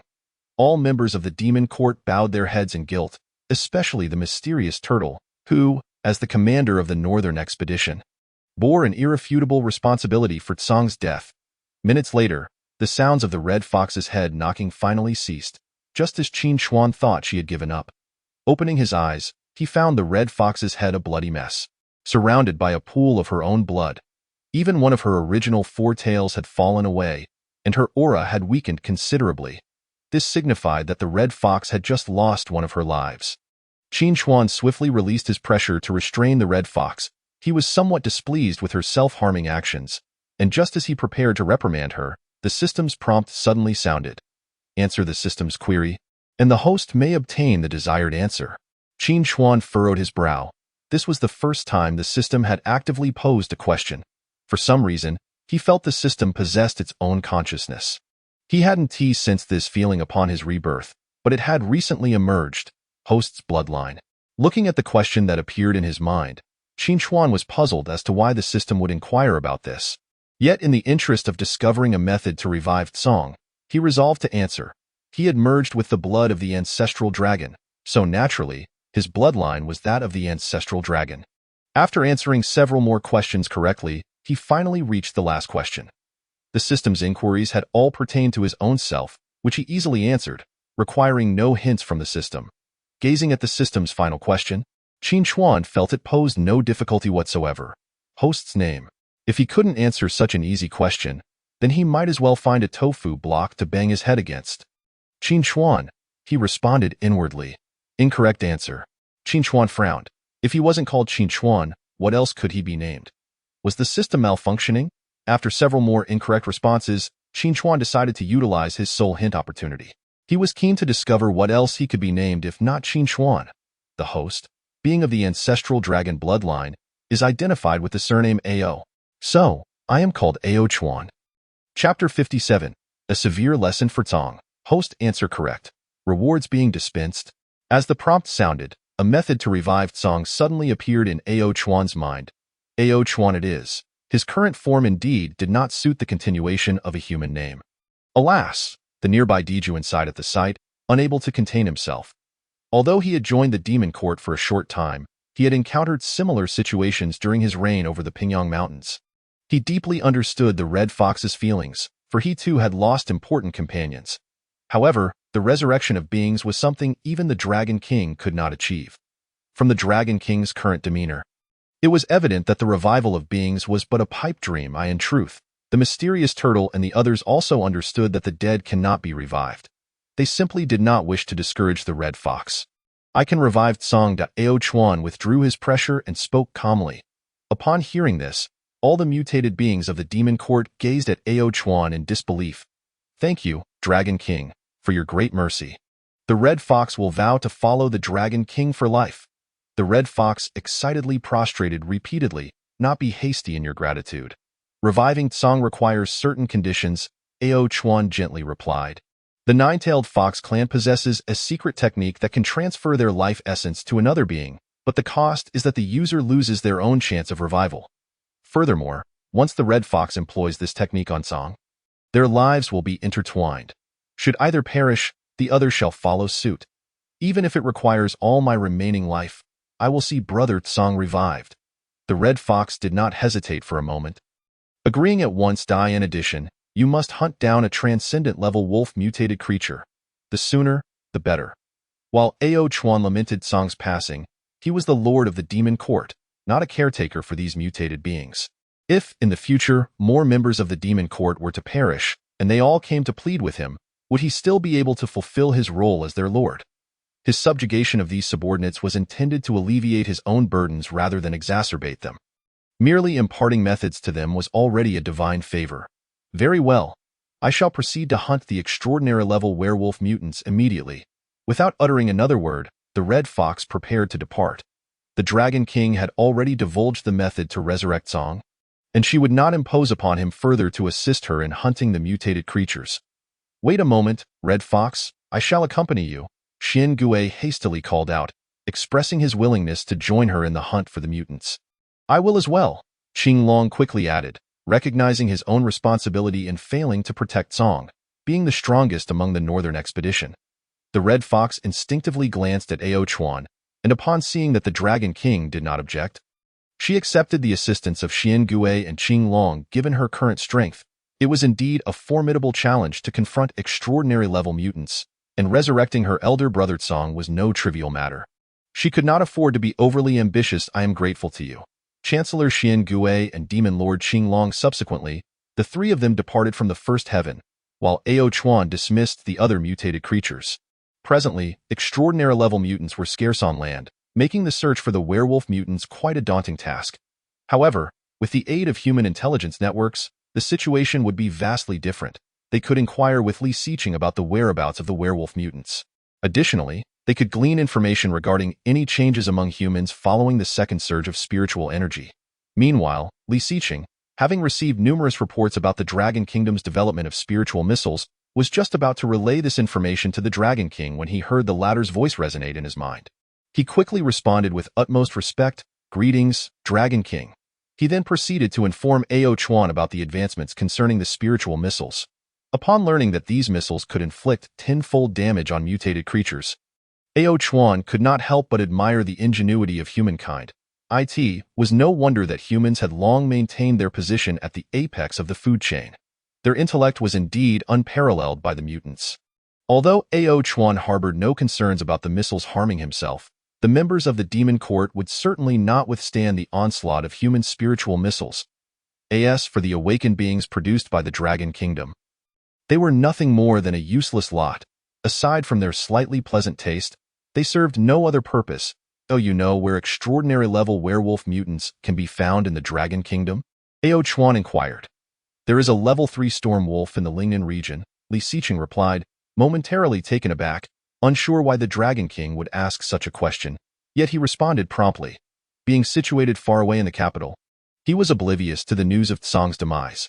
Excellent, the Red Fox, Xian Gui, and Qing Long will proceed to hunt that storm wolf.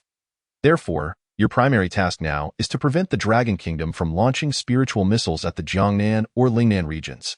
Upon hearing this, Li Xiqing furrowed his brow. His emotions stirred as he instinctively asked, Dragon King, is the demon court planning to attack Lingnan? It is not yet considered an attack on Lingnan. The hunt for the Storm Wolf is primarily to resurrect Song. At this, Li Xiqing was taken aback, his heart stirred by tumultuous waves. One of the 10 demon lords, Song, had perished. Moreover, the Dragon King had a method to resurrect him. In the eyes of humanity, the concept of resurrection was confined to myths or novels. Even with the resurgence of spiritual energy in Blue Star, he had never heard of a mutant capable of returning from the dead. Although the Red Fox possessed 9 lives, the distinction between having multiple lives and resurrecting the deceased was profound. The Dragon King truly wielded extraordinary powers. Li Xiqing felt he had chosen wisely in aligning himself with the dragon. Rest assured, Dragon King, I will ensure that the Dragon Kingdom does not launch those spiritual missiles, Li Xiqing declared with confidence. After the baptism of the second surge of spiritual energy, he had directly ascended to the 5th level of awakening, remaining the strongest entity in the Dragon Kingdom. As for the 4th level awakened being created by the Dragon Kingdom, its strength likely paled in comparison to his own at the 3rd level. Upon learning of the werewolf mutants in Lingnan, Ao Chuan conveyed this information to the Red Fox and her companions through telepathy. The distance between Jiangnan and Lingnan was not great. With the speed of the Red Fox and her team, they could likely reach Lingnan in just a few hours.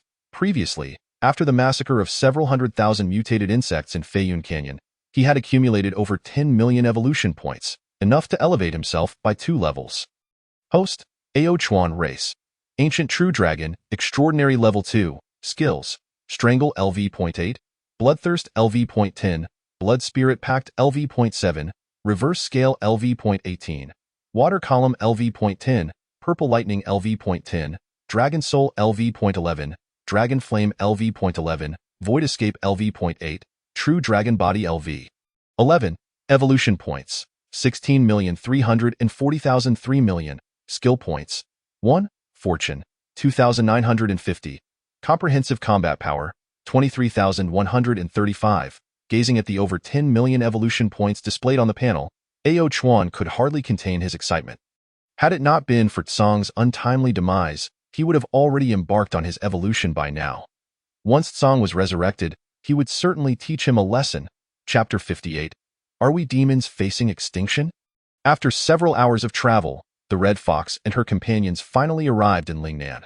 The region was characterized by numerous mountains and treacherous terrain, where one misstep could lead to dire consequences. This posed little challenge for Qing Long, a creature capable of flight, but for Xian Gui, it was a considerable ordeal. Chancellor, Demon Lord Qing Long, let us split up and search. I will scout the northern mountains. The Red Fox suggested softly, making her way towards the northern range. Then I shall search the southern region, Qing Long concurred. Just as he was about to take flight towards the south, Xian Gui bit his tail and yanked him down. Red Fox is anxious to save the wolf. Her thoughts are understandably chaotic. But why must you be foolish as well? Xian Gui frowned. How am I being foolish? Qing Long protested, looking at his own tail in dismay. Red Fox has only just awakened to the 9th level. Sending her alone to scout the north would be tantamount to sending her to her doom. Xian Gui shook his head. How could someone of the dragon lineage, like you, be so lacking in wit compared to the Dragon King? We can simply follow behind Red Fox. With that, Xian Gui led Qing Long to stealthily trail behind the Red Fox. The death of Tsong had already taught Xian Gui a lesson. He would not permit the Red Fox to explore alone. By following closely behind her, he could swiftly come to her aid should danger arise. Tell me, where is the Storm Wolf? The Red Fox demanded. Her gaze fixed coldly upon a mutated brown bear beneath her feet. Please, don't kill me. I will lead you there. The mutated brown bear stammered in terror. It had once been a subordinate of the Storm Wolf, tasked with guarding the mountains at the creature's behest. Guarding the mountains was a lucrative position, as most formidable mutated beings had followed the Storm Wolf to battle for territory. Those left behind were generally weaker mutants. And with its 9th level awakening, the brown bear could dominate the area. Just as the mutated brown bear thought its good fortune was at hand, a fiery Red Fox charged into the mountains. Without uttering a word, this frenzied creature attacked upon sight. Being of the same 9th level awakening, The bear found itself unable to withstand even a single strike. Ironically, after being beaten, the fox only then inquired about the whereabouts of the storm wolf. Had it asked that question beforehand, the bear would not have had to endure such punishment. Xian Gui and Qing Long, who followed behind, were equally astonished by this scene. Is the red fox always this violent? Qing Long thought to himself, mentally categorizing her as someone not to be trifled with. Ahem. The red fox is not usually like this. We simply need to ensure her safety, Xian Gui remarked, surprised to see the typically demure red fox exhibit such brutality. Once Song was resurrected, he would certainly face dire consequences. With the brown bear leading the way, the red fox located the storm wolf's lair within just an hour. The storm wolf measured over 80 meters in length, 3 times larger than the red fox, and in addition to the storm wolf's formidable prowess, it was flanked by 4 or 5 other 9th-level awakened mutants, as well as a black tiger and a white tiger. Both extraordinary-level beings. Although she was eager to resurrect Song, she was not foolish enough to charge headlong into danger. Given her own abilities, slaying the storm wolf was an insurmountable task. She needed to find Xian Gui and Qing Long first. With both of them present, vanquishing the storm wolf would be significantly easier. Just as the red fox prepared to retreat and seek out Xian Gui and Qing Long, a voice called out from behind. "Brown Bear? Aren't you supposed to be guarding the Qingfeng Mountains? And who is that fox beside you?" A patrolling mutated toad, upon witnessing the scene, inquired hastily, I don't know her." The brown bear stammered, eager to distance itself from the red fox. With her gaze sharp, the red fox unleashed a fireball, incinerating the mutated toad with a series of pained cries, leaving it charred in no time. "Who goes there?" The other patrolling mutated beings, hearing the commotion, hurriedly approached. "Damn it!" The red fox cursed inwardly, disregarding the approaching creatures, and swiftly made her escape. However, the commotion had already attracted the attention of the storm wolf. In the next instant, the 2 tigers, along with the 5 9th-level awakened mutants, quickly surrounded the red fox. The storm wolf's eyes gleamed with amusement, as if eager to witness a spectacle. What a mere 9th-level trash dares to gaze upon the Wolf King? The black tiger scoffed, addressing the 5 mutants beside it. "She is yours to deal with." Being noble extraordinary beings, neither it nor the white tiger deemed the 9th-level trash worthy of their involvement. "You dare to ambush the great Wolf King? I will send you on your way," one of the mutated chameleons declared, launching an attack with its sticky tongue towards the red fox. The red fox furrowed her brow, displaying a hint of disdain, and immediately conjured a fireball with her tail, launching it towards her opponent. "You wish to burn me with flames? Pardon me, but my tongue is fireproof," boasted the mutated chameleon. Defiantly catching the fireball with its tongue in an instant, the flames raced along its tongue and engulfed its entire body, a chilling scream echoing forth. "Where is my fireproofing? How foolish," the red fox remarked softly. Although the flames of the 9-tailed fox clan are not particularly potent, they are not easily withstood by just any creature. The other 4 awakened 9th-tier mutated beings, witnessing this spectacle, decided to collaborate and prepare a joint assault on the red fox. Despite being of the same awakened 9th tier, the red fox possessed a significant advantage over them. The 3 tails behind her each formed a fireball, and another coalesced in her mouth. Within moments, the 4 mutated beings were reduced to charred remains, a bunch of useless trash. The black tiger had not anticipated that 5 awakened 9th-tier creatures would be outmatched by a single foe. Ultimately, he would have to take matters into his own hands. "Very well, let me show you the terror of a transcendent being." The black tiger glared intently at the red fox. The red fox quickly assumed an offensive stance, her 3 tails thrashing wildly behind her. "Black tiger, we cannot afford to be careless. Let us end this swiftly," the white tiger interjected, having discerned from their earlier skirmish that this 3-tailed fox was no ordinary adversary. "This is bad." The red fox's brow furrowed deeply. If it were merely one opponent, she might still have a chance, but facing 2 transcendent stage tigers left her with no hope of victory. "Hemph, coward," the black tiger scoffed, disregarding the white tiger's caution, and charged directly at the red fox, confident he would not be defeated by the 9th-tier trash. The red fox, unwilling to take chances, thrust her 3 tails towards the black tiger. However, to her astonishment, the white tiger had suddenly appeared behind her. Just as the white tiger was about to bite her, a thick stone spike erupted from the ground, blocking the white tiger's advance. There are reinforcements. The white tiger quickly scanned the surroundings with heightened vigilance. She noticed the ground subtly trembling, and an ancient voice echoed in her ears, "Do you mutated beings of Lingnan think we have perished in the demon court?" Chapter 59. Let me see what's going on. The demon court? The white tiger turned towards the source of the voice, only to behold a massive giant turtle advancing towards him. Its enormous size and the menacing spikes adorning its shell instinctively caused the white tiger to take several steps back. Judging by its aura, this giant turtle was also a first-tier transcendent being, much like herself. However, there exists an unspoken rule among mutated beings. Generally, larger beings of the same tier are stronger. This creature is enormous. It looks formidable, the white tiger thought, feeling a twinge of fear. Having been forced to submit to the storm wolf, losing her life here would be a grave misfortune. After a moment of contemplation, the white tiger wasted no time and fled, abandoning the black tiger. From the giant turtle's words, it was clear they were all members of the demon court, although she was unaware of the power dynamics at play. Yet, the fact that they dared to assault the transcendent third-tier storm wolf indicated the demon court's considerable influence. It was likely that more than 2 members had been dispatched, and their leader would at the very least be a match for the storm wolf. For now, escaping was of utmost importance. The giant turtle and the white tiger faced off for a few seconds, just as the latter prepared to engage in a prolonged battle, only to see the white tiger flee in panic. Not choosing to pursue, the giant turtle instead decided to assist the red fox in combating the black tiger. After all, speed had always been his shortcoming, and given that the opponent was also a first-tier transcendent being, the giant turtle knew he could not catch up with the white tiger. Just as the giant turtle was about to aid the red fox, he noticed that the black tiger was already enveloped in flames. And within moments, the black tiger was reduced to a charred husk. Interesting, the storm wolf, who had been observing, remarked with curiosity, "I didn't expect these 2 mutated beings to possess some skill. However, with just a fox and a grass turtle.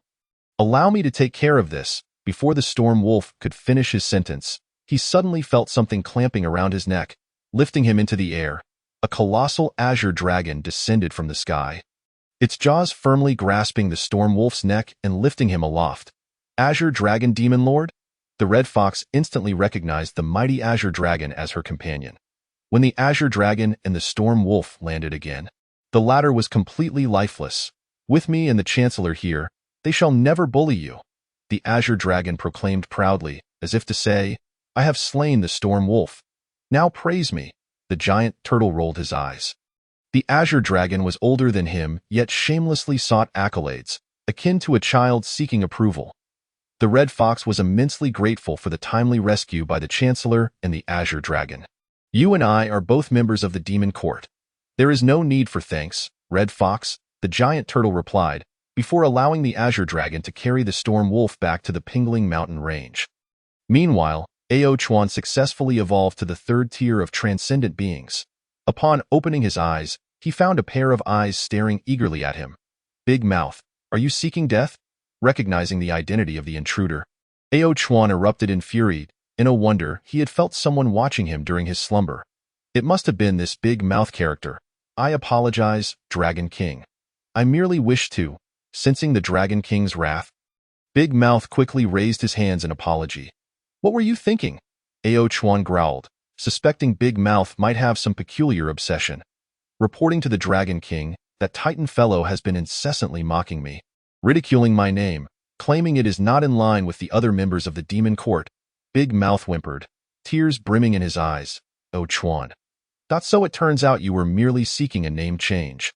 Realizing this, Ao Chuan couldn't help but laugh in exasperation.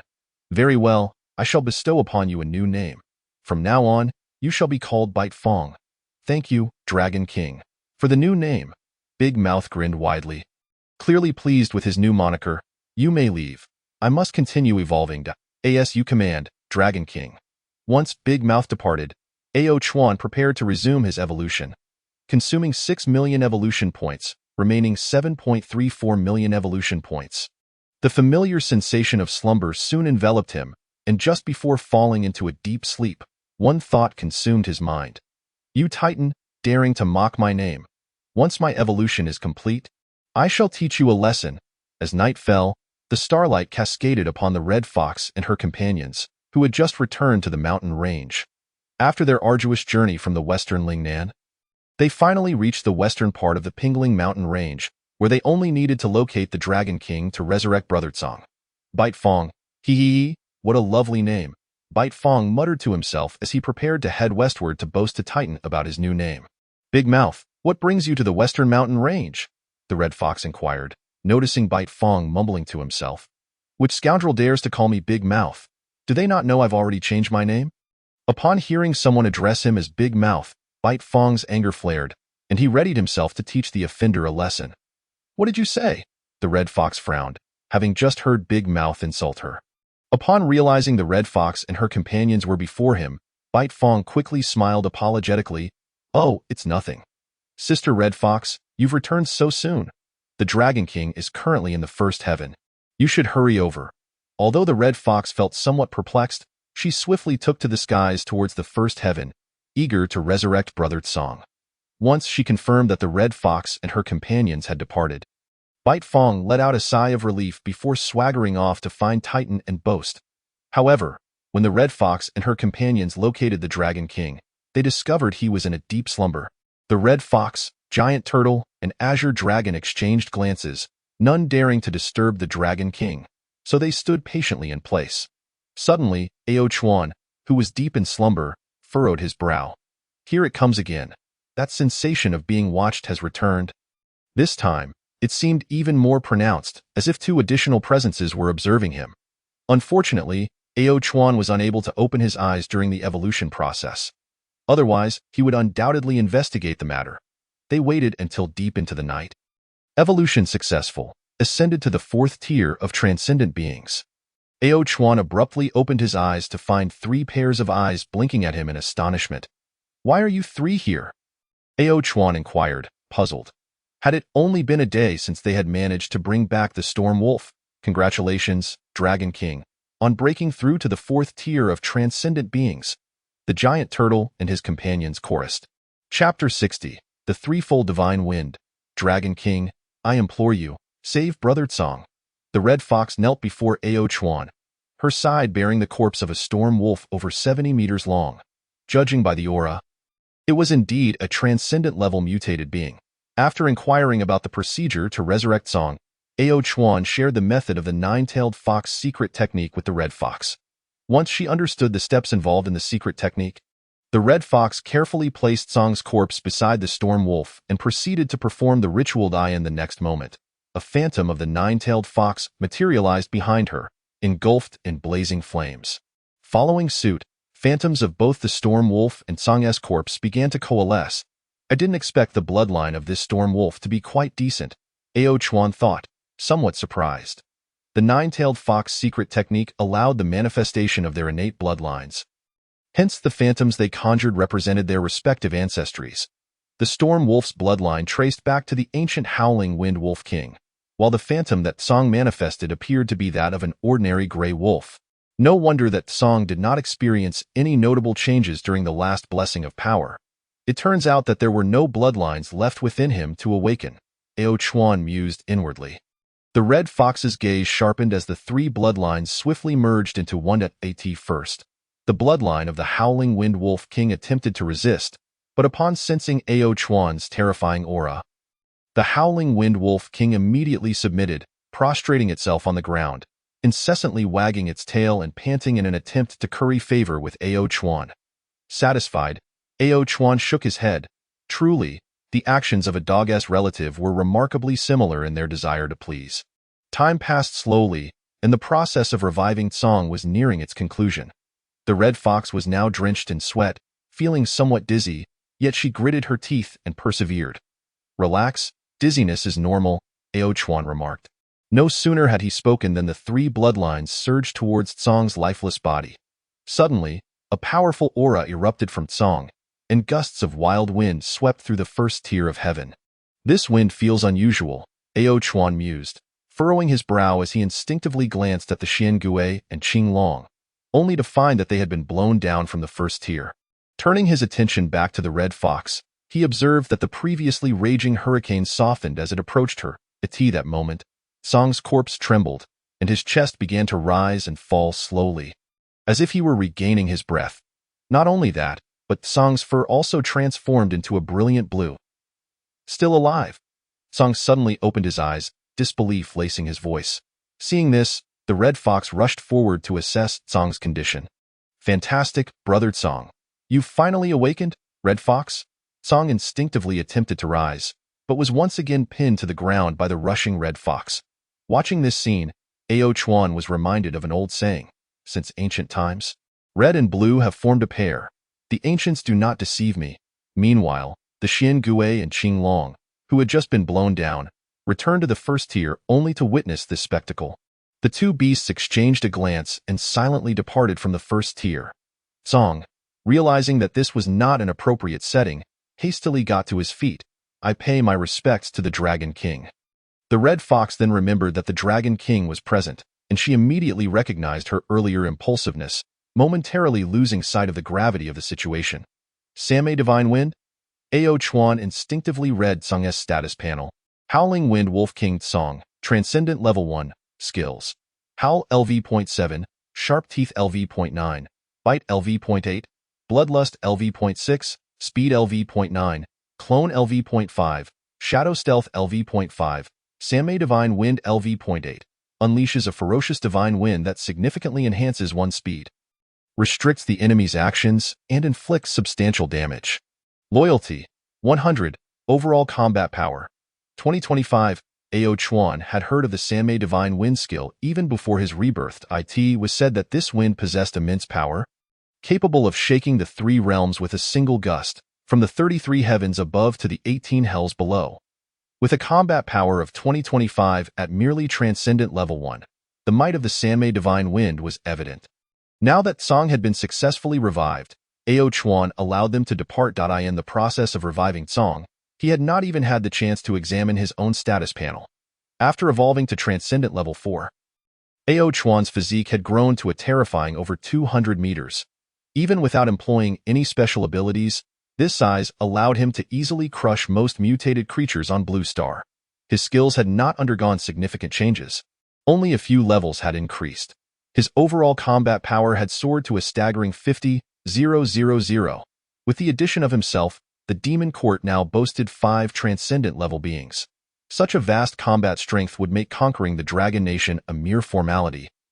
Even in the face of spiritual missiles, Ao Chuan felt unperturbed. Should they dare to launch them, he could simply incinerate them with his dragon flame. A mere Jiangnan was too insignificant. Once the Demon Court unified Blue Star, he would ascend to the heights of power. Just as Ao Chuan reveled in his joy, a meteor shower streaked across the sky, with colossal meteor showers appearing worldwide. Though it was night, many witnessed this grand celestial display, and all the meteors ultimately fell across various locations on the planet. Point 1, in particular, landed in the neighboring Pingyang mountain range. The tremendous impact created a massive crater, prompting Di Jun, who had arrived to investigate, to frown slightly. A flaming meteorite lay quietly within the pit. Just as Di Jun prepared to examine it, the flames from the meteorite surged into his body. A resounding cry echoed in Di Jun's mind, and within his consciousness, a bird engulfed in flames soared through the heavens and earth. Yuan Feng. Di Jun instinctively uttered this name before collapsing unconscious. The sky soon brightened. Ao Chuan, abruptly awakened from his slumber, opened his eyes to a piercing cry resonating in his ears. Frowning slightly, he sensed that the bloodline of the ancestral dragon within him seemed to come alive, almost boiling with excitement. Following the sound, he made his way to Pingyang Mountain, where he found Di Jun frenziedly attacking the mutated creatures within the range. Yet, he was no longer utilizing his proud sun fire. Instead, he wielded a heavenly fire capable of rivaling it. 3-legged golden crow, Yuan Feng possession, Di Jun, Transcendent Level 7, Skills, Heavenly Fire LV.15. Summons heavenly fire to rain down upon the sky, inflicting damage on a large area of enemies. Rebirth in Flames LV. 10. After death, placing the body in a sea of fire allows for rebirth in flames. Phoenix Cry LV.10. Can unleash a powerful sonic attack, its cry akin to a resounding bell, capable of disturbing the enemy's mind, even shattering their soul. Overall combat power, 49,527. Chapter 61. The arrival of the ancient god Yuan Feng, Ao Chuan exclaimed in astonishment. Yuan Feng, alongside the ancestral dragon, is one of the three primordial spirits, an ancient divine beast that stands alongside the ancestral dragon and the primordial Qilin. No wonder that from the moment he heard the phoenix cry, the bloodline of the ancestral dragon within him felt uncontrollable. However, how did Yuan Feng come to possess Di Jun? This was the question that puzzled Ao Chuan the most. Simultaneously, the possessed Di Jun also caught sight of Ao Chuan in the sky. Ancestral dragon? Di Jun expressed a puzzled look before shaking his head, seemingly dismissing his own thought. With an enraged roar directed at Ao Chuan, he charged forward, at the same time. Endless heavenly fire rained down from the sky, and the resounding phoenix cry directly pushed Ao Chuan back several meters. You seek death? Ao Chuan, feeling the provocation, became incensed. As the lord of the demon court, he would not tolerate such affronts. In the next instant, the reverse scales on Ao Chuan's abdomen flared up, his aura multiplying tenfold. The sky, once tinged red by the heavenly fire, was now shrouded in dark clouds. With clouds thickening and thunder rumbling, Ao Chuan's figure appeared immensely regal in the heavens. I care not how you came to possess Di Jun. Today, you shall die. Ao Chuan roared, his powerful dragon's roar sending Di Jun flying 1,000 meters away, and he unleashed a stream of dragon flame, engulfing Di Jun in black flames that elicited a piercing scream. The dragon flame could directly burn the soul, so even if Yuan Feng hid within Di Jun's body, the dragon flame would still inflict harm upon Yuan Feng. Within mere seconds, Di Jun's aura waned, and he ultimately fainted. Upon witnessing Di Jun's status panel return to normal, Ao Chuan retracted the dragon flame from Di Jun's form. After careful consideration, Ao Chuan decided to bring Di Jun back to the first tier. The reason for Yuan Feng's possession of Di Jun remained unknown, and he could only wait for Di Jun to awaken to uncover the truth. Dragon Nation Research Facility, this is truly unbelievable. Zhang Zhengren exclaimed excitedly as he gazed at the palm-sized stone before him, diligently recording his findings in a report. This stone had been discovered by Dragon Nation soldiers during their patrol. According to the soldiers' accounts, it appeared to be a fragment of a meteorite. After all, Blue Star had just experienced a historically unprecedented meteor shower, so it was not surprising that one had impacted the planet. Initially, Zhang Zhengren did not pay much attention to the matter, treating it as an ordinary meteorite. However, what truly piqued his interest was that those who came into contact with the meteorite began to kneel before it, collectively referring to it as Mother. If only a few ordinary individuals had done this, it could have been dismissed as mere faith. Yet, the fact that Dragon Nation soldiers were among them demanded Zhang Zhengren's attention. Through his research, he discovered that the meteorite contained a significant amount of spiritual energy and even exhibited signs of life. You must take great care of this meteorite. It could very well be an opportunity to change the fate of our Dragon Nation. Zhang Zhengren urged the researchers nearby. Just as he prepared to take the report to seek out Sun Jinghua, a sudden shattering of glass echoed behind him. Turning around, he saw an extraordinarily beautiful woman floating above the meteorite. Enhua, Mother, Zhang Zhengren instinctively uttered, his gaze becoming vacant, rendering him as nothing more than a marionette.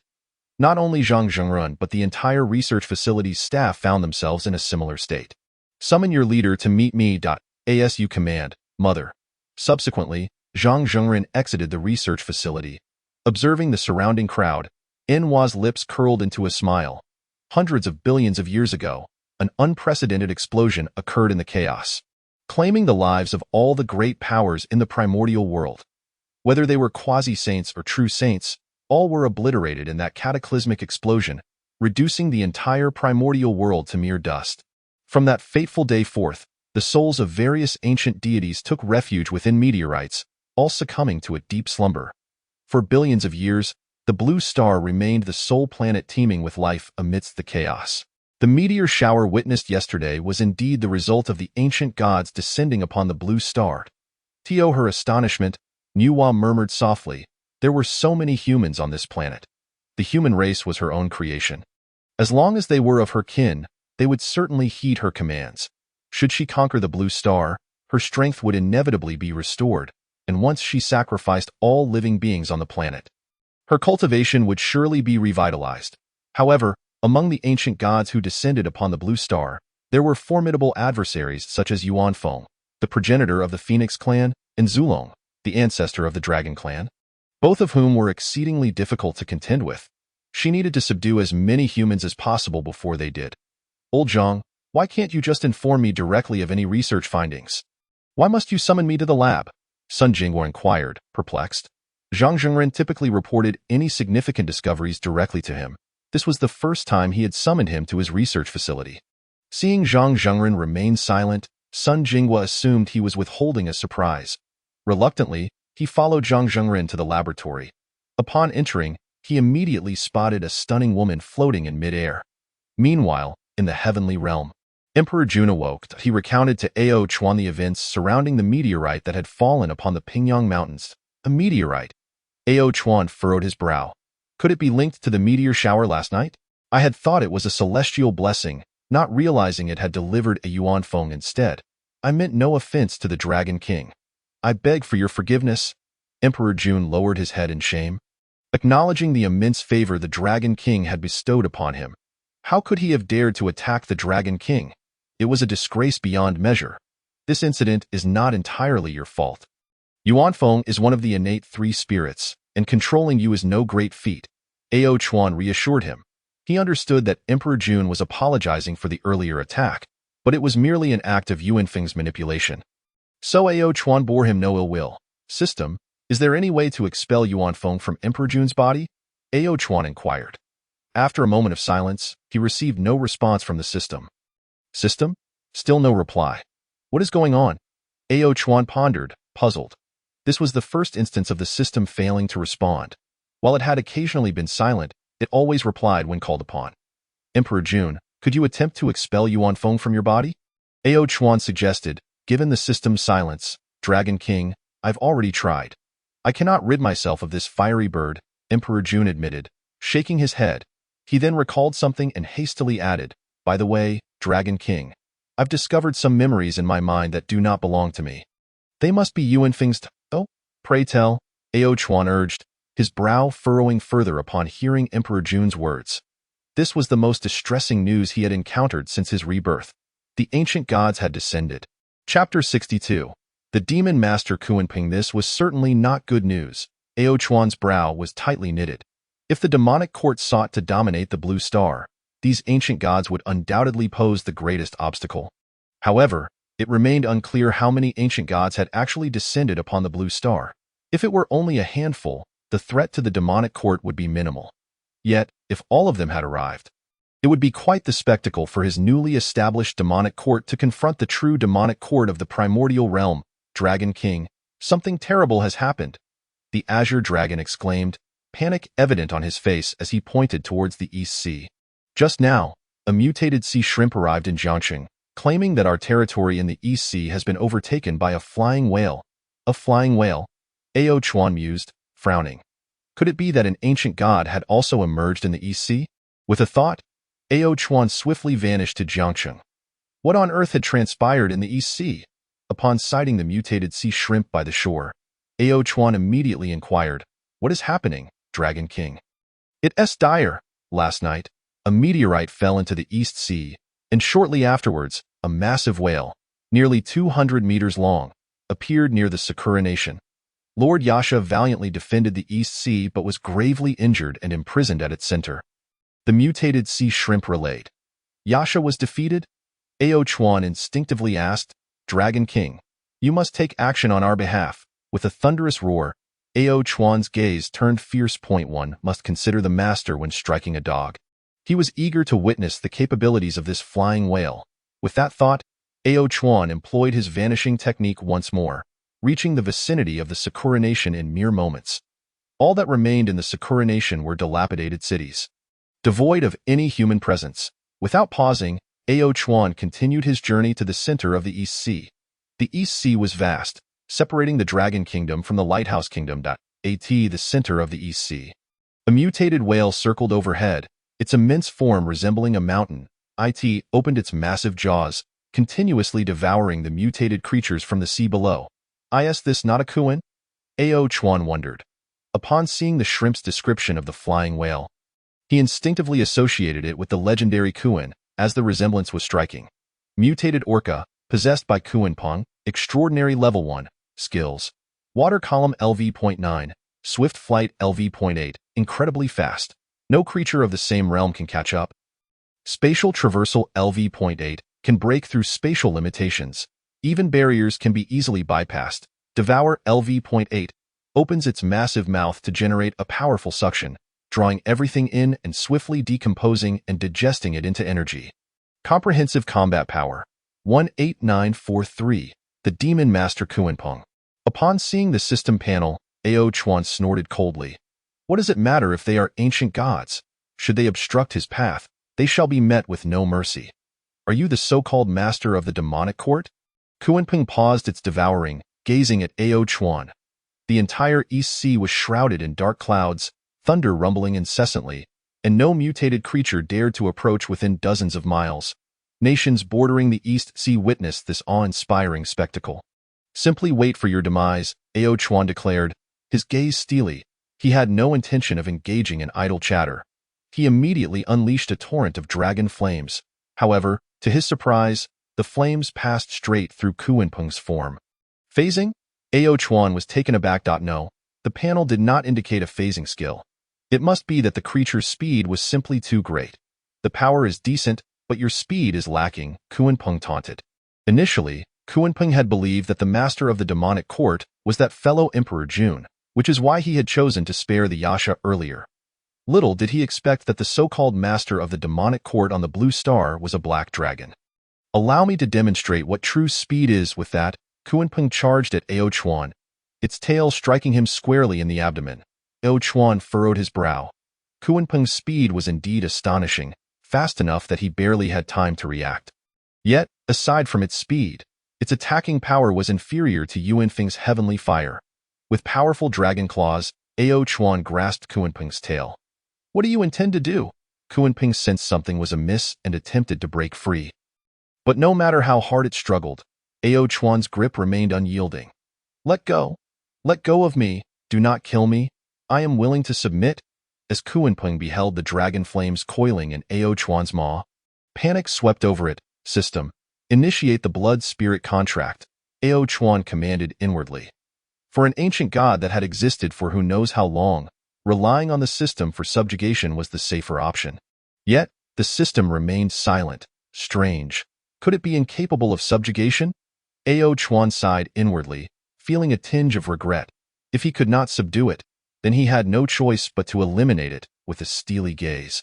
Ao Chuan unleashed the dragon flames in an instant. In mere moments, Kuenpeng was engulfed by the inky flames. I will not let you off so easily. Kuenpeng roared in agony as its colossal form diminished before the eye. Until finally, it was reduced to ashes, its anguished cries fading into silence. Watching the East Sea, now a dark abyss, Ao Chuan plunged into its depths. Through the bond of the blood-spirit contract, he quickly located the Yasha trapped beneath a massive boulder. Dragon King, I knew you would come to my rescue. The battle-scarred Yasha exclaimed, gratitude shining in its eyes. First, the Dragon King had granted it dragon blood, and now, he risked danger to save it. Such a Dragon King would inspire unwavering loyalty, even to the point of self-sacrifice. Ao Chuan shattered the boulder effortlessly and led the Yasha away from the ocean floor. From now on, you shall guard the waters near Jiangsheng. Should you encounter a formidable foe, you may join forces with the Azure Dragon in the city to confront them. The Blue Star is rife with peril now that the ancient gods have descended. My subordinates are the primary strength of the demonic court and must not suffer losses. As for that dilapidated territory of the Sakura nation, whoever desires it may take it. You command, Dragon King. The Yasha replied eagerly. Little did it anticipate how much the Dragon King valued its safety. It vowed to shed the last drop of its blood for him. As Ao Chuan pondered why the ancient gods could not form a contract, a notification sound resonated in his mind. System 2.0 version upgrade successful. Chapter 63. Visitors from Lingnan. I wondered why the system did not respond earlier. It turned out it was updating. System, what have you upgraded? Ao Chuan inquired. The system has successfully loaded the Great Sage function, and due to the arrival of the ancient gods on Blue Star, the difficulty for the host has been increased. The system generously grants the ancient god transformation function. By locating the meteorite housing the ancient god, the system can transform the ancient god into bloodline power, which the host can bestow upon suitable subordinates. Those with compatible bloodlines may also use it themselves, transforming the ancient god into bloodline power. Does that mean I can convert both the Yuan Feng and Kuren Pong into bloodline power? Compared to these cunning ancient gods, the native creatures of Blue Star would undoubtedly be easier to control. Possessing the bloodlines of these ancient gods would allow the Xian Gui to take their place. Yasha, do you recall where the meteorite fell last night? Ao Chuan asked. I remember, it was near the Cherry Blossom Kingdom. Take me to find that meteorite first. Although Yasha did not understand why they needed to search for the meteorite, he had no choice but to comply with the Dragon King's command. Under Yasha's guidance, Ao Chuan effortlessly located the meteorite. Observing the meteorite before him, Ao Chuan noted that, unlike other meteorites, the one housing Kuan Pong was covered in a faint blue radiance. As Ao Chuan touched the meteorite with his dragon claw, the system's notification sounded. Detected ancient divine beast Kuan Pong. Would you like to transform it into bloodline power? Yes. As the words left his mouth, the radiance of the meteorite instantly dimmed, followed by a series of anguished cries. Ah, how is this possible? The ancient gods are indeed not so easily vanquished. Ao Chuan immediately recognized the source of the cries. It was the very Kuan Pong he had just defeated. He never expected that his dragon flame had not killed it. Without the system, he would never have discovered Kuan Pong. Congratulations, host has obtained Kuan Pong bloodline. Let us return to Jiangxing, Yasha. With the Kuan Pong bloodline in his possession, Ao Chuan felt considerably uplifted. The thought of the Yuan Feng bloodline waiting for him in the Pingyang Mountains made him quicken his pace. Eventually, due to Yasha's slow speed, Ao Chuan, unwilling to wait any longer, instructed him to return to Jiangxing alone while he swiftly used his Void Escape skill to return to Jiangnan Province. Dijun, take me to the site where the meteorite fell last night, Ao Chuan said as he appeared beside Dijun using Void Escape. Ah? Dijun was startled by Ao Chuan's sudden appearance. What are you dawdling for? Hurry and take me. Seeing Dijun frozen in place, Ao Chuan urged again. All right, Dragon King. Upon hearing Ao Chuan's reminder, Dijun quickly reacted and led him to the meteorite's location. Is this the meteorite housing Yuan Feng? Ao Chuan assessed the meteorite, which was continuously emitting flames. Just as he intended to touch it, Dijun intervened. Dragon King, you must not touch the meteorite. I was possessed by Yuan Feng last night because I touched it. Dijun's expression was grave. He had experienced it firsthand. If the Dragon King were to be possessed, the entire demon court would face annihilation. Ao Chuan frowned slightly, disregarding Dijun's warning. Detected ancient divine beast Yuan Feng. The system has automatically transformed it into bloodline power. Congratulations, host has obtained Yuan Feng bloodline. The system's notification echoed in Ao Chuan's mind, and in the next moment, a piercing cry of a phoenix emanated from the meteorite. Subsequently, the flames encasing the meteorite rapidly extinguished. How is this possible? Dijun stared in disbelief at the scene before him. Why is the Dragon King unharmed? Are you comparing this seat to yourself? Ao Chuan remarked, casting a glance at Dijun. This subordinate does not dare to. The Dragon King's powers are truly unparalleled. Dijun quickly explained, while internally sighing. He had been possessed by Yuan Feng upon touching the meteorite. Yet the Dragon King touched it without any consequence. The Dragon King's prowess was indeed formidable. It seems I have much to learn. Reporting to the king, there are 2 mutated creatures from the Lingnan region seeking to ally with us. The mutated rhinoceros suddenly approached and spoke. It seemed taken aback to find the Dragon King present, as fear was evident in its gaze directed at Ao Chuan. I recognize you. You are the mutated rhinoceros that previously injured the red fox and insulted the demon court. Ao Chuan instantly identified the creature. In a wonder, he sensed the fear in its eyes. The atmosphere turned deathly still after this revelation. Even Dijun dared not speak. Since the mutated rhinoceros had been released, he had kept it confined in the Pingyang Mountains to prevent the Dragon King from encountering it. Although the mutated rhinoceros had been punished, the fact that it had insulted the demon court could not be erased. What if the Dragon King were to see it and, in a fit of rage, kill it? After all, the mutated rhinoceros was among the first subordinates Dijun had tamed, and he still held some brotherly affection for it. Fear not, since you have. Ao Chuan's words were abruptly interrupted by the mutated rhinoceros. I am sorry, Dragon King. The mutated rhinoceros quickly knelt and knocked its head to the ground. The force of its bowing was so great that it broke off one of its horns. Even as blood flowed from the broken horn onto the ground, the mutated rhinoceros remained prostrate, trembling before Ao Chuan. Witnessing this, Ao Chuan could not help but admire the creature's determination. Truly a tenacious beast. He had merely mentioned it in passing. Yet this mutated rhinoceros was so earnest. Rise, first bring forth those two mutated creatures from Lingnan, and then go to Gu Huai for a life fruit. Ao Chuan commanded. Thank you, Dragon King. The mutated rhinoceros's eyes brightened, and it hurried off to fetch the two mutated creatures from Lingnan. The life fruit is indeed a valuable item. Trading one horn for a life fruit is quite a bargain.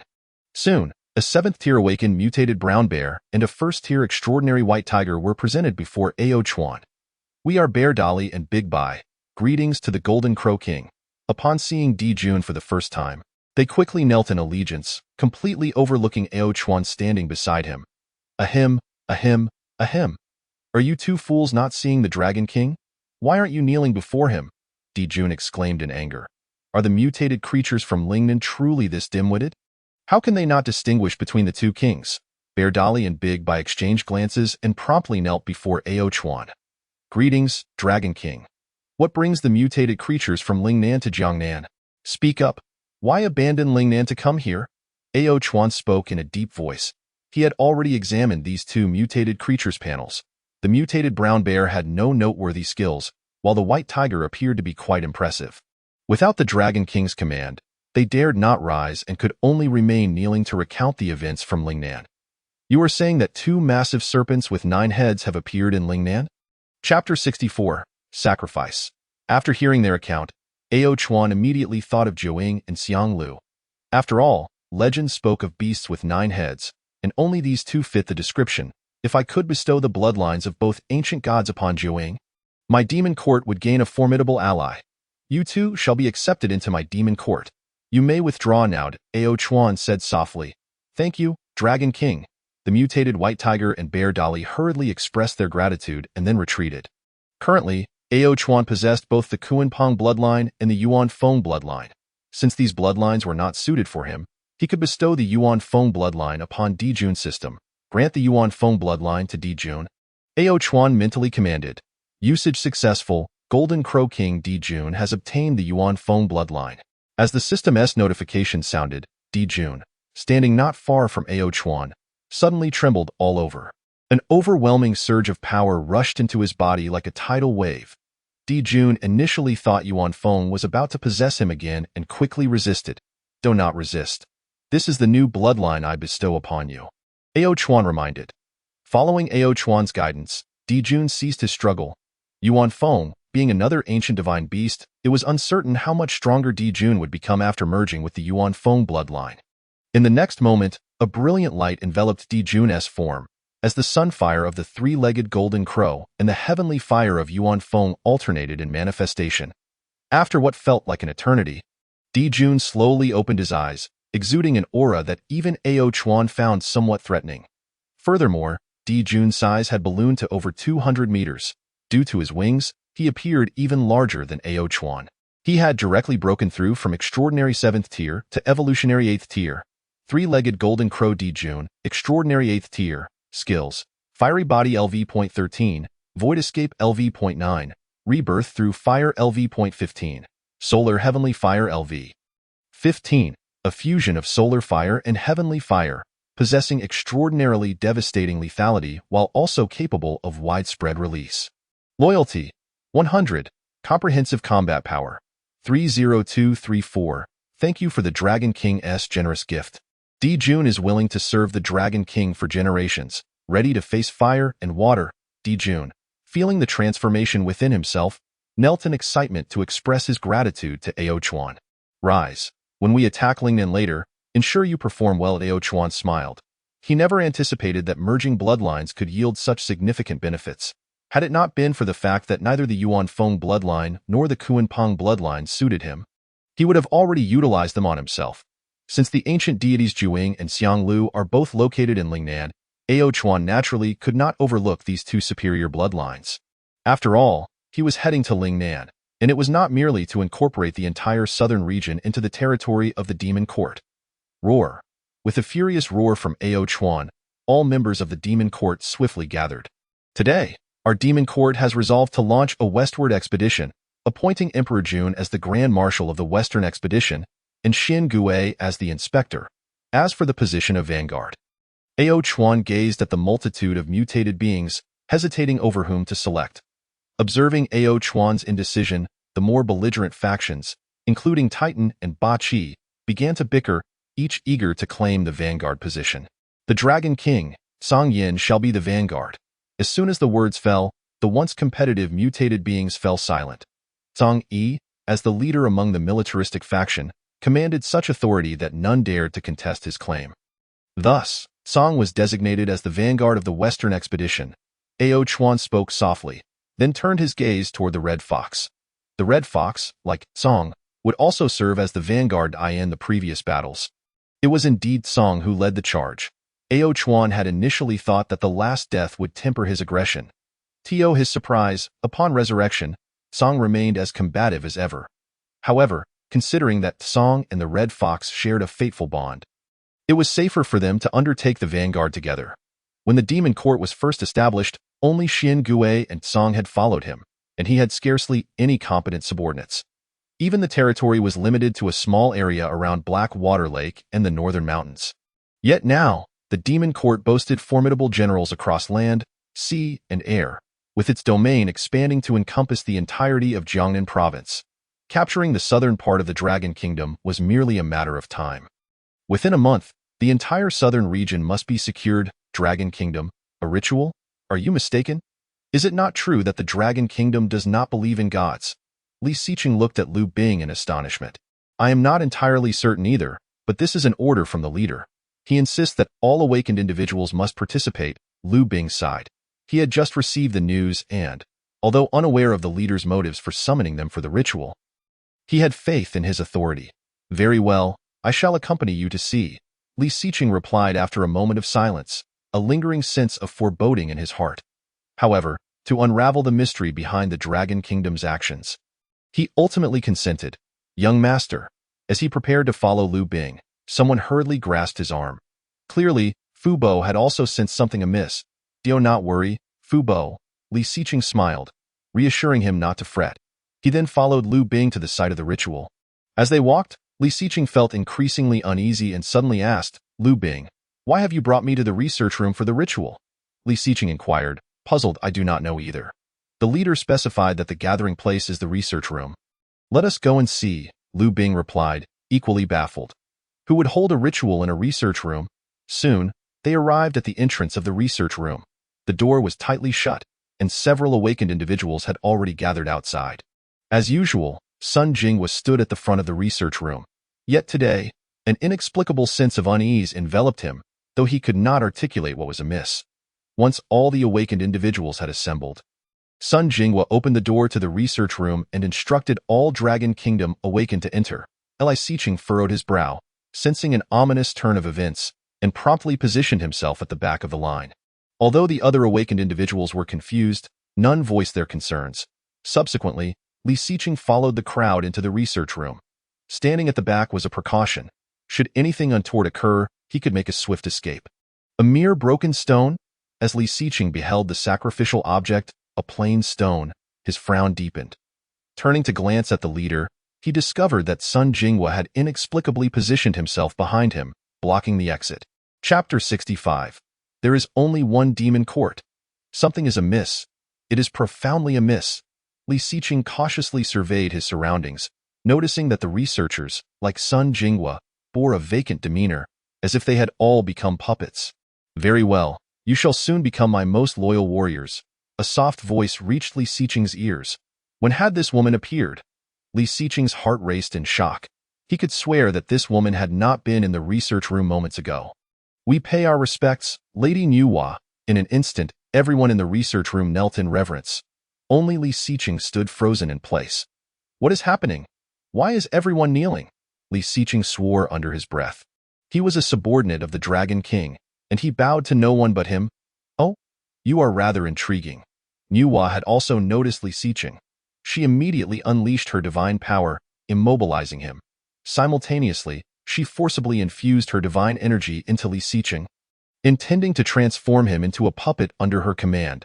Oh no, my body won't move, Li Xiqing thought in alarm, feeling a powerful force intrude upon him. In the next moment, his eyes glazed over, mirroring the vacant expressions of the others. I thought you were special, yet you are no different from the rest. Nuwa chuckled lightly. Just as she believed she had completely subdued Li Xiqing, a domineering dragon's roar erupted from within him. Pfft! Taken by surprise, Nuwa was violently jolted, spewing blood. Impossible! How could a mere mortal harbor such immense energy? Nuwa gazed incredulously at Li Xiqing.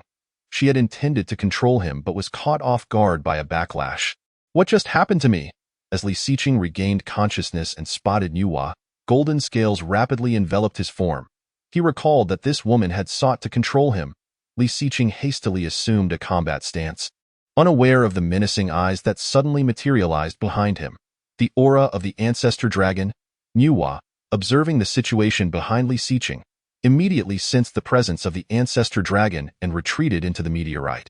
With Nuwa's disappearance, the researchers under her control, including Sun Jinghua, regained lucidity, and the eyes behind Li Xiqing dissipated. Damn, I didn't realize he was a member of the ancestor dragon, Nuwa cursed from within the meteorite. What infuriated her most was that, having forcibly controlled a member of the ancestor dragon, she had suffered a backlash, weakening her divine power. You brat, I will not let you escape with that. Nuwa began to recuperate. In the research room, the awakened individuals who had regained their senses looked at Li Xiqing with confusion. Quick, we must leave the research room. He could not be certain if Nuwa would reappear. And with that thought, Li Xiqing dashed out of the research room. Though he was unsure why Nuwa had coughed up blood, he could surmise from her earlier words that the Dragon King had saved him. He had forged a pact with the Dragon King. How could she dare to control him? Such thoughts were folly. Li Xiaoyu, what on earth happened? Why can I remember nothing? Sun Jinghua queried, perplexed, as he gazed at Li Xiqing. He only recalled following Zhang Zhengren to the research room and then encountering a woman. Everything thereafter was a blur. I am not entirely certain either, but I know that you all were controlled by a woman named Nuwa. Li Xiqing explained, recounting their ordeal under Nuwa's control. He embellished the tale, claiming that he had bravely fought Nuwa for 300 rounds, ultimately defeating her and rescuing them. He also informed them that Nuwa's intention was to sacrifice the entire Dragon Kingdom to regain her strength, painting her in the worst light possible, and of course, this was all exaggerated. They were none the wiser, and Li Xiqing seized the opportunity to enhance his standing and influence within the Dragon Kingdom. So, that was it. Thanks to you, Li Xiaoyu, the Dragon Kingdom has been spared. Sun Jinghua believed every word Li Xiqing said. After all, the fact that they had been controlled by Nuwa was irrefutable. In an instant, everyone present began to laud Li Xiqing, proclaiming him the savior of the Dragon Kingdom, the hope of the nation. Yet little did they know, Li Xiqing was merely an undercover agent of the demon court. And the greater their hopes for him, the greater their eventual disappointment would be. Following this incident, Sun Jinghua resolved to seal off the entire research room, for no one could ascertain whether Nuwa would return. I apologize, leader. Perhaps I should have ordered the meteorite to be brought back to the research room to prevent your control. Zhang Zhengren expressed remorsefully. It is all right, old Zhang. The danger has passed. Moreover, if you had not brought the meteorite to the research room, she could have influenced more people. Sun Jinghua comforted him, patting Zhang Zhengren on the shoulder. Thanks to Li Xiaoyu, the Dragon Kingdom has turned disaster into safety. I express my gratitude on behalf of the citizens of the nation. Sun Jinghua deeply bowed to Li Xiqing. Zhang Zhengren, Lu Bing, and the other awakened individuals followed suit. With great power comes great responsibility. I shall lead the Dragon Kingdom towards a brilliant future. Li Xiqing quickly helped Sun Jinghua to his feet, declaring with righteous fervor. Meanwhile, across the majority of nations on Blue Star, including Lighthouse Country, ancient gods launched their assaults. The Thunder Bear of the Bear Country, possessed by the ancient god Zeus, forced the Bear Country to submit. As a great nation, the Bear Country was understandably reluctant, even going so far as to launch 3 Tsar missiles in an attempt to eliminate Zeus. Yet, the outcome defied the expectations of all within the Bear Country. The 3 Tsars not only failed to vanquish Zeus, but instead provoked his wrath. Wielding the power of thunder, Zeus instantly summoned a tempest of lightning that decimated 2/3 of the Bear Country's population. Ultimately, It was the bear country that chose to submit to Zeus, allowing its citizens to escape a dire fate. Meanwhile, the ancient deity Shiva, who descended upon the land of Asan, made the toxic giant lizard her pet, demanding a daily tribute of 50,000 living souls as sustenance for her monstrous companion. Failure to comply would result in the utter annihilation of a dash sand in the eyes of the ancient gods. Humanity was but a minuscule insect. Disobedience could be met with swift and merciless extermination. The capital of the Lighthouse Nation now lay in ruins. Tebaichi, filled with dread, knelt in reverence before a towering black man, who was accompanied by a colossal storm eagle measuring over 200 meters. Is it true that there exists a faction in the Dragon Nation known as the Demon Court? The black man inquired, gazing disdainfully at the trembling Tebaichi. Indeed, near the land of cherry blossoms, there is a yaksha who is a member of the Demon Court. Tebaichi stammered in fear. Upon hearing this, the black man scoffed, then turned his attention to the storm eagle behind him. Brother, I never anticipated that there would be a faction on this planet bearing the same name as our Demon Court. As his words fell, the storm eagle let out a furious roar, igniting in a blaze of solar fire. There is but one Demon Court, and the Demon Emperor can only be I, Dejuan. Those who impersonate the Demon Court shall be met with ruthless slaughter. Chapter 66. The true power of the Demon Court in the southern region of the Dragon Nation. Ao Chuan, leading the Demon Court's assault on Lingnan, sensed an anomaly in his bond with Li Xiqing, as though someone were attempting to usurp him. Dare anyone attempt to steal what is mine? Ao Chuan realized, swiftly reaching out through mental connection to Li Xiqing to ascertain the situation. Li Xiqing, I sense something is amiss on your end. Just as Ao Chuan was about to inquire further, he was met with Li Xiqing's excited voice. Thanks to the intervention of Lord Dragon King in subduing Enhua, I shall never forget the great kindness and benevolence of the Dragon King, Li Xiqing exclaimed with fervor. Had it not been for the Dragon King's timely rescue, he would have succumbed to becoming a mere puppet under someone else's control. Enhua? Though Ao Chuan was unaware of the specifics, he could surmise the situation from Li Xiqing's words. It seemed that Enhua had intended to manipulate Li Xiqing, but had underestimated that he was already under Ao Chuan's protection, allowing him to escape calamity. Safeguard Enhua's meteorite. I shall soon lay siege to the capital and personally take her life, Ao Chuan declared solemnly. Enhua was a top-tier ancient deity, and Ao Chuan had no intention of letting her slip away. After all, the Dragon Nation would eventually fall, and with Enhua's meteorite residing in the capital, it would be prudent to seize the entire Dragon Nation after conquering Lingnan, particularly given the current strength of the Demon Court. Upon hearing Ao Chuan's words, Li Xiqing trembled, tears welling in his eyes. Is the Dragon King truly preparing to eliminate Enhua to defend my honor? He had long been lurking within the Dragon Nation, with few opportunities to meet the Dragon King now. With the emergence of numerous experts within the Demon Court, he had believed himself to be of little importance to the Dragon King. Little did he know how much the Dragon King truly cared for him. Lord Dragon King, it is the greatest fortune of my life to follow you. Even if it means sacrificing my own life, I do so willingly, Li Xiqing expressed, moved beyond words. Ao Chuan furrowed his brow slightly, disregarding Li Xiqing's words. What was wrong with this fellow? One might think he was confessing his feelings. At that moment, the Demon Court's army marched resolutely towards Lingnan. Any aberrant creatures encountered along the way were either recruited into their ranks if compliant, or torn apart by the Demon Court's mutated beasts if they resisted.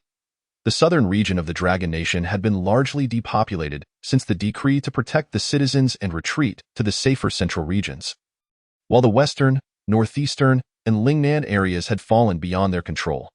The cities they passed were largely devoid of human presence, overrun instead by mutated creatures. Sister Bai, do you think the Demon Court can defeat those two great serpents in Lingnan? Bear Dali inquired of Baihu. I am uncertain, but judging by their sizes, the Dragon King and King Jinwu should be evenly matched with those two serpents. Baihu replied softly. As Bear Dali and Baihu were mutated beings from Lingnan. They had been assigned to the vanguard, ensuring the Demon Court's army would not lose its way. Hey kid, how much longer until we reach Lingnan? Are you sure you're not leading us astray? Song, who had never been to Lingnan, began to doubt Bear Dali and Baihu's navigation as they had yet to arrive. Song, we will soon reach Lingnan. At most, it will be 10 minutes, Bear Dali responded quickly. Who are you calling brother? Hurry up, If we do not reach Lingnan in 10 minutes, I will swallow you whole. Before long, the Demon Court's army successfully arrived at the outskirts of Lingnan. Tong, ahead lies the eastern part of Lingnan, Baihu announced, gazing at the mountains to the east with a look of trepidation. Since the arrival of Jiuying and Xianglu in Lingnan, the entire eastern region had become Xianglu's domain, while the western part had fallen under the control of Jiuying. There are three, Baihu began, but was abruptly interrupted by Tsang. Stop being so melodramatic. The trifling Lingnan is of no concern to our demon court. If you fear it, get out of the way. Red Fox shared a similar sentiment, believing that no faction could stand against the demon court. Anyone daring to oppose them would be swiftly eliminated. Upon confirming they were indeed at Lingnan, Song let out a triumphant howl, and in the next moment, thousands of gray wolves from the vanguard surged forth, followed closely by millions of mutated beings from the demon court. Alas, Song is too impulsive, Baihu sighed inwardly. The mountains ahead were guarded by 3 first-tier extraordinary mutated creatures. Song was merely first-tier himself, and Red Fox had only awakened to the 9th tier. How could they possibly contend with 3 first-tier extraordinary beings? Who dares to invade Lord Xianglu's territory? A 40-meter-long black-patterned python, upon receiving word of the incursion, shot forth like a bolt of black lightning from the forest. Trees fell in its wake, snapping with a crackling sound. Following it were not only thousands of Lingnan's mutated creatures, but also a golden spider radiating with a golden glow, each of its legs as thick as tree trunks. Alongside a massive armored wild boar, its steel plating glimmering coldly in the sunlight, appearing virtually indestructible, I wondered who it could be. It's the cowardly Baihu fleeing from the storm wolves. Do you think that by bringing in some wolf pups you can defeat us? The black-patterned python sneered at Baihu. Baihu's expression darkened, and just as he opened his mouth to retort, Song stepped forward protectively. I offer you 2 choices. Surrender to the demon court or die. Song's eyes glinted with malice as he fixed his gaze upon the 3 mutated creatures. A gentle breeze began to swirl around them. What nonsense is this demon court? The black-patterned python began. But its words were cut short. The previously gentle breeze coalesced into blades of wind, and in a mere second, the 3 mutated creatures were reduced to mere fragments. Since their leader has stated they will not surrender, their subordinates certainly will not either. Any mutated creature from Lingnan shall be met with merciless slaughter. With that, Song led the vanguard of wolves into a furious assault against the mutated beings within the eastern mountains. Not just the vanguard, but the entire army of the demon court had now arrived in Lingnan. Ha ha ha, Song, leave some of Lingnan's spawn for me. I want to kill too. Titan laughed, instantly transforming into his demonic ape form. His size ballooning to 150 meters, he uprooted a 50-meter mutated tree and began indiscriminately attacking the creatures of Lingnan. Just then, a deep roar echoed from the distant forest. As though a colossal entity were approaching. Oh no, it's Xianglu's presence, Baihu exclaimed in alarm. Before his words had even settled, a massive shadow descended from the sky, revealing 9 fierce heads that flickered in and out of the mist. Xianglu, the overlord of the eastern Lingnan, standing over 200 meters tall, it towered over Titan. Delicious flesh and blood, I shall devour you. Xianglu roared upon spotting Titan, and its 9 heads lunged toward him. Song and Red Fox's expressions simultaneously shifted, shouting, Titan, be careful. As Xianglu was about to sink its fangs into Titan, a resounding dragon's roar erupted, sending Xianglu's 9 heads reeling back several hundred meters. In the next moment, a steel trident crackling with electricity pierced through Xianglu's head. 200-meter giants appeared in the skies above Lingnan. Qing Long and Yaksha is this the true power of the demon court? Baihu gazed in disbelief at the unfolding scene. Chapter 67. The demon court needs no 2 Dijuan Jia. 2 more delicious meals have arrived. Xianglu cackled coldly, its head that had been pierced by Yaksha instantly regenerating as if it had never been harmed. Its 9 heads raised simultaneously, filled with disdain and contempt. Tioit, Qing Long and Yaksha were merely larger insects, hardly worthy of fear. And what of me? Am I also your meal? A deep and imposing voice suddenly echoed across the heavens and the earth. Imbued with an overwhelming sense of oppression, in the next moment, the figure of Dijuan materialized in the skies above Lingnan, his colossal form towering over 200 meters, akin to a majestic mountain. The 9 heads of Shangliu froze simultaneously, their gazes directed at Dijuan, filled with trepidation. He sensed an unprecedented aura of authority, as if the very air around him had solidified. The presence of the three-legged golden crow. You are the emperor of the monster court, Dijuan. Shangliu gazed incredulously at the figure of Dijuan in the sky. Oh? So you are acquainted with me, Shangliu. Dijuan was taken aback that Shangliu recognized him. Had his name truly traveled to Lingnan? The master of the ancient monster court, a peak semi-saint in cultivation. How could the monster emperor Dijuan be unknown to him? Run. We must flee swiftly. Without a moment's hesitation. The 9 heads of Shangliu let out a deep roar in unison, and his massive body twisted abruptly, commencing a frantic escape. Faced with Dijuan, he lacked even the courage to resist. The prey I have set my sights on cannot escape. A voice resonated from the depths of the void, belonging to Ao Chuan. In the next instant, Ao Chuan vanished and reappeared before Shangliu, his powerful dragon tail ensnaring all 9 of Shangliu's heads, rendering him immobile. The fierce beast Shangliu, truly a creature with a human head and a serpent's body. Ao Chuan scrutinized Shangliu with a hint of disdain in his tone. Your appearance is such that you would be better off with 9 serpent heads instead. This grotesque amalgamation of a human head and a serpent's body is something he could not appreciate. Such an unsightly existence had no place within the monster court. Shangliu's 9 heads thrashed wildly, attempting to break free from Ao Chuan's grip, but to no avail. He felt the terrifying aura radiating from Ao Chuan, even more fearsome than that of Dijuan, filling his heart with despair. Who is this black dragon? The pressure he emanates surpasses that of Dijuan. Who are you? Shangliu summoned his courage to inquire. You are not worthy to know. Before the words had fully escaped his lips, a torrent of pitch-black dragon flames erupted from Ao Chuan's mouth, instantly igniting Shangliu's body. Shangliu emitted a harrowing scream as his 9 heads writhed in frantic struggle. Within mere seconds, his enormous form was reduced to ashes. Members of the monster court, heed my command. Search with all your might for the meteorite in the east. With a decree from Ao Chuan, the myriad monsters of the monster court immediately set out to search. Yes, Dragon King. The creatures of the monster court responded in unison, dispersing to commence their hunt for traces of the meteorite in eastern Lingnan. Dragon King, I know the location of Shangliu's meteorite. The white tiger spoke up. The meteorite had not long descended upon Lingnan when the 2 fierce beasts, Jiuying and Shangliu, appeared. Thus, the white tiger retained a vivid impression of the events. Take me there. Ao Chuan said softly. In just a few minutes, Ao Chuan was led by the white tiger to the site of Shangliu's meteorite. Detected the ancient fierce beast Shangliu. The system has automatically transformed it into bloodline. Congratulations, host, for acquiring the bloodline of Shangliu. Ao Chuan nodded. Though Shangliu's bloodline was not top tier, it was still a commendable acquisition. At the very least suitable for his adopted son, Jiuying. Following Shangliu's demise, the mutated creatures of the East lacked the strength to oppose the monster court, and within just a few hours, the monster court had successfully seized control of eastern Lingnan.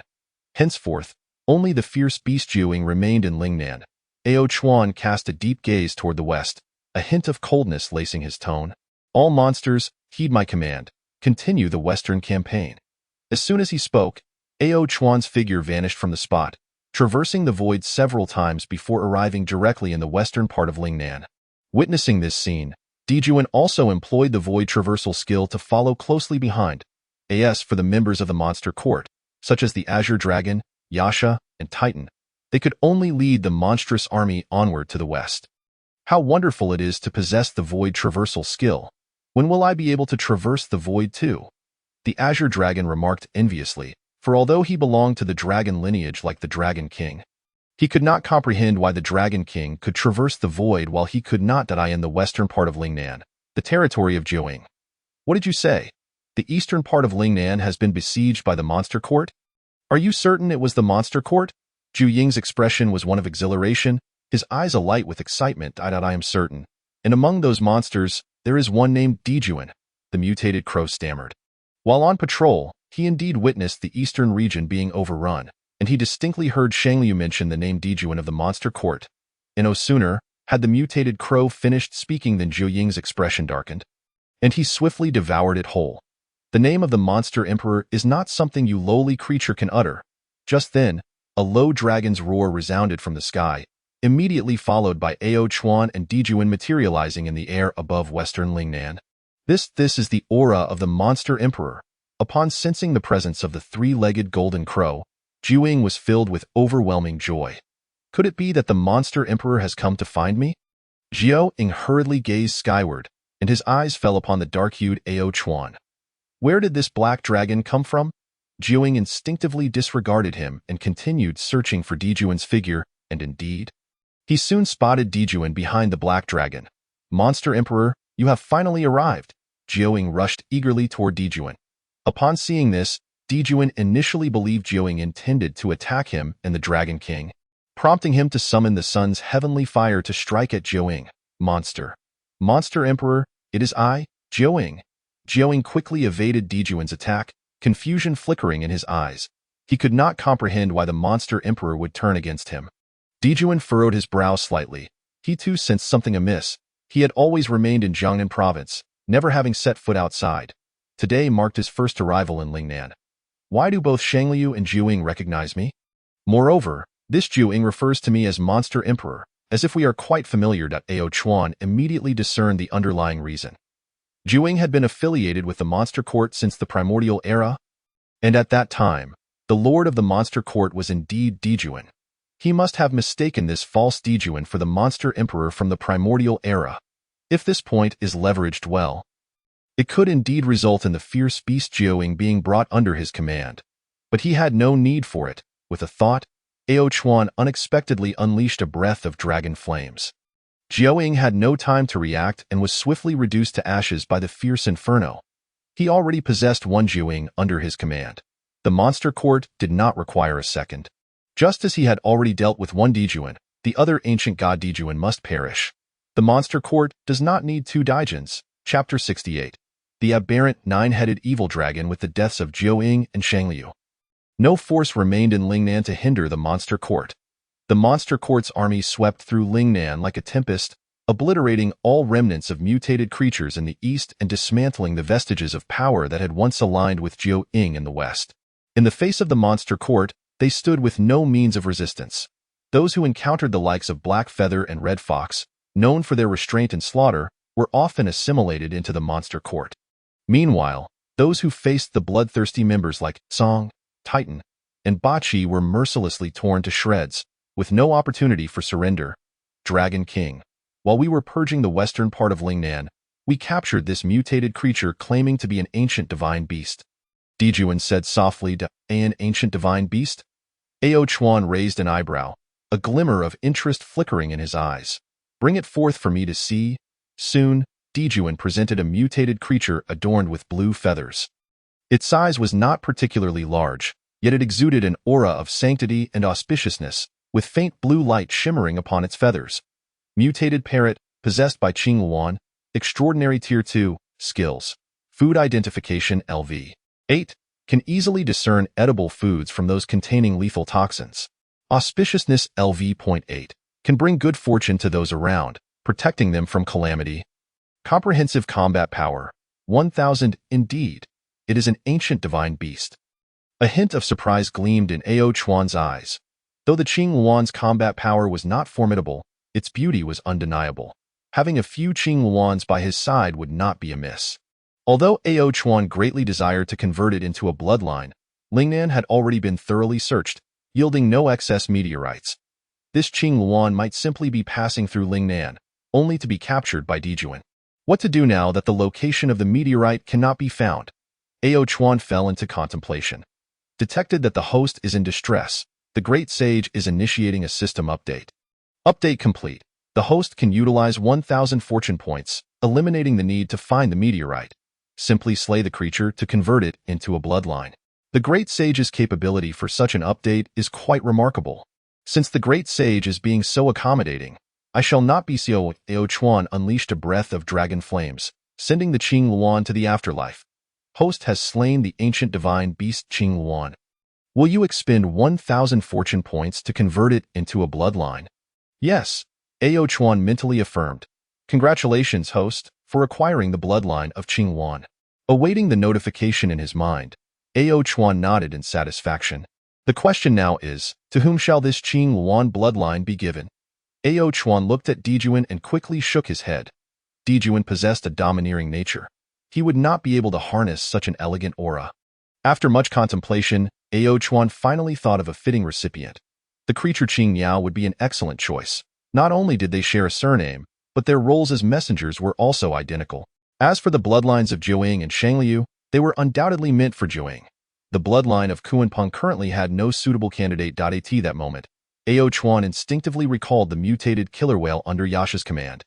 The killer whale bore a resemblance to the Kuan, making it a fitting match. The great sage suggests that the host personally utilized the Kunpeng bloodline. The speed of the Kunpeng is unparalleled in the primordial era. Utilizing it will not only significantly enhance the host's speed, but also greatly increase the void traversal skill. Listening to the notification in his mind, Ao Chuan could not help but marvel at the might of the great sage's functionality. Since it is recommended by the great sage, I shall utilize the Kunpeng bloodline for myself. System, activate the Kunpeng bloodline.as. The words left my lips. A surge of ethereal energy surged into Ao Chuan's body. In that moment, everything around him seemed to slow down, and he felt an unparalleled lightness in his form, as if he could seamlessly merge with the cosmos. Moreover, his realm ascended from extraordinary stage 4 to extraordinary stage 5. With his body poised to surpass 300 meters in size. Not only that, Ao Chuan discovered that his ability to traverse the void had increased to an astounding 1,000 kilometers. To put it simply, Ao Chuan now required merely 2.5 void traversal skills to journey from the capital of the Dragon Kingdom to the Sakura Kingdom. Activation successful. The host has acquired the Kunpeng bloodline. The great sage's advice proved to be astute. This Kunpeng bloodline indeed suited him well. Ao Chuan silently commended himself. Since the great sage had specifically recommended the Kunpeng bloodline for him, it implied that other bloodlines held little significance for him. What of Jiuying? Summon him to me.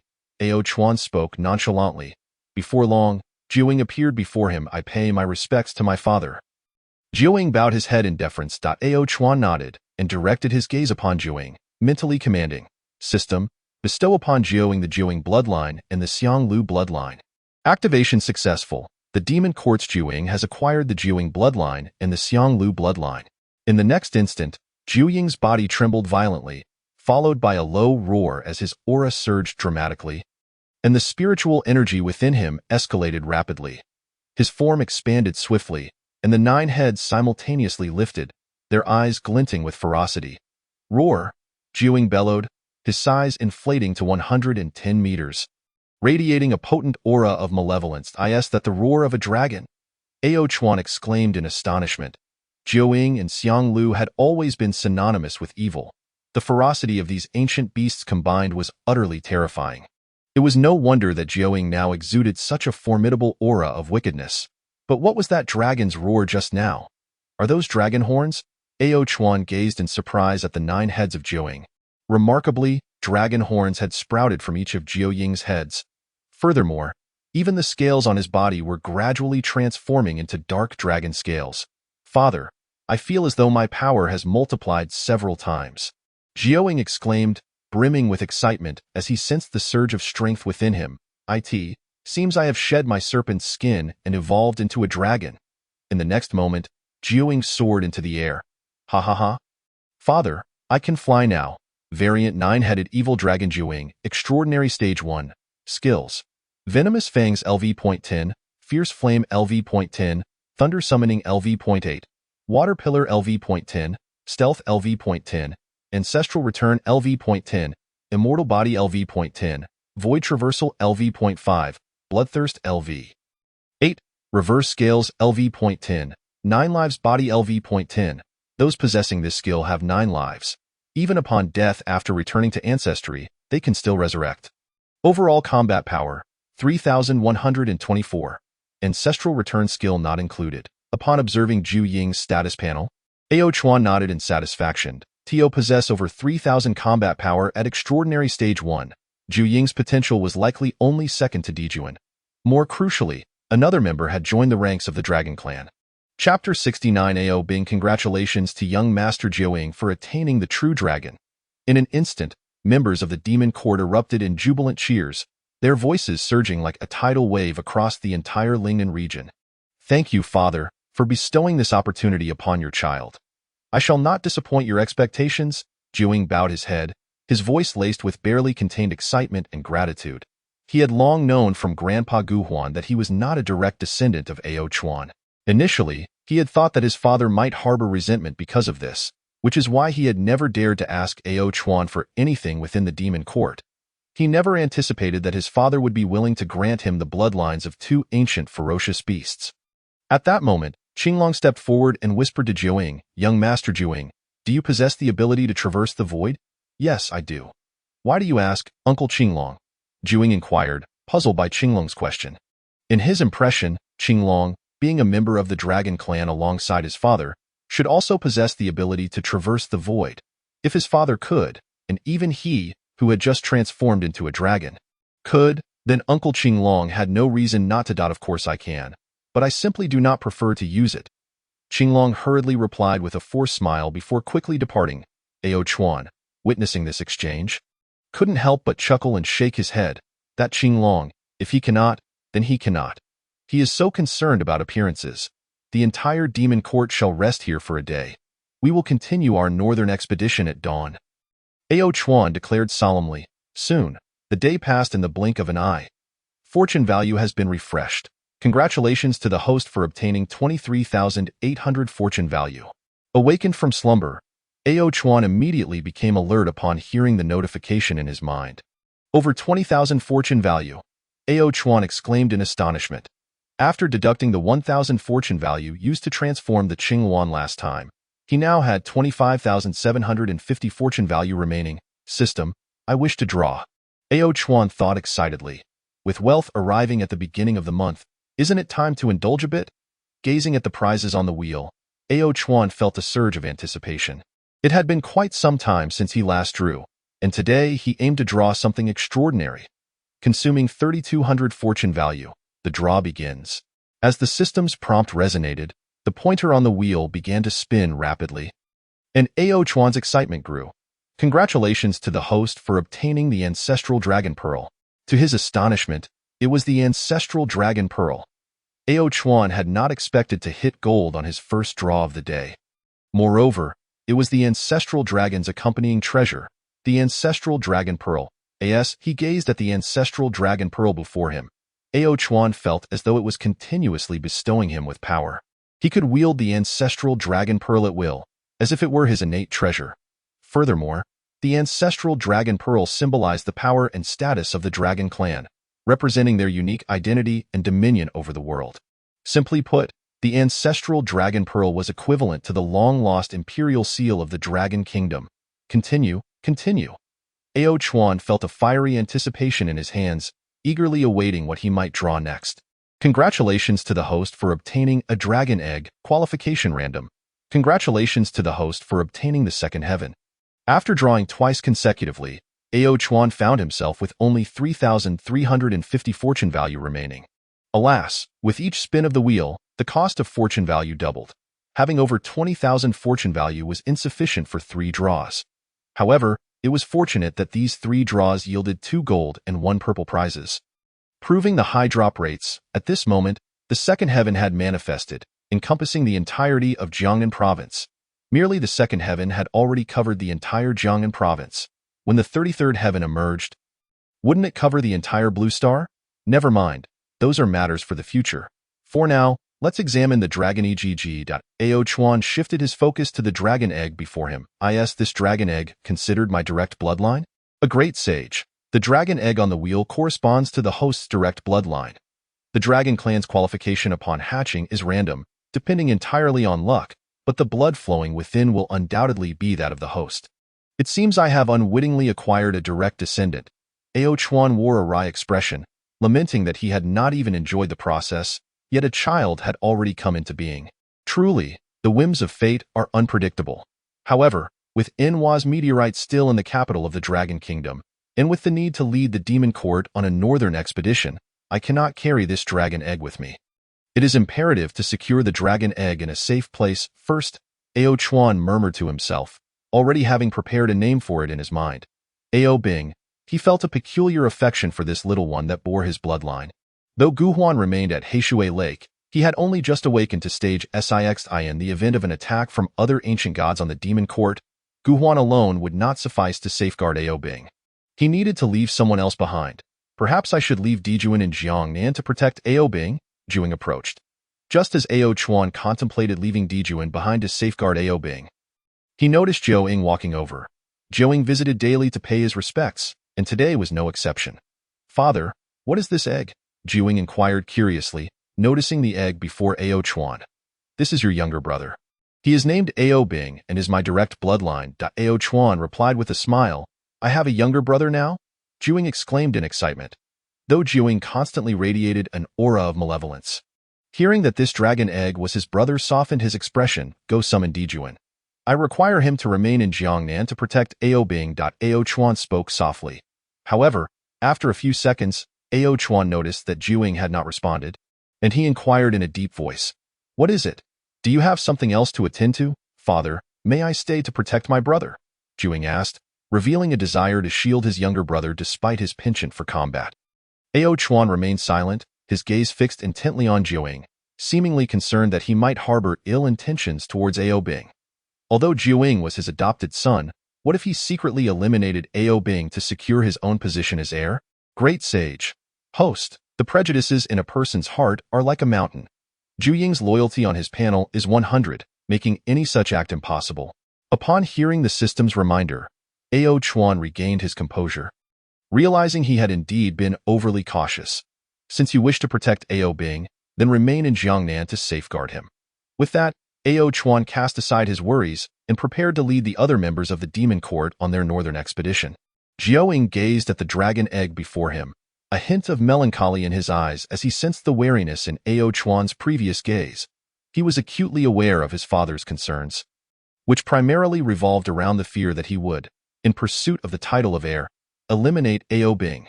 Gently, Zhou Ying cradled the dragon egg with one of his heads, then slowly soared towards Jiangnan. He intended to demonstrate through his actions to his father that he was Aobing's elder brother and would never harm his own sibling. Chapter 70. Brothers, what is there to fear? The Dragon Kingdom, renowned for its architectural prowess, had erected walls exceeding 40 meters in height within just a few days in its central region. Coupled with the successful retreat of most soldiers to this area, the central Dragon Kingdom could be described as an impregnable fortress. "Brother Liu, do you think humanity can truly conquer the mutated creatures?" A young soldier on watch asked softly, his voice tinged with unease. "I cannot speak for other nations, but I am certain that our Dragon Kingdom can prevail." Liu, the one being addressed, firmly patted the soldier's shoulder, his gaze resolute. "With young talent like Li Yingxiong, we are bound for victory." News of Li Xiqing's desperate efforts to rescue the leaders and others in the capital had spread, and many in the Dragon Kingdom regarded him as a hero. The young soldier nodded, his eyes hardening with renewed conviction. He too believed that Li Yingxiong could guide the Dragon Kingdom towards a brighter future.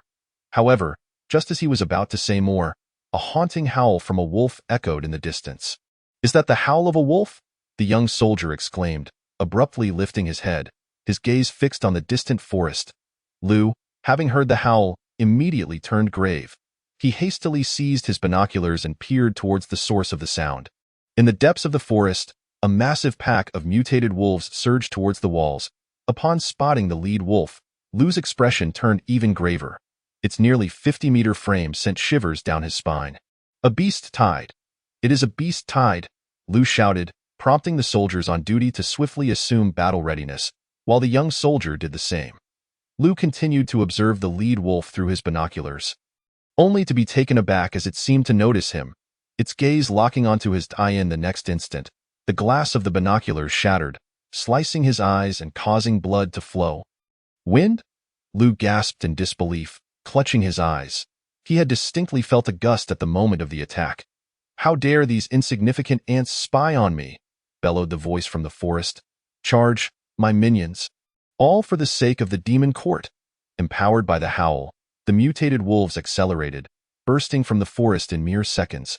"Open fire," commanded an officer atop the walls upon witnessing the unfolding scene, urgently signaling for reinforcements from the capital. The first wave of vanguard troops alone numbered in the tens of thousands. and the thought of how many more mutated creatures lay behind them was unfathomable. It was prudent to call for reinforcements in advance. And no sooner had the officer's words left his mouth than the soldiers of the Dragon Kingdom began to fire frantically, bullets raining down like a deluge. Many of the leading mutated wolves riddled with holes. Although the mutated wolves moved with incredible speed, their large size meant that many bullets still found their marks. Observing this, Song furrowed his brow. Previously, human bullets could not penetrate their bodies. Why was the firepower so fierce today? He quickly ordered his subordinate wolves to retreat, knowing that any further advance would lead to unnecessary casualties. As the officer atop the walls witnessed the mutated wolves' assault being repelled, a satisfied smile crept across his face. The newly invented spiritual bullets are truly effective. Dealing with these beasts is a piece of cake. Yet, when he noticed that the lead wolf showed no intention of retreating, he promptly commanded the soldiers to continue firing. However, in the next moment, a violent whirlwind swept across the walls, leaving many soldiers unable to keep their eyes open. Song's expression turned icy as the whirlwind morphed into countless razor-sharp wind blades. In an instant, the soldiers on the walls were drenched in blood, the cacophony of battle falling eerily silent. Reinforcements have been dispatched to the south. Southern Command, please respond. Southern Command, please respond. The radio crackled with urgent requests for replies. But all that echoed back were the chilling howls of wolves. Following the wolves was an army of millions from the Demon Court, in the capital of the Dragon Kingdom. Panic ensued. Yes, bad. Leader, Li Reng exclaimed as he rushed to Sun Jingwa's side, hastily relaying the situation in the south. What did you say? The southern wall has been breached. Sun Jingwa's voice trembled, his eyes wide with disbelief. Just moments ago, they had received a plea for reinforcements from the south, and now communication had been lost right after sending help. Li Reng, equally distressed, never anticipated the southern wall would fall so swiftly. We must deploy more reinforcements at once. We must reclaim the south from these mutated creatures. Sun Jingwa quickly regained his composure. While others might panic, he knew he had to think clearly and devise a strategy. Just as he was about to issue further orders, an officer rushed in, panic etched across his face. Upon seeing the officer's agitation, Sun Jingwa felt a wave of foreboding wash over him. He instinctively swallowed hard. Surely, they hadn't lost another wall? Leader, it's dire. The western wall is under heavy attack from a large fleet from the Lighthouse Nation, and they have a 100-meter beast assisting them. The west can no longer hold. Although Sun Jingwa had prepared himself for the worst, hearing the news left him utterly defeated. Is heaven intent on destroying our Dragon Kingdom? He murmured. The officer and Li Reng quickly supported him. Leader, do not despair. We still have Li Xiaoyu. Li Reng hastily invoked Li Xiqing's name, believing him to be the Dragon Kingdom's last hope. As long as he remained alive, there was still a glimmer of hope. Yes, we must summon Li Xiaoyu. He will surely have a solution.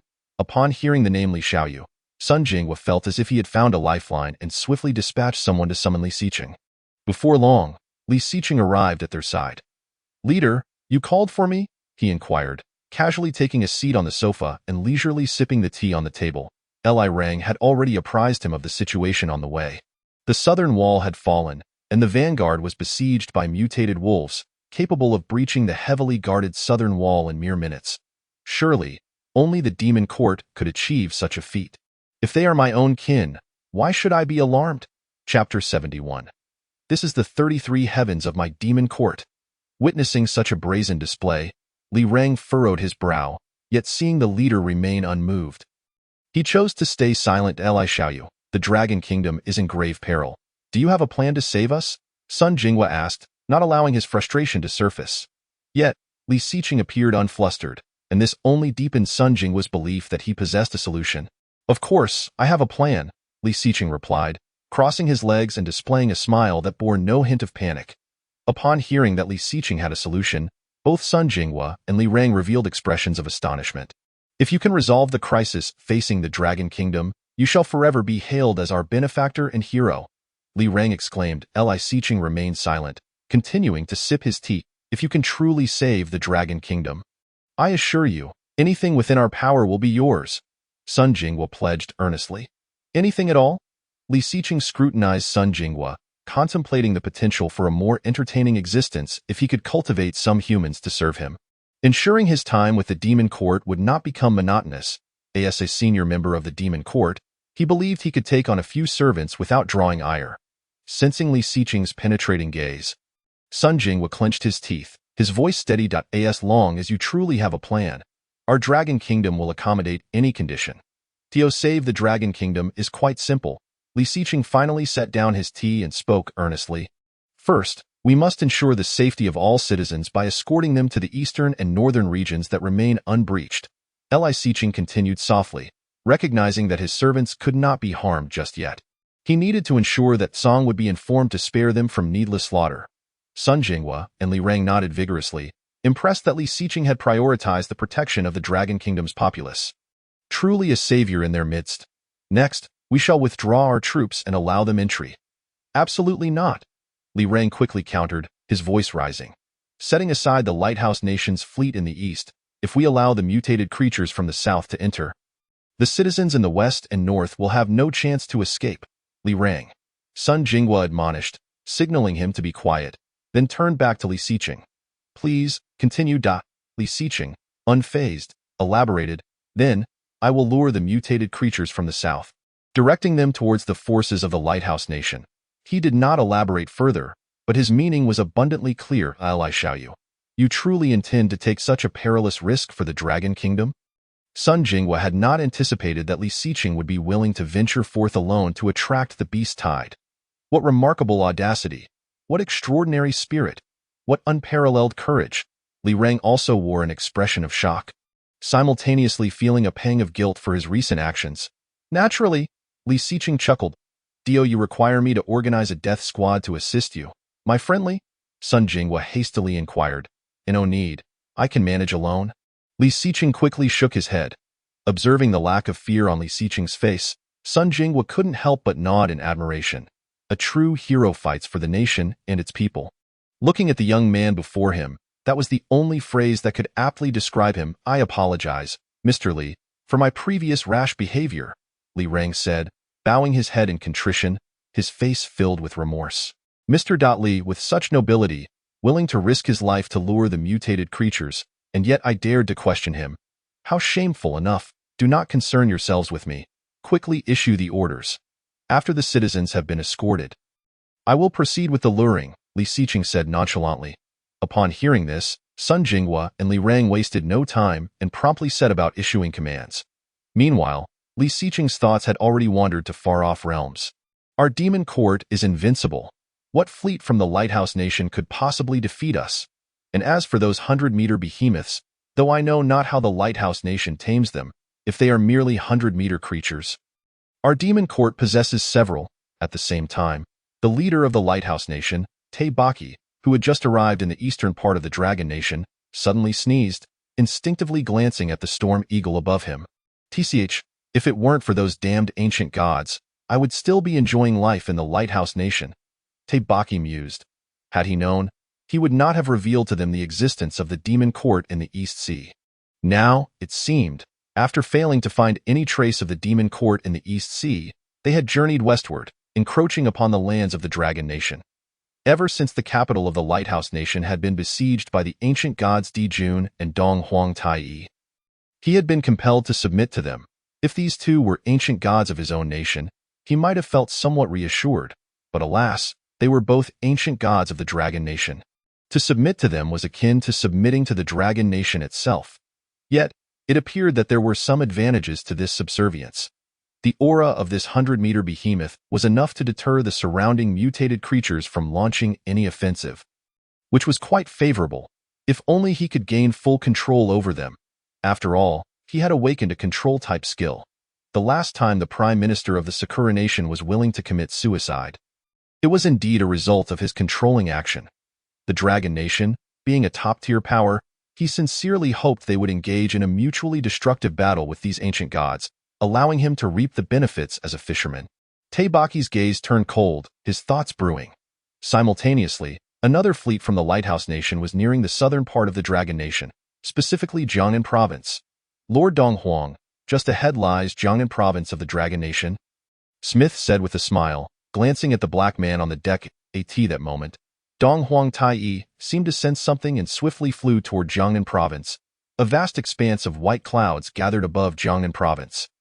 And Dong Huang Tai looked on in disbelief. This is the 33 heavens of our demon court. Chapter 72. Shun Gongbao no. It should not be the 33 heavens yet. Dong Huang Tai quickly regained his composure and began to observe. It seems there are only 2 layers. But how did these 2 layers come to be? Could it be the work of that fake demon court from Blue Star? Dong Huang Tai's anger flared at the thought. Those detestable mutated beings from Blue Star not only appropriated their faction's name, but now even constructed palaces that mirrored theirs. Would they next adopt names like Di Jun and line up a list of 10 demon lords? Just as the demon court had? A cold smirk curled on his lips as a glint of murderous intent flashed in his eyes. I shall see what divine beings reside within these 2 layers.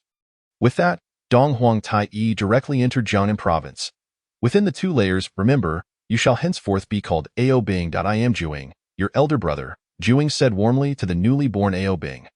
At that moment, Ao Bing, having just come into existence, measured only over 2 meters in height, his body as white as jade, his scales shimmering with a faint glow, exuding an air of elegance in terms of appearance.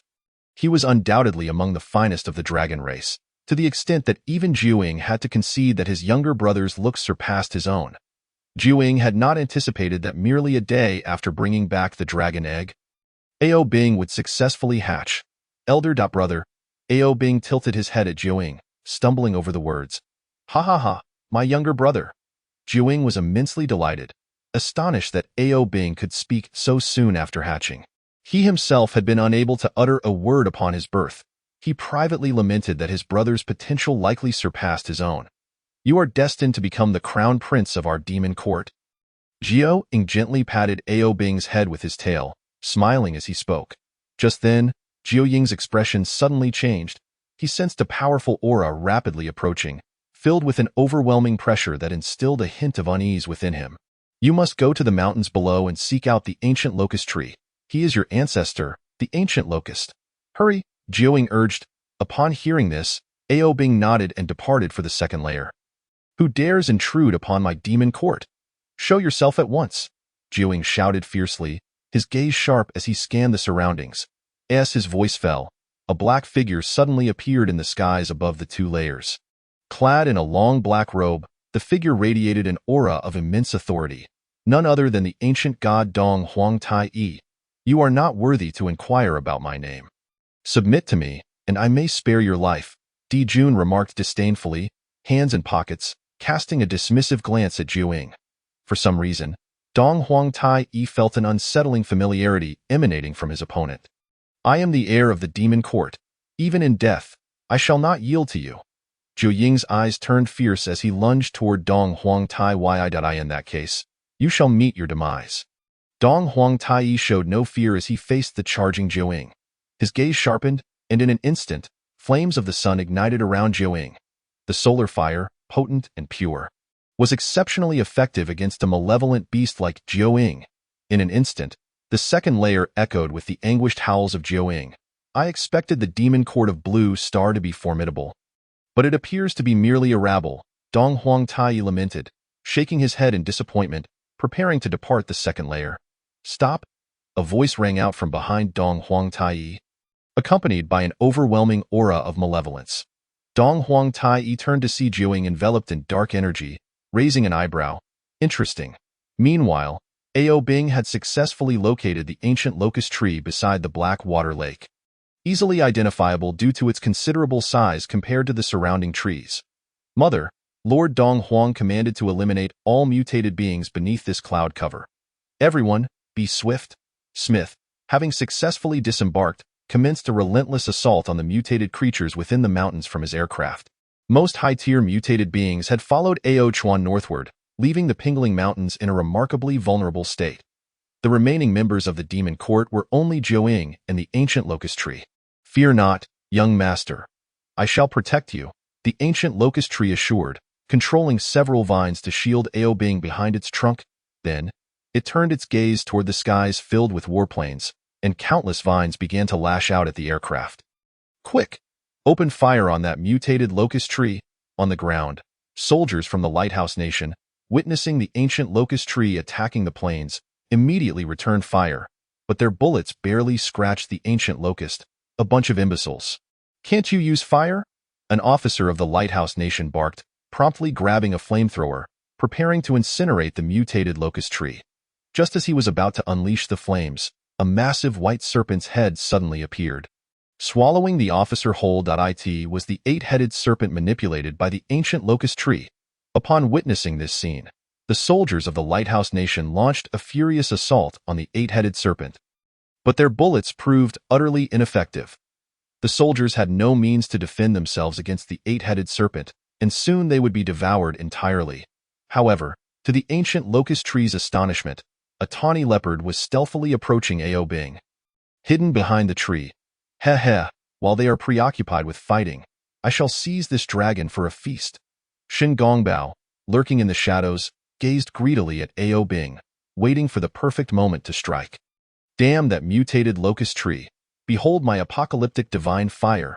Smith, observing the dwindling number of aircraft around him, unleashed a torrent of flames that engulfed the ancient locust tree. Although the flames lacked the potency to harm the tree, they succeeded in provoking its wrath. The ancient locust tree immediately retaliated, launching a barrage of vines toward the aircraft where Smith was situated. What a perfect opportunity! Suddenly, Shen Gongbao dashed out from the shadows. He was a first-tier mutated leopard, and with a few swipes, he could easily sever the vines of the ancient locust tree. Grabbing Ao Bing in his jaws, he sprinted toward the mountains. Ao Bing. Young master!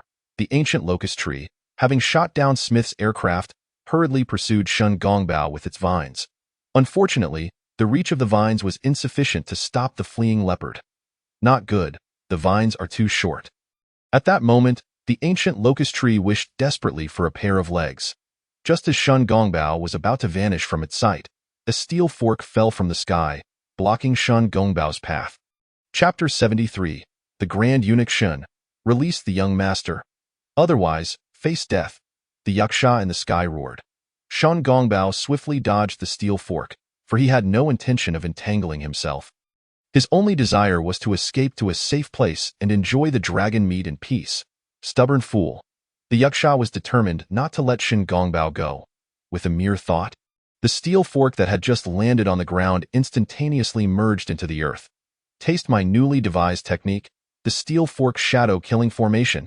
In the next moment, countless steel forks surged from the ground, encircling Shen Gongbao, as the Yaksha, fearing injury to Ao Bing, could only control the forks to surround him. In the second heaven above, blood stained his scales, yet his recovery ability was astonishing. The wound healed completely in mere seconds. I never anticipated this creature possessed such formidable regenerative capabilities. Dong Huang Tai scrutinized Jiuying, his gaze tinged with curiosity. I don't believe I have encountered a dragon with 9 heads in the primordial chaos. Standing before Jiuying, Dong Huang Tai's eyes bore a mix of disdain and intrigue. Boy, what is your name? I feel an inexplicable familiarity with you. Jiuying clenched his teeth, laboriously lifting his head, coldly fixing his gaze upon Dong Huang Tai, his voice resolute. You are unworthy of knowing my name. Indeed, you are unworthy of knowing his name. An authoritative voice resonated in Dong Huang Tai's ears.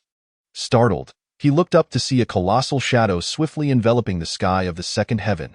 Di Jun descended from above, his entire being ablaze with the fire of the sun, his gaze icy and contemptuous as it fell upon Dong Huang Tai. All you need to know is that to humiliate the young master of my demon court is a crime that warrants death. Upon seeing the figure before him, Dong Huang Tai's pupils constricted in disbelief. How could you possess the bloodline of the three-legged golden crow? Di Jun paid no heed to Dong Huang Tai, his eyes growing increasingly murderous as he gazed at the unconscious Jiuying. Were it not for the Dragon King's concern for Jiuying and Ao Bing calling me back to Jiangnan province during the northern expedition, it is likely that both Jiuying and Ao Bing would have perished today. Although I do not understand why you possess the bloodline of the three-legged golden crow. Since you are of my kin, why not join us? Dong Huang Tai said excitedly, gazing at Di Jun. The three-legged golden crow is exceedingly rare in the primordial chaos. Who could have imagined encountering kin on Blue Star today? Alas, Dong Huang Tai received no response from Di Jun, only an overwhelming torrent of solar fire directed at him. You and I are both three-legged golden crows. The sun's fire is ineffective against me. Dong Huangtai chuckled, choosing to disregard the flames advancing toward him. However, when Di Jun's flames struck him, an intense burning sensation coursed through his body. Why? How can your sun fire harm me? This is impossible, Dong Huangtai cried out in agony, entirely stripped of his previous arrogance. No, I must flee. Long rainbow piercing the sun, Dong Huangtai thought to himself. His figure vanished like a long rainbow piercing the sun, disappearing at the far end of the second heaven, leaving behind only a golden afterimage that gradually dissipated in the air. His speed was so astonishing that even Di Jun was caught off guard. What kind of ability is this, that it surpasses even void evasion? Di Jun frowned, originally intending to kill Dong Huangtai to avenge Juing. It seemed, however, that such hopes were dashed. I should first take Juing to Gu Huai and check on that little rascal Aobing. Damn it, how can this yaksha be so powerful? Shin Gongbao cursed silently. After several encounters with the foe, he had realized he was no match for the yaksha. If only my treasures, the heaven-opening pearl and the sea-calming pearl, were still with me, how could I allow a yaksha to bully me so? Gu Huai, what is going on? Just ascending from the second heaven, Di Jun asked in confusion upon witnessing the yaksha and the mutated leopard. King Golden Crow, that mutated leopard has abducted young master Aobing. Gu Huai replied promptly upon seeing Di Jun, as if encountering a savior.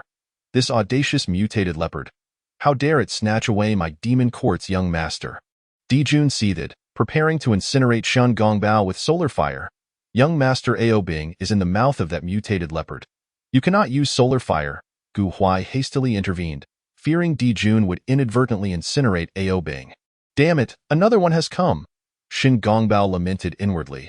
Had he known, he would not have attempted to seize the dragon. And no sooner had he thought this than Di Jun appeared above Shin Gongbao, capturing him with a single claw. Shin Gongbao screamed in despair, while Aobing seized the opportunity to fly away. Though not kill me. I am an ancient god. My master is Yuan Shi Tianzun. If you kill me, await my master's vengeance. Sensing Di Jun's murderous intent, Shin Gongbao hastily invoked his own power. Ancient god. Di Jun exchanged glances with the yaksha. If memory serves, the Dragon King relishes capturing these ancient gods. It would be prudent to imprison Shin Gongbao for now, dealing with him upon the Dragon King's return. Meanwhile, Ao Chuan, leading the demon court in the northern expedition, had already entered the city walls established by the Dragon Kingdom. One must admit, while the Dragon Kingdom may be slow in many respects, their evacuation of the populace is impressively swift. In such a brief time, he could scarcely sense the presence of ordinary people in the south. Dragon King, you have finally arrived, Li Xiqing, who had come to greet him, spoke promptly. Li Xiqing. Ao Chuan furrowed his brow. He had not yet attacked the capital. Why had Li Xiqing emerged prematurely? Could it be that the undercover identity had been exposed? After learning of Li Xiqing's intentions, Ao Chuan found himself increasingly appreciative of him, especially with the news regarding the 100-meter behemoths from the Lighthouse Nation. As far as he knew, ordinary 100-meter behemoths would never choose to cooperate with or enslave humans. Only ancient gods would entertain such notions. If he was not mistaken, the 100-meter behemoth accompanying the Lighthouse Nation should also be an ancient god. Coupled with the fact that the ancient goddess Nuwa resided within the capital of the Dragon Kingdom, it meant that he could secure at least 4 ancient god bloodlines from this expedition. Well done. You have performed admirably. Speak. What reward do you desire? Ao Chuan said in good spirits, having been undercover in the Dragon Kingdom for so long. Li Xiqing indeed deserved some form of reward, Dragon King. I wish for the people of the Dragon Kingdom to become my servants, serving me for generations to come. As soon as the words left his mouth, Li Xiqing noticed Ao Chuan falling silent, and a wave of unease washed over him. Oh no, why did I directly demand a reward? I should have deferred twice before accepting. If I anger the Dragon King, I might very well meet my end. You wish for the people of the Dragon Kingdom to serve you. Ao Chuan's gaze darkened, fixating on Li Xiqing with a piercing intensity. If the Dragon King does not permit it, I shall personally slay them all. Li Xiqing dared not meet Ao Chuan's gaze. Ao Chuan's eyes were sharp as blades. Li Xiqing felt an invisible pressure and his heart tightened. Could it be that my request was too excessive? He mused, beads of cold sweat forming on his brow. Very well, you may be considered an elder of the demon court. The people of the Dragon Kingdom shall be granted to you. After a moment of silence, Ao Chuan finally spoke, dismissing the significance of the Dragon Kingdom as merely a speck of dust in his eyes. There are countless lands on Blue Star. The Dragon Kingdom is but the first target of the Demon Court's conquest. Upon hearing this, Li Xiqing felt an immediate sense of relief and quickly knelt, bowing deeply. Thank you for your generosity, Dragon King. He was finally free from the need to remain undercover in the Dragon Kingdom. From this moment on, he would become the king of the Dragon Kingdom, wielding the power of life and death over this land. First, take me to retrieve the meteorite of Nuwat, Ao Chuan said softly. Please follow me, Dragon King. Li Xiqing promptly led the way. Thus, the Demon Court's forces marched grandly toward the capital of the Dragon Kingdom. In the Dragon Kingdom laboratory, Nuwa once again appeared above the meteorite. Her eyes brimming with excitement, as the queen of the Huahuang Demon Court, she had just sensed the aura of Dijun from the east. This is the aura of the Demon Emperor. Once the Demon Emperor arrives here, I shall once again see the light of day. Just as Nuwa was lost in her reverie, the laboratory's roof was suddenly torn off, and a massive black dragon emerged above. Simultaneously, the laboratory door was kicked open, and upon seeing Nuwa inside, Li Xiqing exclaimed, Dragon King, this is Nuwa. It's you? Nuwa looked at Li Xiqing with confusion, and upon sensing Ao Chuan's aura in the sky, she yelled at him angrily, You dare betray humanity? Do you wish to commit matricide? Matricide? Li Xiqing was unfazed by her words, casually replying to Nuwa, I don't mind. I've already committed matricide once, so adding one more doesn't matter. Damn it! Nuwa cursed angrily, quickly retreating into her meteorite. These meteorites, often inhabited by ancient gods, typically possess their own defensive barriers that the mutated creatures of Blue Star could not possibly breach. Once the Demon Emperor arrives here, she would ensure that this damned human and that black dragon pay a heavy price. Ao Chuan in the sky was equally surprised that Nuwa did not even attempt to resist, but simply shrank back into her meteorite. With his system, wasn't Nuwa effectively delivering herself to him? System, go ahead and capture her. Detected ancient god Nuwa, the system has automatically converted her into a bloodline. Within the meteorite, Nuwa was still unaware of what had transpired when a powerful energy suddenly enveloped her. She never imagined that a being on Blue Star could breach the barrier she had set up in less than a second. Congratulations to the host for obtaining the bloodline of Nuwa. Ao Chuan nodded in satisfaction, his gaze shifting towards the east as he remarked lightly, Nuwa has already taken care of matters. Next, it is time to subdue the ancient deity brought forth by the Lighthouse Kingdom. Meanwhile, in the east, Dijun was approaching the capital of the Dragon Kingdom, flanked by a multitude of soldiers from the Lighthouse Kingdom.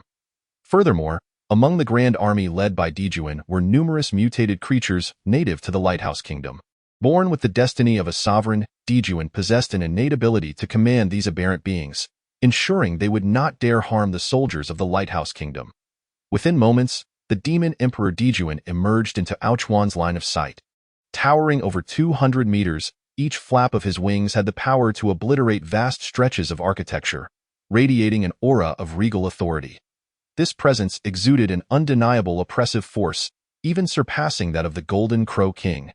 Dijun, Storm Giant Eagle, Dijun's manifestation, Extraordinary Level 5, Skills, Body of Flames LV.15, Void Escape LV.13, Solar Fire LV.15, Destiny LV.15, A Born Emperor, favored by the heavens since birth, endowed with potent luck. Any who slay a being of destiny shall incur the wrath of the nine heavens' divine thunder. Royal Might LV. 15. Emits an intangible aura that instills immeasurable dread in all demonkind. Can compel even the most timid of demons to submit on the spot.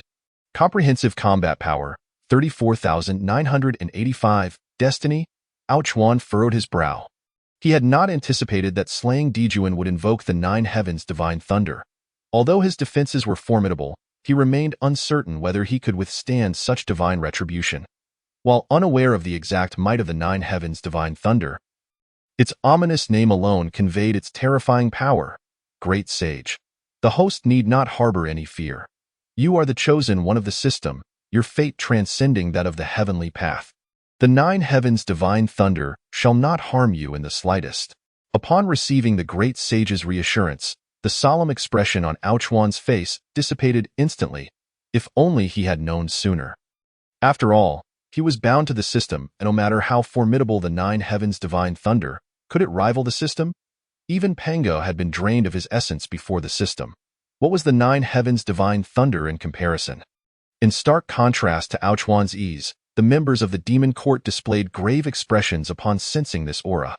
They exchanged wary glances, their eyes filled with trepidation and unease. So, you are the master of the demon court from Blue Star? The demon Emperor Dijuan spoke coldly, regarding Aochuan with disdain in his eyes. Any demon must submit to his authority. Are you aware of the consequences of impersonating my demon court? Aochuan remained silent, observing his lack of response. Dijuan assumed Aochuan was intimidated, for under his regal might, few demons dared to challenge him. In truth, Aochuan merely wished to bypass the usual pompous dialogue. He had grown weary of such predictable posturing. Just as he prepared to act decisively, a sudden outburst of fury erupted from behind him. What are you? A mere bird? Do you know the fate that befalls those who insult our Dragon King? Titan angrily pounded his chest, immediately launching a tirade at Dijuan. Aochuan glanced back to find that the members of the demon court were all wearing grave expressions, clearly affected by Dijuan's regal aura. Only Titan remained unaffected, seemingly impervious to the oppressive presence. Dijuan looked at Titan, puzzled. This was the first aberrant creature he had encountered that did not tremble before him. Protected by Lighthouse Kingdom soldiers. Tabeki watched this scene unfold with great confusion. He had witnessed Dijuan's capabilities firsthand. Countless mutated beings from the Lighthouse Kingdom quaked in fear before him. What was the matter with this mutated gorilla, who not only showed no fear but dared to insult Dijuan? Aochuan too felt a sense of intrigue. Even the extraordinary level 3 Azure Dragon appeared grave before Dijuan's regal might, yet Titan, having only awakened to level 8, remained unaffected. Great Sage. Although Titan's chaotic demon ape bloodline is thin, it is still of chaotic origin. Dijuan's royal might is insufficient to sway the chaotic demon ape. You are not afraid of me? Dijuan asked, looking curiously at Titan. As soon as he spoke, Titan seized a nearby mutated wild boar and hurled it at Dijuan. Afraid of you? Not in the slightest. Chapter 75. Did you truly believe you had escaped? The demon Emperor Dijuan frowned slightly, his gaze sharpening as the mutated wild boar was incinerated in an instant. Monkey, you will pay for your words. Dijuan's voice was low and cold. Since his arrival on Blue Star, it was the first time a demon had dared to defy him openly. His initial intention to subdue Titan vanished in an instant. The next moment, an even more formidable aura erupted from Dijuan. This presence loomed like an immense mountain, suffocating the entire assembly of demons in the demon court. Aochuan would not stand idly by while the demon Emperor Dijuan bullied his subordinates. He too unleashed his formidable aura. Simultaneously, a crystal-clear dragon pearl slowly manifested above the ranks of the demon court army. As the dragon pearl appeared, the atmosphere of the world shifted dramatically. The brilliance of the dragon pearl enveloped the demons of the demon court. This immense power not only countered Dijuan's regal might, but also elevated the morale of the demons to unprecedented heights. The clash between Dijuan's regal might and the power of the dragon pearl produced a tremendous roar that seemed capable of shattering the very fabric of reality. Had this been Dijuan at his peak, the dragon pearl might have struggled against him. However, now on Blue Star, all ancient deities had suffered devastating wounds. Dijuan was a dragon. He should remain docile, and if he were a tiger, he should lie in submission. The dragon pearl? Dijuan instantly recognized the artifact, his eyes filled with apprehension. His gaze fixated on Aochuan, a tempest of emotions swirling within him. Why had the dragon pearl appeared in the possession of this black dragon? The dragon pearl was a companion artifact of the progenitor of the dragon race, one only the ancestral dragon could wield. Could it be you are the ancestral dragon? Dijuan spoke in a deep voice, astonished that the ancestral dragon had manifested within a black dragon. What incredible fortune! The bird he was inhabiting was simply incomparable. If only he could descend upon the dragon kingdom, perhaps he could attach himself to a mutated creature of similar bloodline. I have no need to answer the questions of a dead man. No sooner had he spoken than Aochuan was upon Dijuan, dark dragon flames surging forth. Dijuan barely had time to react before the ferocious flames pinned him to the ground. The dragon flames swiftly engulfed Dijuan's entire form, crushing many soldiers of the Lighthouse Kingdom and mutated creatures beneath his colossal body.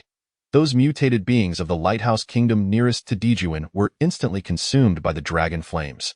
Why has my body of flames failed? Dijuan felt excruciating pain coursing through him, suppressing a cry, sovereign. His dignity forbade him from uttering any cries of agony. Just as he attempted to rise, Aochuan's dragon claws pinned him firmly to the ground, the relentless dragon flames scorching his face. Having been caught off guard by Aochuan's assault was one thing. Now, he found himself publicly trampled upon. This was intolerable. He had to escape. Perceiving his life threatened, Dijuan could no longer hold back and activated his divine ability, Long Rainbow through the Sun, to flee the scene. Had he not fused with the Kuanping bloodline prior, Aochuan would have indeed struggled to catch up to Dijuan. However, now, even if Aochuan granted Dijuan a minute's head start, he would not escape. Upon witnessing Dijuan's retreat, the army of the Demon Court launched a fierce offensive against the forces of the Lighthouse Kingdom. Tabeki, realizing the situation, hurriedly commanded his troops to protect their escape. As Dijuan was trampled under Aochuan's feet, it became evident to him that Dijuan was no match for the Black Dragon.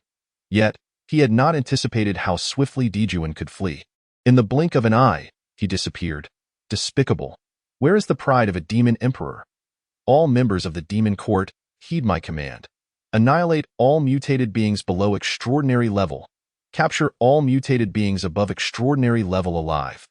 Xiangui commanded. The Demon Court's ranks of extraordinary beings were still too few. Now that they had seized control of the entire Dragon Kingdom, it was insufficient for just Xiangui and a few others to manage. They needed to subdue more extraordinary beings to guard their territory. Just as an extraordinary level 1 mutated bat from the Lighthouse Kingdom attempted to flee, Titan seized it and began to pound it mercilessly against the ground. Had it not been for the Prime Minister's orders, he would have outright killed the mutated Bat. Li Siqing, witnessing this, swiftly joined the fray. During his time as an undercover agent in the Dragon Kingdom, he had never fully unleashed his power. Today was the perfect opportunity to engage in a real-life game of mowing down foes and to unwind. Finally escaped. Having reached the western region of the Lighthouse Kingdom, Dijuan prepared to pause and catch his breath. He glanced at the dragon flames enveloping him, his brow furrowed. Damn it! Why won't this fire extinguish? Throughout his escape, he had been using his divine power to counter the flames. But now, his dwindling reserves of divine energy were nearly depleted. Should the dragon flames continue to burn unchecked, he would surely perish. Did you truly believe you had escaped? Aochuan's voice echoed once more in Dijuan's ears. This is bad. When did he get behind me? Startled by the voice behind him, Dijuan was alarmed. The speed of Long Rainbow through the Sun was incredibly swift, ranking among the fastest in the primordial era. How could the ancestral dragon's speed possibly match his own? Feel the pain. Aochuan's gaze darkened as he sank his fangs into Dijuan's neck. This is impossible, Dijuan snarled, but soon fell silent. Slain Storm Giant Eagle, Extraordinary Level 5. Gained 100,000 evolution points. Detected that the host has slain the ancient deity Dijuan. Would you like to consume 2,000 luck points to directly convert him into a bloodline? Yes, Aochuan replied softly. The system, as always, was merciless, even requiring double the luck points for bloodline conversion. Transformation successful. Congratulations to the host for acquiring the bloodline of the three-legged golden crow, Dijuan. Uncertainly, Aochuan inquired. Are there any other ancient deities in the Lighthouse Nation? After all, the territory of the Lighthouse Nation is quite vast. It seems implausible that Dijuan is the only ancient deity. However, recalling that the Xiangui and others are still in the Dragon Nation, it would be prudent to return first, especially since the Dragon Nation's capital still has troops from the Lighthouse Nation. I can always capture a few individuals later to inquire further. With that, Aochuan utilized 2 half phases of Void Escape, instantly arriving above the capital of the Dragon Nation. Trying to flee. Just as Aochuan returned, he spotted soldiers from the Lighthouse Nation preparing to board an aircraft carrier for departure.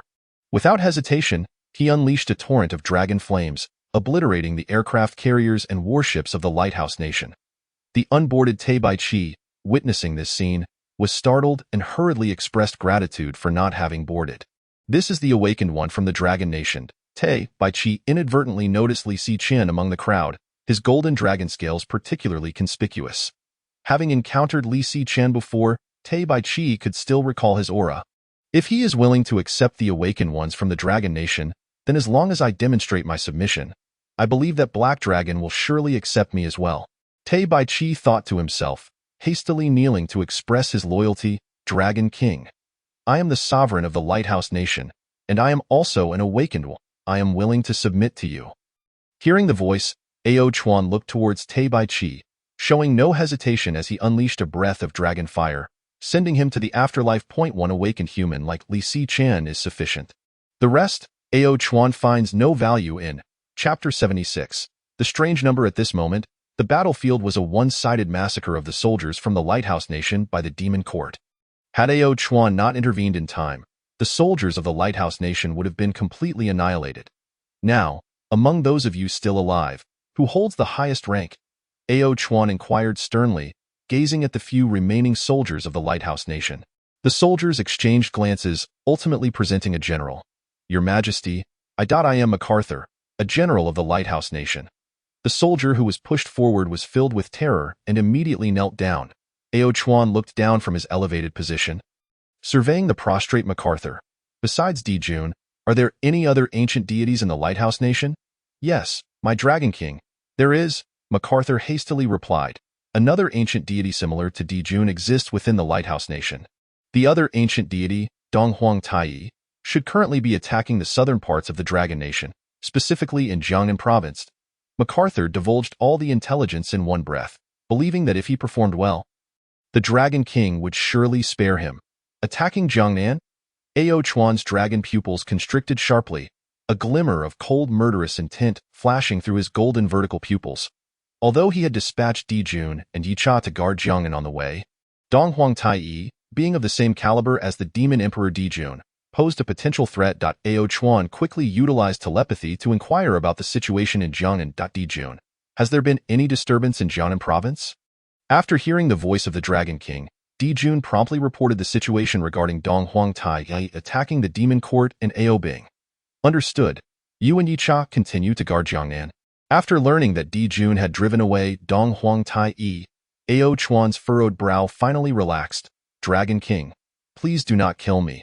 I still have family. I cannot abandon them, General MacArthur pleaded urgently. Ao Chuan regarded MacArthur with no trace of pity in his eyes. I will ensure your family accompanies you. With that, Ao Chuan unleashed dragon flames, reducing the remaining soldiers of the Lighthouse Nation to ashes. He then turned to Xian Gui. Xian Gui, you and Li Sichun should go and take charge of the remaining Dragon Nation people. Understood. Xian Gui nodded, leading the Demon Court's army towards the Dragon Nation's direction. The Dragon Nation is no longer a threat. Managing the Dragon Nation's affairs is a trivial task that can be entrusted to Xian Gui and the others. A glint of icy light flickered in Ao Chuan's dragon pupils as he slowly raised his head, gazing in the direction of the Lighthouse Nation. Those who dare to offend the Demon Court and survive, not even the ancient deities shall be spared. As soon as he finished speaking, Ao Chuan disappeared towards the Lighthouse Nation. Meanwhile, Dong Huang Tai, who had escaped back to the Lighthouse Nation, suddenly noticed that the meteorite of the Demon Emperor Dijun had dimmed. Elder brother. Who is it? Dong Huang Tai roared in fury. Realizing with shock that less than a day after they parted, his brother Dijun had been killed. No matter who you are, I will kill you to avenge my brother. I stand right before you. Let us see what you can do to kill me. Ao Chuan had just arrived in the capital of the Lighthouse Nation when he heard someone proclaiming their intent to kill him.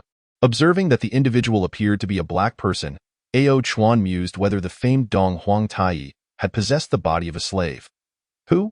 Hearing the commotion, Dong Huang Tai turned around, his expression shifting to one of grave concern upon seeing Ao Chuan. When did this black dragon appear? Why had he not detected him?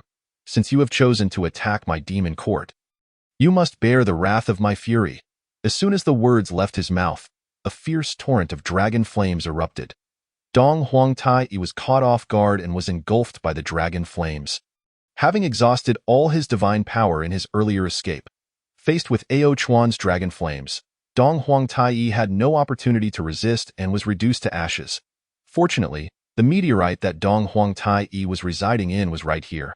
Saving Ao Chuan the trouble of searching for it. Ao Chuan gazed at the meteorite radiating a golden glow. Detected the ancient divine beast, three-legged golden crow, Dong Huang Tai. the system has automatically converted it into a bloodline. Congratulations to the host for acquiring the bloodline of the three-legged golden crow, Dong Huang Tai Yi. Now that I possess the bloodlines of two three-legged golden crows, it would be unwise to give them all to Di Jun. Ao Chuan pondered, frowning. Di Jun's strength is already formidable. Although he has signed a contract with me, I need not worry about him rebelling. However, as the sovereign of the demon court, it would be quite embarrassing if my own combat power were to be inferior to that of my subordinates. At the very least, the bloodline of the three-legged golden crow, Di Jun, must be utilized by me, as the destiny and imperial might skills of the demon emperor Di Jun align perfectly with my position as the lord of the demon court. With these two skills, I can manage the demon court more effectively. Just as Ao Chuan was still musing over this, the sky was suddenly engulfed in dark clouds, and in the next moment, a powerful divine thunder struck towards him. Oh no, I almost forgot about the destiny effect of Di Jun. Suddenly struck by lightning, Ao Chuan quickly called out to the system, "System, it's your turn to act." Detected the nine heavens divine thunder, the system is automatically collecting. As the notification echoed in his mind, Ao Chuan's dragon pupils narrowed sharply. Feeling the continuous surge of thunderous power entering his body, Ao Chuan's dragon scales erupted, clashing against one another and emitting a piercing sound. Collection progress of nine heavens divine thunder, 30.50.70. Seeing the progress bar advancing in his mind, Ao Chuan finally exhaled in relief. Although the nine heavens divine thunder did not harm him, the initial strike had indeed startled him. It felt akin to receiving a shot. One knows the needle cannot cause death, yet fear lingers. Collection of nine heavens divine thunder complete. Congratulations to the host for gaining 1.5 million evolution points. Host, Ao Chuan race. Ancient True Dragon, Transcendent Level 4, Skills, Strangulation LV.14, Bloodline LV.13, Blood Spirit Pact LV.10, Reverse Scale LV.18, Water Column LV.10, Purple Lightning LV.10, Dragon Soul LV.11, Dragon Flames LV.15, Void Escape LV.15, True Dragon Body LV.15, Nine Heavens Divine Thunder LV.15, one of the Supreme Divine Thunders, possessing world-destroying power. Capable of penetrating soul defenses and instantly annihilating souls. Evolution points, 8.79 million. 12 million. Skill points, 0'd fortune, 950. Overall combat power, 69,691. The power of the Nine Heavens Divine Thunder is indeed astonishing. A single skill has directly elevated my overall combat power to 69,000. But why does this number seem somewhat peculiar? Ao Chuan frowned slightly, uncertain if the system was deliberately presenting his combat power in such a manner. Chapter 77. A promise must be kept in the Central Dragon Nation at this moment. The northern and western sides of the central wall were packed with crowds. Sun Jinghua looked towards the capital with a worried expression. The southern wall had long been breached, yet no mutated creatures had attacked the western and northern fronts. It seems that Li Xiaoyu has successfully drawn the mutated creatures. I just wonder if he can escape safely. Sun Jinghua sighed deeply. Rest assured, Chief, Mr. Li is a great hero of the Dragon Nation. He will surely be fine. Li Rang consoled from the side. I hope so. Sun Jinghua replied helplessly, then said to Li Rang, Li Xiaoyu is a hero of the Dragon Nation. We must treat his family with the utmost respect. Not good, Chief. Li Sichun has returned. A soldier from the Dragon Nation rushed over in a fluster. Li Xiaoyu's return is a good thing. Why do you say it's not good? Sun Jinghua frowned, immediately scolding the soldier. But he has brought back a horde of mutated creatures, the soldier hurriedly explained. What? Sun Jinghua could hardly believe it and quickly ran out to assess the situation. Li Rang followed suit, equally skeptical of the soldier's claims, and accompanied Sun Jinghua outside to investigate. Soon as the two individuals stepped outside, Sun Jinghua and Li Rang abruptly halted in their tracks, rendered speechless by the scene before them. A multitude of mutated creatures, led by Li Sicheng, was inexorably advancing toward them. The soldiers of the Dragon Kingdom and the awakened ones on the front lines refrained from firing their weapons. Daunted by Li Sicheng's presence at the forefront, Li Xiaoyu, what is happening? Sun Jinghua gazed incredulously at the unfolding spectacle, perplexed as to why these mutated beings refrained from attacking Li Sicheng. Could it be that Li Sicheng had managed to exert control over them? At this juncture, Sun Jinghua would rather believe in Li Xiqing's dominion over the mutated creatures than entertain the notion that he had betrayed the Dragon Kingdom. Mr. Li, what exactly is the situation with these mutated beings? Li Rang inquired, furrowing his brow, hastily restraining Sun Jinghua. Go this. Li Xiqing remained silent. After all, with both the Dragon King and the Golden Crow King absent, the Chancellor held the highest authority, if the Chancellor had yet to speak. Li Xiqing naturally dared not voice his thoughts first. From this moment forth, the Dragon Kingdom shall become a vassal state of my demon court. All citizens of the Dragon Kingdom must heed the commands of the Golden Dragon, declared Xiangui, taking the lead. Why should we trust the words of these mutated beings? What do you intend to do with Li Xiqing? Lu Bing bellowed, immediately leveling his weapon at Xiangui. He had assumed that Li Xiqing had merely been captured by these mutated creatures. Upon hearing this, many soldiers from the Dragon Kingdom echoed his sentiments, sharing the disbelief towards the mutated beings. Forcing them to submit to the mutated creatures was an utter impossibility. They would rather face death than relinquish their autonomy. Xiangui frowned slightly, taken aback by the audacity of these ants daring to point their weapons at him.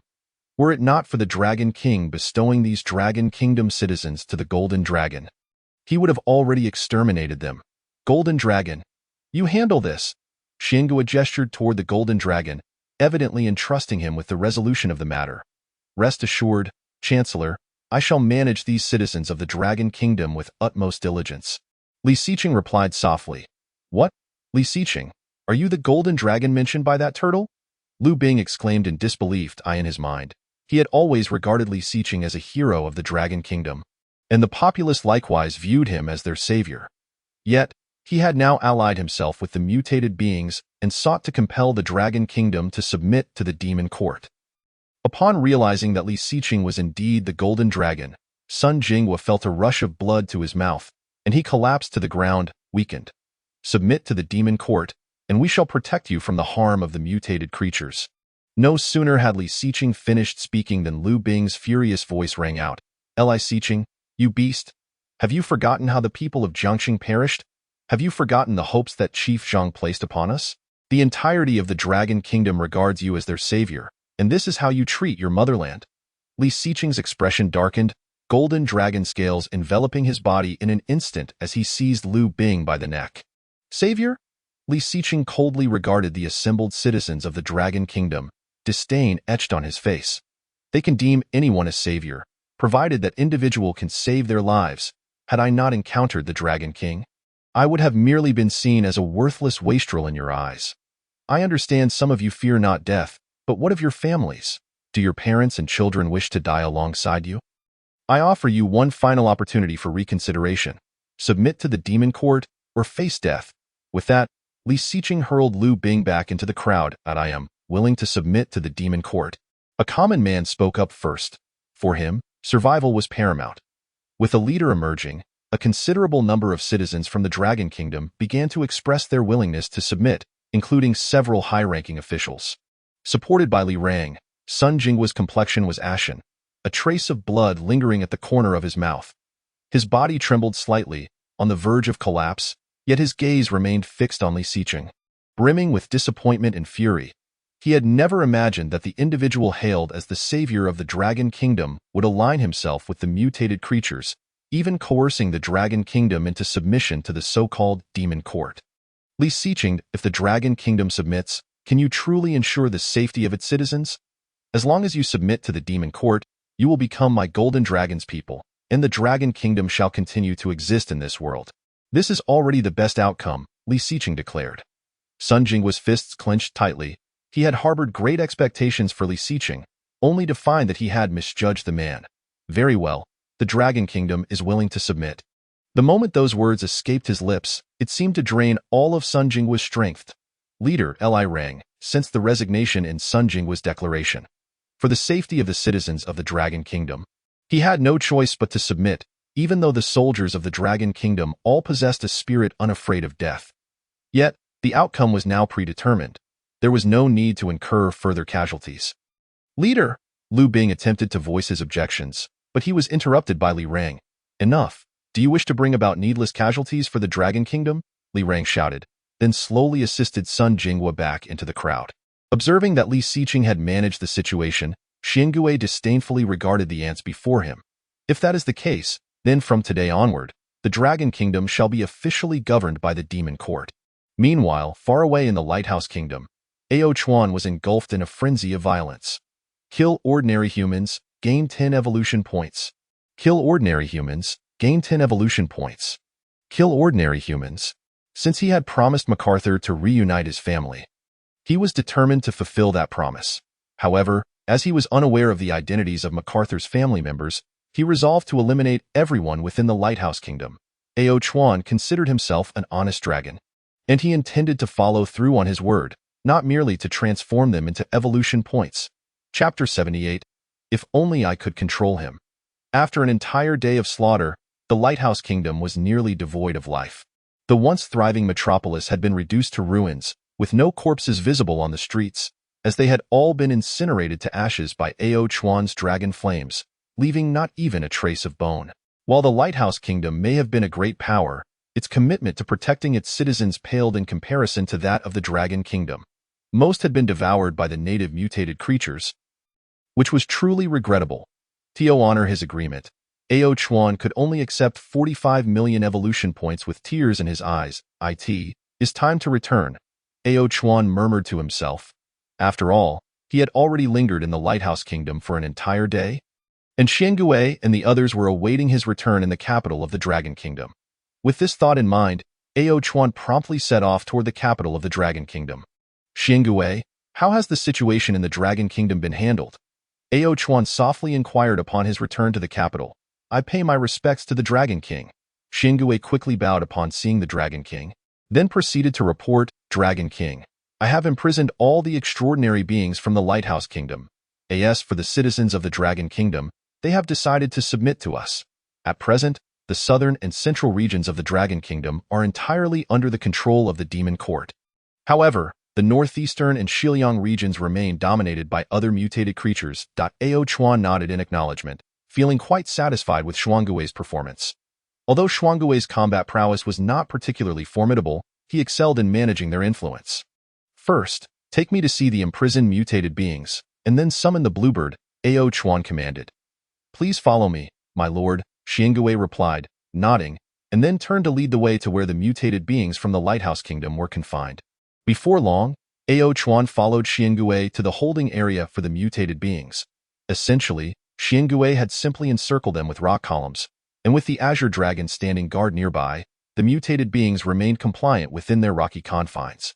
Only 8 extraordinary-level mutated beings? Ao Chuan frowned. The territories governed by the Demon Court expanded. Relying solely on a few of Xuangui's subordinates proved somewhat insufficient for oversight. That moment, a black crow, measuring over 40 meters, spotted Ao Chuan in the sky and quickly begged for mercy. Dragon King, please do not kill me. I, too, was coerced by the Demon Emperor June. I am willing to submit to the Dragon King. Ao Chuan regarded the crow, and in the next instant, its status panel appeared before him. Blood-Eyed Dark Crow, Extraordinary Tier 3, Skills. Black Flame LV.8, Illusion LV.7, can cast illusions on enemies. Steel Feather LV.8, feathers can become extremely hard, easily slicing through the bodies of mutated creatures. Overall combat power, 3188. This creature had the highest tier among the mutated beings, though its combat power was somewhat lacking.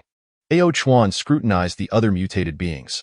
Only this Blood-Eyed Dark Crow had reached the Extraordinary Tier 3, while the rest were merely Extraordinary Tier 1 and Tier 2. Dragon King. Although this crow's strength is lacking, its illusion capabilities are quite impressive, the Azure Dragon interjected. When I fought it yesterday, its illusions were the most troublesome aspect, and it even attempted to use illusions to control me. Had I not previously signed a contract with the Dragon King, I might have truly fallen under its control. Hearing the Azure Dragon's words, Ao Chuan began to reassess the Blood-Eyed Dark Crow. The Azure Dragon was an extraordinary Tier 5 mutated being, 2 tiers above the Blood-Eyed Dark Crow. It was surprising that it had nearly fallen under the creature's control. It seemed to possess a unique skill after all. Subsequently, Ao Chuan turned his attention to the other mutated beings. The Extraordinary Tier 2 mutated buffalo and the Extraordinary Tier 2 mutated bald eagle were also acceptable. They should suffice for guarding their territory. After careful consideration, Ao Chuan decided to contract only the blood-eyed dark crow. Due to his illusionary abilities that allow him to control other mutated creatures, it suffices to leave the remaining mutated beings under the command of the blood-eyed dark crow. Thus, forming a contract with a single blood-eyed dark crow is more than adequate. Dragon King, you summon me? The voice of the blue bird resonated. Upon hearing the sound, Ao Chuan turned his gaze and, upon seeing the blue bird, furrowed his brow slightly. This creature had been among the earliest of his mutated companions. It had already been 2 cycles of spiritual energy tides, yet this fellow had only just awakened to the 5th tier. Furthermore, its combat prowess was lamentably low, barely scraping a power level of 500. Ao Chuan sighed inwardly and shook his head. Well, this creature can serve as a mascot for the demon court, a token of good fortune. The blue bird blinked, tilting its head as it looked at Ao Chuan. Puzzled by the Dragon King's headshake system, bestow the Qun Glu In bloodline upon the bluebird. Ao Chuan silently commanded. Usage successful. The mascot bluebird has acquired the Qun Glu In bloodline. As the system's notification chimed, the bluebird suddenly felt a surge of spiritual energy multiplying within itself. Its feathers gradually transformed into a stunning azure hue, its body elongated, and a luminous sheen radiated from its plumage, bestowing an air of nobility upon the entire bird. Quite pleasing to the eye. Indeed, Ao Chuan nodded in satisfaction. Although his integration of the Qun Glu In bloodline had elevated his realm to the 8th awakening stage, his combat power still hovered around 800. Nonetheless, aesthetics hold their own merit. From this day forth, you shall be renamed Qun Glu In. The blue bird opened its eyes, revealing deep blue irises filled with excitement. Thank you, Dragon King. For your generous gift, Qun Glu In will remain forever loyal to you. Even in death, Qun Glu In shall not flinch, declared Qun Glu In with unwavering resolve. My first task for you is to reproduce. Ao Chuan spoke softly. Since his rebirth, he had encountered either aged tortoises or menacing flying night demons. Creatures of Qun Glu In's exquisite beauty would be ideal, perhaps even a few hundred. Nearby, the blood-eyed dark crow, upon witnessing the newly transformed Qun Glu In, became entranced, exclaiming, "How beautiful!" Simultaneously, an immature thought sparked within the blood-eyed dark crow. If only he could control it. Upon sensing the covetous gaze of the blood-eyed dark crow, Qun Glu In furrowed its brow. What's with this fellow? Why does he look at me so oddly? Enough, you may withdraw for now, Qun Glu In, Ao Chuan said gently, then turned his attention to the blood-eyed dark crow. From now on, you shall be a member of the demon court, and your name shall be DY. Chapter 79. Countless scars, what does one more matter? After dismissing DY and the others, Ao Chuan began to inspect his status panel. Host, Ao Chuan Race.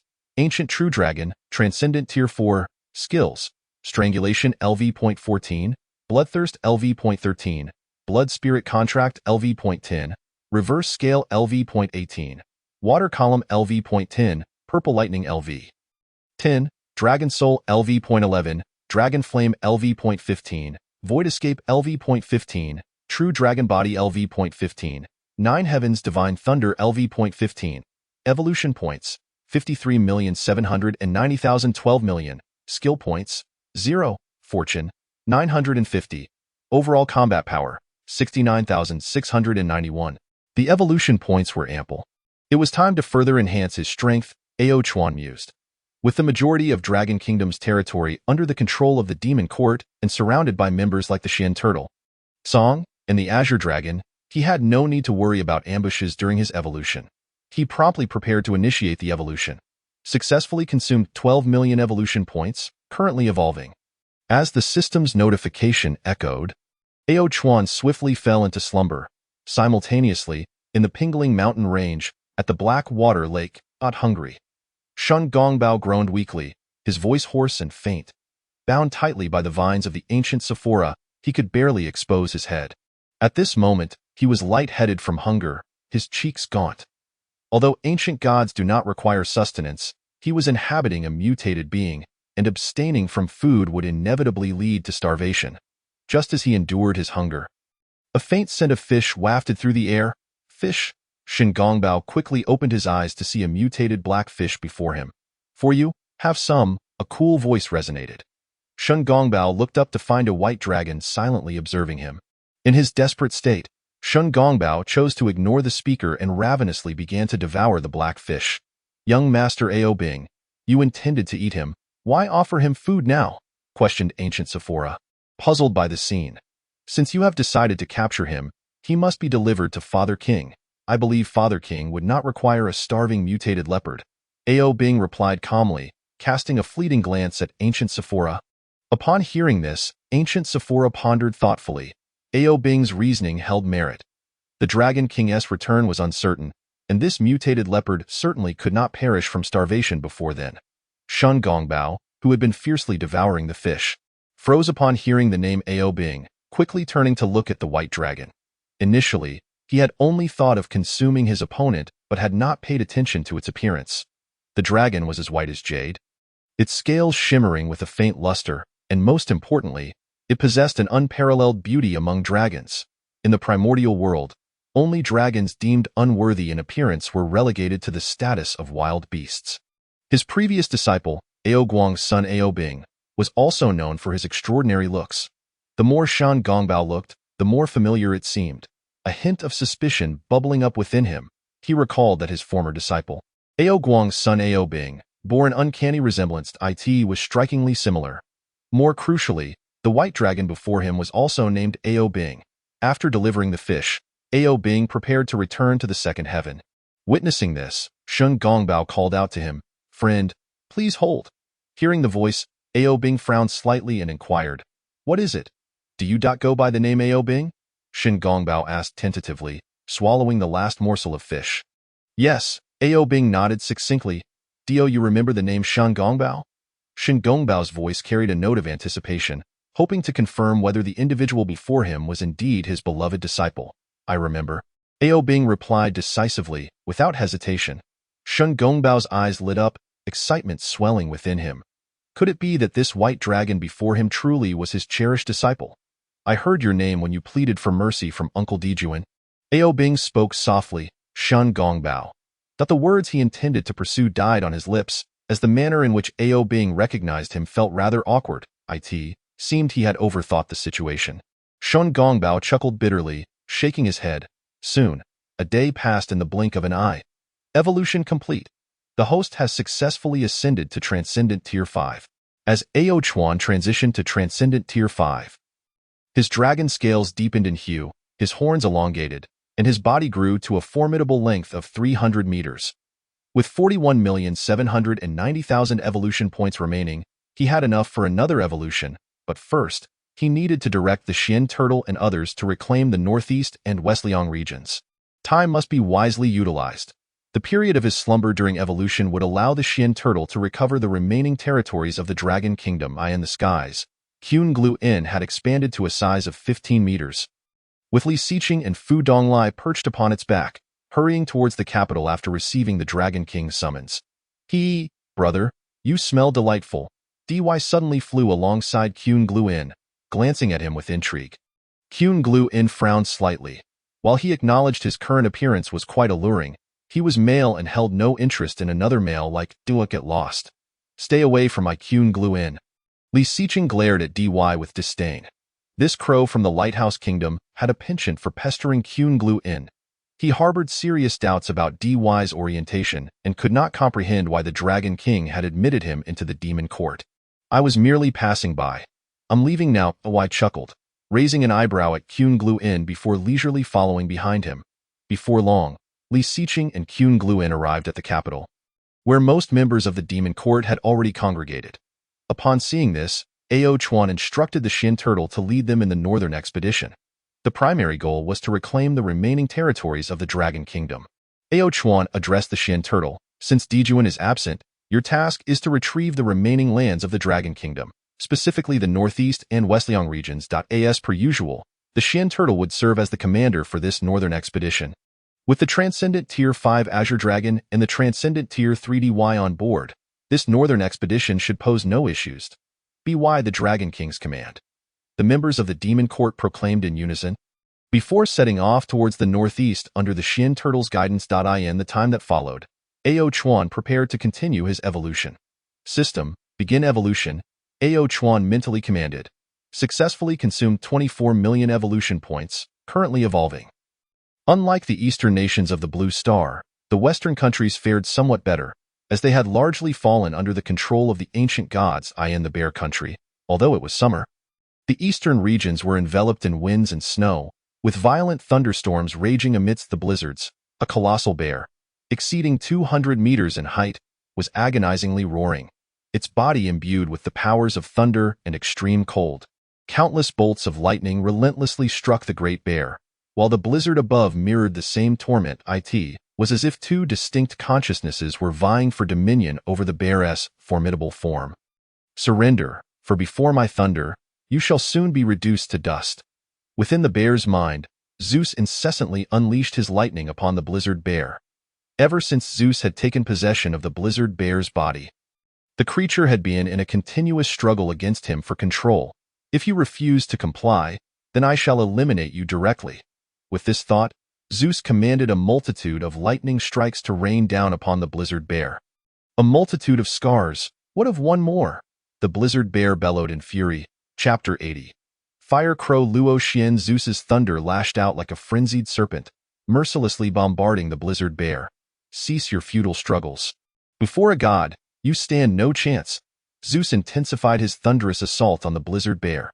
After a considerable time, the bear fell silent, prompting Zeus to prepare to retract his thunderous power. What is happening? Why can I not control my thunder?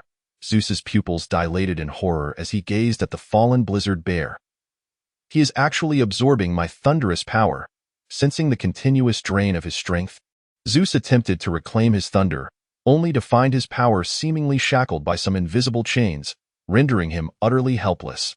The blizzard bear slowly lifted its head, a glint of derision flickering in its crimson eyes. Its form began to swell rapidly, its wounds healing at a visibly accelerated pace. Furthermore, amidst the raging blizzard around it, strands of lightning flickered ominously. Why are you able to absorb my thunderous power? Zeus's voice was filled with resentment and fear. How could he, the god of thunder, allow a mere bear to siphon his power? Ha ha ha, if not for your thunder, I would have never realized the sheer strength of the bloodline coursing through me. The storm bear chuckled, feeling the chilling power and thunderous energy within him multiply 3- to 4-fold. He approached Zeus with an air of menace. What do you intend to do? Zeus quaked in terror as the storm bear drew nearer. Without the might of thunder, Zeus was now no different from an ordinary mortal. Zeus, it is time for you to depart. The storm bear crushed Zeus underfoot. At that moment, the bear's mind was consumed solely by its own consciousness. The storm bear gradually opened its eyes, having successfully reclaimed control over its body. Recalling the meteorite that had fallen in the eastern part of Bear Country days prior, a deep-seated hatred welled up within the storm bear. Initially driven by curiosity, it had approached the meteorite only to have a man named Zeus forcibly invade its body. Following that, it lost consciousness, unaware of how long it had been in slumber. And upon reopening its eyes, it discovered Zeus residing within its mind. Thus began their struggle for dominion over the body. However, fortunate was it that not only had it reclaimed its body, but upon absorbing Zeus's thunderous power, it had unexpectedly awakened its own tempestuous bear bloodline. A serendipitous turn of events. Feeling a pang of hunger, it decided to seek sustenance. The storm bear rubbed its belly in the wake of the tempest and thunder generated during its struggle with Zeus. The surrounding mutated creatures had either been frozen into ice sculptures or obliterated by lightning. The storm bear thus journeyed southward toward the northeast in search of food. Meanwhile, the army of the demon court, led by the Xian turtle, was also advancing toward the northeast. Caw, caw, caw. The cawing of crows echoed above the demon court's forces. Qing Luan furrowed her brow and glared at the raven behind her. What are you doing? Startled by the sudden inquiry, the raven looked innocent. I wasn't calling out. No sooner had the words left its beak than countless fire-crowned crows gathered swiftly above the demon court's army. Who dares obstruct the path of the demon court? Have you no will to live? Upon witnessing this scene, the azure dragon in the sky immediately unleashed a torrent of water toward the flaming crows. Yet, just as the water was about to strike, an unexpected turn of events unfolded. The fire crows rapidly coalesced, their flames intensifying dramatically. Before the Azure Dragon's water could reach them, it was evaporated into steam by their fiery aura. Exercise caution, Azure Dragon. Their flames are extraordinary. The red fox observed with furrowed brows, discerning the uniqueness of the fire crow's flames. This is intriguing. The Azure Dragon snorted disdainfully and roared at the gathering fire crows, unleashing a thunderous dragon's roar that scattered the flock. Just as the Azure Dragon prepared to charge into the throng of fire crows, a voice halted him. Azure Dragon, do not act impulsively, the Xian turtle urgently called out. Though these fire crows were all awakened stage mutated creatures, he sensed something amiss. The next instant, more fire crows arrived from all directions, converging to form a massive fiery vortex. A fire crow, towering at 100 meters, emerged from the swirl. This is my domain, Luo Xian. You shall return whence you came. Luo Xian's voice resonated across the skies of the demon court. The Azure Dragon scowled. Who do you think you are to obstruct our path? Ha ha ha, the demon court? Luo Xian laughed heartily, surprised to discover the existence of such a force on Blue Star. I wonder how the demon emperor Dijun will react upon learning of the demon court's presence here. The ancient gods of Blue Star have descended, and surely the true demon court of the primordial age has also manifested on Blue Star. I can only imagine the expressions of the demon emperor Dijun and Eastern Emperor Tai Yi upon this realization. After all, they are most averse to any demons masquerading as their court. What are you chattering about? Those who block the path of the demon court shall pay the price, the Azure Dragon roared, twisting its body to charge at Luo Xian. However, Luo Xian seemed prepared. Just as the Azure Dragon was about to seize him, he transformed into countless smaller fire crows that surrounded the dragon. Since you refuse to heed reason, then perish, Luo Xian's voice echoed amidst the fire crows. In the next moment, a fiery vortex formed within the flock, and the Azure Dragon was instantly engulfed. The flames burned intensely, the heat of these fire crows surpassing even that of the red fox. Despite the Azure Dragon's formidable scales, he found himself seared within the vortex. This is dire. I have underestimated them, the Azure Dragon roared in frustration, thrashing to escape but failing to break free from the whirlpool. Observing this, Qing Luan spread her wings, ready to rush forward to aid him. Do not be reckless. The raven quickly restrained Qing Luan, warning that the flames of these fire crows were exceedingly potent. Rushing in would only lead to needless demise. What shall we do then? Qing Luan's brow furrowed deeply.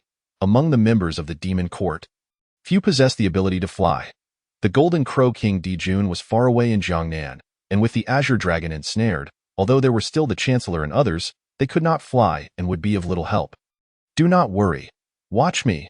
The raven replied softly, and no sooner had the words left its mouth than 3 Magatama appeared in its blood-red eyes. In the following moment, the fire crows within the vortex began to disperse as if under a spell. Chapter 81. In my eyes, you gods are all worthless. Is this a control-type skill? How intriguing.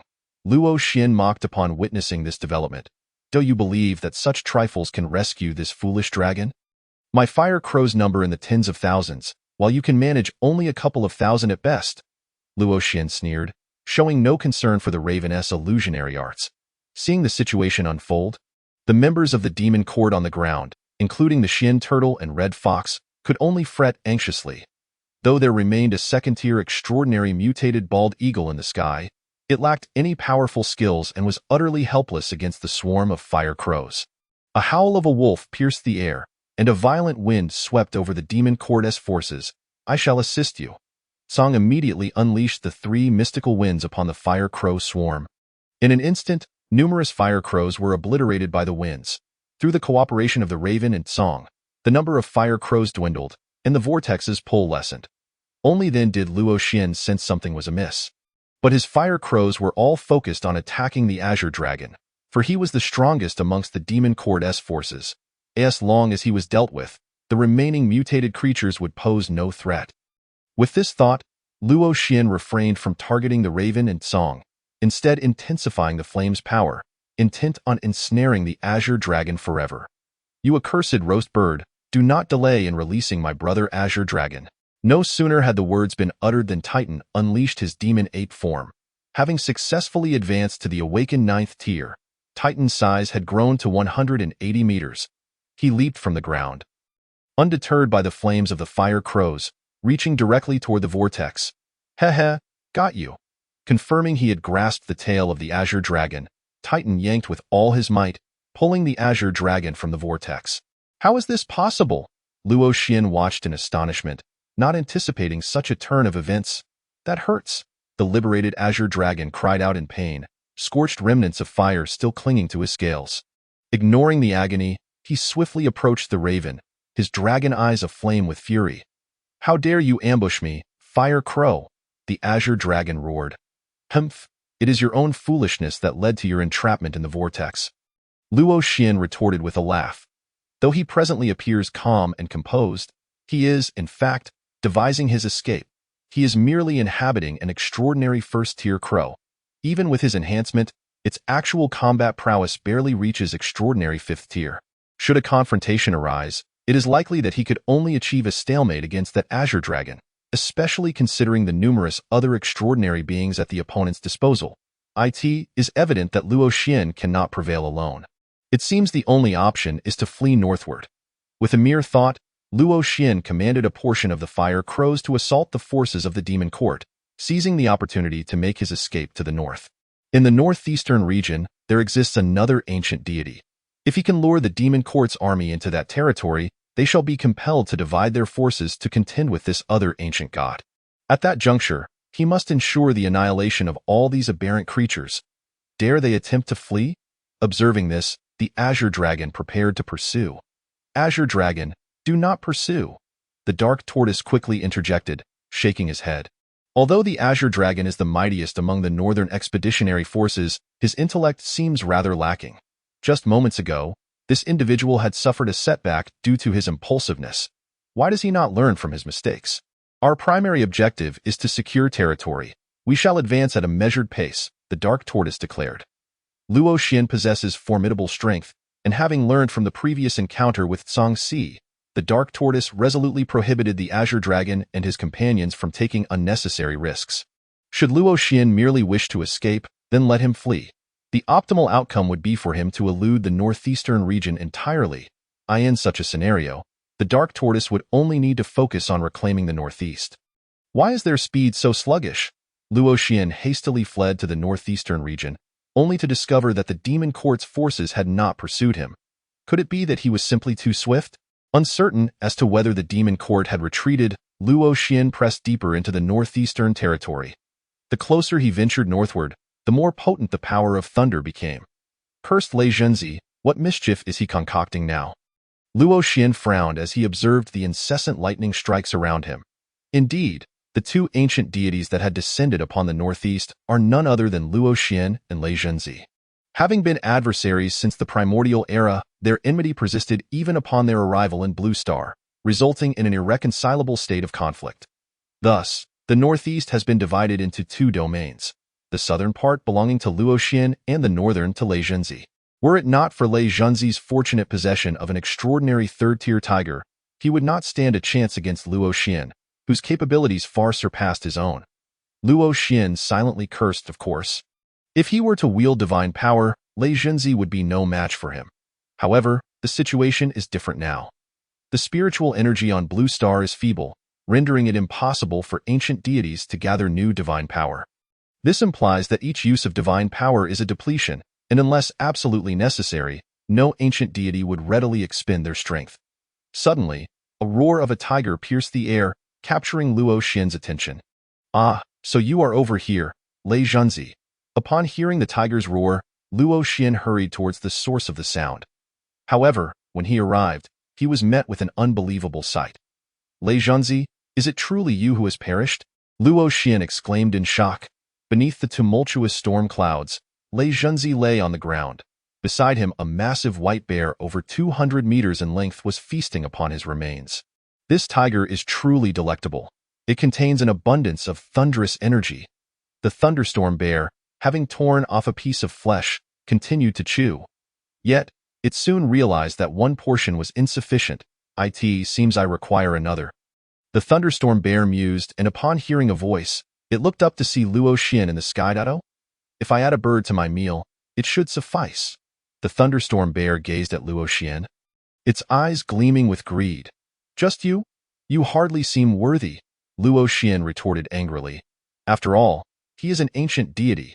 It was one thing to be unable to defeat the demon court's forces, given their overwhelming numbers. But now, before him stands merely an extraordinary fifth-tier bear, and a solitary one at that. "Since you presume to belittle me, allow me to demonstrate the might of the flame immortal." Luo Xian immediately conjured thousands of fire crows, swiftly launching them towards the thunderstorm bear. Another self-proclaimed god? The thunderstorm bear seethed with rage at the mention of god. First Zeus, and now another named Lei Zhenzi. They all claimed divinity, yet ultimately met their demise at his hands. With a deafening roar, the thunderstorm bear summoned a cataclysmic storm of thunder in my eyes. "All you gods are naught but worthless." Chapter 82. The one who slays you is the flame immortal of the Luo Xian. After a day of travel, the demon court's army, advancing at a steady pace, successfully entered the northeastern region. However, as they stepped into this territory, the dark tortoise sensed something amiss in the midst of summer. "Why is it snowing and thundering in the north?" The dark tortoise gazed skyward, his brow furrowed. Above, a tempest of snow and lightning intertwined, with flickers of flame concealed within. "Azure Dragon, proceed ahead," the dark tortoise began, but then shook his head. "Forget it, Crow. You should investigate the situation. Upon catching sight of Luo Xian, return immediately. Prioritize your safety." The crow nodded, touched, and took to the skies, vanishing like a bolt of black lightning. Within minutes, the crow hastily returned. "Chancellor, two massive beasts are battling ahead. One is a giant bear, and the other is that fire crow. This presents a splendid opportunity. Anyone capable of contending with Luo Xian is likely another ancient deity. Let us take advantage of their mutual destruction while the demon court reaps the benefits." Upon hearing that Luo Xian was engaged in combat with another aberrant creature, the dark tortoise nodded, a glimmer of cunning in his eyes. "Where is Qingluan?" the dark tortoise inquired, looking at Li Xiqing. "Has he not returned yet?" "Not yet," Li Xiqing replied, shaking his head. The dark tortoise frowned slightly. His concern for the potential presence of other ancient deities in the northeastern region had prompted him to send Qingluan to seek aid from the Dragon King. Under normal circumstances, a day would be ample time for Qingluan to reach the capital. "Enough waiting," the dark tortoise concluded, shaking his head. "Such an opportunity for profit is rare. Members of the demon court, heed my command. Advance at full speed," the dark tortoise decisively ordered, immediately commanding the demon court's army to head north. With their accelerated pace, the demon court's forces surged forth, moving at more than double their previous speed. In less than half an hour, the Azure Dragon spotted the two massive beasts locked in combat from a distance. "Chancellor, I can see them," the Azure Dragon exclaimed, rushing to the dark tortoise's side. After a day of recuperation, the Azure Dragon's wounds had nearly healed, for he, too, possessed the bloodline of an ancient divine beast, granting him superior recovery abilities compared to other aberrant creatures. Gazing at the fire crow not far away, he was ready to exact his revenge. The dark tortoise nodded, his expression grave as he focused on the distant scene. Before them, on the plain, a thunderstorm bear covered in frost clashed fiercely with the fire crow incarnated by Luo Xian. Each swipe of the thunderstorm bear's claws unleashed a violent force of thunder, while Luo Xian's 3,000 fire crows relentlessly attacked with fiery projectiles. It appeared they had been engaged in battle for quite some time. The dark tortoise spoke solemnly, then turned to the members of the demon court behind him. "Let the aberrant creatures expend their stamina first. When the time is right, we shall charge in." While the dark tortoise certainly wished to avoid the loss of companions, this sentiment only extended to the core members of the demon court. To him, the aberrant creatures under his command were merely expendable. Upon hearing this, the Azure Dragon and the Red Fox voiced no objections. Though Tsang appeared contemplative, quietly retreating behind the other members of the demon court. Once he ensured that no one had noticed his presence, he hurried to his wolf pack. "When the Chancellor gives the order to attack, make sure to stay at the back of the line and do not initiate any offense," Tsang instructed earnestly. After all, he did not wish for his painstakingly reassembled wolf pack to become cannon fodder. Moreover, as the foremost of the 10 demon commanders of the demon court, what harm was there in providing a little extra support for his kin? The wolves, though unsure of the reasoning, nodded eagerly in trust of their leader. Demon Court Army, heed my command. Charge! With a thunderous order from the Dark Tortoise, a throng of aberrant creatures surged forth towards Luo Xian and the Thunderstorm Bear. Damn it! Why is the Demon Court Army arriving at this moment? Luo Xian furrowed his brow, but upon noticing that the beast horde lacked any extraordinary beings, he relaxed. It seems they intend to use fodder to wear him down. However, they underestimate the endurance of a god. Damn it, another wave approaches! The Thunderstorm Bear grimaced. Having fought Luo Xian for an entire day, he was already quite fatigued. He had even formulated an escape route, but now, surrounded by this horde of aberrant creatures, escaping had become increasingly difficult. As time passed, Luo Xian's condition remained relatively unchanged. In contrast, the Thunderstorm Bear began to falter. Most critically, having consumed only a morsel of the tiger he had slain earlier. His hunger left him drained of strength. I must flee. My life as a bear is paramount. The Thunderstorm Bear gritted his teeth, enduring the onslaught of the beast wave as he prepared to escape. However, the Thunderstorm Bear, now marked by the Demon Court, would not be allowed to leave unscathed. Azure Dragon Crow, you may advance, the Dark Tortoise commanded. Ha ha ha, I've been itching for this. The Azure Dragon twisted its body and charged towards Luo Xian. Fortunately, Luo Xian had remained vigilant since the beast horde's emergence, and as the Azure Dragon lunged to bite him, he deftly evaded. Thus, the dragon and the crow entered into a standoff. Meanwhile, the fleeing Storm Bear was utterly unprepared for an ambush. As it made its escape, a raven suddenly emerged, positioning itself in front of the massive creature. Immerse yourself in eternal illusion, the raven murmured softly, and in the next moment, 3 swirling jewels reappeared in its blood-red eyes. The unsuspecting Storm Bear was instantaneously ensnared by the illusion, standing frozen in place. Storm Bear, unleash the power of thunder, the raven commanded urgently, directing the Storm Bear to attack Luo Xian. Members of the Demon Court, including Xian Gui, Song, and Hong Hu, swiftly joined the fray. Although their assaults on Luo Xian were limited, they nonetheless provided some assistance. Damn it! I should have known better than to waste time with that foolish bear. Luo Xian cursed under his breath.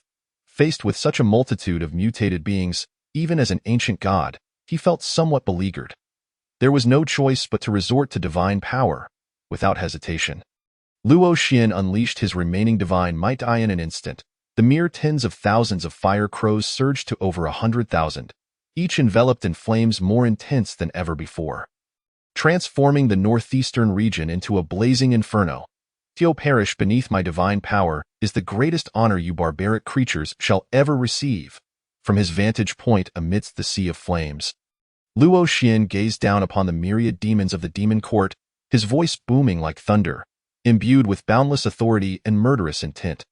Remember, it is the celestial flame of Jiejiao, Luo Xian, who shall bring about your demise. Chapter 83. Storm of Thunder, what an overwhelming presence! The Azure Dragon roared, his brow furrowed. Just moments ago, he had been closest to Luo Xian, and the force of that aura struck him most profoundly. The other members of the Demon Court felt their hearts race in response to this powerful aura. Today, you shall all perish. Luo Xian's eyes glinted with malice as he willed the hundreds of thousands of fire crows to launch themselves at Xian Gui and the others. All members of the Demon Court gather, Xian Gui ordered hastily. This time, he was determined not to repeat the tragic fate of the past. At the very least, if the members of the Demon Court congregated, they could withstand the onslaught for a while. And no sooner had he spoken than the Azure Dragon and the Raven began to converge towards Xian Gui. However, Luo Xian clearly would not grant them a moment's respite, immediately summoning more fire crows to besiege the Azure Dragon and the Raven. This is bad. The Azure Dragon and the Raven are trapped, Xian Gui thought grimly. Would they be doomed to repeat the previous tragedy? Cursed be these fire crows, their numbers are overwhelming. The Azure Dragon and the Raven found themselves in a state of panic, gazing up at the vortex of flames formed by the multitude of fire crows. They desperately attempted to break free. Alas, in the face of such a fiery tempest, their efforts were akin to moths drawn to a flame. Just then, a deafening roar echoed through the sky. A colossal figure burst forth from the heavens, hurtling towards Luo Xian with great force. Simultaneously, the ancestral dragon pearl descended above the members of the Demon Court, rendering the ferocious flames of the fire crows powerless within 1,000 meters of its presence. Ah, the celestial flame! How dare you strike against my demon court? Prepare to face my wrath. Ao Chuan bellowed, opening his massive jaws to sink his teeth into Luo Xian's neck. The speed of the attack was so swift that Luo Xian scarcely had time to react. The once fiery sky was suddenly shrouded in dark clouds, and countless thunder dragons wreaked havoc above. The fire crows in the sky stood no chance against the rampaging thunder dragons. Upon contact, they were instantly transformed into charred remains. Countless fire crows rained down from the heavens like a fiery deluge, and at that moment, all mutated beings in the northeast quivered in fear upon the ground. What a relief! The Dragon King has come to our rescue, Li Xiqing exclaimed amidst the inferno, finally exhaling a sigh of relief. The other members of the demon court felt as though they had swallowed a calming pill upon seeing Ao Chuan.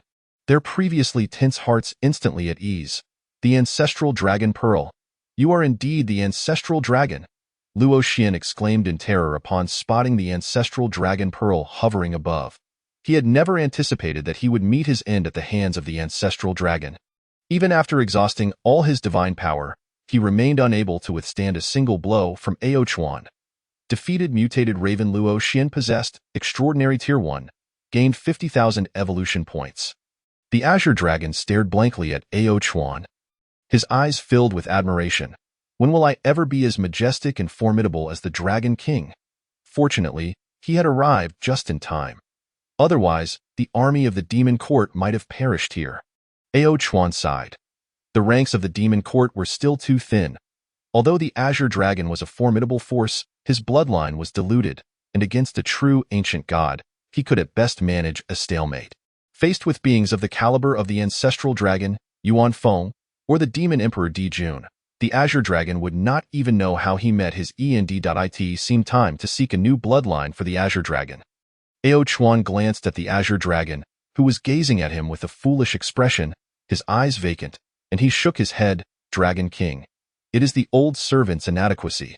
I must trouble you to personally handle the military affairs each time. Please, punish me, Dragon King.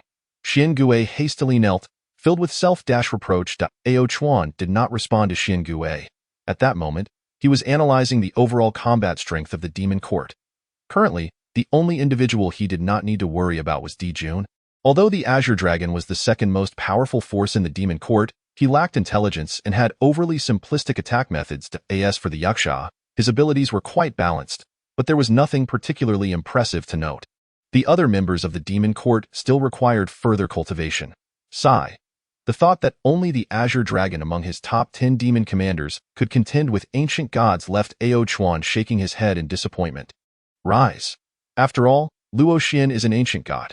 Your ability to endure until now has been commendable. Although Xian Gui had taken full responsibility, Ao Chuan understood that he had done his utmost and could not hold him accountable. Moreover, this time had not been without gains. The bloodline of the celestial flame Luo Xian was indeed quite remarkable.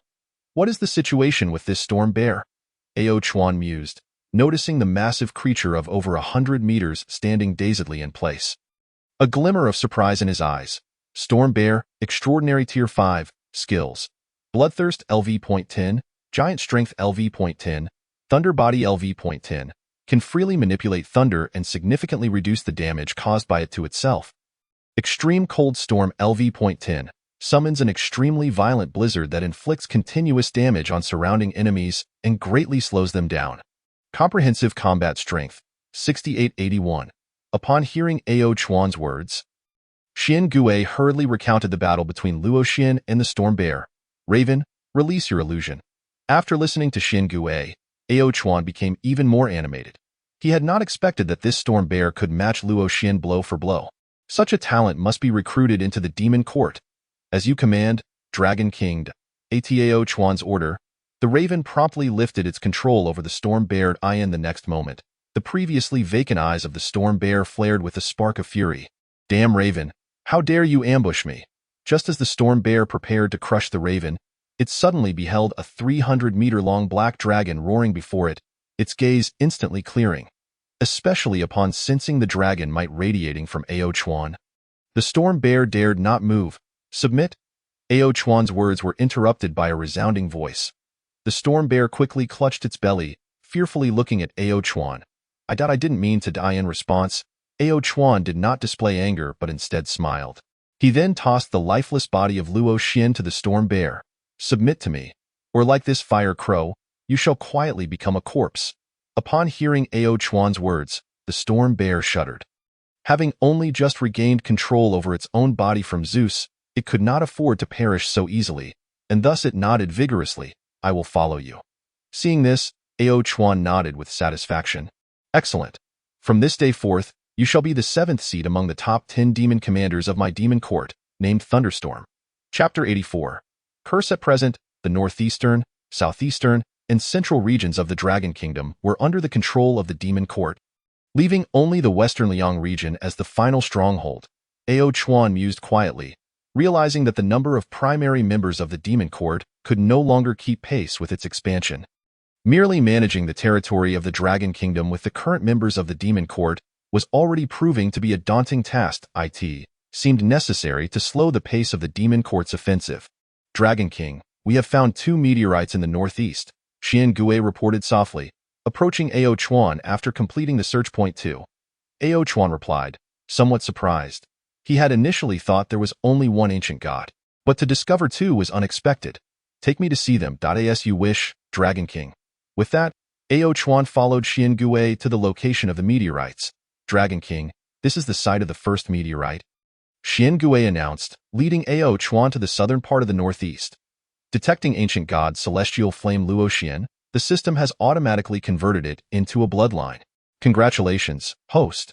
You have acquired the bloodline of celestial flame Luo Xian. Hearing the prompt in his mind, Ao Chuan nodded in satisfaction. Take me to the location of the other meteorite, Ao Chuan instructed softly, already curious about the identity of the other ancient god. Could it be of the same caliber as Luo Xian? Before long, under Xian Gui's guidance, Ao Chuan discovered the second meteorite in the northern part of the northeast. The ancient deity Lei Zhenzi has been detected, and the system has automatically transformed it into a bloodline. Congratulations, host, on acquiring the bloodline of Lei Zhenzi. So it is Lei Zhenzi, thought Ao Chuan, his brow slightly furrowed, a hint of regret in his tone. Nevertheless, having it is better than not having it at all. Within Ao Chuan's system space, there are now 5 ancient deities' bloodlines. As for whom these 5 bloodlines should be allocated, Ao Chuan has already formed a decision in his heart. The bloodline of the 3-legged golden crow, Dong Huang Tai, is undoubtedly destined for Dijun. The bloodline of the flame immortal Luo Xian is intended for Duya, considering the significant contributions Duya made during this northern expedition. After all, without Duya, the Azure Dragon and his companions might not have been able to retain the raging storm. The bloodline of Luo Xian is entirely a reward Duya has rightfully earned. As for the bloodline of Lei Zhenzi, Ao Chuan initially intended to bestow it upon Lei Bao, but given that he has only just joined the demon court, it seems somewhat biased, especially since the older members like Xian Gui have yet to receive any bloodlines. After much contemplation, Ao Chuan ultimately decided to grant the bloodline of Lei Zhenzi to Yi Cha, as he had successfully thwarted Shen Gongbao and saved Ao Bing, thus earning his merit. The bloodline of Dijun, Ao Chuan plans to keep for himself, while he has yet to determine who will receive the remaining Yuhua bloodline. Xian Gui, please summon Duya, Ao Chuan softly instructed. Since he was unsure to whom to allocate the bloodline, it would be best to focus on distributing the other bloodlines first. Before long, Xian Gui brought Duya before Ao Chuan. I pay my respects to the Dragon King. Duya promptly knelt. In recognition of your significant contribution in controlling the storm bear during this northern expedition, I hereby grant you the bloodline of Luo Xian and elevate you to the 8th seat among the top 10 demon lords of the demon court. Ao Chuan declared solemnly. Simultaneously, he swiftly conferred the bloodline of Luo Xian from the system to Duya. Usage successful. Duya has acquired the bloodline of Luo Xian. The bloodline of Luo Xian? Before Duya could express his confusion, a surge of immense power suddenly coursed through his body.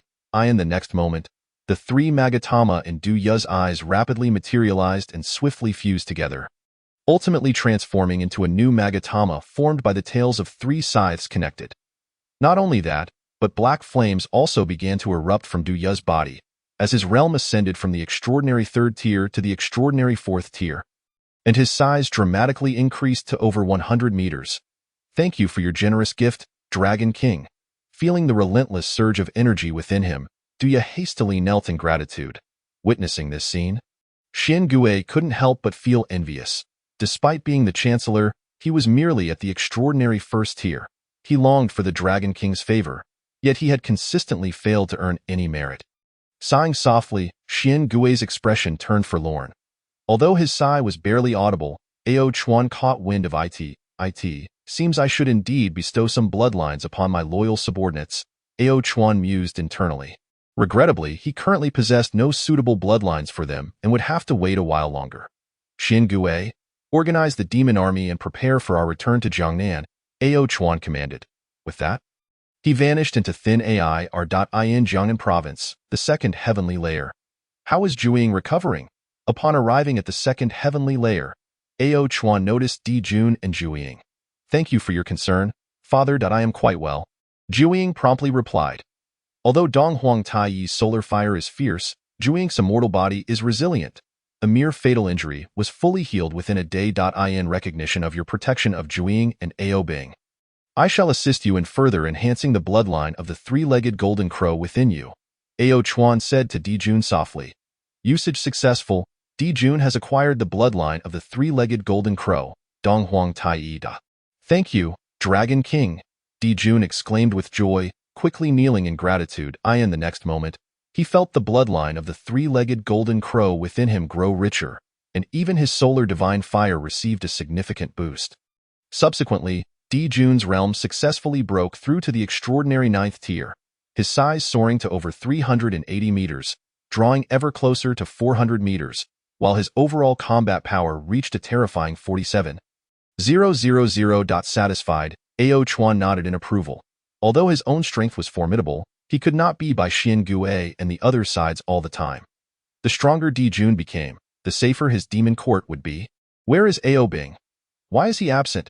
Ao Chuan inquired, noticing the absence of Ao Bing in the second heavenly layer. Young Master Ao Bing is over by the Black Water Lake. However, I am unsure why his luck has been continually poor lately. Encountering danger every few days, Di Jun responded. Continually poor luck? Ao Chuan frowned slightly, puzzled by Di Jun's words. Soon after, Di Jun recounted Ao Bing's recent experiences. As Ao Chuan listened, he grew increasingly incredulous. If it were merely a case of encountering frenzied mutated creatures, that might be normal. After all, everything in the world experiences misfortune at times. However, for him and Ao Bing, a dragon, to nearly choke on fish and almost drown while drinking water, that was simply extraordinary. I must see what is truly at play here, Ao Chuan declared angrily. A dragon's luck could not be so poor without some interference from another creature. I pay my respects to the Dragon King. Upon seeing Ao Chuan soaring through the sky, Gu Huai quickly bowed. Where is Ao Bing?